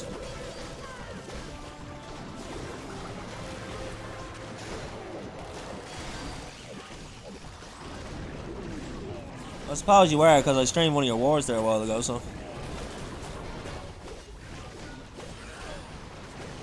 Pretty sure that was you that said I streamed you.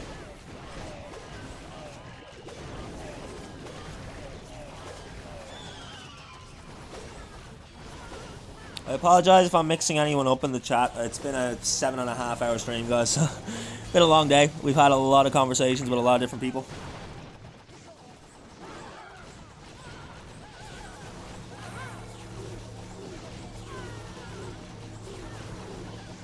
Let's go, Fonzarelli in for the Mercian. Woohoo!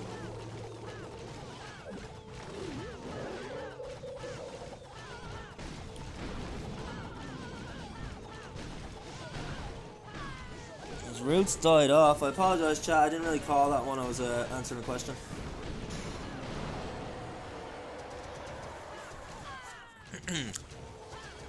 I'll focus now.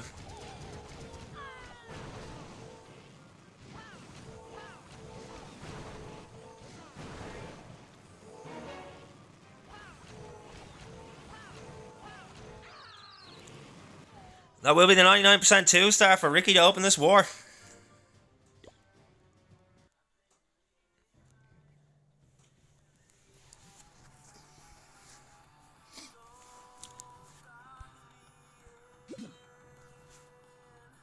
Next hit you in at the 33-minute mark. Mercian leaving a slight opening here, but it is the 99% 2. It is the best possible 2 you could ask for.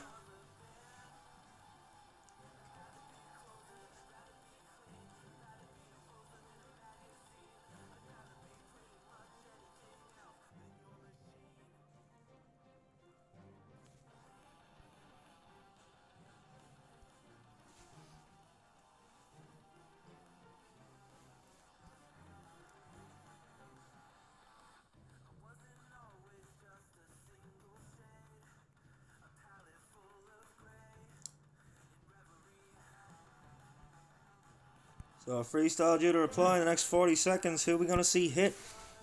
What are they going to bring?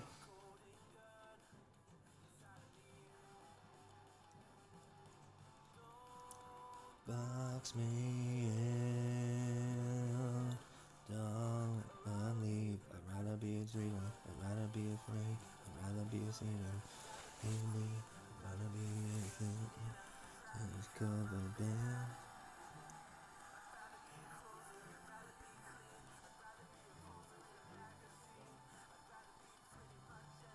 Alright, we're live. We have Nero coming in, taking on Void's base. Can Void find a defense for us? Let's go. On the equipment side, we have the Spiky Ball and the Earthquake Boots. We have the Healer Puppet and the Magic Mirror. We have the Eternal Tome and the Healing Tome and the Electro Boots and the Hog Puppet. A couple of Super Barbs on the 3 o'clock corner to set a bit of a funnel. This is another Root and Valk attack coming in. We've seen an awful lot of these today. There goes Spiky Ball and the Earthquake Boots skipping across the base, getting some nice value. Siege Barks coming out at the 9 o'clock corner. Out come the Pekkas, out come the Wizards. Gonna get that funnel set nicely. The Root should come down between the 6 and 9. Super Wall Breaker to open up that compartment.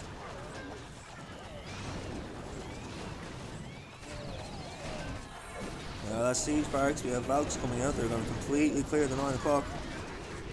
Really taking his time here to deal with the enemy CC before he puts down his roots. But here goes the roots, there goes the Valks, there goes the World Champion along with the Grand Warden, the Apprentice Warden, and everything else as they start to smash their way into the core of this base. We have 2 poison spell towers in the core here.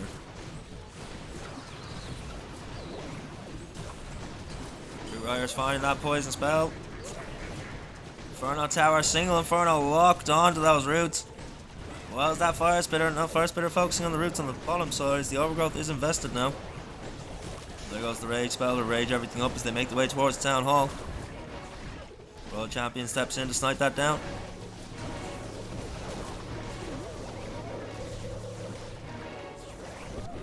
Monolith locking on, dealing a lot of damage as the Multi-Inferno Tower locks on now too.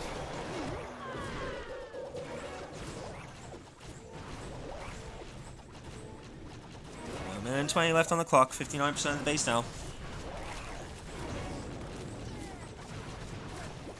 There goes the Rage spell. Enemy Minion Prince is down.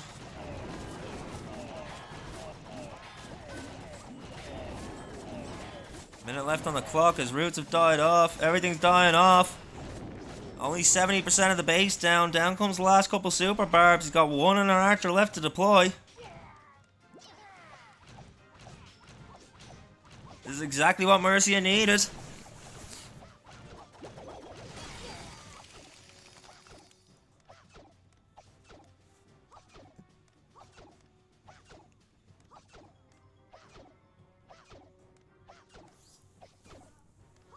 It's just about getting the last couple troops down. They're going to spend their time trying to snipe down another building, but that Archer working away, but the Builder not letting it happen. The Builder, the MVP. This is just an endless cycle for the next 10 seconds. I love it. I love it. The Builder's like, denied, denied. Oh, that is beautiful. 70% 2-star as we move to the 3rd attack, Mighty Mercy, and that's exactly what they needed. They have a 29% damage advantage right now. 29 buildings in the difference. Jack Sniper, thank you for the first time, chat. Welcome in, buddy. Welcome in. Let's go, Mercian. That's exactly what we wanted to see. That Archer and the Builder is the funniest thing I've seen all day. That was gas. Oh, okay. Compose myself. Next hit due in the next 15 seconds. Let's go, Mercian. Who are we going to see next? Can we see the Mercian logos in the chat playbill? Let's go. Yo, Jack Sniper, thank you for the follow. That Builder was fighting for his life right there. That's the Builder that went on strike. He was like, I'm not doing it again. Here comes the World Champion deployed at the 3 o'clock corner. We have Hog Riders. My favorite troop of the game. You do know this. We all know this at this point. I love these Hoggies. And of course, it's El Seb. He loves those Hog Riders too. Monolith is trying to lock on, but a visibility spell on the Royal Champion still has another 3 to go. Rage spell being deployed, helping to snipe down a lot of value. Gonna get the Town Hall here. Well, come on, Seb. You're gonna walk in for us. What else you gonna get? This is our second time seeing Seb today, and he's getting the Poison Spell Tower again. Town Hall Poison Spell. That was what he got on the first hit for the Synchronic Galaxy War where he subbed. Alright, we have the Ice Golem now with the Archer Queen at the 12 o'clock corner. Going to get some beautiful funneling out of that. As that multi-mortar starts locking on, the Ice Golem doing its job, tanking well.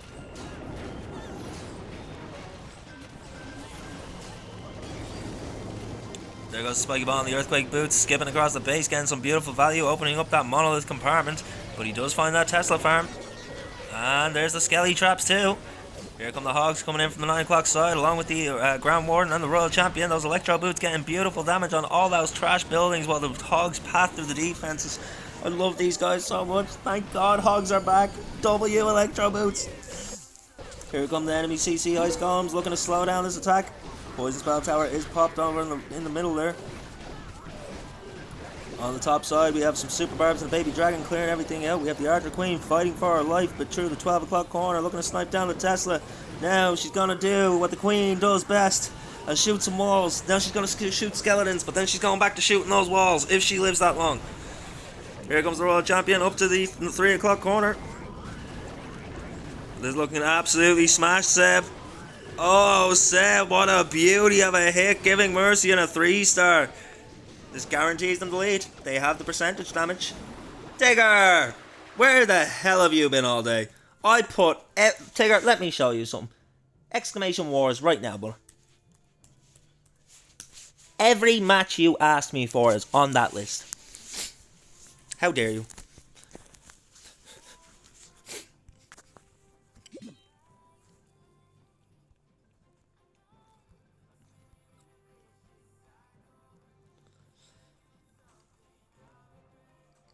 Seb, go!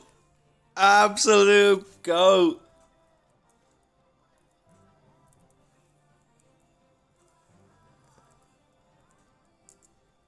That's 6 stars you got today, buddy, in 2 separate wars. So you know what? Let's start a raffle for 60,000 bones. How about that? GG's, good sir. GG's.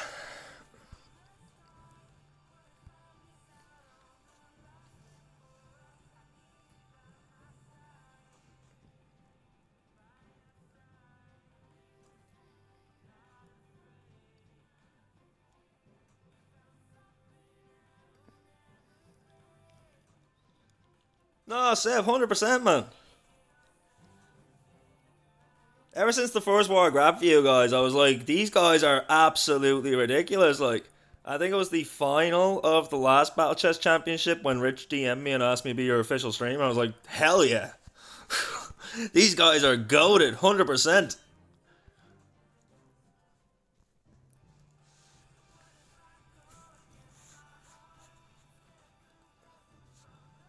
Special raffle in honor of you. For getting 2 triples today and for being here for 7.5 hours at this point, bro. We are 20 minutes away from another 8-hour day streaming. At this point, I'm doing more hours a week streaming than most people are doing in an actual job. We have dragons coming in. We got the Giant Arrow and the Healer Puppet. We got the Eternal Tome and the Healing Tome. We have the Electro Boots and the Rocket Spear. And we all know that we got the Minion Puppet and the Dark Orb on that Dark Minion Prince. We have 12 invisibility spells. No, 11, sorry. Because he'd already invested 1. But still 9 to go now as he steps in to take on the Town Hall. Remember, even if this triples, Mighty Mercy and are still ahead by 29%. Or 29 buildings if you like.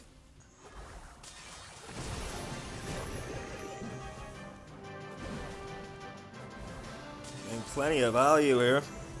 There's a very nice Spirit Walk from Robin. Remember, this is the round of 32, so all these teams did have to prove themselves in other rounds to get this far. So they are good teams. Don't count anyone out. Raise Spell Tower does go off, but look at the value here. Look at the value, people. Like, forget the trash. The entire right-hand side's defenses are all but non-existent at this point. Giant Arrow skipping across the base, instantly finds that skeleton trap and it pulls the enemy ice minion. He has no rage for that, so the Queen's going to have to just solo walk that, do the best she can. But down come the dragons, down comes the Stone Slammer, down comes that Minion Prince, along with that Angry Jelly that we're getting so used to seeing on the Minion Prince during these dragon attacks. Does seem to be the difference maker with these dragon attacks, that Minion Prince. The dragon attacks we see with the Barbarian King instead of the Minion Prince don't get nearly as much value. And with the Angry Jelly, you can literally point your Minion Prince into the defenses and just pop that ability. And only now using the Eternal Tome as he approaches just over 59%. He's got 60% down, but he's got a minute and 10 left on the clock. See what I mean? That minion ability straight across the base.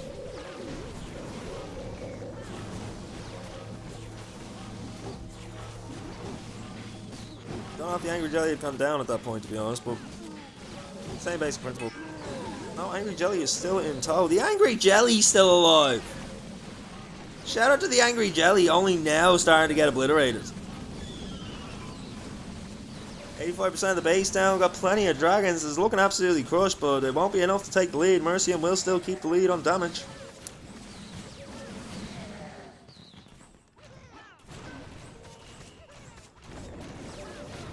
Oh, now hang on, tie him. Tie him?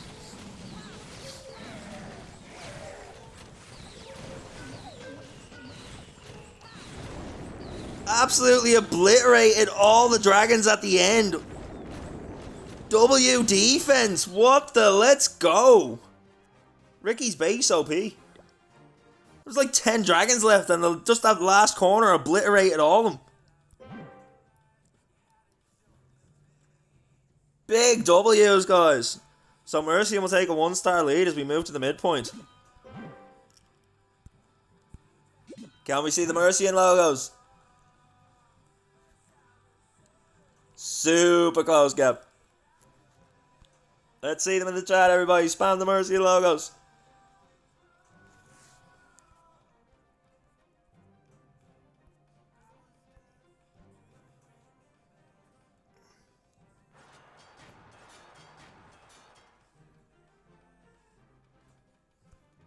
Alright, we have Void. If he can triple here, they will keep the lead. There'll be nothing that the other side can do.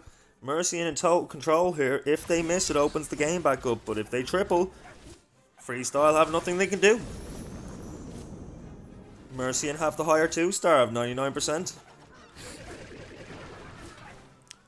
Look at those Electro Boots just completely annihilate those Skellies too. Like, these things are so broken. I love it. Void running the Electro Boots and the Hog Puppet. He's also got the Rage Ball and the Eternal Tome. He's got the Clone Mirror and the Healer Puppet. And he's got the Spiky Ball and the Earthquake Boots. Running those Roots and Valks. Steps in to snipe down that crossbow. Doing a beautiful job there. Town Hall Artillery locking on though. And raining down hellfire from above as we recall the World Champion. We will see her again later. Just got to fix her makeup and she'll be back. Down come the Roots, down comes the Valks, down comes everything as we start the main push here. A few Valks left to the left hand side to clear out the 9 o'clock corners, set the funnel for the Roots and keep them going into the base. Moving in towards Town Hall as the Town Hall Artillery is locking on and raining down hellfire from above yet again. As the Barbarian King now making his way in, that Golem King just so beefy, so chunky, you love to see it. Great spell tower going off. Gonna rage up that Fire Spitter as well as that Scatter Shot and both those Inferno Towers. Ice Golems from the enemy CC will slow down this attack with those raged up defenses, but Overgrowth on the right hand side as the other Rage Spell Tower goes off. That was well timed. Well spotted.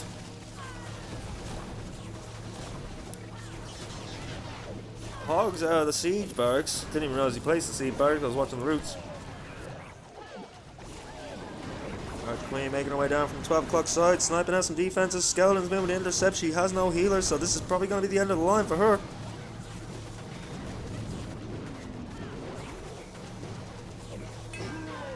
Valks move in to reinforce the Root Riders and the rest of the heroes in the core of the base. Less than a minute left, 77% of the base down.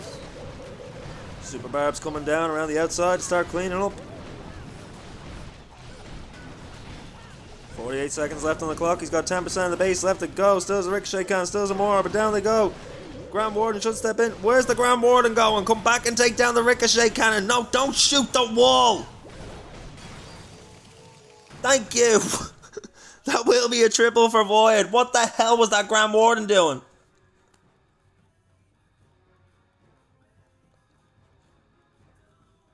You're fine, Tig. You're fine. I appreciate you, brother. Enjoy that comfy coffin.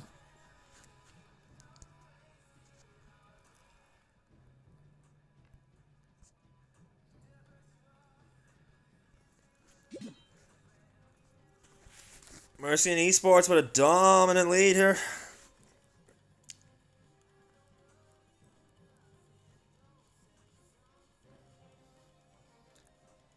Lurking is just the command you use to let me know that you're going to leave the stream open, but you're not going to be here, so there's no point in me trying to talk to you. If that makes sense. This is our last one today, Jedi. We're on 10 minutes to go until we've hit 8 hours streaming today. Been a long day, long stream, and holy hell have we had some good wars.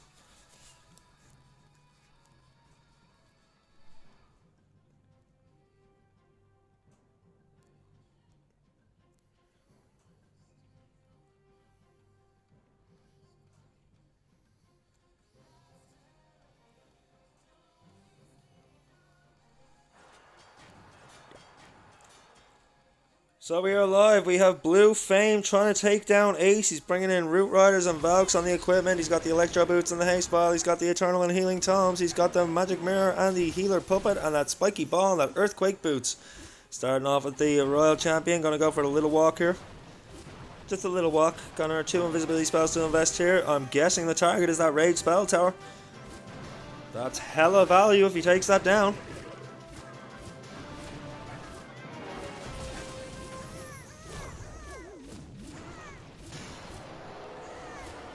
Good opening. He's getting a lot of value. Is he going to get the Clan Castle too? Surely he doesn't get the Clan Castle. He did pull the CC though. Man, Royal Champion with Invis and Electro Boots just make it so easy to get value and pull the CC, so then you can just control what the CC does. Just drop an Archer anywhere and pull them wherever you want. Now Siege Barracks placed to start the funnel as we see the Roots come down, we see the Valks come down, everything else coming down now.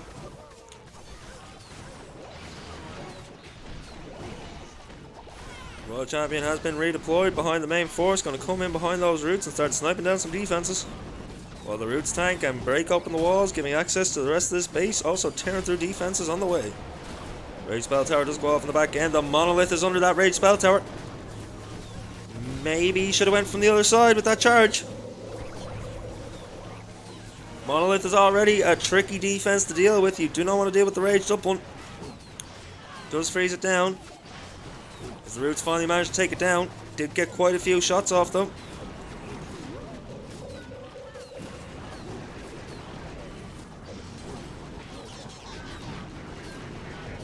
%71% of the base down, 1:12 left on the clock.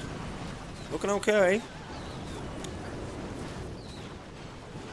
Still has plenty of force from the Roots, still has plenty of time, only a few defenses left standing. As much as I hate to say it, I think Ace's base is about to be crushed. W hit, guys. W hit from Blue Fame.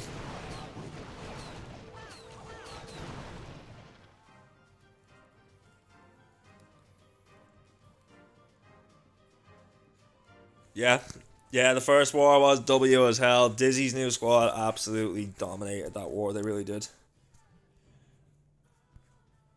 was a close one though. Boom Academy did put up a fight. But the misses came from Boom Academy. And Dizzy had the faster times and the bigger crushes. It was like, oh.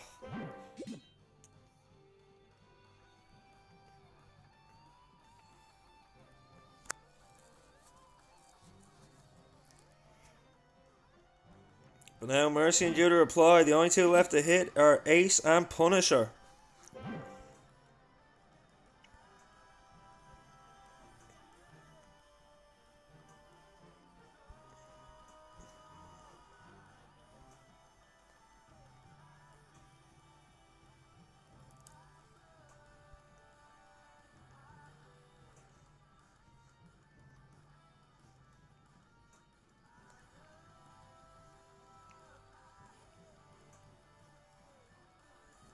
Next is due in at the 13-minute mark, so any second now. It's give or take 30 seconds. Only bases left standing are Blue Fame and Robin, both of which we have seen hit.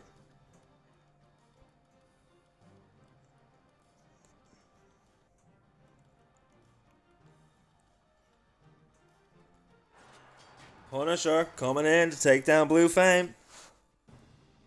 Oh, I know Punisher is goated. Punisher is ridiculous. And he's bringing the Super Witches. I love those giant Larrys almost as much as I love the Hogs. We got the Spiky Ball and the Earthquake Boots. We got the Magic Mirror and the Healer Puppet. We got the Fireball that we see right now going straight in. No! Did it go the wrong way? And the Grand Warden goes down. What a tragic opening.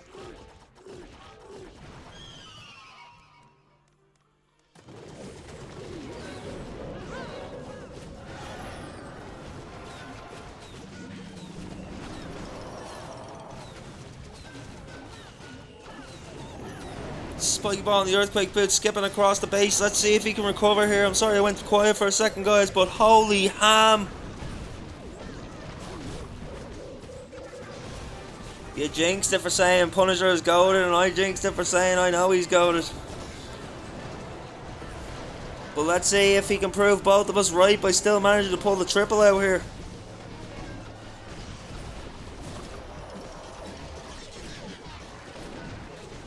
Super Witch is now making their way into the core of the base. We have the Royal Champion coming in from 12, along with that Siege Barracks freezing down. Ricochet and the Multi-Archer Tower now back online as the enemy CC pats its way towards the outside troops. Oh, not the enemy CC. I don't know what I was looking at there. Never mind. Must have been a Skelly Trap. Rage Battle Tower going off. Hogs have gone down. Doc's going down. Witch is going down. Everything's dropped.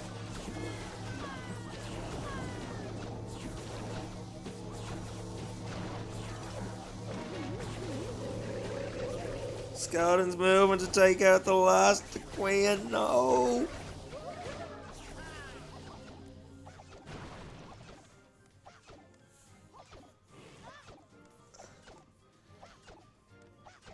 $69. Can we just end it right there, Punisher? Just 69. Give us something to laugh about for this. Something to cheer us up. Yes! 69! We'll take it. 69 OP. 69 is even better than Ricky's 99. I don't care what anyone says. Now, what does that do to them on the damage? That is exactly enough to keep them in the lead. Freestyle can only get to 73.4 with a triple. So by one building, Mercian are going to keep their lead. 69 was the magic number.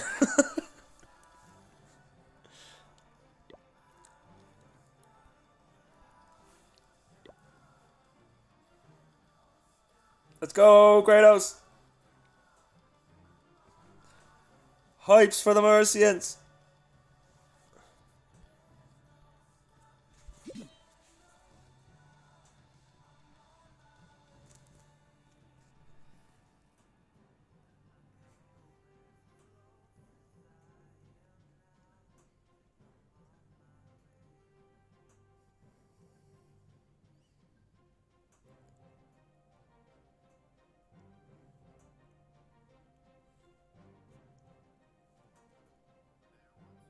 Reply due in now in 7 seconds.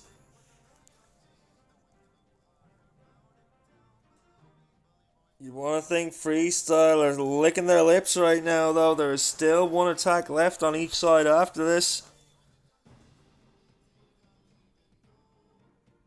Yep, Cap. That's been the stream all day, buddy.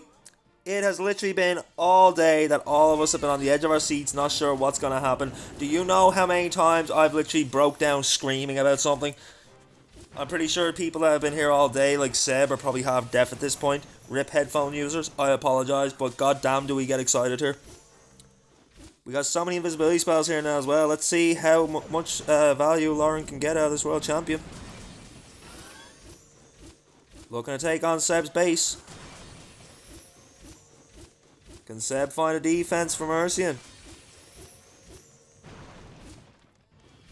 I hope you gave your base a pep talk before this, Seb. World champion getting getting that rage spell. Still has another invisibility spell, so might actually have time to get the town hall here too. You're joking. Holy value. Giant arrow coming across the base too. Hang on a second, we have the Archer Queen coming down. Down comes a couple of dragons. Down comes the rest. Here comes Grand Warden. And the Minion Prince, so we do have that Angry Jelly on the Minion Prince.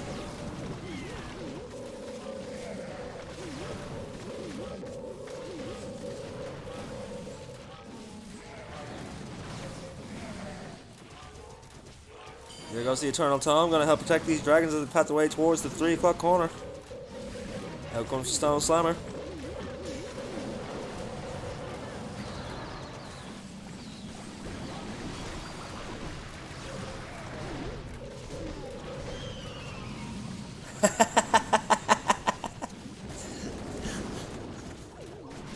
Kratos the OG.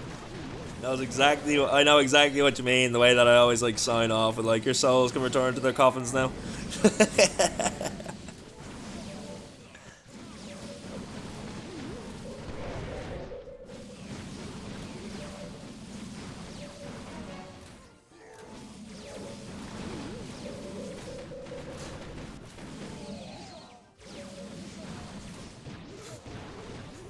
When did you people start making up all these jobs?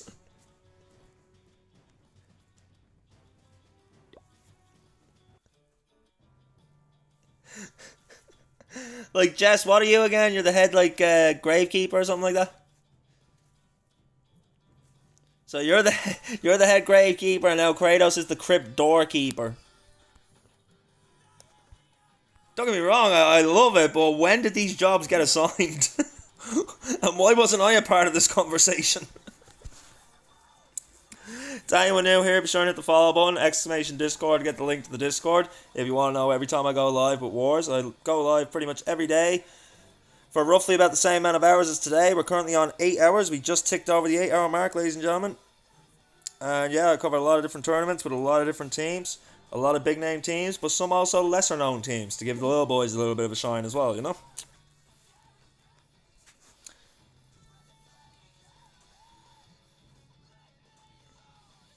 But yeah, come on over to the crypt. There's always room for more. We have plenty of coffins. Entry only costs you your soul, but you didn't need that anyway.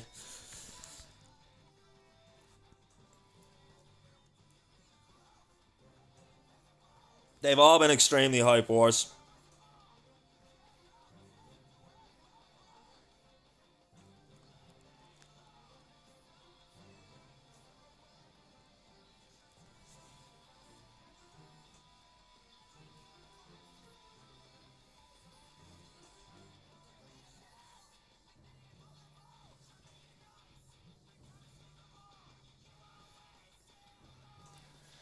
El Seb just winning everything today. As we are live, we have Ace coming in. Final hit of the war. If he triples, it's over.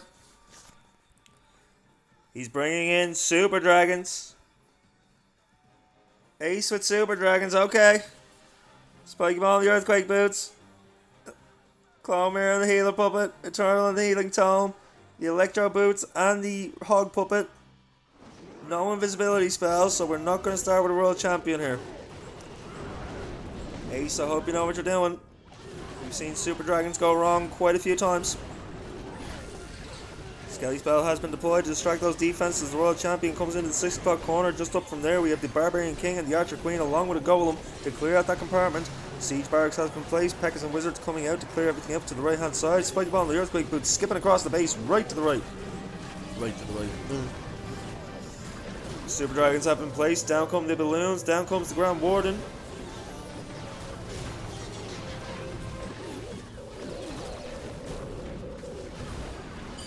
Eternal Tome has been popped to protect these Super Dragons as they start to make their way towards Town Hall.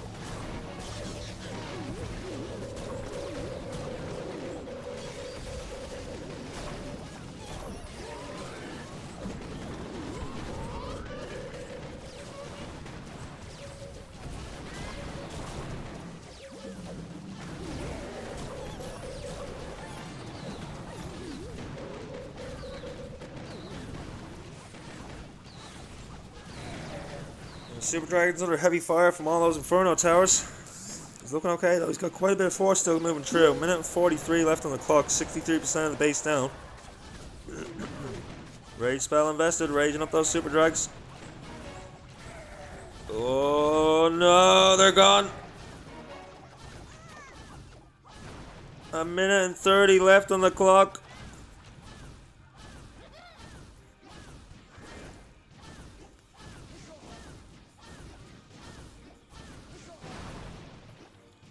You are completely correct, Face. The only thing better than a Hog Rider is a Super Hog Rider.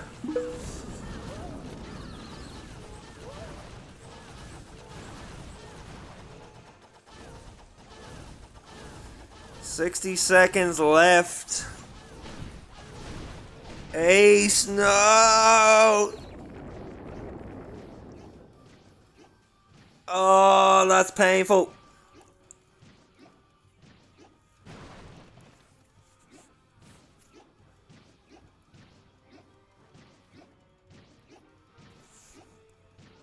I can't hear. Oh, it's the minion. Okay. Just so you know, guys, I have to turn the volume down on my phone, just for anyone new here, in order for you guys to have volume of the game in the stream. So, I can never actually hear if there's a leftover troop. Sometimes I might not be able to find it, and we'll just be sitting here wondering why the game hasn't ended.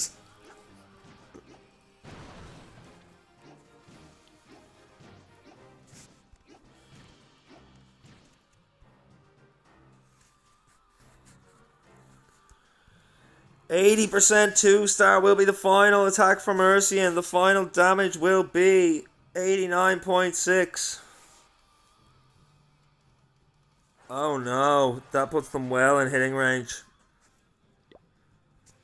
Our defending champions could be about to go home.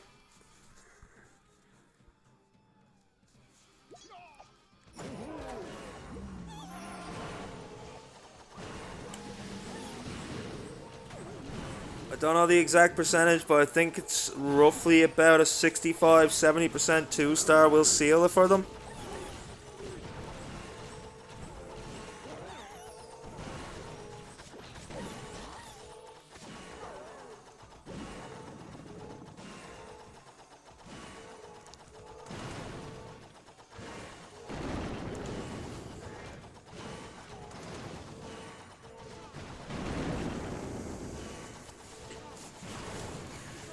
We have the Grand Warden and the Flameflinger at the 9 o'clock corner.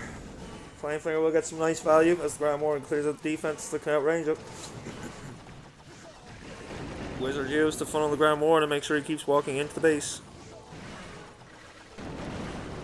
This is a Rocket Loon attack. So we will be slow walking here to get as much value as possible to finish up fast at the end with the Rocket Loons.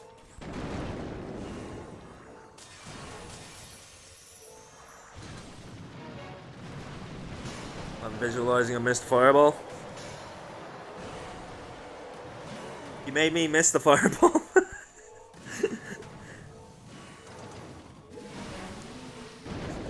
But now he's going quite slow here. Half his time up and only 35% of the base down.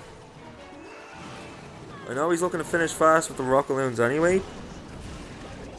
But he still needs to leave time for the Rocket Loons. Ice Golem does pop, a couple of Rocket Loons sent in. A couple more to snipe some of the defenses in that compartment. He's investing a lot of his Rocket Loons, he's only got 9 remaining.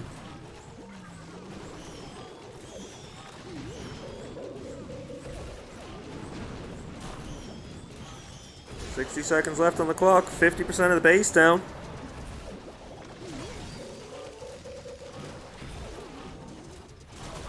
So far the Town Hall still standing. You gotta be kidding me. No flipping way. The Town Hall's still standing. Oh, it went down. 73, 74, no, they got it. GG's to Freestyle Esports, they will be our winners, and the Mighty Mercians, our defending champions, will not be getting the back-to-back. No, rip the dream.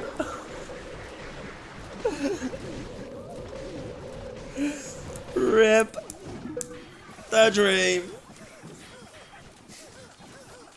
We still believe in the mighty Mercian Esports, but unfortunately, they will be going home. Congratulations to Freestyle, though. They gave us a great war. And to all the boys on Mercian, GG's, guys. GG's. That was rough.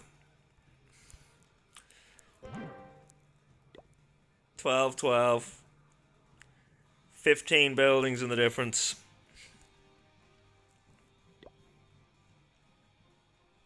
Ouch. Well, let's start the raffle. Heck of a war, I agree.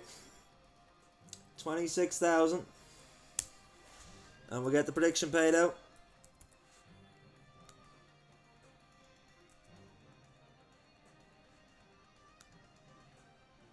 Whoever bet against Mercian, enjoy your points, you traitors. I kid, of course, I kid. Well, that was one hell of a day.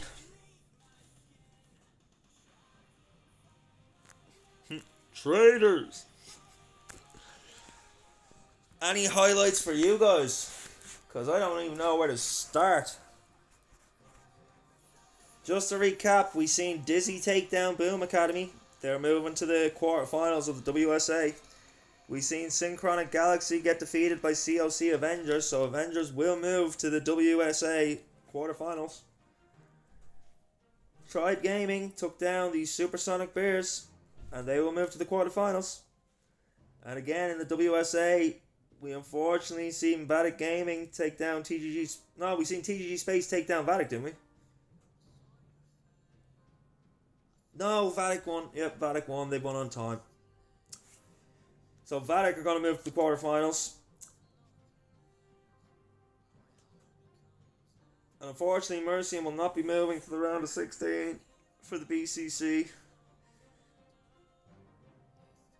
VNG Esports will, though. And so will Freestyle Esports. I think it's time we find someone to raid. Stretch them bones. I appreciate you just... I am open to suggestions on anyone to raid, if anyone has anyone in particular. Thank you to everybody that's been here today. El Seb, you have been an absolute goat. Been here all day. Rookie numbers over here, only 8 hours. Hey Lalu, where's your stream? How long are your streams, buddy?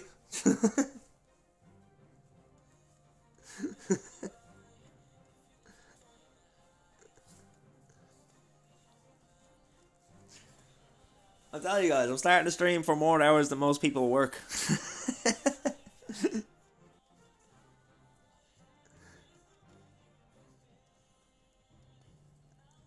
You just came from Iron, he's going back to COD, like Iron Knight?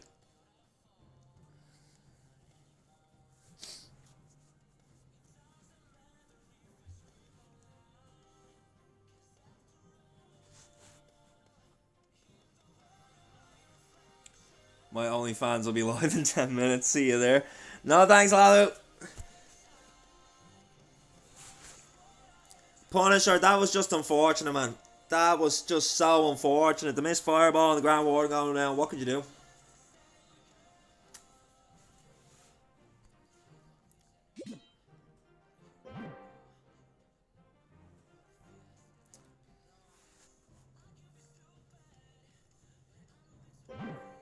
I missed what pulled it as well.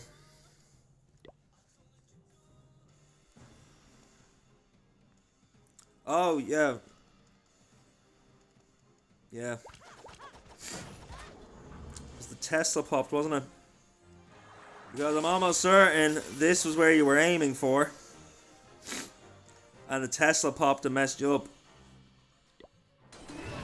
No, the mortar. You missed the mortar. Oh, I thought it was a hidden Tesla. That's just so unlucky, man. That spell placement was almost perfect.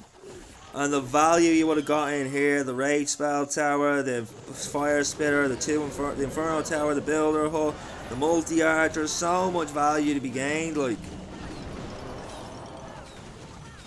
Unlucky, man.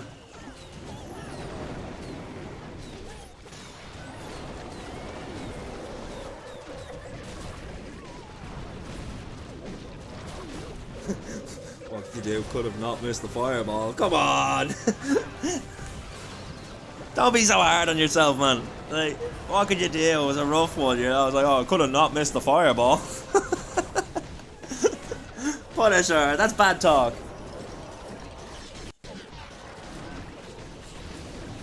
I want a blizzard to hit so I can stream myself making igloo. That is such a strange commentary.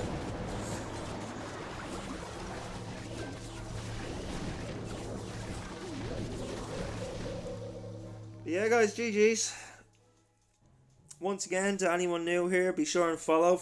We'll be back tomorrow for another long stream of plenty of wars. The noble blood sport that is Clash of Clans. If you're not on the Discord, !Discord to get on in there. I post my exact schedule and everything I'll be streaming there a few hours before I go live. If you don't use Discord, !X, I'll give you the link to my X, where I also post the time I'll be starting at.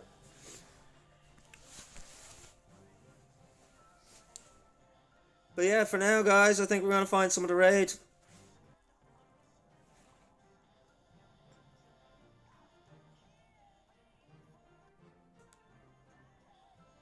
Let's see. Who is live?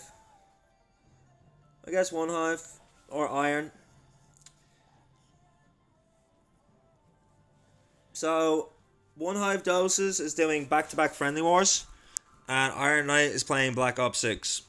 Where are we going?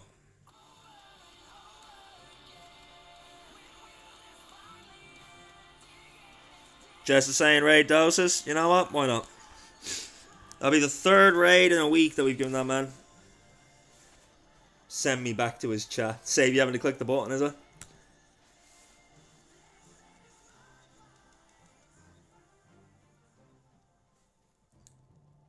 Oh.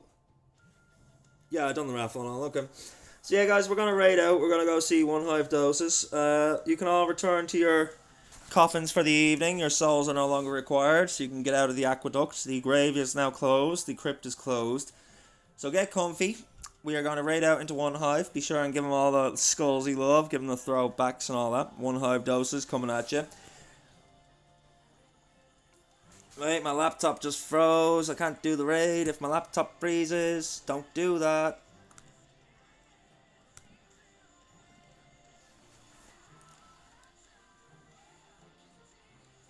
Yeah, he's got back-to-back friendly wars coming up, so be sure and give him all the anarchy and bully him. He loves it. Be sure and bully him.